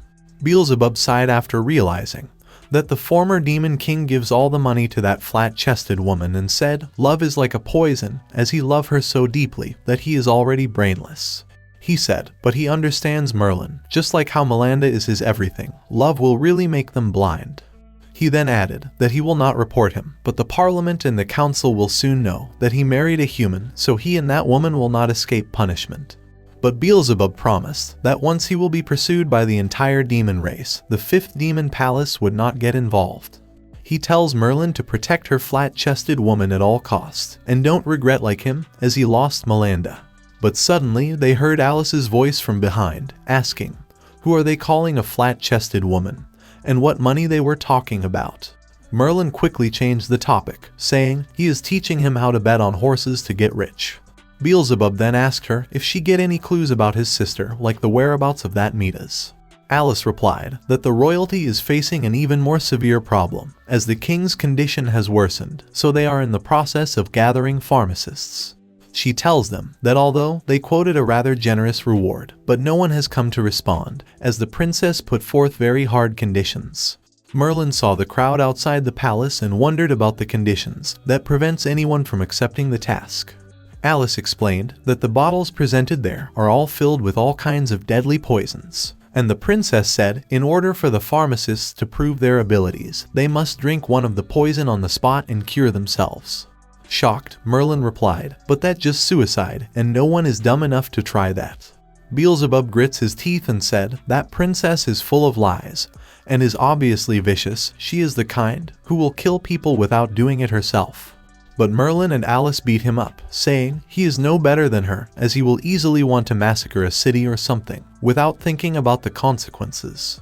There was a man among the crowd who thought that the princess is a little brighter than he expected, because as long as the recruitment doesn't get revoked, her sovereignty will be guaranteed for now, whether the king is alive or dead. And while Merlin and Alice were still beating Beelzebub, they heard everyone shouting, saying someone stepped up. The man introduced himself to the soldiers and tells them to pass his message to Her Highness. Inside the palace, Margareta looked at her father and wondered just what in the world Midas did to him. The king looked like his blood got sucked and is about to die. Suddenly, Boulez entered the room in a hurry. Margareta tells him to be quiet and asked, why is he in such a hurry? Boulez apologized and said that someone has taken the imperial order outside and wants to treat his majesty. Shocked, Margareta couldn't believe that someone dares to try when the conditions are so hard. Boulez tells her that the person is from an impressive background. According to the guards, he is from the Great Britain and is very famous, as he is a Redbud Knight from Great Britain's royal family. The 12th Knight, Claudia. Alice asked Merlin if he knows something about him, but Merlin replied that he can only remember that red-haired armored girl. Beelzebub said that this knight is not simple. This person, who looks like a kid, isn't weak, the mana in him doesn't leak out and it's abnormally overbearing. It's kind of similar to their demon race. He said, only those who practice ancient magic have this trait. The princess then came running and asked for the Redbud Knight pharmacist. Claudia bowed in front of her and introduced himself. She then asked him if he really is a Redbud Knight. Claudia replied, yes he is, and has been traveling the world since he was young, and has seen many poisons and symptoms. Margareta thought that he is so young, so should she really entrust him with her father's life? Margareta then tells him to prove his ability. She said that all these poisons are very strong, and he will become a pool of liquid with nothing left if he hit it on him. She then asked if he really have the courage to pick one of the bottles and drink it in front of everyone to prove his ability. The others were worried, saying if a Redbud Knight were to die in France, then they would become enemies with Great Britain. Claudia tells the princess to not worry and said, if he were to die here, then Great Britain will not hold France accountable for his death. He then touched the bottle, saying, red-eye dragon lizard, soul-breaking scorpion tail, thorn extract of the death flower, they are all strange poisons from the continent. And as soon as he opened the lid, Beelzebub covered his nose and said, those poisons are no laughing matter. So Merlin asked if he has confidence in drinking those. Beelzebub replied that as he is the gluttony that devours all, so he is confident in drinking 3 kinds without being affected, but it might not be the case after the 3rd bottle. He added that Knight's strength is pretty good, but he will never be in a good condition after he drinks just 1 bottle. And then, in front of everyone, Claudia gulps the poisons of all the bottles. Shocked, the crowd gets worried and said he actually drank all 7 bottles of poison. And then Claudia starts to cough blood and fall on his knees. Beelzebub smiled and said it is just as he thought, as even he would have no choice but to abandon his body after drinking those 7 deadly poisons mixed together. Claudia kept coughing and then stopped moving. Everyone believed that he died from the poisons without even having the time to make the antidote. Margareta tells Boulez to deal with his body, but then he tells her to look at Claudia. In front of everyone's eyes, Claudia gets back on his feet, saying it was more painful than he thought. Beelzebub couldn't believe his eyes, and Merlin thought that Claudia is impressive. He then explained to the princess that in ancient times, their ancestors developed many secret methods to keep themselves from aging, so they can fight off powerful monsters. He said that he let his body enter suspended animation and then promptly break out of the state to expel the poisons. He then asked her if he qualified to treat his majesty, and Margareta replied, of course. Beelzebub tells Merlin that Human was stronger than he expected. He looks fragile, but he is actually very dangerous. He said that suspended animation isn't something that can be achieved by just knowing a bit, as this kind of power is on par with what demon race use. Inside the palace, Margareta asked Claudia to look at her father's condition. Claudia looked at the king and tells her to forgive his offense as he removed the curtains of the window. And as soon as sunlight touched the king, his body starts burning.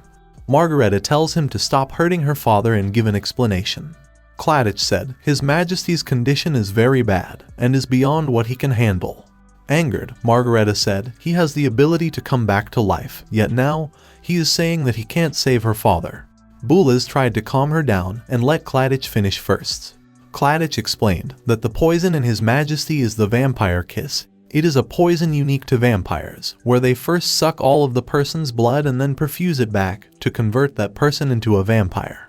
Shocked, Margareta said, so what Alice and Merlin Sama said was true. Claudia added that the king will soon become a senseless vampire, and their goal is probably to give birth to a mad king for France.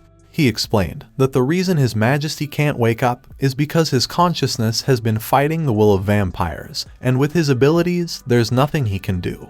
Then later at night, in France desert, Midas started the ceremony to free Lord Father. Melinda was trying to escape and said her brother will never let him off. Midas tells her to not waste her energy, because now that she is here, she won't be able to escape, so it's more practical to eat and sleep well. Suddenly, his butler came, so Midas asked him if Beelzebub has started massacring. But the butler replied that Beelzebub has been defeated by the 233 hero of church. Shocked, Midas couldn't believe that Beelzebub was defeated. Then the butler added that the hero is also one of the people who killed Lady Carmilla, and France has gradually started to pacify. Midas said, the one who killed Carmilla and defeated Beelzebub, the 233 hero, you will not be able to gloat for long once Lord Father is resurrected. At the same time, Alice sneezed and figured that someone is bad-mouthing her. Beelzebub was angry at them, saying, there is no news about Melinda, so how can they be so carefree? Merlin looked at him eating while saying all this, so he starts to beat him up, and someone knocked on the door.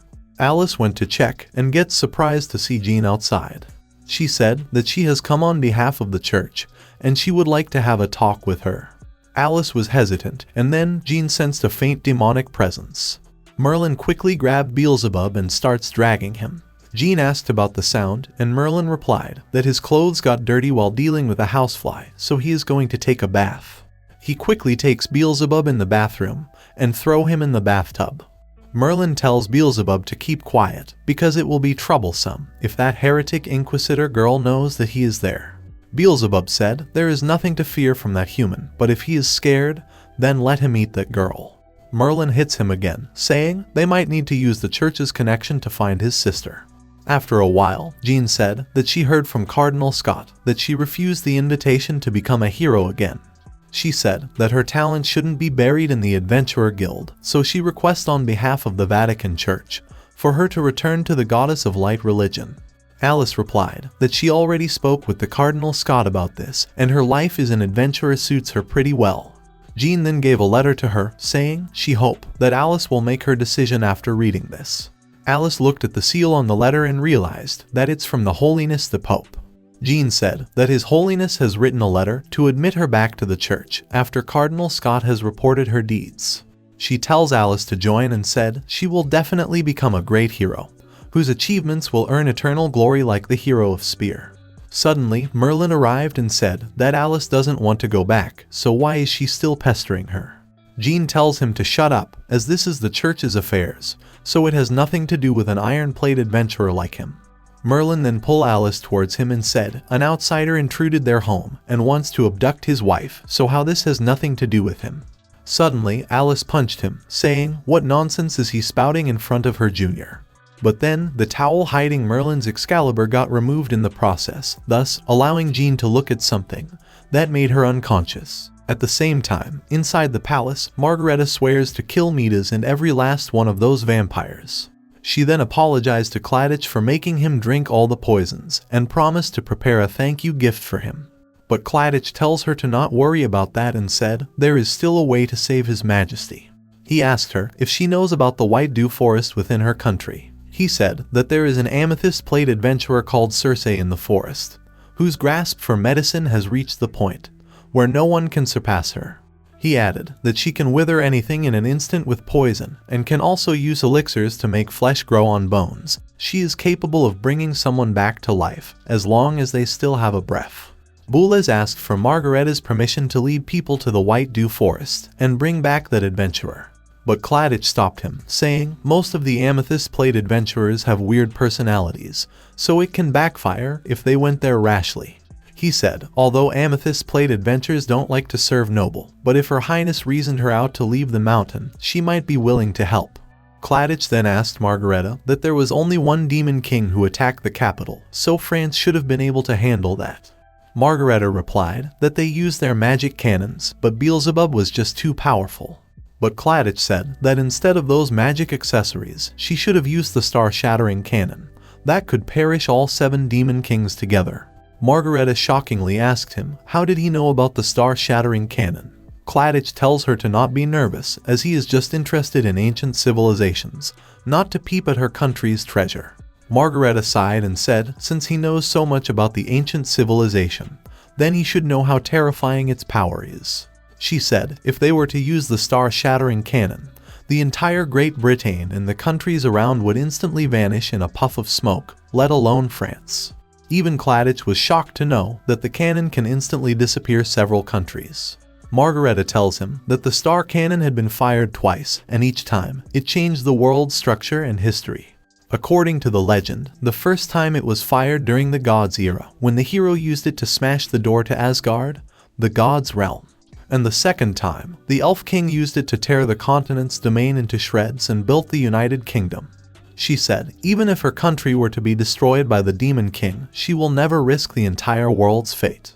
Claudia then apologized for his rudeness and said he have received orders from the Queen to assist France in rebuilding itself. He said if their opponents are vampires and the demon race, then he has a holy relic that will come in handy. He showed them a ore called the God-Sealing Stone, which has the effects of killing souls and nullifying all regeneration, self-healing and resurrection abilities. He said, in the ancient gods era, the Decide hero had 2 swords, one was called Eternum, and the other was Mistletoe, wielded by the god who led all gods to destruction. Margareta and Boulez get shocked to know that this stone is a chip of that divine artifact that could even kill gods. Claudia added that the vampires rely mostly on their healing ability and they can be killed by silver weapons, but for the 2nd and 1st generation, they are unaffected by silver. He said that he will lend her this God-Sealing Stone to help France overcome its crisis. Margareta then ordered Boulez to lock it in the underground treasure house and find the whereabouts of Midas and the other vampires as soon as possible. She then thanked Claudia for his and Queen Elizabeth's support, and he tells her to wait, as he is not the only one who came to aid her. At the same time, a large eagle appeared above the castle. Boulez and the others quickly went outside to deal with it, and to their surprise, it was the captain of the Redbud Knight, Macefield. She then went close to greet Claudia and addressed him as instructor, which shocked everyone. Claudia then tells them that he studies the secret skills from ancient times, and even though he appears young, but he is the oldest within the Redbud Knight. Macefield then greeted Margareta and said she has come to support France in resisting the Demon King and the vampires. Margareta said it's very late now, so they will discuss it tomorrow, and ordered Boulez to arrange a place for the two knights and their saddle beast to stay. Boulez, who was in his own world, suddenly came back to his senses. Margareta then tells him to lead the knights to the royal mansion to rest. After they left, Margareta thought that she never expected that blockhead Boulez to fall in love at first sight. At the same time, Jean was asking forgiveness from the goddess of light as she saw something intolerable filthy. After a while, in the royal mansion, Claudia apologized to Macefield as he heard what happened in the country. He had felt weird when Elizabeth changed her temperament before, but he never expected Isabella to be feigning as her. But Macefield tells him to not worry about it anymore and said the civil strife has been settled. But then her stomach starts to grumble. Claudia laughed and called her childish like before, as she still get hungry easily. He then excitedly said that his cooking has gotten better after traveling, so he will let her taste his instructor's medicinal cuisine. Macefield then remembers the past, where she once almost died after eating his instructor's cuisine, so she tells him to not worry, as she can endure it. At the same time, Jean was leaving the place and apologized for losing her cool earlier. Merlin tells her to not worry and said she will get used to it after seeing more of it, but Jean shouted that she never want to see it at all. She then asked Alice again if she really is not coming back to the church. Alice replied that she doesn't have the intention of returning for now, but if the church ever face difficulties, then they can commission them. After Jean left, Merlin asked Alice if she really is not going to consider it, because going back means she won't be troubled by the debt. He added that she won't be tied with him either, because even if they are a married couple, they are only. But Alice stopped him from saying any further and tells him to not mention this anymore. She said she won't be going back to the church at least before she finished repaying the debt. And then she left, saying she is going to sleep first. Merlin looked happy, but suddenly he heard Beelzebub saying, so he really is head over heels for that woman. Merlin tells him to stop running around, but Beelzebub said he is hungry. Merlin knew that he already finished eating the food in the grain storage, so he thought just where he can find food at this time. At the same time, in the royal mansion, Macefield couldn't sleep because of hunger. She then heard some voices from downstairs, so she decides to check it. She reached the kitchen and find two men who are trying to steal food. She thought they are refugees since they are stealing food, so she decides to just scare them away. She went inside and tells them to surrender. But as soon as Merlin looked at her, she gets shocked. She then asked Merlin what was he doing there, and he replied that he is just searching for food for his friend. He heard her stomach grumbling and realized that she is hungry as well. He then makes a stew for her and tells her to join them. Macefield wondered if a man can make good food, but as soon as she takes one bite, she gets surprised. She said it's just a normal stew made with the ingredients off the shelf, but it's just as good as the ones royal chefs make. Beelzebub then apologized for underestimating Merlin and said this woman has the bust and butt. She is much better than that meanie white-haired woman, and asked if she is his mistress. At the same time, in the Cathedral of Aubrion, Jean informed Scott about Alice's decision. Scott said even the letter from His Holiness the Pope couldn't move her, so it looks like Alice has really changed. But Jean said that according to her, the reason Alice doesn't want to return is because she loves her husband. Scott gets happy after hearing that and said it's that iron-plate adventurer, so he is easy to deal with. He then tells Jean to make that man disappear. Shocked, Jean said, but he is Alice's husband, so they can't do anything to him. Scott said that Alice's belief in the goddess was impeccable, yet she became an adventurer that pursues money, so she must be bewitched by that man. He tells Jean that the church and the people need the power of the hero, so they can't let Alice sink deeper into this anymore. He then reminds her to not forget her duty as the heroic inquisitor of the church. Meanwhile, in the royal mansion, Macefield gets to know that Earl Austen commissioned Merlin and Alice to investigate the vampires. Merlin then asked her why the first knight of the Great Britain has come to France. Macefield replied that Queen Elizabeth sent them to confront the Demon King of Gluttony, but he was already defeated by him and Alice. Then Beelzebub heard her saying that since the Demon King was defeated by Merlin and Alice, so the legendary Demon Kings are not as unbeatable as she thought. Angered, Beelzebub shouted and asked, who the hell is she looking down on? Merlin stopped him from saying anything else and reminds him of the promise he made, that he will not cause any trouble. But Beelzebub starts fighting Merlin, saying he can't take it anymore as everyone is pushing their luck. Suddenly, Alice reached the kitchen and asked Merlin why did he come to the next door instead of sleeping. But as soon as she looked inside, she finds Macefield on top of Merlin. Angered, she released menacing aura and asked, "What are they doing?" After a while, Alice gets to know from Macefield that she is there to support France. Macefield was shocked to know that the Prime Minister of France is a vampire, and she thought that this is the biggest problem that France is facing right now. Merlin, who had a slap mark on his face, agreed with Macefield and said they are also searching for Mita's whereabouts. Beelzebub shouted that his sister was captured by that bastard, so he is going to shred him into pieces. Alice then apologized for Merlin and Beelzebub's behavior from earlier, and Macefield tells her to not worry. She said she never expected to meet Miss Alice and Sword. She then remembered Elizabeth's words that she can't let anyone know that Merlin is the sword master of Elgin, so she corrected herself and said Merlin. She added that with them here, the Demon King and vampires don't seem like a great threat anymore. She then said she will pay them a visit with her instructor tomorrow. At the same time, in the France Castle underground treasure house, the knight guarding it was tired, so the other knight asked if he is alright. He replied that he has been on duty for a few days straight. He said that Sir Boulez has sent a treasure over today and has told them to guard it strictly, because with that, they will be able to fight against those vampires. But then, the other knight take out a gun and killed him. That knight was none other than the bandit leader Dick Turpin, who said, after working for the vampires for nothing for so long, it's not too much to take this treasure. He opened the box while saying, Midas has run towards the west, and that guy has been a minister for so long, so he is definitely rich. He picked the stone, saying, vampires are nothing to fear now that he has this. He announced that he, the great Dick Turpin, will take a share of his wealth, treasure, and even this empire. At the same time, in a certain village in the northwest of France, the vampires were attacking the village. One of them excitedly announced that according to Sir Rum, the 3 vampires who catch most humans will be rewarded handsomely. But then, suddenly a fist made a hole in his chest, thus killing him on the spot. It was Aidan who killed him, saying they sure gave them a hard time finding them. He then ordered his men to attack and eliminate those filthy monsters. The vampires shockingly asked, how does they have so many of silver weapons? Oswald replied that their guild has spent their whole fortune so they can fight with them. Aidan killed one more, saying it will pay for itself after they get the vampire's treasure. A girl who was saved by Aidan thanked him for killing the vampire.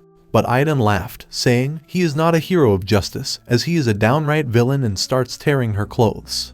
At the same time, the butler Rum was saying that they are taking more time than expected. But then, he noticed someone approaching him, so he quickly jumped further. The sisters arrived and killed his subordinate, while praising him for dodging the attack, and said that he is not an ordinary vampire. Angered, Rum asked who they are, and how dare they have the nerve to plot against them, the vampires. Humphrey came forward and said they are there for the vampires. He announced that the Blue Hell Flame will be taking everything from them. Then the next day, in the villa of Merlin and the others, Claudia came with Macefield and introduced himself.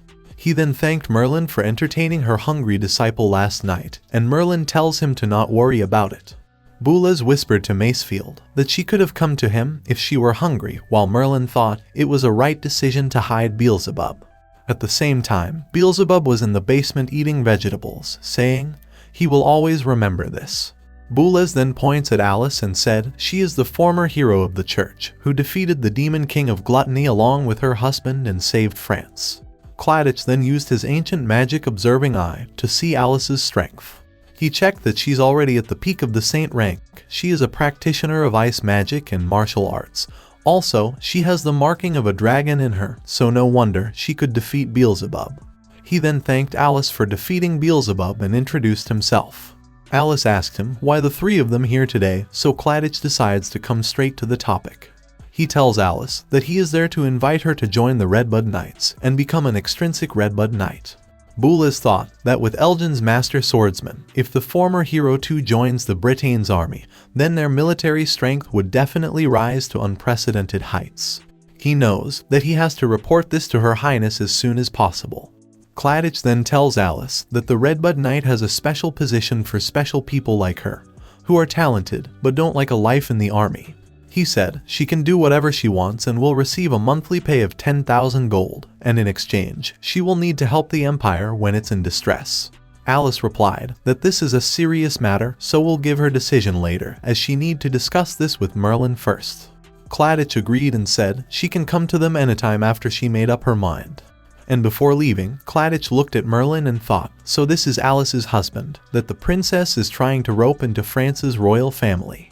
He then decides to use his ancient magic again, thinking that intelligent princess fancies a married man, so what exactly is so special about him? He saw a strange color on Merlin, so he wondered if Merlin possessed many kinds of magic. But then Merlin looked at Claudia and decides to teach him a lesson for looking inside him.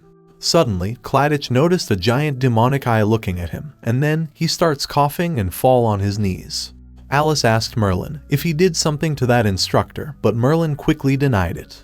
Claudia then apologizes for his offense and take their permission to leave. Jobless also said goodbye to Merlin and gave him a letter saying it's from Her Highness. He said it's an invitation for a banquet that Her Highness has arranged for Mr. Merlin. Alice then grabbed Merlin's face and shouted, so she just invited Merlin. After a while, in the royal mansion, Macefield asked Claudia if he is alright. Claudia starts coughing blood again, so Macefield tells him to wait while she calls for a priest. But he stopped her, saying a priest won't do him any good. He then asked her if she knows Alice's husband. Macefield replied that he is kind of related to the Empire, but she doesn't really know much about him. Claudia then tells her that when he tried to examine Merlin with his ancient magic, he saw a completely new phenomenon. Merlin looked like a monster from the abyss, and then he suffered a severe backlash. Claudia added that he was already surprised to see Alice's strength, but he never expected her husband to be such a terrifying existence. He then tells her to pay close attention to the matter regarding the extrinsic knight, Miss Alice, and especially that man named Merlin. The same night, in the palace banquet hall, the maids were in a hurry, saying the guest will arrive soon. Margareta was ready and asked Jobless if she is looking good and if the preparations she told him to do are completed. Jobless praised Margareta for her beauty and said he arranged the wine to be laced with the drug that she has said. Jobless then said that Merlin is a married man, so is he really worth it? To which Margareta replied that she already knows that no one will believe her. She smiled, saying he is the biggest backing of France for the next decade, and she will get everything she has taken a fancy on. At the same time, Claudia tells Macefield that if they can rope in Merlin, then Great Britain will be steady and invulnerable for a century. At the same time, Alice was sulking, while Merlin wondered just what kind of food will be in a royal banquet. Then later at night, the guards announced that the guests have arrived. Margareta came running, while cheerfully saying Merlin's name. But she gets shocked to see Alice with Merlin, saying thank you for having them. Margareta asked Alice why she is there, to which Alice replied that not only they are partners as adventurers, but also a couple, so it's normal for his wife to attend. Alice then asked her if there is any reason to why she can't invite her. With no other choice left, Margareta welcomes them both. At the dinner table, Merlin asked the princess if she invite him because she has information about the Prime Minister Midas. Margareta replied that they found the escape route, but haven't been able to pinpoint his location yet, and the reason she invited him over is to repay her life-saving savior. Alice smiled, saying it's so nice of Her Highness, but then angrily asked why is she seated so far away. She then picked the chair and placed it near Merlin's, saying she wants to join them too. Margareta thought that she underestimated Alice because that chair weighs 300 pounds, yet she managed to move it. She tells Merlin that in a few years, when France will be stable again, she will definitely offer Mr. Merlin a handsome reward. She then ordered her maid to serve the drink, saying this is a wine that has been aged for many years, and there are no more than 20 bottles in the world now.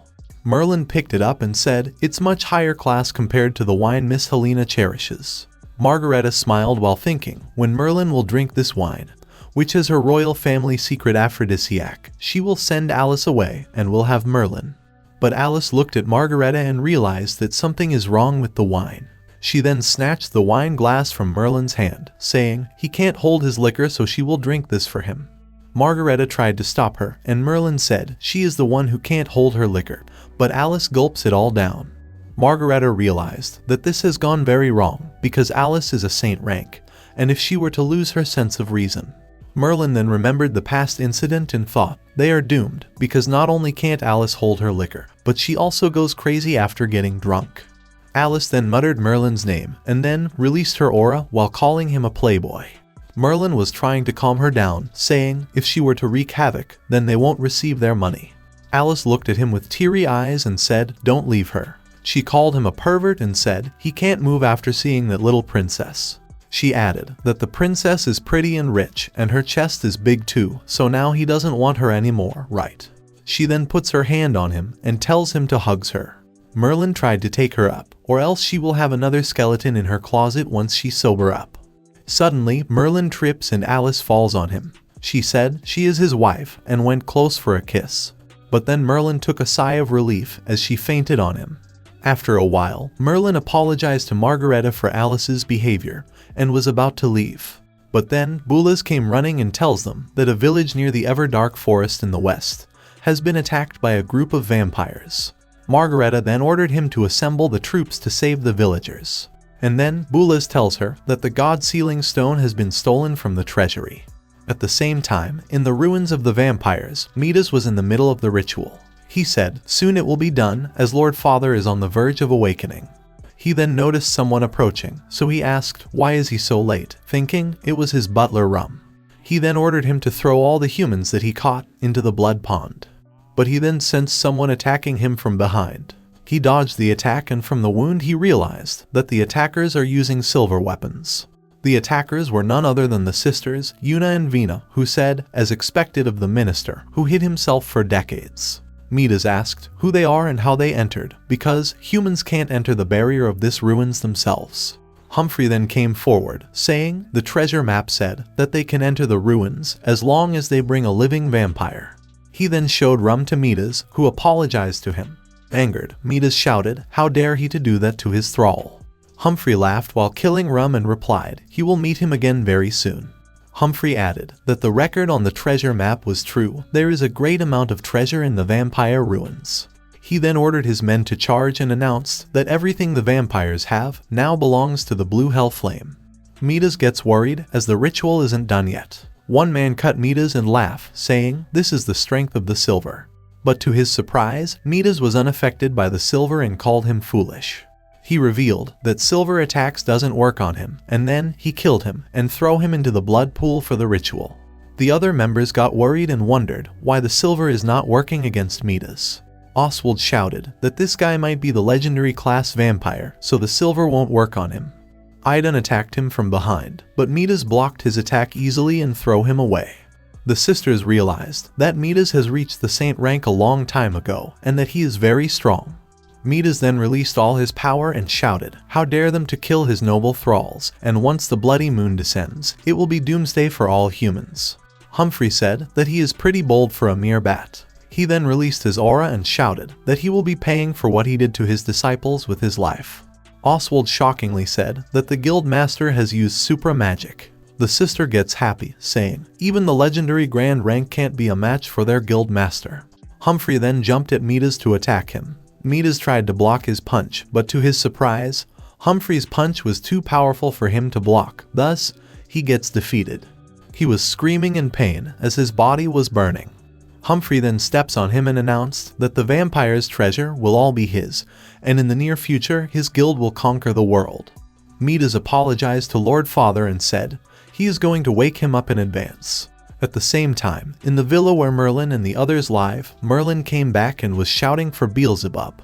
Beelzebub came and said the two of them went to have a feast, so how did they end up in such a sorry state? But Merlin said there is not time for that, as it's time to set out.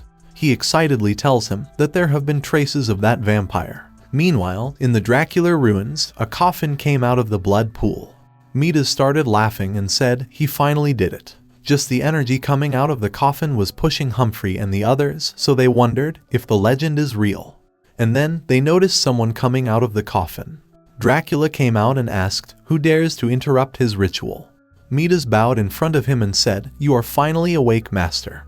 Humphrey attacked the Dracula while shouting, turned to ashes with his unique skill. But to his surprise, his attack was blocked by Dracula's 2 fingers. The others couldn't believe that their guild master's super magic got nullified so easily. Dracula then grabbed Humphrey and sucked out his life out of him. He then announced that the Dracula is back. At the same time, Merlin was going at full speed while saying, how could that siskin leave him behind and run ahead? Suddenly, Merlin sensed someone following him, so he stopped and asked her to come out of hiding. Jean came out and asked why he left Alice in the capital and ran out by himself. Merlin smiled and asked her if she is there to send him off. He apologized to her, saying, even though she has seen his body, but it was just an accident, so nothing will come out of this. But Jean tells him to shut up and said, if he leaves Alice and stop pestering her, then she will let him go. To which Merlin starts laughing and understands everything. He said that girls are easily fooled by that religious con man in the church, whether it's her or that stupid girl Alice. Jean then dashed toward Merlin while saying, Alice has degenerated so much because of the bewitchment from scum like him. Merlin dodged her attack and asked, what does she know about Alice, and then pushed her away. Jean said that Alice is the hope of the church, and only she can lead the people to an even brighter future. Merlin replied, this is what he hates about so-called believers of the goddess of light, as they want him to die, because Alice doesn't want to return, and they call it justice. Jean wipes off the blood and said he don't deserve to stand beside her, so he needs to die for people to live under the light. She dashed towards him while shouting that he is just an iron-plate adventurer, who lives off Alice, so he doesn't have any right to decide her future. Merlin agreed with her that he has no right to decide her future and said, but likewise, the church don't have the right either. At this moment, Alice was in her bed, asking Merlin to give her some water. Back to the Merlin, he was easily dodging all of Jean's attacks and asked if this is all that she can do. Jean wondered if Merlin really is just an iron-plate adventurer, and then Merlin stopped her spear and tells her to apply for the next hero, as she is the hero reserve. To which Jean said, the church has only acknowledged Alice as the hero, only she has the right to lead the people, and Merlin starts laughing. He tells her that she is just jealous of Alice. He then threw her on the ground and said he doesn't have any time to waste on idiots like her, who got brainwashed by the church. He said it's Alice's business whether she returns to the church or not, so she is not allowed to interfere. But if she interfere again, and after saying this, Merlin attacked her. Everything behind Jean got cut by Merlin's slash, and Merlin said he will spare her life since she is Alice's junior. And the next second, the armor Jean wore got cut including her clothes, thus revealing everything. She shouted while trying to cover her chest, and Merlin said she has seen his and he has seen hers, so they are even now. She was looking at him with teary eyes, and then Merlin angrily said if she dare to do this stupid shit again, then she and the people who instigate her will regret being born to this world. He then tells her to be good and go home like a good girl. After Merlin left, Jean was thinking what exactly she should do. Then the next morning, Beelzebub was looking at the burned village and was trying to figure out something. But then Merlin appeared behind him and shouted, "Goddamn Siskin," which scared him.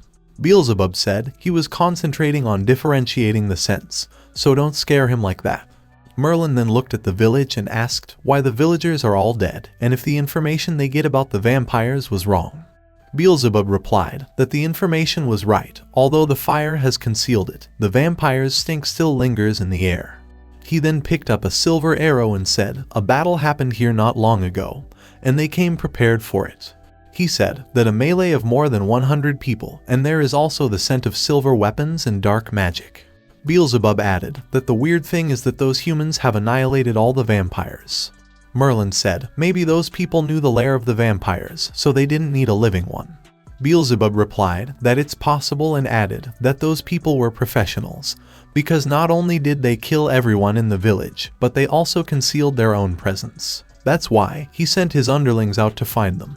And then he got a message from his underling that it found Melanda's presence in the southwest desert. Beelzebub quickly transformed into his flying form and thanked Merlin for all his help and said, what coming next is within his 5th demon palace matters, so he doesn't have to come.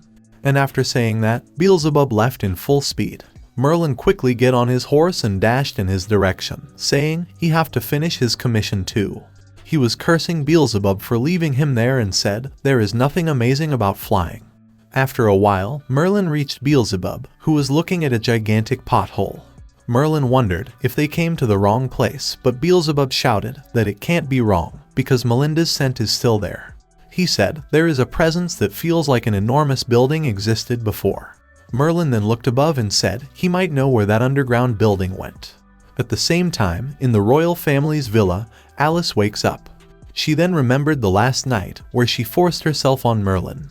She hides under the blanket, saying how is she supposed to face Merlin today? She then finds a letter beside her, which was left by Merlin. It said that he is going out with Beelzebub, so be good at home. Also, she was very cute once she's drunk. Alice quickly get ready and left in a hurry, saying he promised to not run off with Beelzebub. And as soon as she goes out, she gets shocked. She looked at the sky and wondered why a solar eclipse is happening. Dracula was in his flying castle and said, the blood moon rises, banishing the sun from the sky. The long-cherished wish of their kind has finally been achieved. Midas was praising him, and Dracula said that since humans treat them as monsters, then he will just turn all humans into their kin. He announced wherever the darkness reaches is the land of their overnight empire. All the vampires starts cheering for him. He then goes inside and tells Midas that he was right in choosing him as his thrall, as he didn't forget to wake him up. Dracula then angrily said, if it weren't for that monster hunter that appeared 100 years ago, the blood moon flag would have been spread throughout this land by now. He added that the strength of that hunter, who inherited the giant wolf tattoo, was indeed strong, but he couldn't kill him and the curse is still working, so the descendants of that hunter must have died by now. Midas praised him, saying his godly powers are extraordinary, as no one can summon a celestial body to cover the sun. But Dracula said it's nothing, as a real god is much more terrifying than him. He revealed, a very long time ago, when he was still a treasure hunter, he heard there's a mysterious altar in the woods of the Glen Plains, so he went there with his comrades, and in there he met a real god. At the same time, in Maverick Town, the girl from before asked to Callan why the sun is missing, to which he replied that it's just a solar eclipse. She gets worried and said if the sky keeps being dark, then Mama won't be able to find her. But Callan tells her to not worry and said her mama will be back very soon. Back to Dracula, he said that the child of the god who was sealed there promised to grant her powers to them if they unsealed her, but they realized that she is a monster, so they ran out of there. They deceived the child of God and stole her powers, hence they were also cursed to be bloodthirsty forever. Midas shockingly said, so it means that Master's current power is just a third of child of God's, and Dracula replied, correct. Midas then asked if he joined hands with the other two primogenitors, then wouldn't he? But Dracula interrupted, saying it's impossible. He said they were affected by the curse right after they left the ruins, and then they massacred a nearby human village in their bloodlust. And after they regained consciousness, the humans that were killed came back to life as vampires. So he proposed the idea of making all humans their kin, so no one could treat them as monsters. But while Bathory was kind in nature and Lamia a realist, they both treated him like a madman. That was also when the comrades, who has gone through water and fire with each other, broke apart. He said they were also cursed by the child of God and can't live under the sun, so they must be keeping low profile and living in hiding, and Midas asked how the god looks like. Dracula replied that he has never seen her, he just saw her projection, and that god, who claimed to be Cain, looked like a 8-year-old little girl with black hair, and her eyes were like a bottomless bloody abyss. At the same time, Dick Turpin, who was listening to their conversation, realized that the girl he kidnapped before was a god.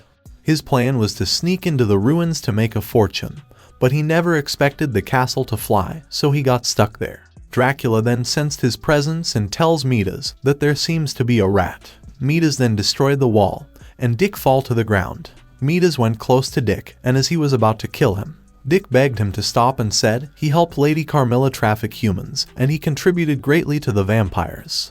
He said that he wanted to avenge Lady Carmilla, that's why he reached for him by all means. Dracula asked about Carmilla, and Midas replied she was his thrall, but unfortunately she was killed by human adventurers. Dracula then tells Midas that they do need helpers who are strong right now, and since this human is so earnest, he can allow him to join. Dick smiled, thinking as long as he get them to trust him, he will have his chance. At the same time, in the royal palace, Alice dashed in and asked what Margareta did to the wine yesterday. But she gets shocked to see all the officials, along with Macefield and Claddich, so she asked if everything is alright. Claddich then tells her that this solar eclipse in the sky is not a celestial event, it is a man-made abnormality. He said, to be exact, this is caused by a high-ranking vampire's magic, which shocked Alice. Claudia added that he practiced ancient magic, and the object that's covering the sun is emitting magic energy, and only the primogenitor, the legendary Dracula, can use such a level of magic. Alice thought that Dracula is the vampire that Earl Austen commissioned them to eliminate. Margareta said now that the sun is covered, the vampires can move as they want, and their goal is definitely to turn all humans into their kin or into their food. She then went close to Alice and said, can she and Mr. Merlin save her and her kingdom again? But she gets shocked to know that Merlin ran off somewhere. Alice tells her to not worry, saying he will definitely come back. Jobless tried to raise Margareta's morale, saying Great Britain and their neighboring countries have sent armies to help them. And the other official added that they also have Miss Alice, the hero who defeated the Demon King of Gluttony. Margareta then requested Alice to lend them her strength and said she doesn't mean to have Alice fight to death, but she hoped that she will hold the Dracula back. Alice then tells them that she is not as strong as they think she is, and the Dracula covered the sun is at grand rank, so she probably can't stand a chance against him either.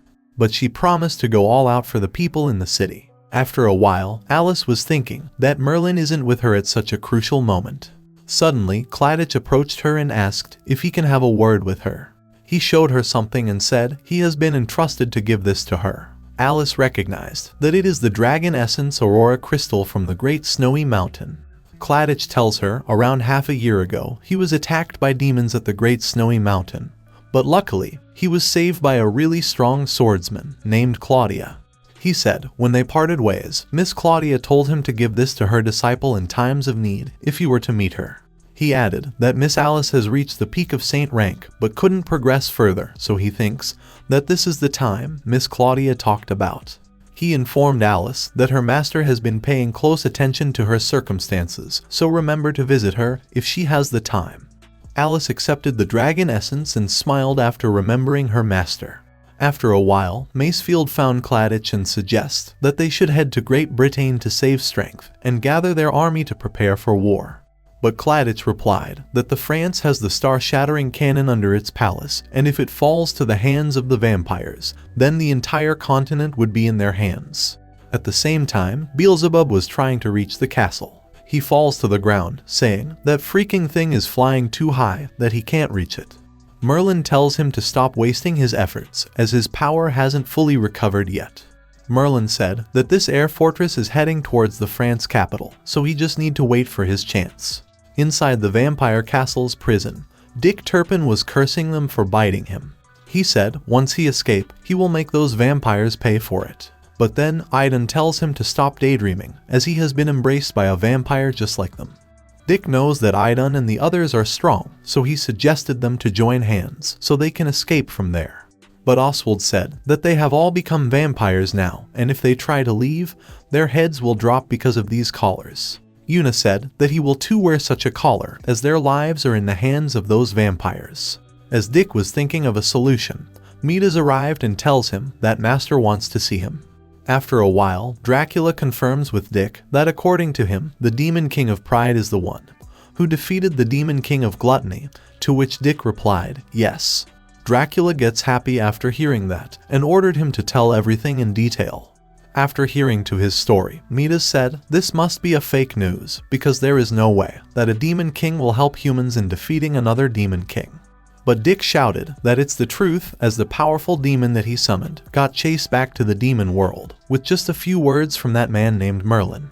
Dracula wondered if Merlin is the Vivian's son, Lucifer III. He said that every one of the 7 demon kings are very strong, that not even church inquisitors can defeat, but if it's one demon king beating back another, things would make sense. He added that they might be facing 2 demon kings if they attacked France, so they still need to give the war a further thought.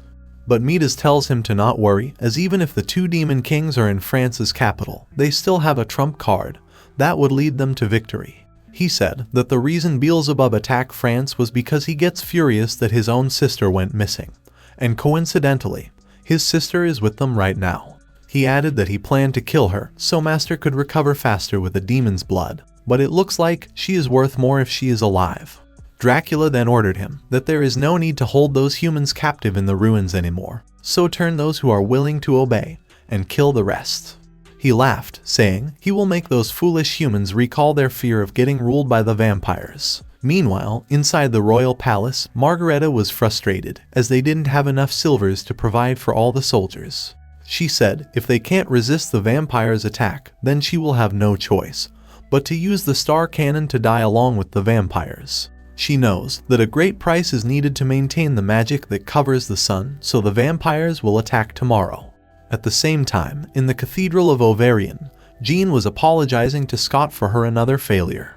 He tells her to not bother as they are going to fight a formidable enemy, so he tells her to follow him.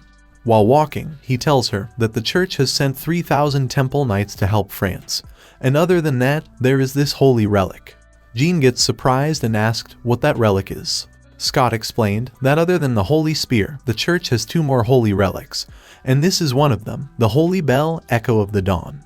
He tells her that if France lose this war, then the ancient magic cannon under the capital would be fired, and over half of the continent would vanish in a puff of smoke, which shocked Jean. He said that this holy bell is the key to turn the tide, so he is going to hand it to her now. Jean was hesitant as she remembered Merlin's words, but after hearing Scott, she swore to protect the holy bell until the last moment of her life. Then the next day, Alice was sitting alone, thinking, ever since the sun has been covered, she cannot perceive time correctly. She was thinking about Merlin, and when exactly will he return? Suddenly, Macefield arrived and startled her, asking, what is she doing there? Alice replied that she couldn't sleep, so she came out to take a stroll. Macefield then remembered that Claudia told her to take note of Merlin, so she asked Alice just what kind of person Mr. Merlin is. Alice's eyes sparkled after hearing Merlin's name, and she asked her why she wants to know about Merlin. Macefield thought that she can't tell her the real reason, so she said that she is personally interested in him, which made Alice jealous. She said that Merlin is a gambler, a pervert, makes great food, and is very arrogant, thinking that after hearing all this, Macefield will lose interest in Merlin. Macefield then asked her why did she marry an iron-plated adventurer. Alice said without thinking that when she went on an expedition against Lucifer III, Merlin was one of the hired adventurers who fell in love at first sight with her, but she didn't know that Merlin is hearing all that. Macefield thought that Merlin managed to survive that fierce battle, so no wonder he has such extraordinary power. Suddenly, they both get alerted as they sense the vampires' arrival. In the sky, hundreds of vampires were ready to attack France. Dracula then ordered them to slaughter to their heart's content, so they all charged at France. But to their surprise, they get stopped by the barrier. And as they were wondering why the capital still has the barrier, someone launched a magic attack on them. Midas recognized the attack and shockingly said it's impossible, because he destroyed all the magic cannons before he left the capital. Margareta was happy that her prediction was right, as she had the citizen evacuated this morning.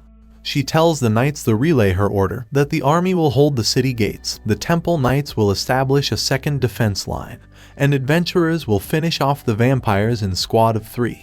Dracula tells Midas that his tactics have been seen through because he underestimated that little royal princess. He added that he can't sense the demon kings, so maybe those 2 demon kings haven't allied themselves with the France. He then ordered his newly created vampires that they need to prove their loyalty by breaking the holy order and taking the princess's head. At the city gates, their leader tells his soldiers that the defensive barrier cannot reach the ground, so they must hold the gates at any cost. One soldier came and informed him that the east gate can't hold on much longer. He then ordered his soldiers with silver weapons to follow him, but then Alice came and killed the vampires attacking the city gates. The soldiers saw the ice magic and realized that the hero who defeated the Demon King has come to save them. Alice thought, even if most of the soldiers are equipped with silver weapons, the difference in forces is still too much. She concluded that the key to this battle is still that Dracula.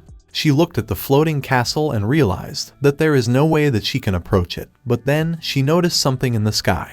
Inside the vampire castle, Midas said that the demon kings have yet to appear, so it looks like it will be a matter of time until France falls. Suddenly, Dracula caught a fly and said, "It's an excellent scouting ability, as expected of the insatiable Lord of the Flies." Then the castle started to shake and Dracula said, "So they are finally here." In the dust, the vampires noticed 2 shadows coming toward them. They were Merlin and Beelzebub, who asked if they are ready to face their fury.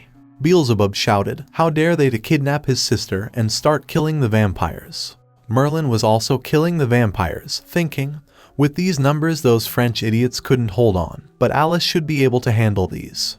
Beelzebub was shouting for Melinda, and then, from the inside, he heard the footsteps. Dracula along with Midas came outside and welcomed them, saying he has been waiting for a very long time. Without wasting any time, he asked them if they are willing to join hands in subjugating this continent with him. Beelzebub tells him to shut up and bring his sister Melinda. Dracula showed her to them and apologized, as his thralls were a bit discourteous to her. Beelzebub noticed that something is wrong with Melinda's smell, so he angrily asked, what did he do to his sister? Dracula replied that he only gave her a first embrace, although demons cannot be converted to vampires, but her life is still in the palm of his hand, and this was possible because of her lack of mana. Angered, Beelzebub released a murderous aura, but Merlin calmed him down. Merlin said, since he has gone as far as to use a hostage, so what exactly he wants from them.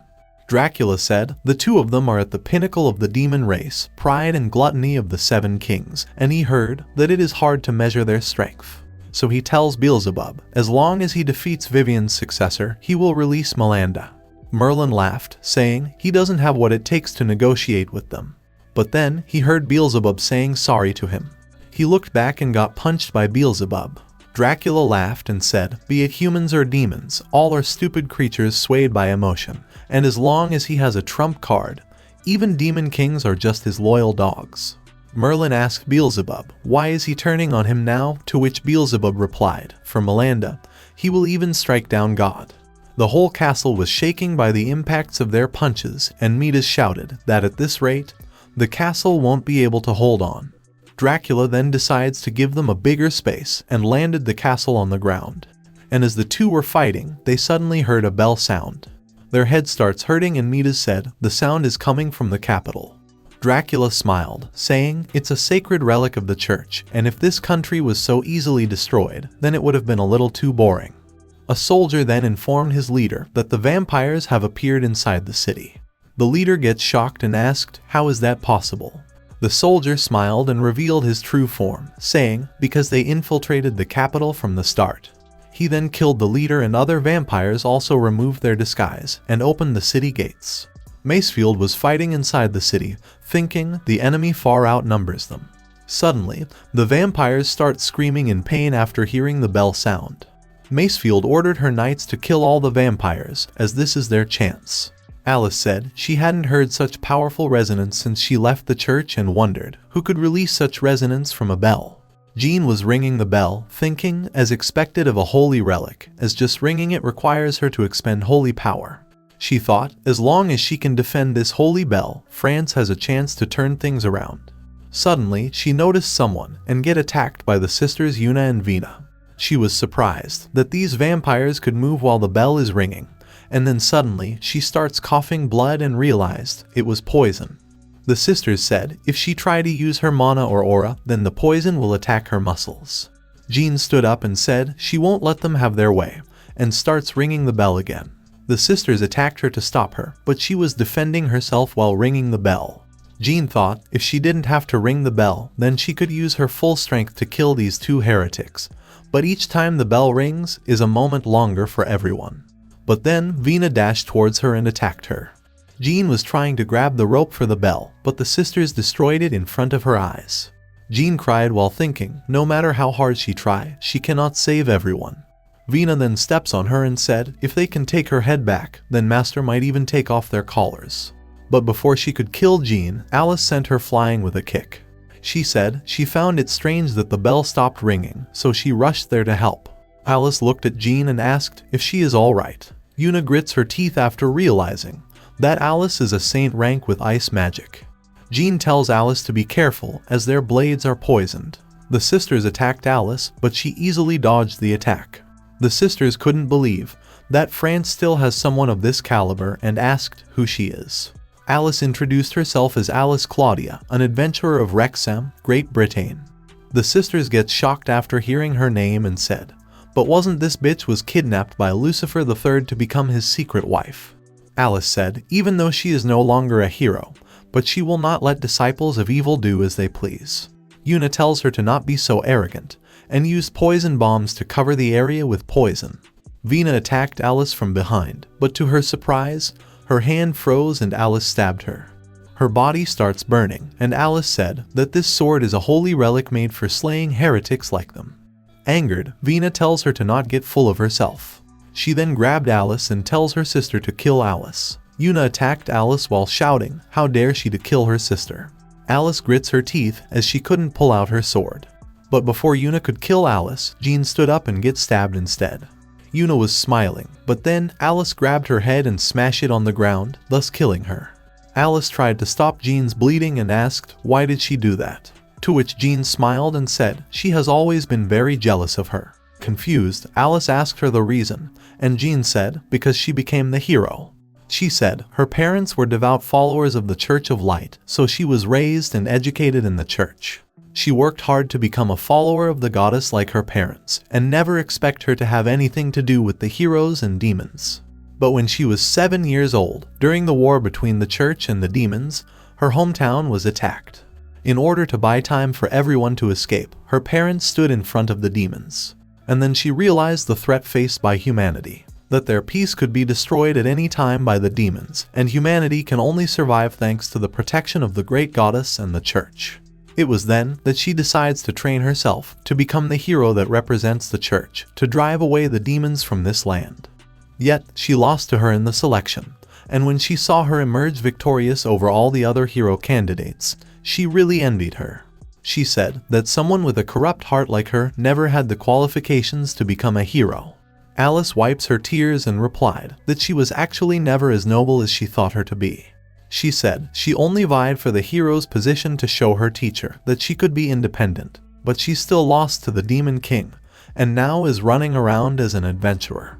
Alice tells Jean that she is far more suited to being the hero than someone like her. Suddenly, the knights came running and asked Jean what happened. Alice tells them that the holy bell has been destroyed by the vampires, and Jean has been poisoned. She then tells them to take her to the church while she will deal with the remaining vampires. At the same time, Macefield was being toyed with the 2 Saint rank monsters. They were the goblins, who said that to join the vampires was certainly a stroke of luck, as they hasn't tasted a strong woman's flesh in a long time. And as she was about to be killed, someone crushed the monsters with the gravity magic.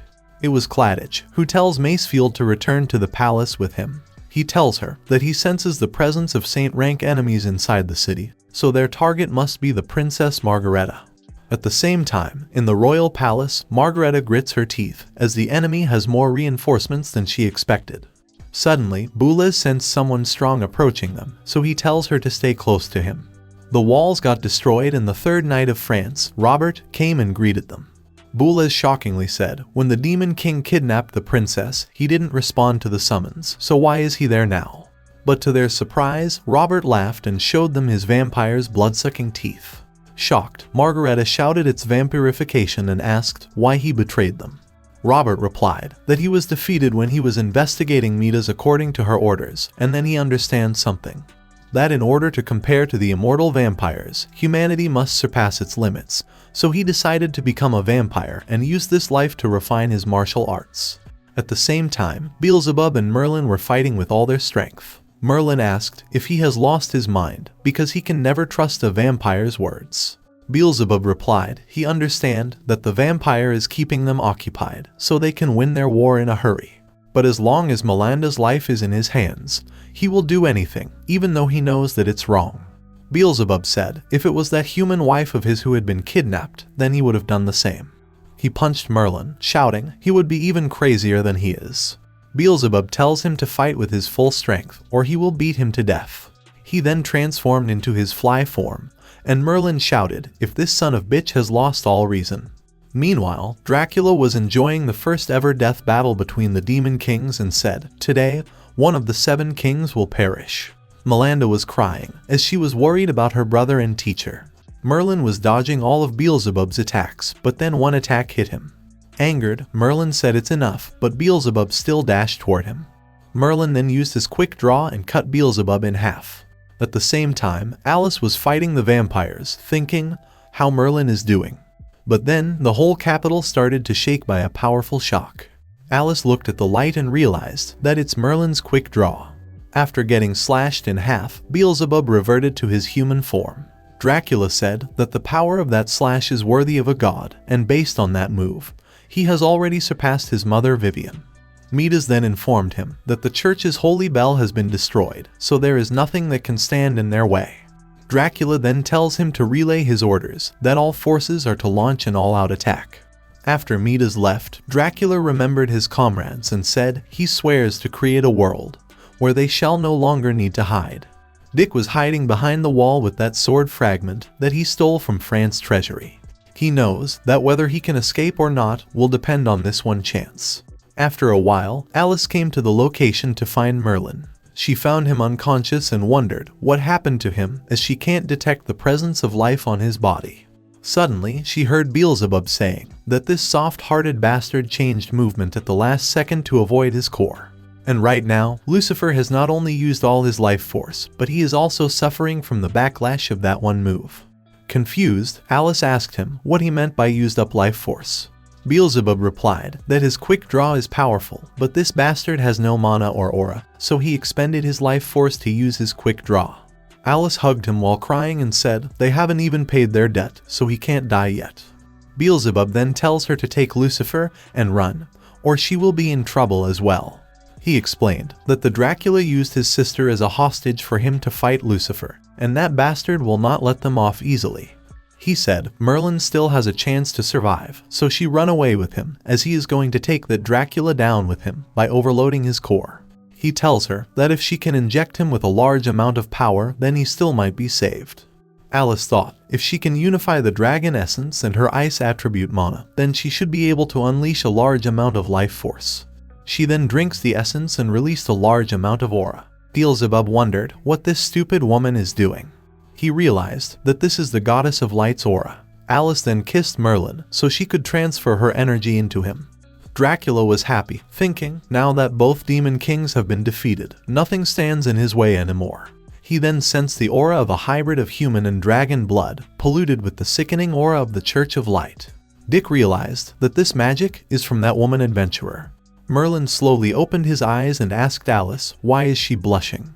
Alice said it's nothing and asked, how is he feeling now? All of Merlin's wounds have healed, and the curse has been slowed, so he asked Alice what she did when he was unconscious. He then heard Beelzebub saying that his luck isn't bad, as for him that woman. But in front of Alice's gaze, he tells him to forget it. Merlin noticed the condition he was in, so he apologized for not holding back. Beelzebub replied, it doesn't matter what happens to him, but please save Melinda as she is innocent. Merlin tells him to not worry and said he won't let her die, as he is still her teacher. He swear on his name as the ruler of pride that he will save Melinda. Meanwhile, in the royal palace, Robert was toying with Boulez. He said even if his sword is coated with silver, he won't be able to injure him. Boulez tells Margareta to run away while he will hold off Robert. But then, someone destroyed the walls behind him. That someone was Aidan and Oswald, who came to kill Princess. Robert smiled and asked if they are Lord Mida's new lackeys. Aidan tells him to shut up and said they are just helping vampires win this war, they are not anyone's lackeys. Margareta said there is only one path left for them. Boulez agreed and tells her to go and use that thing, while he will hold them off. Robert dashed towards them to attack, while the princess tried to run away. She was stopped by Aidan, but then a teleportation magic circle appeared in front of her. Macefield and Claudia arrived, saying they made it in time. Aidan laughed and tells Macefield that she is going to be killed, as they have 3 saint ranks on their side. Margareta said that they can't win with 2 saint ranks, but Claudia tells her to not worry. He then used his magic and said he will leave the fighting to the people who are good at it. Suddenly, Macefield released an enormous amount of aura. Aidan said that her aura is even stronger than the boss when they are burning their life force. At the same time, Midas noticed someone in the sky and said they are here. Merlin and Alice then landed in front of them, and Merlin said that he has to thank them for their care earlier. He called Dracula pathetic, as he used Beelzebub's sister as a hostage.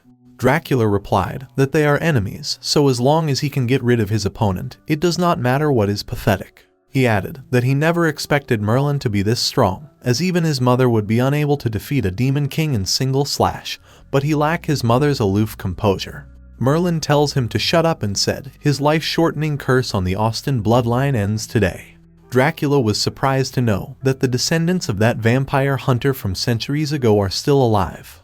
Merlin glared at him and tells him to die quietly, as he spent a lot of time searching for his whereabouts.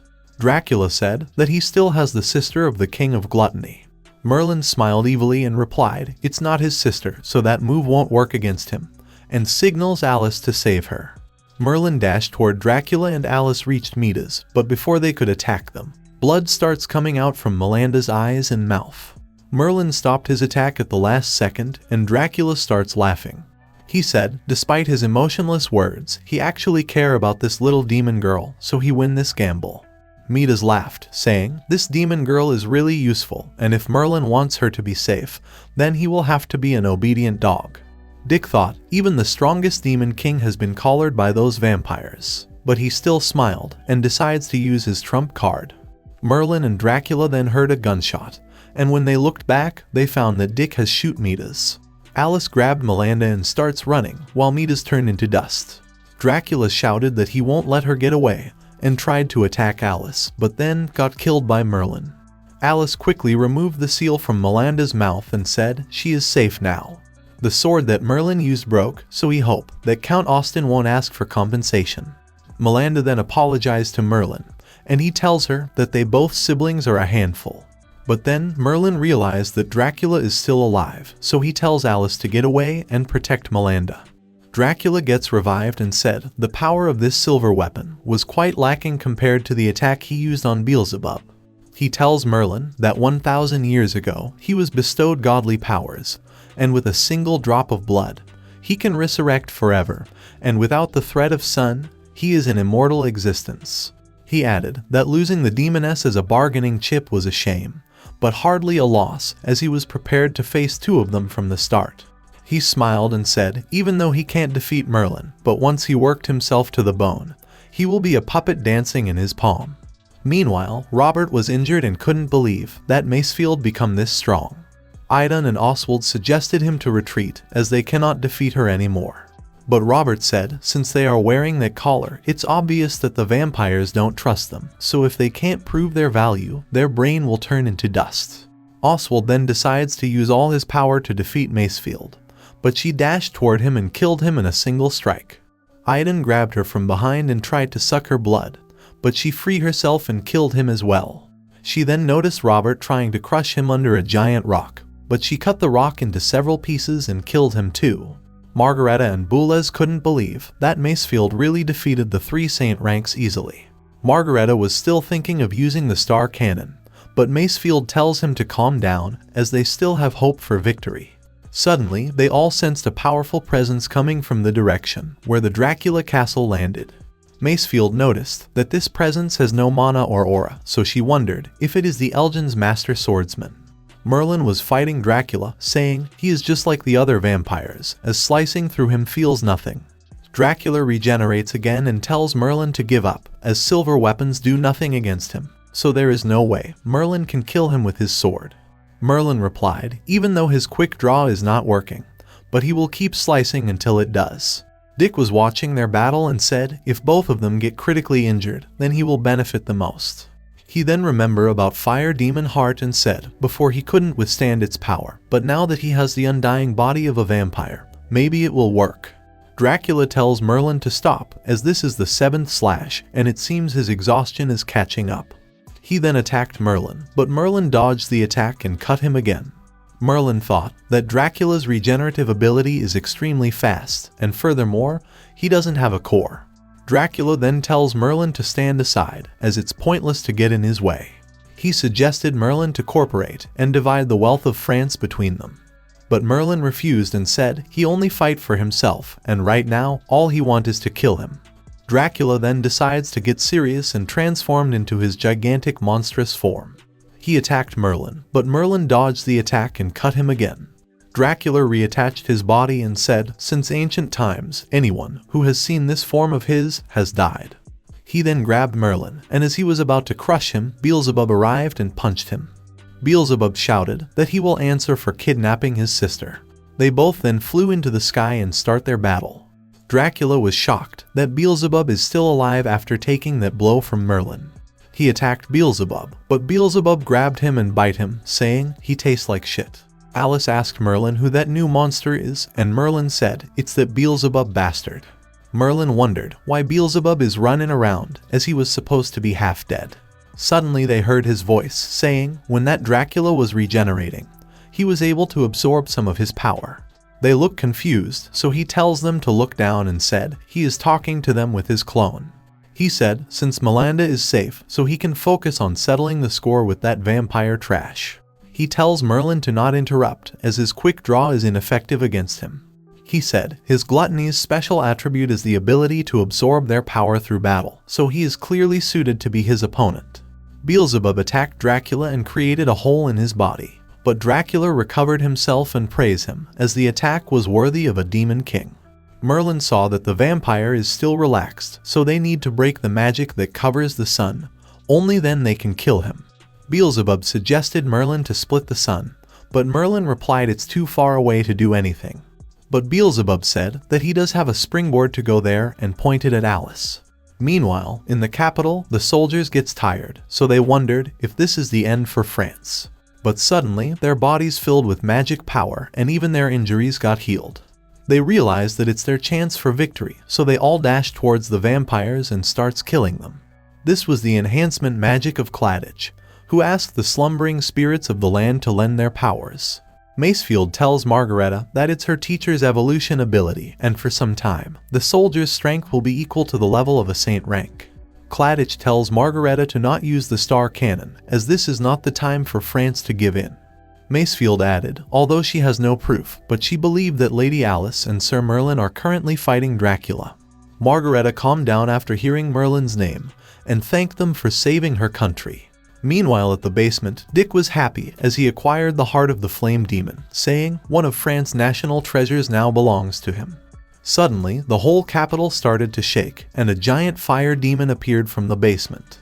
The soldiers gets happy, thinking Bartoloca didn't die, and he's there to help them. Margareta was shocked to see the fire demon, as they never found someone suitable to inherit it. Dick said he never expected that the fire demon's heart will allow him to reach grand rank in one go. Claudia then noticed that this monster has vampire's aura as well. Dick then points at Margareta and launched an attack on her. At the same time, Merlin and Alice takes Melanda far from the capital and decides to go to destroy Dracula's magic. Alice transformed into her dragon's form, and Merlin taunts her, asking if she is still conscious. He jumped at her head and said she feels much stronger, but he has cut down plenty of her level, which angered Alice. Merlin added, but no matter what he has sliced apart, he still hasn't cut open a celestial object, so he doesn't know if this will work. Alice said, it's not like him at all, and flew towards the sun in full speed. Dracula noticed them going toward the sun and realized what their plan is. He flew towards them, shouting he won't let them do as they please, but Beelzebub stopped him and asked, where exactly is he going?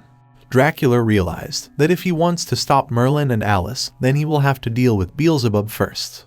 He said, now that he knows what his real objective is, then he can't play any longer and undo his transformation. Beelzebub asked if he is surrendering, to which Dracula replied he noticed that when he was in that form, Beelzebub was able to absorb energy from his regeneration. Beelzebub too reverted back to his battle form and said, so he found out. Dracula looked at his appearance and realized that this is Beelzebub's strongest form. Beelzebub then punched him in the face and Dracula used his thorns of blood. Even after getting attacked by them, Beelzebub kept hitting him and crushed his head. Dracula praised him while regenerating, saying his power is befitting of a demon king, but lacks in comparison to the one from earlier. He added that he possesses power that can reach gods, so there is no way he can defeat him. Beelzebub replied that countless years ago, they withstood the oppression of the divine gods without giving a single step. He punched him again and shouted, what does a cockroach like him amount to? Dracula regenerated again and said, in that case, he will let him experience the terror of divinity again. He decides to show his true power and summon a large pool of blood. He attacked Beelzebub with it, shouting, kneel and receive this divine blessing. Beelzebub tried to block his attack, but it overpowered him. Dracula went close to Beelzebub and asked if a demon king only amounted to this. He said he only got slightly serious and this happened. But then he wondered why there is so little blood left. Beelzebub smiled and thanked him for the meal. Suddenly, a giant mouth appeared from the bottom and devoured Dracula. Beelzebub stood up and said he is not the only one who possessed divine power. He said that in ancient times, divinity could be obtained through spiritual practice, so for the demons, possessing divine power was simply a hurdle to becoming a king. Dracula then finds himself in an unknown place, and then his body starts melting in there. He heard Beelzebub saying that it is his pseudo-divine space created by his endless hunger, and this place was created to deal with heavenly spirits, and that brat Lucifer. Dracula was still laughing and said his undying body is the true divine, unlike his fake divinity, so he has no way of getting rid of him. He then noticed Beelzebub's eyes and heard he doesn't need to kill him, he will be trapped here for eternity, and suffer an infinite cycle of decay and resurrection. Dracula understands what he meant, and starts screaming in pain as he got devoured by countless flies. At the same time, Merlin tells Alice to stop, but she said that they are still far away from the celestial body. Merlin tells her to not force herself, as they are already past the altitude that living creatures can survive in. He then reminds her to use the move after he jumps, which he taught her before. Merlin jumped and tells her to go down and wait for him, saying he will be fine by himself. Alice then used her dragon's breath on Merlin so he can reach the celestial body. She reverts back to her human form and said, promise her that he will come back to her. Meanwhile, Beelzebub reached Melinda and wondered if that brat Lucifer can deal with things. He went close to her and said he won't let anyone harm her. But then a spear of blood pierced his body, and Dracula starts regenerating again. Beelzebub shockingly asked how did he manage to escape his pseudo-divine space. Dracula said his magic is indeed formidable, as he had no way to escape, but as he said before, he only need a single drop of blood to revive. Dracula revealed that when he used his initial payment on his sister, he left his blood inside of her to prepare for situations like these. Beelzebub replied, when Lucifer destroys that magic, he will absolutely destroy him. Dracula called him a fool and said that the celestial body was created in a ritual by divine powers, so other than divinity, nothing can get close to it. He then attacked Beelzebub, saying he will dispose of him first, then will deal with the King of Pride. Meanwhile, Merlin was shocked to see that this magic was trying to absorb his life force. He finds it interesting and decides to see if he can cut it apart. At the same time, Macefield managed to save the princess, but she and Claudia both gets heavily injured by Dick's attack. Dick was laughing, saying, while the Demon Kings will likely be able to deal with Dracula, humanity does not have the strength to stop the vampire's onslaught, so only he stands victorious. He then disappeared in flames while saying, as long as he can take the power of divinity from that black-haired girl, he will rule this continent. Now that the enhancement magic vanished, the vampires arrived at the palace to kill the princess. As Margareta was ready to die, she heard the vampires screaming in pain. She looked at the vampires and found them burning. She then looked at the sun and gets shocked to see sunlight. In the sky, Merlin was happy and said, Alice, it worked. He then noticed a large gate in the sky, which disappeared in front of him. Dracula cursed Merlin for destroying the celestial body as his body started burning. He then heard Beelzebub saying he doesn't know anything about the power of demon kings, as there is no entity that can withstand Merlin's power. Dracula tried to escape, but then Beelzebub grabbed him from behind. Beelzebub said he hasn't seen the sun since he became a vampire, so it's time to enjoy some sunbathing. Dracula slowly turned into dust while saying his comrades' names. Beelzebub then destroyed his body, saying he was just a rat cutting in the dark. At the same time, in the capital of France, all the vampires started burning. The soldiers saw the vampires getting killed, so they celebrates their victory. Margareta asked Boulez about the situation, and he replied that all the vampires died. She looked at him with teary eyes and said they won. The soldiers then saw a large dragon in the sky and wondered if that is some vampire magic again. But Claudia tells them to not worry and said that aura is of Miss Alice. Back at Alice, Merlin opened his eyes and calls her a fool for transforming into a dragon again. Alice tells him to shut up and said since he can't come down himself, so obviously she has to bring him down. Merlin smiled and thought whenever he is with Alice, he feel relieved. He then asked Alice if she is considered completely naked in her dragon form, to which Alice dropped him. He grabbed her tail and asked if she is trying to kill him, but she tells him to let go of her tail. She was angry, saying she wants a refund on her worrying. Merlin looked at Sky and said next time he should try slicing the sun, which shocked Alice. They landed far from the capital, and praised each other by addressing them as perverted demon king and noob hero.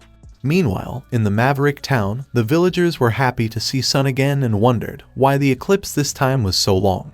The girl was inside her room and draws a picture, thinking if her mama will like it. Suddenly, Dracula's aura came back to her and gets absorbed in her body. She then remembered everything and wondered what exactly she has been doing. Callan returned after some shopping, but couldn't find the girl in the house. He then picked the drawing and thought, why does the goddess of light drawn by baby looks like Miss Alice? Several days later, at the unwavering request of Princess Margareta, the amethyst-plate adventurer Circe provided a potion, which restored the king from the brink of death. At the same time, Beelzebub and Melinda were ready to go back to their home. Merlin tells them to leave quickly, as the sooner they are gone, the sooner things become peaceful. While Beelzebub and Merlin were arguing, Melinda stopped Beelzebub, saying it's true that she caused trouble for the teacher. Merlin then tells her to not run away from home, as she is just a normal demon, so she will just get bullied, and also stop calling him teacher as he never taught her anything. But Melinda replied, although he hasn't taught her anything directly, but as a trash demon without aura or mana, his hardworking spirit is something she look up to. Merlin muttered the word trash demon while Alice makes fun of him. Melinda added that she never expected teacher to be with a human, but still she wished for their happiness. Beelzebub tells Merlin to not worry as he and Melinda will not report him, so Merlin thanked him for that. Melinda then came close to him and said there is something she has to tell him. And as soon as she lent her his ear, she said thank you for saving her and kissed Merlin. Beelzebub got angry and shouted at Merlin to seduce his sister. Even when he was leaving, his voice echoed that he will never forget this. Merlin then tells Alice to return to the capital, but she too was pouting from what just happened. At the same time, Dick was frustrated to know that the girl he came looking for is missing for a few days. But then, he sensed something in the air and decides to check. Meanwhile, in the church, a priest was heavily injured and muttered, no evil beings can enter this land, so what on earth is she? After searching for a while, the girl finally found what she was looking for and absorbed its power. She said she will visit her mama, and even if she has to break this mortal world, she will construct a staircase to the realm of the divine. She added that this resentment which has gathered over the ages, she will destroy it by killing her mama. She then remembered her name that she has forgotten. She is named Cain, the child of God. The same night, Alice and Merlin went to the royal palace for their victory celebration. The people were cheering for Alice and called her the savior of the kingdom. Merlin taunts her, saying, now the hottest topic in France is she, the great hero, the ice dragon empress, but she tells him to stop making fun of her. She said, it's all his efforts that allowed them to defeat the vampires, so they should make it clear to everyone. But Merlin tells her that he is not interested in heroism or whatever, so he doesn't mind things as they are now. Alice replied, but it feels like she is always taking his achievements, so she feel really bad about it. But then she heard someone saying, you two must be the savior of this country and her husband. That someone was none other than the king, who is now fully recovered. He went close to them and thanked them for saving France. He also mentioned that someone will discuss a reward with them later, as today they are there to celebrate the victory over the vampires. Merlin muttered, but that princess said that there wasn't any money, so how will they get a reward? Alice replied that France was a wealthy nation, and now that His Majesty has recovered, with his abilities, the country will soon recover. She then mentioned that not seeing that sly princess in the banquet hall gives her a bad feeling. Alice then noticed someone and gets surprised. That someone was none other than Jean, who was looking so beautiful. Merlin said, for a tomboy, she looked quite womanly in that dress.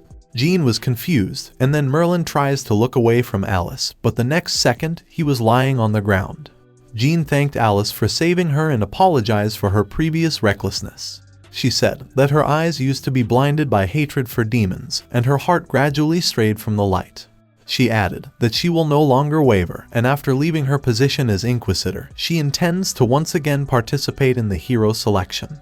No longer for revenge against demons, but to save lives. Alice replied she will be cheering for her, while Merlin was standing beside her with a slap mark on his face. Merlin whispered to her that he actually thought that she were there to start trouble. Jean replied she could only make this choice because he let her off that time, so she thanked him for that. She then quickly ran away from there, but then Merlin noticed Alice's murderous presence from behind him. She threw him on the ground and asked, "What are they whispering about? Be it someone's younger sister or her junior. He always gets involved with other women."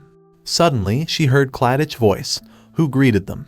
He went close to her and thanked her for destroying the celestial body and mentioned that her dragon form descending from the destroyed celestial body was witnessed by many. But before Alice could reveal that Merlin is the one who destroyed that, she is stopped by him. Claudia then tells Merlin to leave them alone for a while, as he has something important to discuss with Miss Alice. Merlin tells Alice to not worry about him, as he is just going to find something to drink. After Merlin left, Claudia gave her a concentrated mana essence that he refined, as a gesture of gratitude. Alice thanked him for the essence and asked what he wanted to talk about. Claudia said he knows that there is a crystallization of the dragon race in her body, and he has done some knowledge on the ancient dragon race. He explained, during ancient times, very few people managed to successfully absorb the crystallization. With a human heart but possessed the mighty strength of a dragon, they were known as dragon warriors. He said that Miss Alice has yet to exhibit the full strength of the dragon race, as the dragon essence in her body is yet to be fully utilized. Alice agreed and replied, after absorbing that dragon essence, her dragonification has become more stable. But still there is part of it that she can't absorb yet. Claudia said that he stumbled across some records regarding the history of the dragon race. They were warriors with the hearts of men and bodies of dragons. Offering their souls to the black dragon who stands above all, they become the vanguard against the old gods. According to this fragment, for dragon warriors to obtain power that can kill gods, they must offer their souls to the black dragon. At the same time, Jobless approached Merlin and tells him that Her Highness has an important matter to discuss with him, and is waiting for him in her room. He said that in order to thank Sir Merlin and Miss Alice for their contributions, she would like to gift him France's most valuable treasure. Merlin gets happy and quickly went to meet the princess. He entered her room and wondered why it was so dark. Suddenly, Margareta closed the door and locked Merlin inside. She said she has been waiting for him, but Merlin replied that he came there for the important treasure, but if there's nothing, then he is leaving. Margareta put the room's key inside her clothes and said she is not letting him escape this time. Merlin slammed on the door and said she already knows how his wife gets when she's jealous, so she must know the consequences of her actions. But Margareta said everyone in the capital thinks that Miss Alice cut apart the celestial body, but only she knows that the one who saved France is him. She added, to the people of France, his wife is the mightiest hero, but to her, only Sir Merlin is her true hero. She said she doesn't care about her dignity as a royal and tells Merlin to create the strongest heirs with her. She then pushed him down and said that the princess of the France dynasty wished to bear his children. She added that he will be the father of the future ruler of France. All the power and riches of France will belong to him. This is the treasure she offers him. At the same time, Alice was looking for Merlin, as he only went to get a drink. Claudia tells her that when they were talking, he saw Mr. Merlin with Margareta's night escort, and that he followed him out.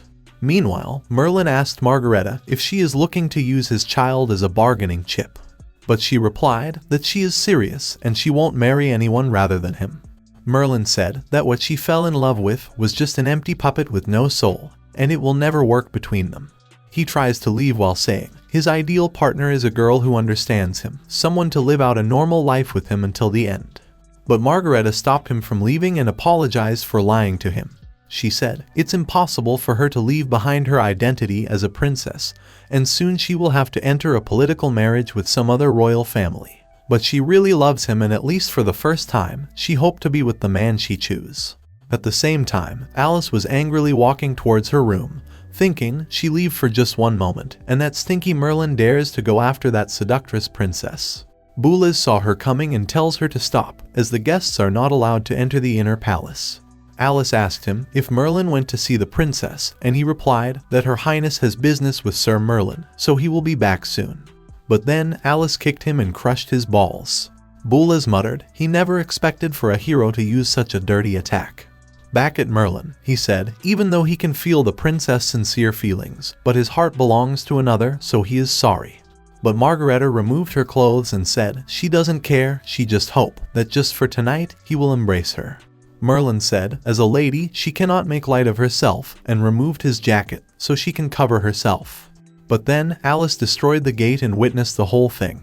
She finds Margareta without clothes and Merlin was removing his jacket. She laughed and released an enormous murderous aura, and Merlin realized that he is going to die. And the next second, Alice destroyed the room and sent him flying. After a while, Boulez came running to check if the princess is all right. He apologized as he couldn't stop Miss Alice from entering. But she tells him to not worry about it while thinking that she hasn't given up yet. At the same time, Alice was scolding Merlin while he tried to explain that it was a misunderstanding. He said the princess indeed wanted something to happen, but he rejected her anyway, and nothing happened between them. Alice said his clothes were unkempt and that Vixen was wearing nothing at all, and he is saying that nothing happened. Merlin replied it's up to her whether she believe him or not, and she is behaving like as they are actually husband and wife. Alice stopped walking and Merlin thought that she is going to lose it now. But when he looked at her face, Merlin felt something in his heart. Alice laughed it off, saying he is right, they are married in the name only. Alice thought Merlin is right, it's not her business who he is with, while Merlin wondered if there is anything more between them. Claudia looked at the destroyed room and said it seems like the princess really wanted to get Sir Merlin's attention. Macefield then arrived and tells him that the navy has entered the port so their forces can return home. She then asked if Miss Alice has agreed to enter their order. Claudia replied they still hasn't managed to pull her yet, but at least they established a working relationship with her, and having such a hero in their country puts him at ease. Macefield then asked him if he really believed that it was Miss Alice who destroyed that celestial body. Claudia replied he was thinking the same thing, but what else could it be, so Macefield asked him if he knows about the Sword Master of Elgin. Claudia said it's that mysterious hero who saved Britain, but what does that have to do with the destroyed celestial body? But to his surprise, Macefield revealed that the Sword Master of Elgin's true identity is Sir Merlin. He shockingly asked why didn't she say that earlier, as if the troops had known that they had him, their morale would have been much higher. Macefield apologized and revealed that Her Majesty prohibits her from leaking any information. Even telling this without her permission is already overstepping her bounds. She said Sir Merlin defeated Offa's family whole army, including the 4 sword saints, and even destroyed the lake spirit, so it must be him who destroyed the celestial body. Claudia then realized that Merlin defeated the King of Gluttony, and Princess Margareta saw that, and that is the reason she is so obsessed with the Iron Plate ranked Merlin. He then tells Macefield to hurry back to Queen Elizabeth right now, as they cannot let other countries get Miss Alice and Sir Merlin first. At the same time, in Glenwoods, Dick reached the destroyed church. As he was looking around, he sensed someone behind him, so he quickly attacked with full power. Suddenly, he heard the word, "Kneel down," and his body fall on the ground. He heard the girl asking why is he afraid, as she is just the pitiful thing that he bullied. She said she remembered everything, how he put her in prison, threatened her, and was going to sell her as a slave. She tells him that she had no choice when she first bestowed her power to those 3 charlatans, but she never expected them to create more underlings and dilute her power. She went close to him and said it's time for him to give back her power. Dick was trembling and begged her to spare his life, as he came there to become her servant. Kane replied that it's unfortunate, as unlike that whiny white-haired brat, she has no need for servants. But Dick said he will do any menial tasks, deliver messages, and he will be her loyal servant, whether she wants him to be a dog or horse. Kane muttered the word, pet, and remembered a scene from the past. She said a pet sounds interesting to her, but she doesn't like the appearance of his pockmarked skin. And with just a flick of her fingers, she regenerated Dick's body. She then showed her foot and tells him to lick it, to prove that he would be her dog. Dick starts barking and quickly start licking her foot like a dog. Kane gets happy and said, humans are all lowly creatures. Then the next morning, Callan was shocked to see the girl, who returned herself. He grabbed her and asked where she was and if something happened. She tells him to not worry and said she was just playing hide and seek, but Callan was scolding her as she was missing for several days. Kane then used her powers and said she was just playing. Suddenly, Callan calmed down and said, oh, that sort of game is enjoyed by children. He then tells her to rest and mentioned that he received a letter from Miss Alice and they will be returning in 2 days. She gets happy after hearing that her mama is returning. She smiled evilly and said, "It really is wonderful." The same day, Merlin asked Alice why are they leaving so fast, but Alice tells him to shut up and said he only want to stay behind to be with that princess. Merlin tells her to stop throwing a tantrum as he already told her that nothing happened between them and asked again, why are they leaving so early? Alice replied, they have been in the capital for so long, she doesn't know how baby is doing, so she just want to return to Maverick Town as soon as possible. Merlin asked if she is going to take that little whelp to Britain. Alice muttered that she consider them their parents and if she doesn't look after her, she will definitely think that she has been abandoned. After a long travel, they finally reach the Maverick Town. They then get surprised to see a Callan and Baby, who are waiting for them. Alice quickly went close to them and apologized to Baby for getting late and asked for a hug. But to her surprise, instead of hugging her, she hugged Merlin. Alice started crying and a Callan asked, why is she ignoring her mama? The girl then addressed Merlin as daddy and tells him to carry her. Merlin then asked a Callan if something happened while they were gone. A Callan replied he can't help but think something happened, but he can't seem to remember. And while Merlin was talking with a Callan, Cain showed her true colors and was about to bite his neck. Merlin sensed the danger and tried to stop her, but she still managed to bite on his arm. Merlin throws the girl away, and she gets collided with the tree. Alice and a Callan gets shocked, but Merlin shouted and tells them to not move. He said he finally figures out why that brat doesn't have aura of living. It's because she is a vampire. Cain then absorbed Merlin's power and said she had long realized that he was different than the others, and his strength is in a league of his own, far more than she had imagined. Her clothes changed and she announced that she is the Cain, the child of God. She then looked at Alice and said, although she is not the same person, but her face brings her great displeasure. She then created a sword out of blood and said, let's try out this new power. Alice gets shocked because that stance was of Merlin. Merlin quickly took the stance too and tells Alice to protect the old man. They both attacked each other, and the impact of their powers caused a huge explosion. Alice was giving her all to protect a Callan, and then she noticed Merlin getting defeated.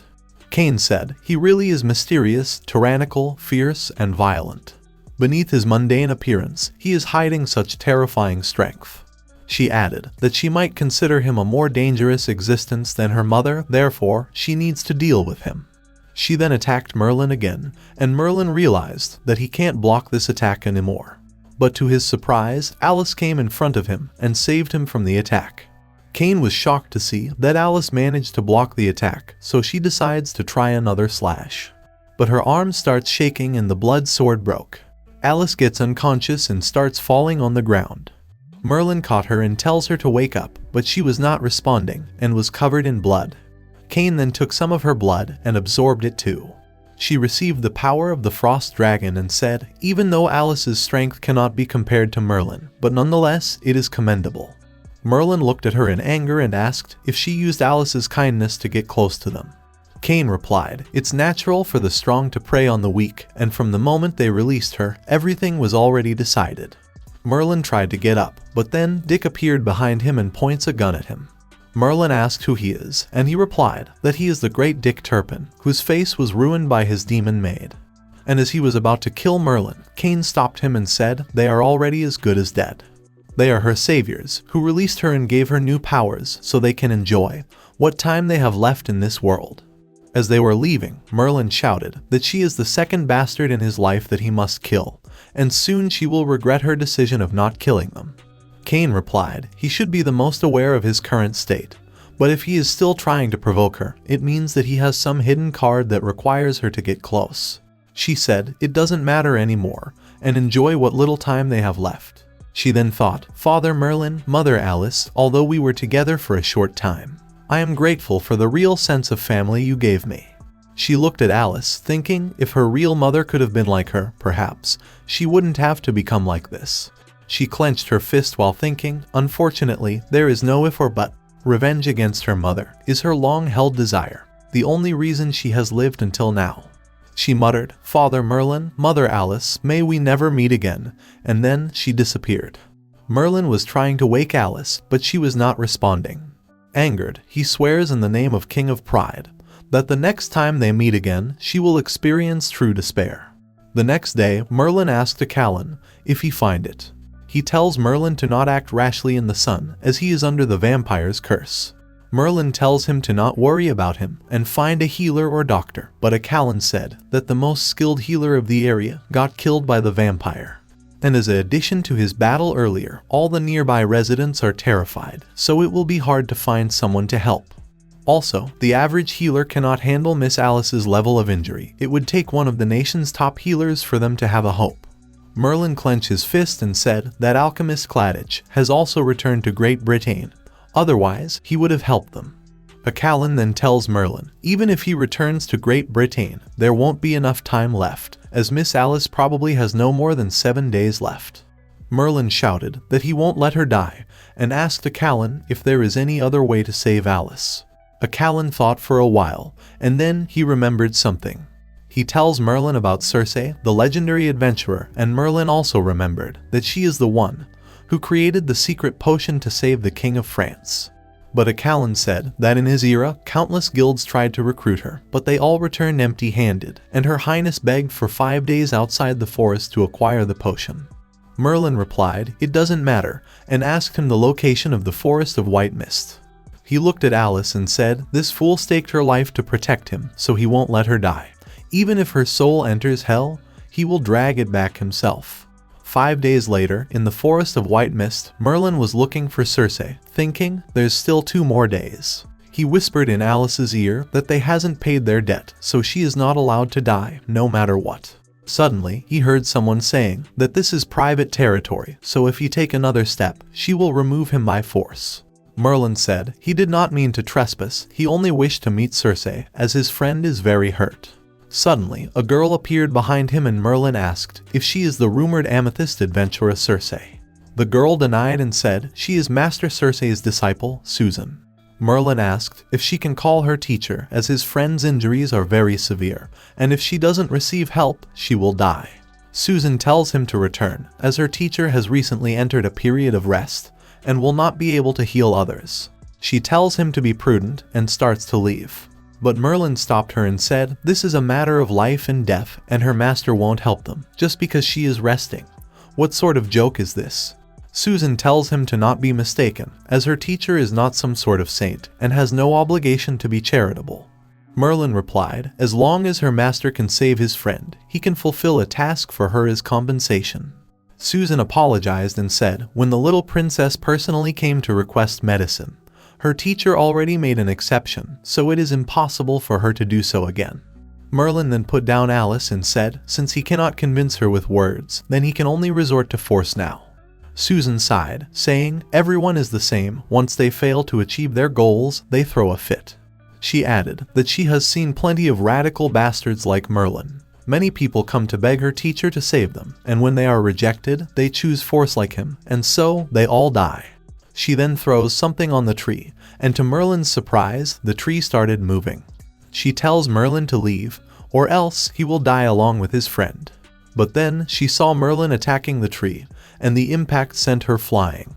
He then tells her to ask her teacher to save his friend, otherwise it won't just be a tree next time.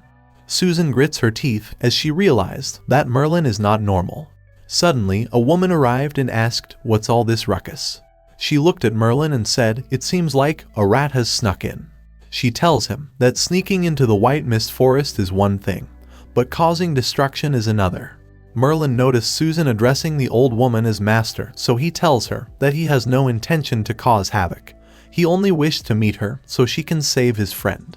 Circe asked, what will he do if she doesn't want to save her? Merlin replied, in that case, he would first cut down her forest and then deal with her. Susan shouted and called him shameless, saying, does he think that he will make them do as he say? Merlin replied, supposing she did not save Alice, then even if she is some great alchemist, she would be worthless to him, so why would he care about shame? Circe laughed and said, it's been a long time since someone dared to talk to her like that. She dropped a liquid in front of her dog while saying, countless others have come to her doorstep, but he is the first to be so rude, so she must teach him a proper lesson. And as soon as the dog licked the potion, it transformed into a gigantic beast. Merlin said, an enlarged dog is still just a dog, so don't blame him after he cut it apart. But then, suddenly, Merlin loses his strength because of the pain in his arm. The dog attacked Merlin, and Susan praised it, saying, "Nice one, Bobby." Merlin was dodging Bobby's attack, but then the dog glared at Alice and attacked her. But before it could hurt Alice, Merlin knocked it down with a punch. He picked up Alice and said, he is the one who trespassed, so he is their opponent, but if they raise their hand against Alice, he swears that he will make them wish they were dead. Circe sensed demonic aura from Merlin, and Bobby also gets scared and reverts back to its original form. Circe said, since Merlin was able to defeat Bobby, so they should stop there. She then tells him to bring that girl and follow her. Susan tried to stop, but Circe tells her to be silent. Merlin muttered in Alice's ear that they did it, so she is going to be okay. But then, his arm starts shivering and he gets unconscious. Susan tells her master that Merlin collapsed, and she said that bastard was all bark and no bite, then ordered her to take the two of them back with them. After some time, Merlin woke up and found himself cuffed. He saw the old woman doing something and asked, "What's the meaning of this?" She then took out a potion and said, since he has gone and kicked up a fuss on her turf, so she can't let him get off so easily. Merlin gulps after hearing that, and then only his scream came out of the house. At the same time, Susan was wondering, why does she have to fix that man's clothes? And this is the first time she has seen her teacher be so courteous to an outsider. She then gets startled by Merlin's scream and falls down. She looked at the room and wondered what her teacher is doing with that man. Inside the room, Circe dropped some of her potion on Merlin's hand, and the pain was so immense that even Merlin couldn't hold back his tears. He then managed to free himself and grabbed her collar while asking what she is doing, and said he can crush her with bare hands. Circe replied, if anything happens to her, then who is going to save his friend? Also, that potion was to treat the vampire contamination in his body, so he has to bear it if he doesn't want to die. Merlin looked at his hand and Circe added that the vampire poison has already seeped into his bones, so her potions can only neutralize a part of its toxicity. Merlin then apologized for his behavior and promised to fulfill one task for her in return for saving Alice. She tells him that the vampire toxins devours human vitality and revives them as one of their kind, but his body exhibits a strong purging reaction, and there is no sign of him turning into a vampire. She added that she realized his unique identity when he was fighting with Bobby, but considering everyone has secrets, she chose not to mention it. She glared at him and said, since he has this rare chance, is he not going to clarify something? Merlin looked at her and replied, indeed, he is a demon, but his bloodline is diluted, so he doesn't have demonic characteristics. Circe muttered, a diluted bloodline, and said, no wonder he doesn't appear to be a demon, and it's nearly impossible to distinguish him from a normal human. She said, if he had lied, she would have terminated their agreement, but in light of his honesty, she will treat his friend, and the cost will be him carrying out a task for her. Merlin said, he is a demon, and yet she is willing to get to know him. To which Circe replied, she is not a believer of the Church of Light, and back in her time, adventurers came from many other races, including demons. She then tells him to not reveal his identity to any other person, as there are many adventurers who have zero tolerance for beings of darkness. Suddenly, to Merlin's surprise, Circe's body starts changing, and then a smoke explosion occurred. And when the smoke gets clear, he gets shocked to see Circe, who transformed into a young woman. Circe tells Merlin to not be surprised, as this is what she actually looks like. Merlin asked, if she is this beautiful, then why did she hide her appearance from the others? She replied, if they knew that there was a fair beauty in the forest of white mist, plenty of stupid men would run along and disturb her meditation. She said, it's been so many years since a man has seen her true face, so his luck isn't bad. Merlin tells her to forget it and asked about Alice. Circe smirked and told him, saying, let's go and see how his friend is doing. Susan was outside the room, and when they came out, she said that the clothes of this man has been repaired. But when she looked at Merlin and her master, she misunderstood and muttered, so the teacher kept her busy so she can do unspeakable things with this man. How filthy. Circe pinched her cheeks and said she should not read her lewd books, as her thoughts a little too dirty. After a while, Merlin shocked to see an underground lake, and Alice was floating inside it. Circe explained that this is an artificial lake that she made herself, and not does it aid healing, it also makes it easier to break through new ranks. In addition to stimulating latent potential, it also prevents her injuries from worsening. Also, the fact that she has a sliver of aura is already a miracle, or she would have died. She then tells Merlin that this will only prevent her condition from worsening, but if he wants to save her life, then they need other methods. Suddenly, the water starts coming out of the lake, which made Merlin worried. Cersei tells him to not worry and said she is fine, but the latent life force of this girl is much stronger than she imagined. She then sensed the ice attribute mana and aura coming from Alice. She muttered, "To think she would encounter a student that you personally taught. This world really is small, Claudia." Later at night, Cersei was inside her room, thinking about her friend Claudia and how they used to squabble over men. She thought, although she will find a way to save her student, but what will Merlin choose to do? At the same time, Merlin was taking the bath while thinking, Alice's condition is stable for now, but it will take other methods to completely heal her. After a while, Cersei tells Merlin that she once created a potion, capable of rejuvenating the user's body to a certain extent.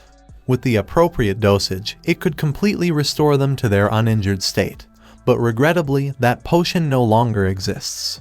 She said, a while ago, she used the last bottle of that potion on the king.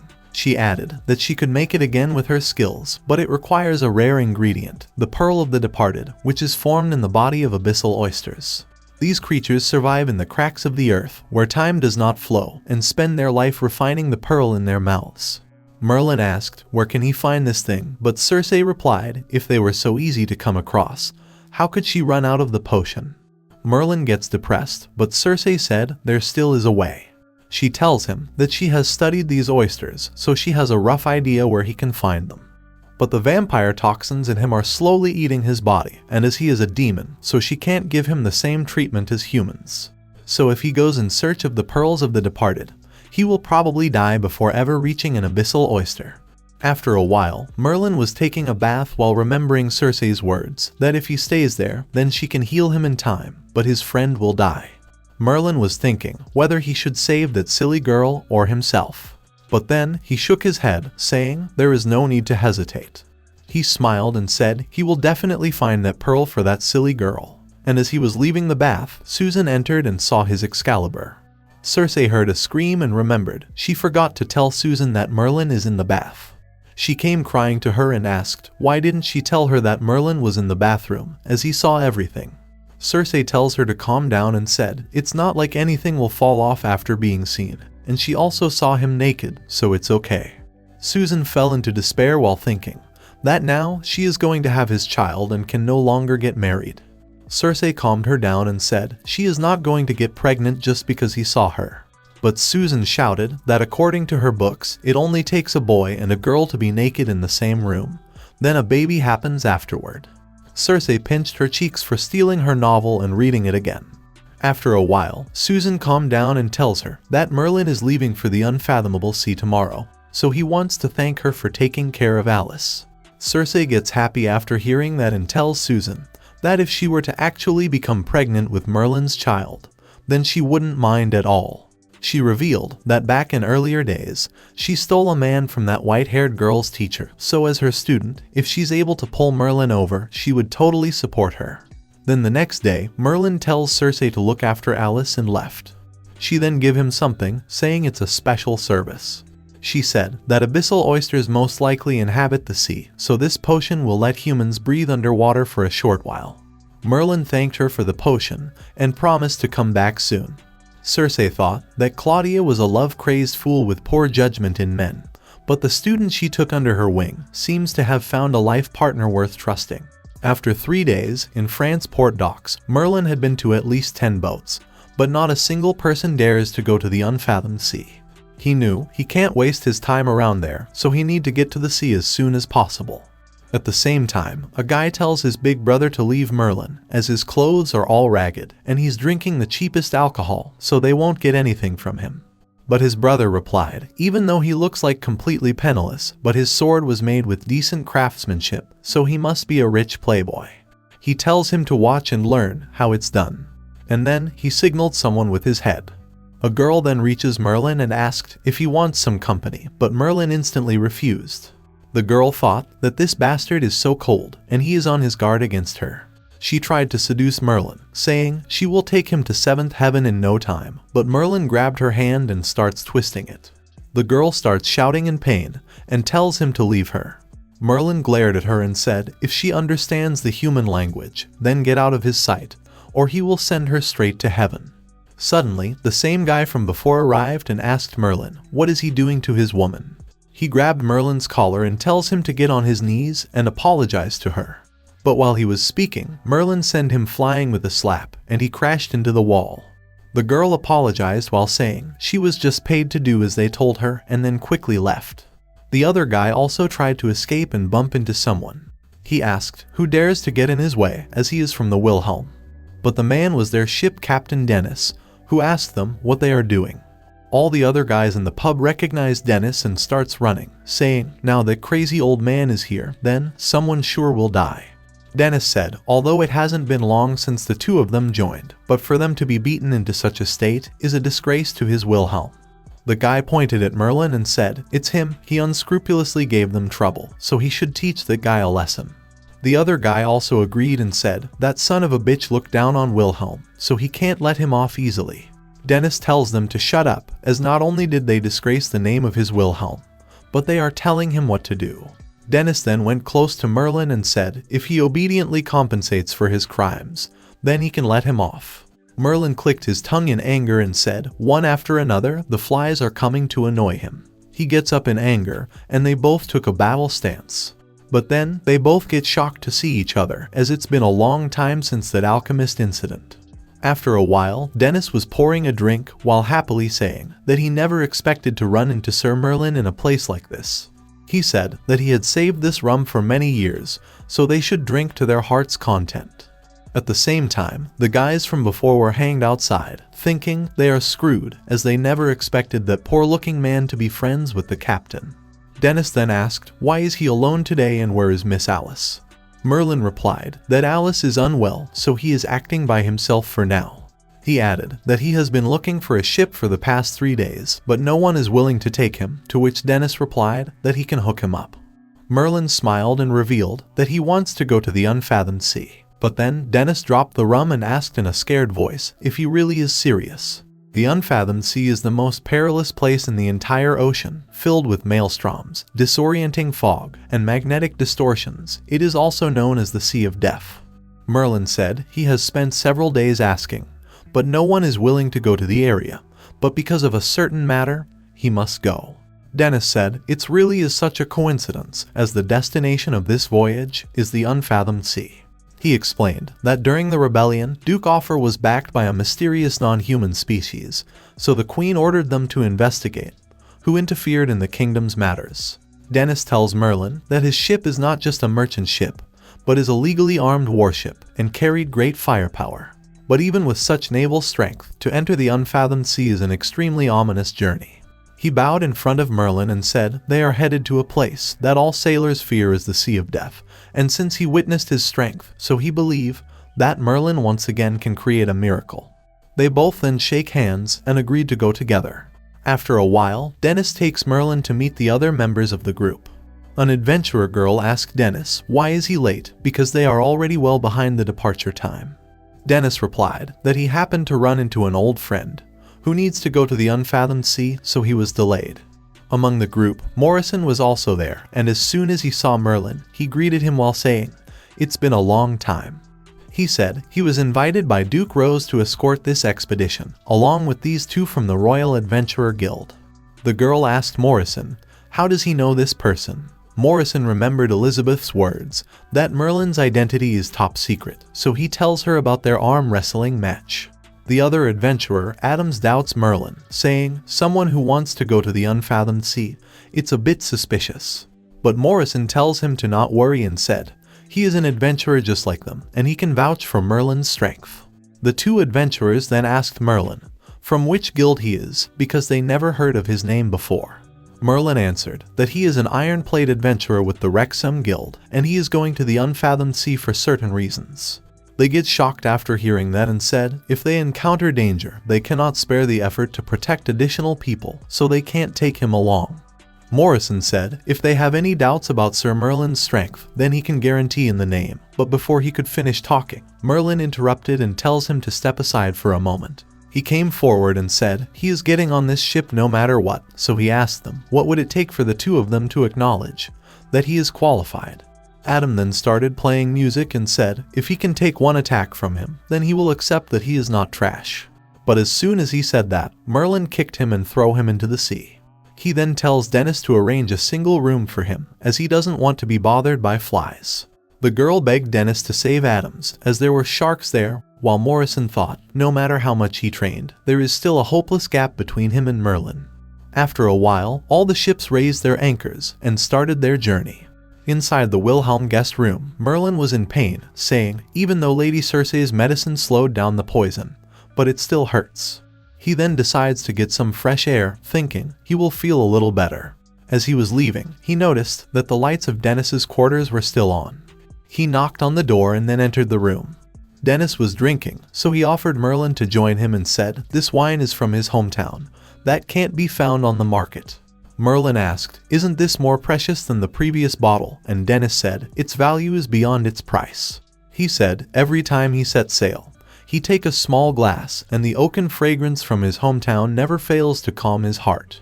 Merlin asked if even a seasoned captain like him gets nervous, and Dennis replied that the seas are far more dangerous than land. While drinking, Merlin noticed some paintings in Dennis' room. Dennis showed him one and said, this is called The Beautiful Princess, which was painted by the great artist Michelangelo for Princess Josephine. He said, this is Princess Josephine, and the baby in her embrace is the sole heir to the kingdom of Hispania, Princess Diana. Merlin asked if this was the princess he mentioned before, who was assassinated during a power struggle, and Dennis replied, yes.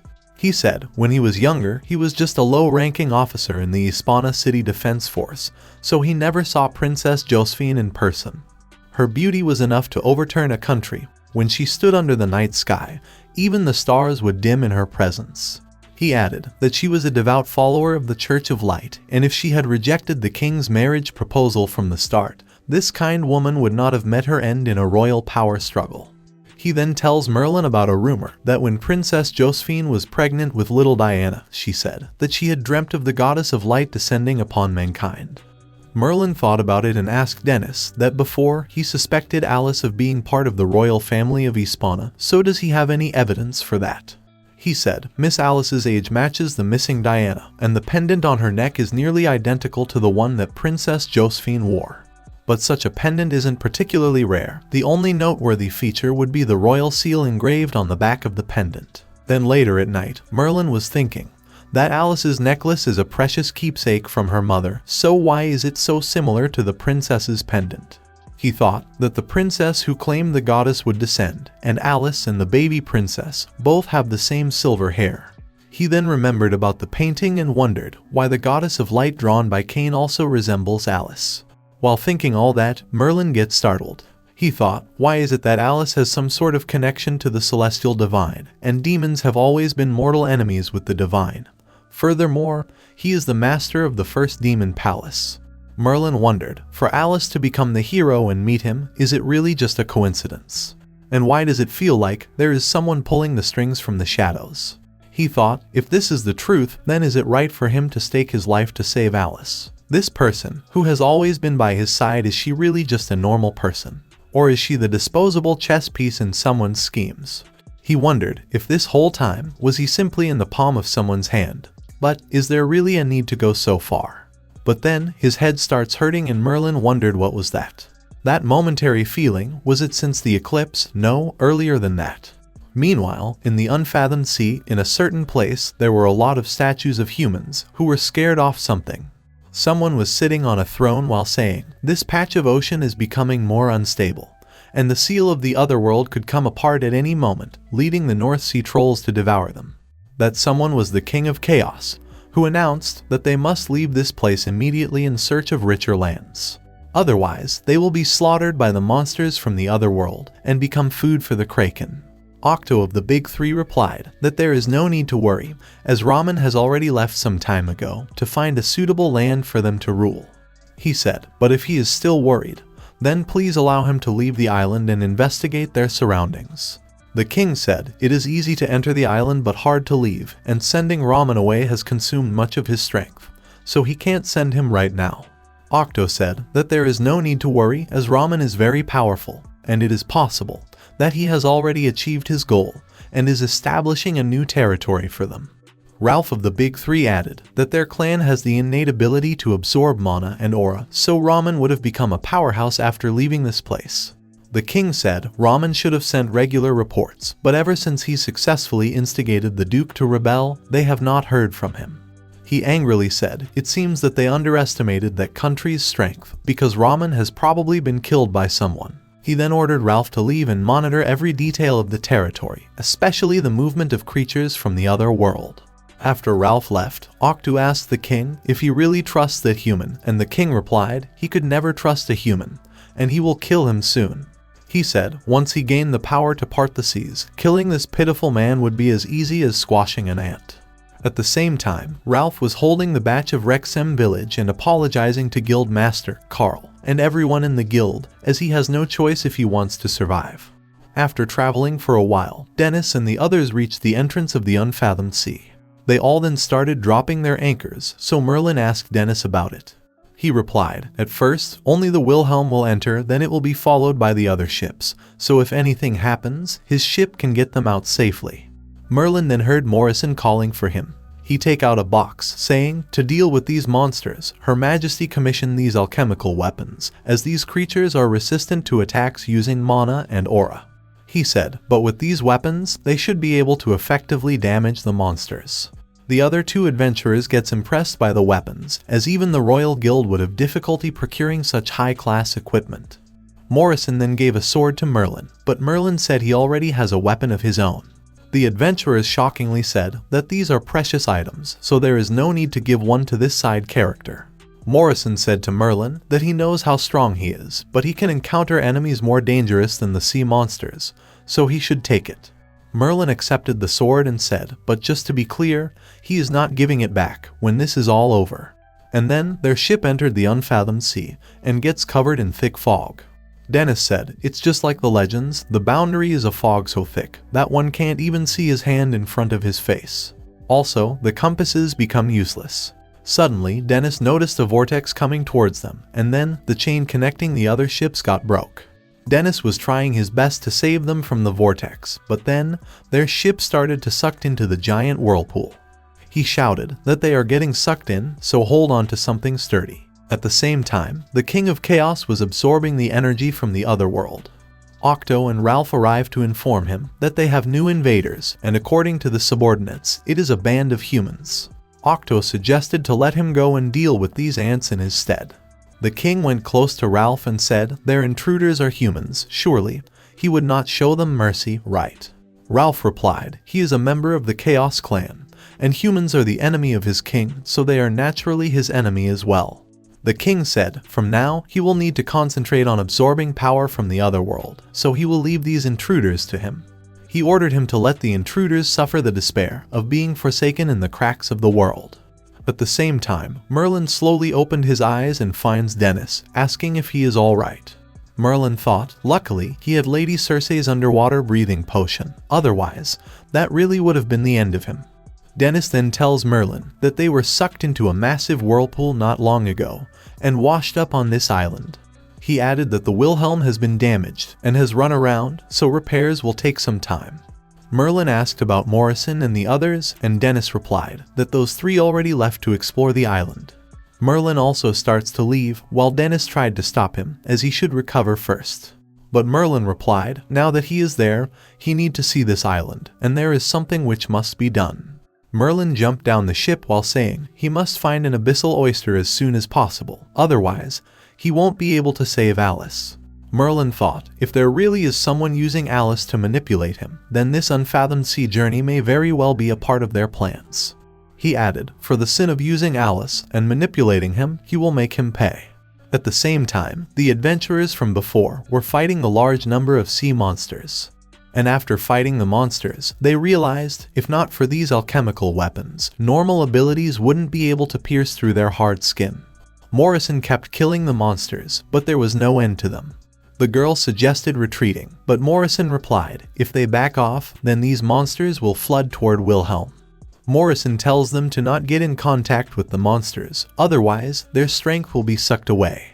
He said that these monsters only have their unique constitution. They aren't actually strong, so with their alchemical weapons, they can deal with all of them. Merlin looked at them fighting from afar and said, with that muscle head, they should be able to handle things over there. He then encountered some monsters and said, since there are only monsters there, then he doesn't need to hold back, as he cut his way to the heart of the island. Suddenly, Morrison and the others heard someone saying, ants, who are brave enough to sneak into their island, and to have killed so many of his subordinates. They can't be weak. That someone was Octo, who arrived and said, their strange weapons can only work on the small fries. He shouted that the great Octo will let them experience what living hell means. At the same time, Ralph of the Big Three was saying he doesn't wish to fight his own kind, but if it is a matter of life and death, then he has no choice. Suddenly he stopped as he smelled the blood of the Chaos Clan. He went to check and find all of them killed. He wondered what happened there as they were all killed in a single slash. He then noticed Merlin, who looked at him and said, so he missed someone. Merlin then attacked him, but he managed to dodge the attack. Ralph realized that Merlin is too bizarre, so he must use the Chaos Clan's ability to absorb his mana and aura. He transformed his arm and then grabbed Merlin, but he gets shocked to see that Merlin has no mana and aura. Merlin sensed that Ralph is still alive inside that monster form, so he only cut his arm. He said he is different from those small fries and seem more like a human. Merlin then noticed an adventurer batch of the guild and said he thinks that Mr. Carl once mentioned this name Ralph Tony. Ralph asked Merlin how does he know about Carl and what happened between them. Merlin replied that he is an iron-plate adventurer from the Wrexham Guild and asked what happened for him to become something neither man nor beast. Ralph said he was swept into there by a hurricane. It was never his intention to sell his soul to the monsters. Everything he did it to survive. Merlin said he heard rumors that he was the third mithril-plate adventurer after the guild master, and Mr. Carl, who once stood by his side at the adventurers tournament. Ralph remembered the time and said that was a long time ago and asked if those oddballs at the guild doing all right. Merlin said they thought that he run into trouble and were anxiously awaiting news of him, but never expected him to have been sucked into the unfathomed sea and become allies with monsters. Ralph then asked Merlin why did he came to this forsaken place, and Merlin replied he wants an abyssal oyster to save someone. Ralph tells him that Abyssal Oyster doesn't belong to their world, and as far as he knows, only the King of Chaos possesses one. Merlin gets happy after hearing that and asked where he can find this King of Chaos. But then Merlin gets serious as Ralph starts releasing his aura. Merlin asked what's the meaning of this, and Ralph replied that he can't let him meet with the King of Chaos. He said that the king is far stronger than he can imagine. He is planning to leave this island, and only he has the strength to make it happen. He has waited long for this day, so he won't let anyone interfere. He tells Merlin that as a fellow adventurer from Wrexham, this is all he can do for him, so leave before he change his mind. Merlin smiled and replied he is taking the Pearl of the Departed no matter what, be it the King of Chaos or the King of... He will cut down whoever gets in his way.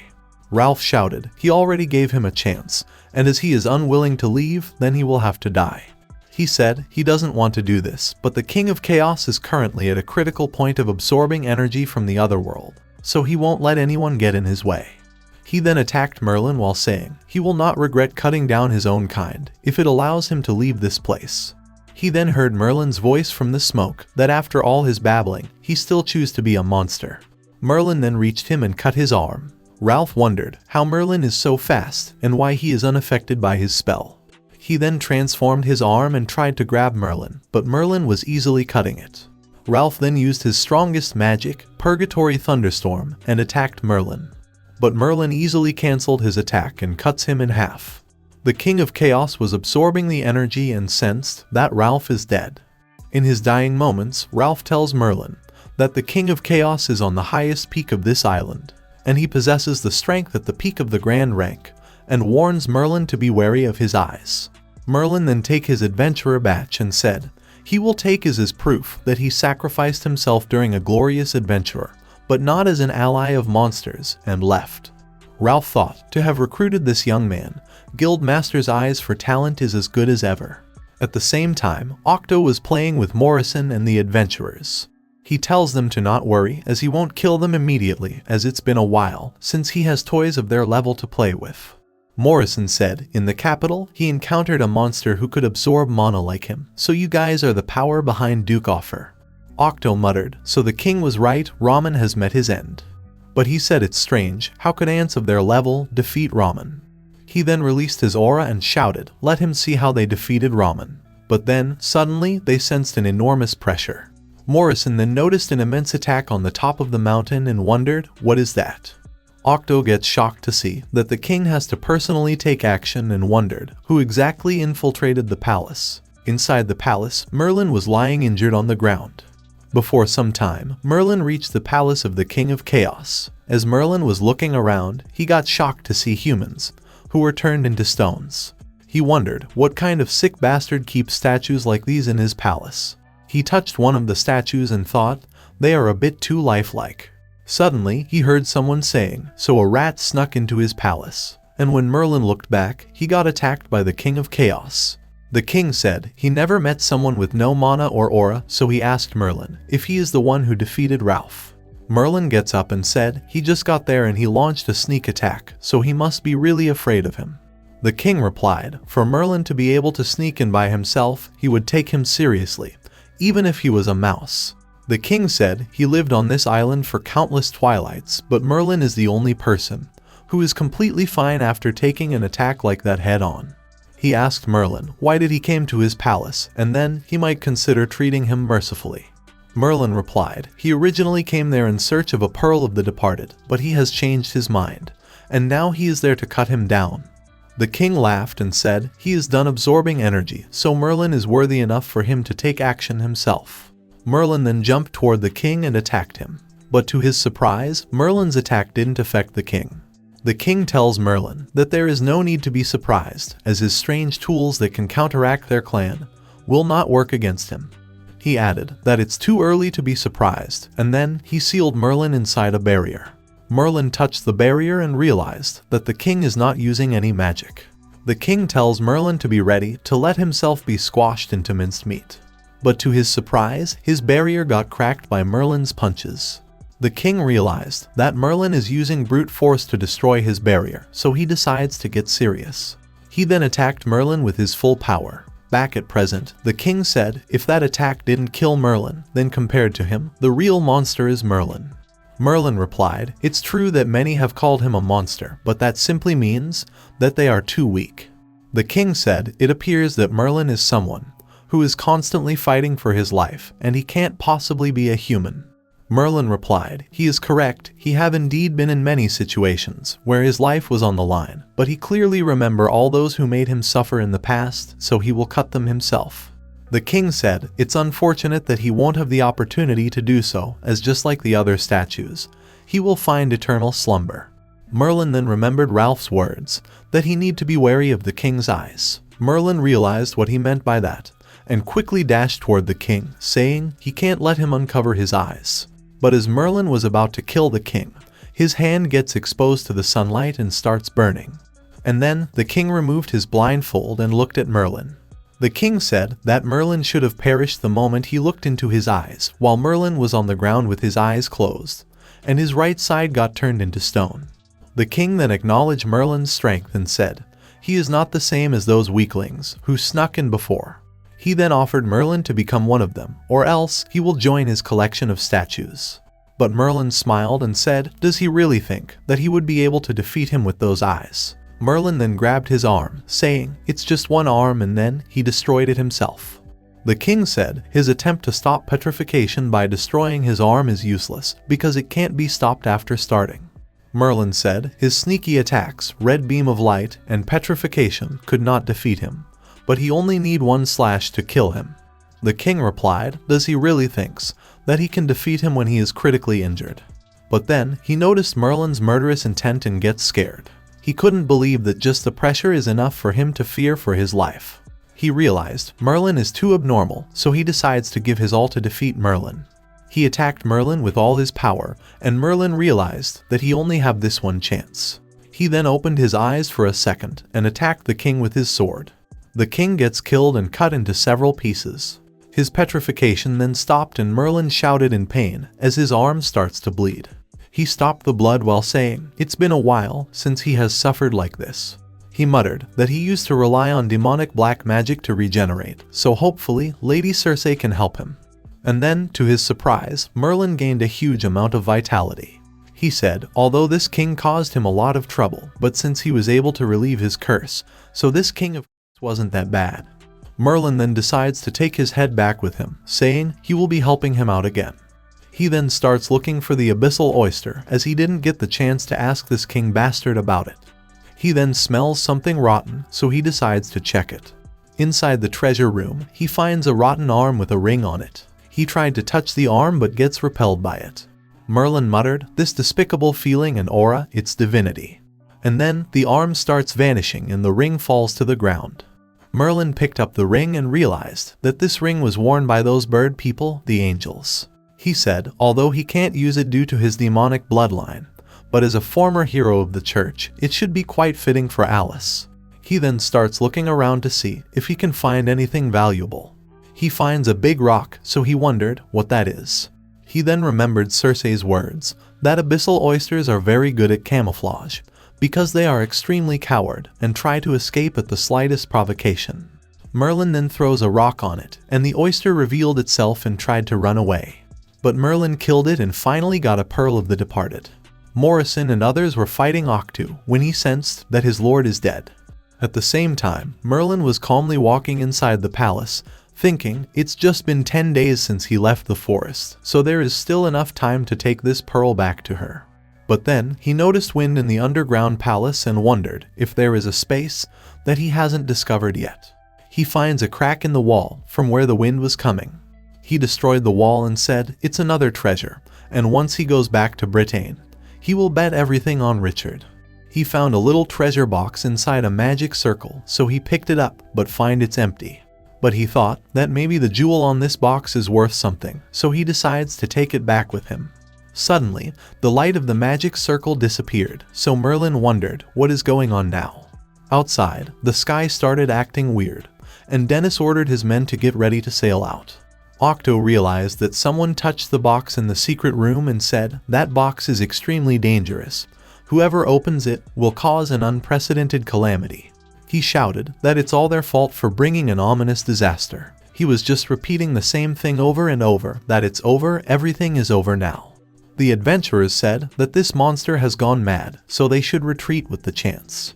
But Morrison said they cannot let it become a threat to Wilhelm, so they need to kill this monster. Octo attacked them while shouting they destroyed their final hope, so they must die with his people. Morrison dodged the attack and realized that Octo has gotten stronger after going mad. He was not able to get close because of the tentacles. He said if only there was an opening, and then Adams attacked the monster and cut all its tentacles. Morrison gets the chance he was looking for and then he used all his power and manages to kill Octo. The girl asked Adams from when did his sonic blade become this strong. Morrison looked at the crack in the ground and realized that it was Merlin. At the same time, Merlin put back his sword and called them noobs. One of the men informed Dennis that the fog and the storm are gone, so they should sail out now, but Dennis was waiting for everyone to return. He then heard Merlin's voice, asking if he is prepared to leave, and when he looked at Merlin, Dennis shockingly asked what happened. Merlin replied it's nothing, he just came across a rather difficult opponent on his way to search for the thing he wanted. He showed him the head of the king, saying this seems to be the ruler of this island, so he killed it along the way. Merlin tells him that he is going to rest in his room, but Dennis was worried about his arm. Merlin tells him to not worry as he just needs a skillful witch to regenerate his arm. Medicine would be ineffective, and that's why they have to go back as soon as possible. After a while, inside Merlin's cabin, he said that he never expected the poison to be so potent, as even after cutting off his arm, he can't completely get rid of it.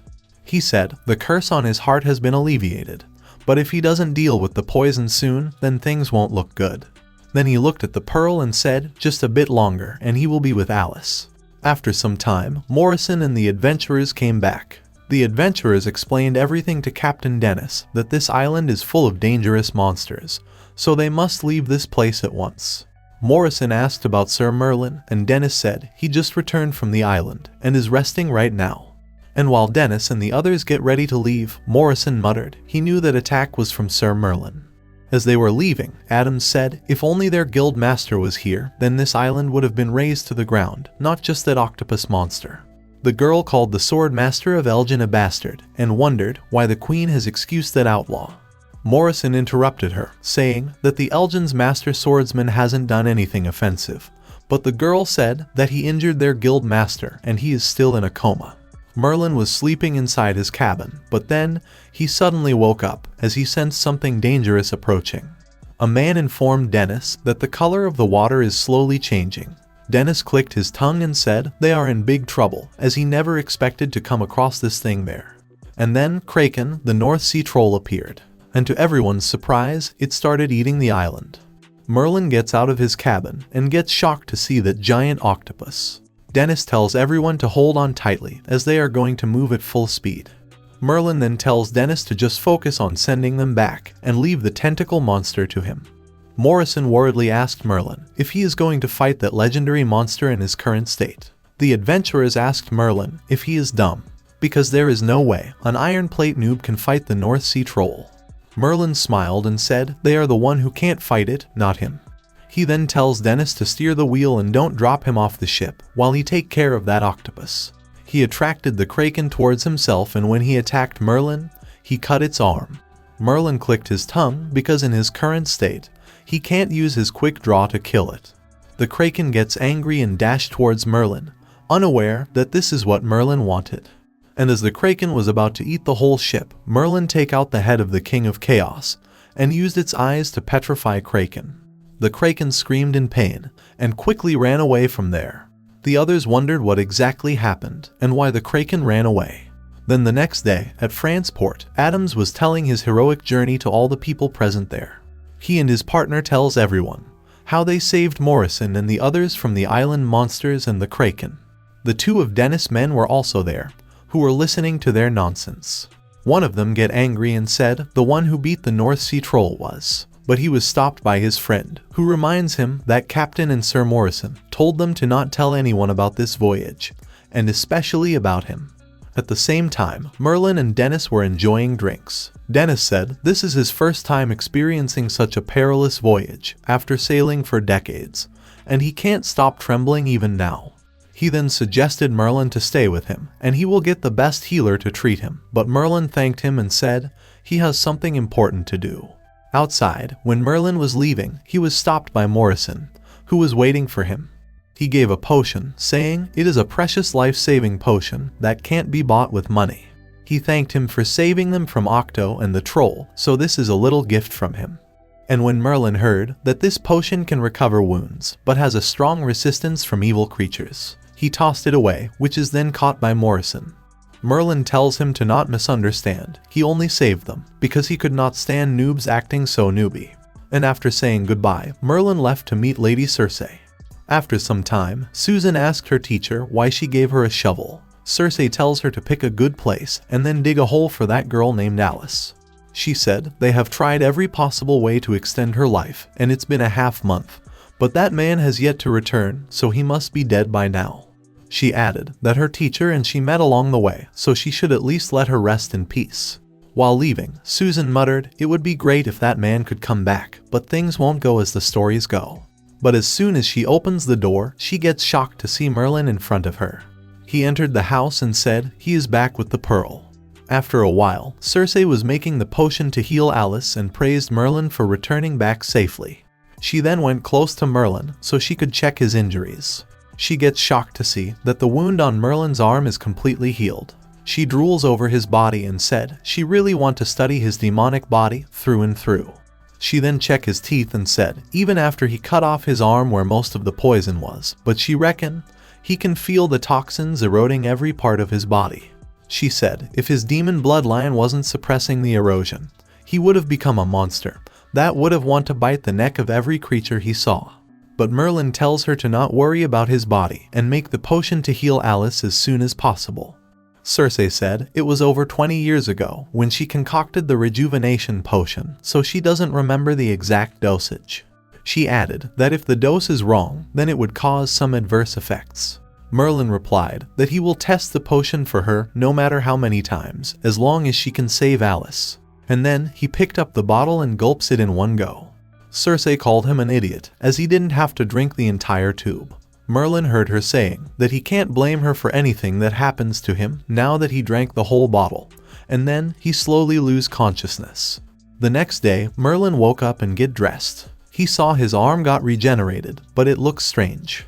And then he looked himself in the mirror. Merlin started shouting, and Cersei came to calm him down. She tells him to celebrate, as his injuries are all healed, and the vampire's poison is gone too. But Merlin asked what happened to him. Cersei explained, it is the side effect of his drinking too much potion before she could finish talking. His body has regressed back to childhood. Merlin checked his chest and saw that even the curse is gone. Cersei said she liked how he looks like a kiddo, but Merlin tells her to stop screwing around. He said he doesn't care, but she has to think of a way to turn him back to normal, or else he won't let her off, and called her an old hag. Cersei smiled evilly, and after a while, Merlin called her sister Cersei with teary eyes, and thought that not even his mom spanked his butt before. Then Susan came and tells Cersei that the potion is ready. She then tells Merlin that thanks to him, she had found the best dosage. Merlin wears his jacket while thinking, let's awaken the sleeping beauty. After reaching the underground lake, Cersei tells Merlin that Alice has absorbed most of her precious lake, so Merlin promised to repay her the money. He went close to her so he can feed her medicine, but her mouth is shut tight. Cersei then smiled and said, in this case, he is the only one who can feed her, just like how the prince awakened the princess in the stories. Merlin tried to refuse at first, but Cersei said they are not close with Alice, so only he can do it. With no other choice left, Merlin gulped the medicine and went close to her lips. Merlin thought, why is he getting embarrassed? It's not even his first time. Cersei and Susan were cheering for him from the back, which was making him more uncomfortable. But still, he kissed her and managed to feed her the medicine. Cersei sensed something strange, so she tells Merlin to come back. And then Merlin gets shocked to see Alice, who wake up in her dragon form. Cersei tells Merlin to run away, as it's not Alice's consciousness that awakens, she is a dragon right now. Merlin smiled while saying, if she can partially become a dragon, then seems like she recovered. He walked toward Alice and said she sure has gotten up on the wrong side of the bed. Cersei was worried for his safety, but Merlin tells her to not worry, as there is no way Alice would injure a child. He gave his hand to her and said, wake up soon so they can go home. Alice muttered his name, and then she gets unconscious. The same night, while Susan was taking care of Alice, Merlin was telling Cersei to leave him alone. She was not letting him go while saying he fit right into Susan's pajamas from when she was young. She tells him that she once imagined having her own family, a son and daughter, and living a peaceful life somewhere, secluded a long time ago. She said Susan has taken the place as her daughter, but she actually wanted a son too. Merlin shouted, then in that case, give birth to one, as there should be a lot of men chasing her with her status. Cersei replied that she doesn't have the chance anymore, as she can't stop the fact that her body is aging. With potions, she may look young, but her body is just as senile as how she looked when they first met. She tells him that she reached her limits even after taking different potions, and she doesn't have much time left. She then reminds him of the promise that Merlin made in return for saving Alice. She said Susan is the only thing she is worried about, as after she dies, she will be in danger and have to live alone.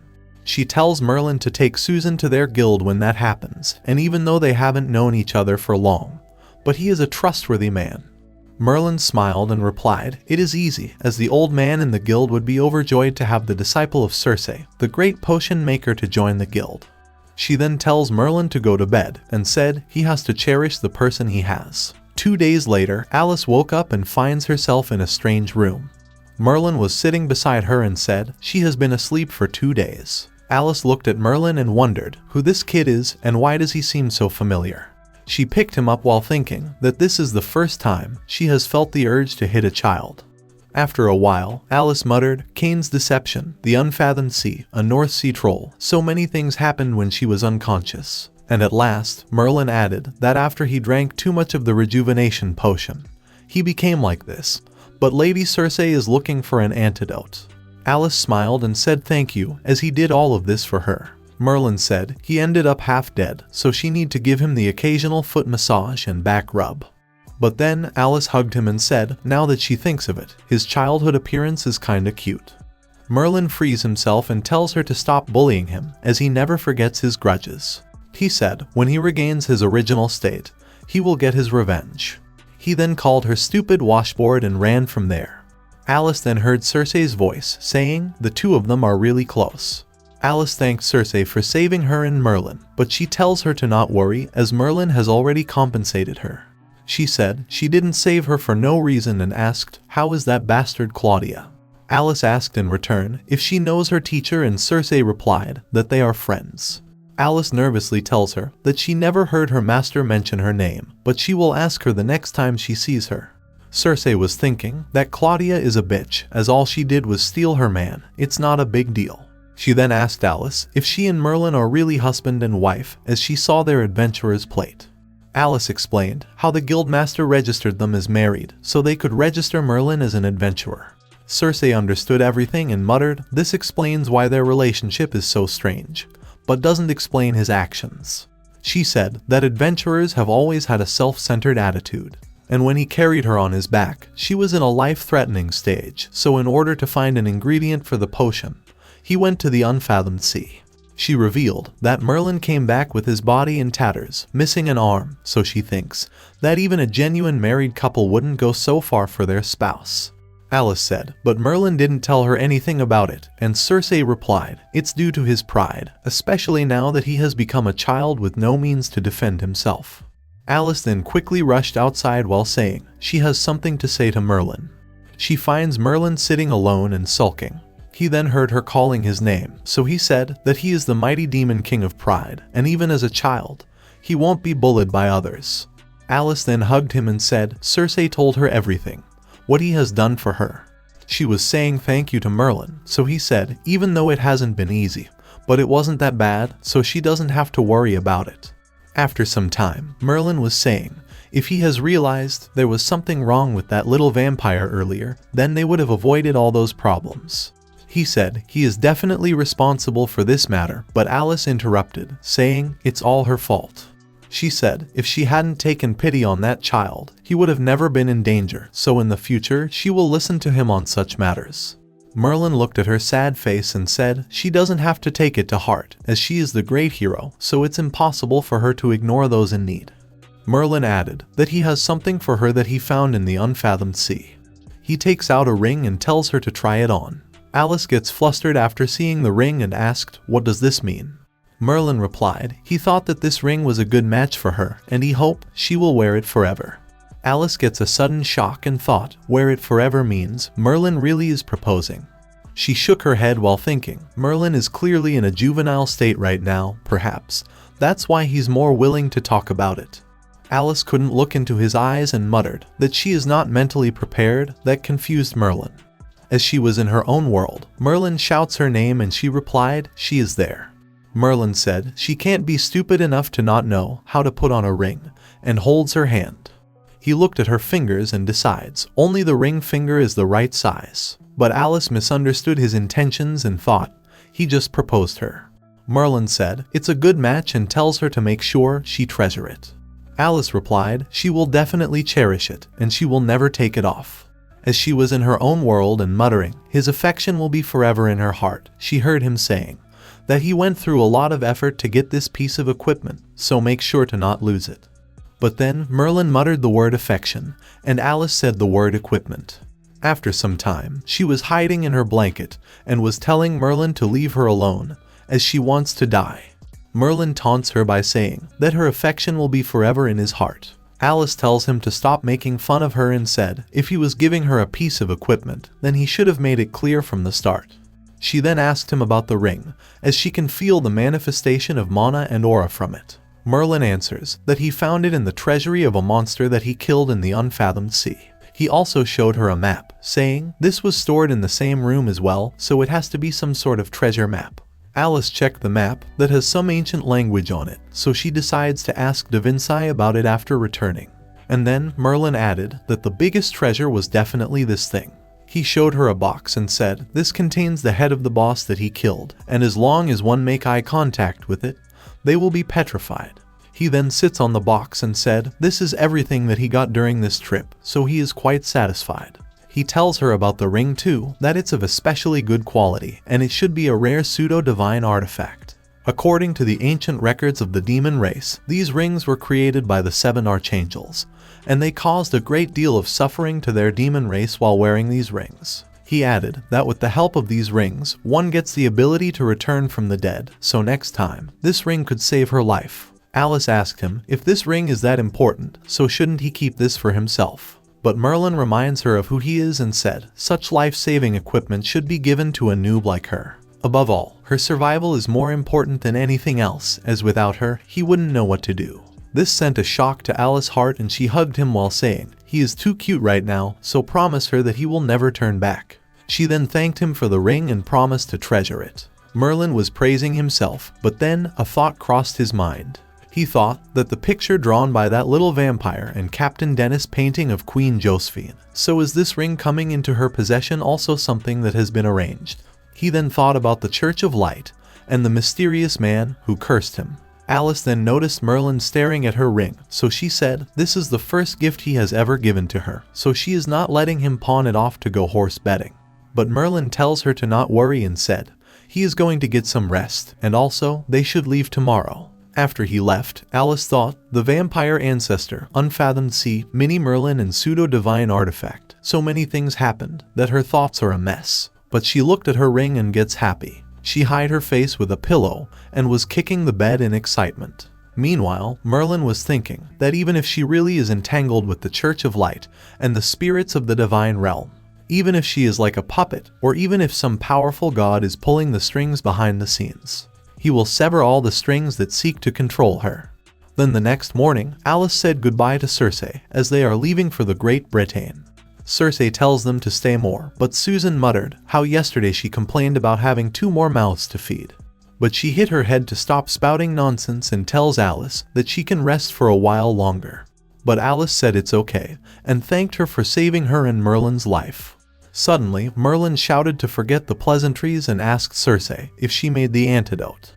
She taunts Merlin and gave him a bag full of potions, saying he should return to a normal state if he drink 1 bottle every 3 days. Merlin asked if there is any instant remedy, but Circe laughed and replied he has to take some extra care to make his body mature again. She then gave Alice the rejuvenation potion and tells her to give it to the Royal Adventurers Guild to save Master Gregory. She heard that he got injured by someone powerful and is still unconscious, so she received a request from the guild.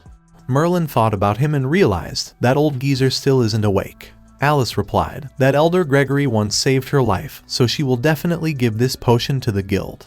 But Circe tells her that even though Gregory can be counted among them, the amethyst-plate adventurers, but he is a very young existence, so don't be fooled by his outward appearance. After they left, Susan asked Circe, weren't the potions she gave Merlin just incomplete products? Circe replied, when she made the rejuvenation potion, she didn't consider that she would need an antidote. She added, whether or not he can recover is now up to his luck. Merlin drank the potion and said, a potion that needs to be taken in several doses, so he doubted that the old woman has tricked him. But Alice tells him to trust Lady Circe. As walking, Merlin was saying that this body is inconvenient in so many ways, but Alice finds him too cute. Alice said if he is finding it hard to travel in this forest then she can carry him, but Merlin denies instantly. He tells her to not look down on him just because he has become small, but then the next second he falls on the ground. Alice then picked him up and said she is somewhat responsible for him to become like this, so she will help him while he is a child. Merlin hoped that they don't run into any trouble while he is like this. That same night, in Wrexham Adventurers Guild, Lugia was telling someone that they are closed for the night. A girl asked her if there's an adventurer known as Merlin here. She said she came from the same place as him and she has a matter that urgently needs his help. Meanwhile, Helena went to meet someone in the middle of the night. She gave him the money and tells him to keep his promise and forget everything about their identities. The man replied he likes a woman who is beautiful and understands the situation, but sadly, he can't let her off so easily. His men then arrived and surrounded Helena. He throws something at her and said, "Don't resent him for this." It was the church's holy water which injured Helena. Angered, she attacked them and said they will pay for their insolence. The man shouted for someone named Bray to help him, and to Helena's surprise, her mana bullet gets easily stopped by Bray. Bray said she is unlucky to meet him, since even a saint rank wouldn't be able to scratch his shield. He then tells her to behave, as the client told him to capture a demon alive. Helena realized that if they want to capture her alive, even after knowing that she is a demon, then something is wrong. She asked Bray who is he and why he wants to capture her. Bray replied that he is just a grunt following orders, so it's hard to answer her question. Helena then revealed her true demon form and said the holy water is not enough to defeat her. She attacked him with full power, but to her surprise, Bray easily cancelled her attack. She realized that the sword he is using is a holy weapon too, so she attacked him from all directions. But Bray easily dodged all her attacks and knocked her down with a punch. He picked her up and told the others to put her in shackles that suppress mana and aura. He then gave a bag full of money to the leader of the gang as their reward for luring out this demon. The leader asked him about the master, who wants a demon alive, but Bray threw him on the ground and said they are just a pack of stray dogs, so they should not pry into the master's affairs. Then the next day, in the capital of Britain, London, Alice and Merlin arrived there and Merlin wondered why the potion is so bitter. Alice offered him some candy, but he gets angry and tells her to stop treating him as a child. After traveling for a while, they then reach the London Royal Adventurers Guild. They get shocked to see how big the Royal Guild is compared to their Wrexham Guild. Even the missions and commissions were all better than their guild. Suddenly, they are greeted by someone who asked if he can help them with something. Alice introduced herself and said they are looking for the person in charge of the Royal Adventurers Guild. The man introduced himself as the Vice Guild Master William, currently responsible for managing the guild affairs. Alice tells him that Lady Cersei asked them to deliver a potion to the Royal Adventurers Guild. And William gets shocked to hear that the potion can heal Guild Master Gregory. William tells her to follow him to the reception room so they can talk in private. But then, he noticed Merlin and asked who he is. Alice introduced Merlin, and before she could say anything more, William said even if he is her child, it is best he doesn't come along. He then tells a lady to take care of Merlin, as he has something to discuss with his mother. But then, they both shouted that he is not her child. After a while, Alice gave the potion to William and said this potion was given to her by Lady Cersei herself. William asked if she is sure that there is nothing wrong with this potion, as it's better to be safe than sorry. Alice shouted that Elder Gregory once saved her life, so there is no way she could have ill intentions towards him, but William said it's something different. He revealed that Master Cersei is held in high esteem by all adventurers, but she is known to be extremely capricious and irresponsible, and Alice agreed with that. But she takes guarantee for this potion and said not long ago she was heavily injured, but she was able to recover because of this potion. William gets happy after hearing that and thanks her for bringing this precious potion to him. He then asked Alice if she is willing to become a member of the London Royal Adventurers Guild. He said their guild is the Britain's most powerful guild, and according to what he can sense, Miss Alice is no weaker than him. In addition, she has the dragon race presence inside her, also achieved the mithril rank at such a young age. Alice thanked him for the offer but said she has no plans to transfer at the moment. William added that it's a rare chance for her and she should leave a backwater place like Wrexham, as a third-rate guild will waste her potential, which makes Alice angry. And as William was insulting the Wrexham guild, he noticed Alice releasing her aura. She apologized and said she appreciated his good intentions, but she will not be joining his guild. She said, great adventurers do not come from large guild. Even small unknown guilds can produce the best adventurers. Although their guild can't be compared to his, but she doesn't believe that they will be under their shadow forever. William gets scared and said, since she is so resolute, there's nothing more he can say, but their door will always be open to her. She then thanked him for everything and left the room in anger. She came outside and shouts they should get going. But then she saw Merlin, who was enjoying his time there while saying, as expected of the top guild in the nation, all the receptionists are great beauties.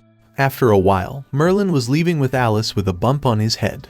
She tells Merlin how the Vice Guild Master wanted her to join the guild, but she refused. Merlin said it's a good offer since coming to this guild would be much more profitable, and their little Wrexham can't be compared to them. Alice replied, when she was drowning in debt, it was the folks at Wrexham who took her in, so she won't let anyone look down on them. But then she wondered why so many people flattering her recently, as she originally became an adventurer just to clear her debt. Merlin taunts her by saying that she is a mithril plate adventurer and a former hero, so obviously, people will suck up to her. Alice smirks while thinking, this little boy is throwing a tantrum, so she can't help but tease him. She pats his head and said, it's alright, she can't help if people want to flatter her. Also, she will make sure that he will never go hungry. Suddenly, Merlin hit her face with the coconut. He tells her to wait until he returns to normal and tried to run away. But then, a man was riding his carriage at full speed, while shouting at everyone to stop blocking the road if they doesn't want to die. Alice noticed that the carriage was about to hit Merlin, so she jumped towards Merlin to protect him. Merlin glared at the horses and suddenly, they stopped and start screaming in fear. Alice wondered why the carriage suddenly swerved away. She then worriedly asked Merlin if he is fine, so he tells her to not worry. The people present there get scared, as the emblem on the carriage was of Morgan family. Merlin realized this is bad, and they need to leave quickly. And when he was thinking of a way to escape, the man came close to them and said, how dare she to stop the carriage of the Morgan family? And he will gonna make her pay for it, with a whip in his hand. But as soon as he hits Alice, she destroyed the whip with her ice magic. And then, Merlin tells him that this washboard is a mithril plate adventurer, that even the Royal Adventurers Guild wants to win. The man gets scared after hearing that, and then someone spoke from inside the carriage and asked, what's happening? The man bowed and addressed him as Lord, saying, a child almost got hit and the horses were frightened, but his mother is a mithril plate adventurer. His lord grits his teeth and muttered that he will definitely chase all the adventurers out of the capital. He then ordered his man to leave quietly and don't get involved with them anymore. Merlin then heard some people talking, that the man inside the carriage was the head of the Morgan family, who monopolies the kingdom's shipbuilding. Merlin smiled after hearing that and thought that this head should be a rich and easy target, so he will keep that in mind. Then at night, at the Bristol port near the Great Britain border, a strange man in a cloak arrived and asked someone how things are going. That someone was Rochery, the captain of the Redbeard pirates, who said that they captured the demon and asked about his motives. The man replied that he will fulfill his any wish in return for that demon, as this was what they were agreed on. Rochery said that he has shown enough sincerity, but when they operate, he is just like a puppet they are controlling, and he didn't see any convincing assurance. The man said they are the strongest dark adventurer guild, Phoenix, and the valuable thing from them is their promise they can help him accomplish unimaginable things. He said even if they wants to kill the Queen Elizabeth, he will do it for them, but Rochery shouted, why would he want to kill the Queen of Great Britain? He angrily said what he wants is the head of the Sword Master of Elgin. The man agreed while saying, as long as they can bring him a demon with a high-class bloodline, he will kill that Elgin's master swordsman for them. Rochery asked if they really can kill him, because even his two foster fathers couldn't even take a single strike from him. The man replied that the Elgin's master swordsman is a mysterious hero, whose strength is unfathomable, and he instantly kills all his opponents. But there is no one in the world that the Phoenix can't deal with. He added that they have many monsters with unique skills, and any one of them could bring fear and despair to people.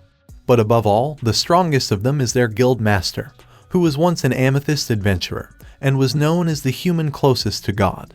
At the same time, Merlin was not feeling good and said they will be back in Wrexham in a couple of days, so he hoped nothing will happen. Meanwhile, inside the royal palace, Morrison reports everything to Elizabeth that happened during the voyage. Elizabeth realized that those monsters had targeted them since long time, and the North Sea Troll prevented a great disaster from befalling upon them. Claudia was also there, who praised Morrison to escape from the North Sea Troll, but Morrison replied if the Sword Master of Elgin didn't help them, they all would have died. Elizabeth then confirmed that Miss Alice has beaten back the Demon King of Gluttony, killed the ancestor of the vampires, shattered a celestial body, and caused many other miracles, and Claudia verified it. She then stood up and said she will be going to Wrexham to conferring the appointment herself. Macefield tried to stop her, saying there might still be the remnants of the Duke offer in some remote town, so it's dangerous to go right now. But Claudia said Her Majesty has discussed this with him a few times, and he agrees with her. He explained the lake spirit was forced to go into a deep sleep, and they are the only ones left of the Redbud Knight, so it is important to replenish their forces. He said that he invited Miss Alice once in France, but she didn't accept it. But if Her Majesty goes to Wrexham to confer her the title, she will not refuse. Elizabeth thought Miss Alice and the Sword Master of Elgin are married, so Merlin will automatically join their side as well. And with Michelle's relationship with them, even if something happened to her, Michelle would be able to consolidate the royal power with the support of an honorary knight and an extrinsic knight. She thought she would be able to rope in a future amethyst adventurer and strengthen the relationship with Mr. Merlin, so it's killing two birds with one stone. But when she thought about meeting Merlin again, she gets flustered. After some days, in the Wrexham Guild, Luja was waiting for Alice and Merlin to return. Arnold was also there, who was in the brink of death as he hasn't seen Miss Alice in a while. Suddenly, Alice came inside the guild and shouted that she is back. Everyone starts staring at her, which confused Alice. Arnold then startled her by suddenly appearing in front of her face while saying he really missed her.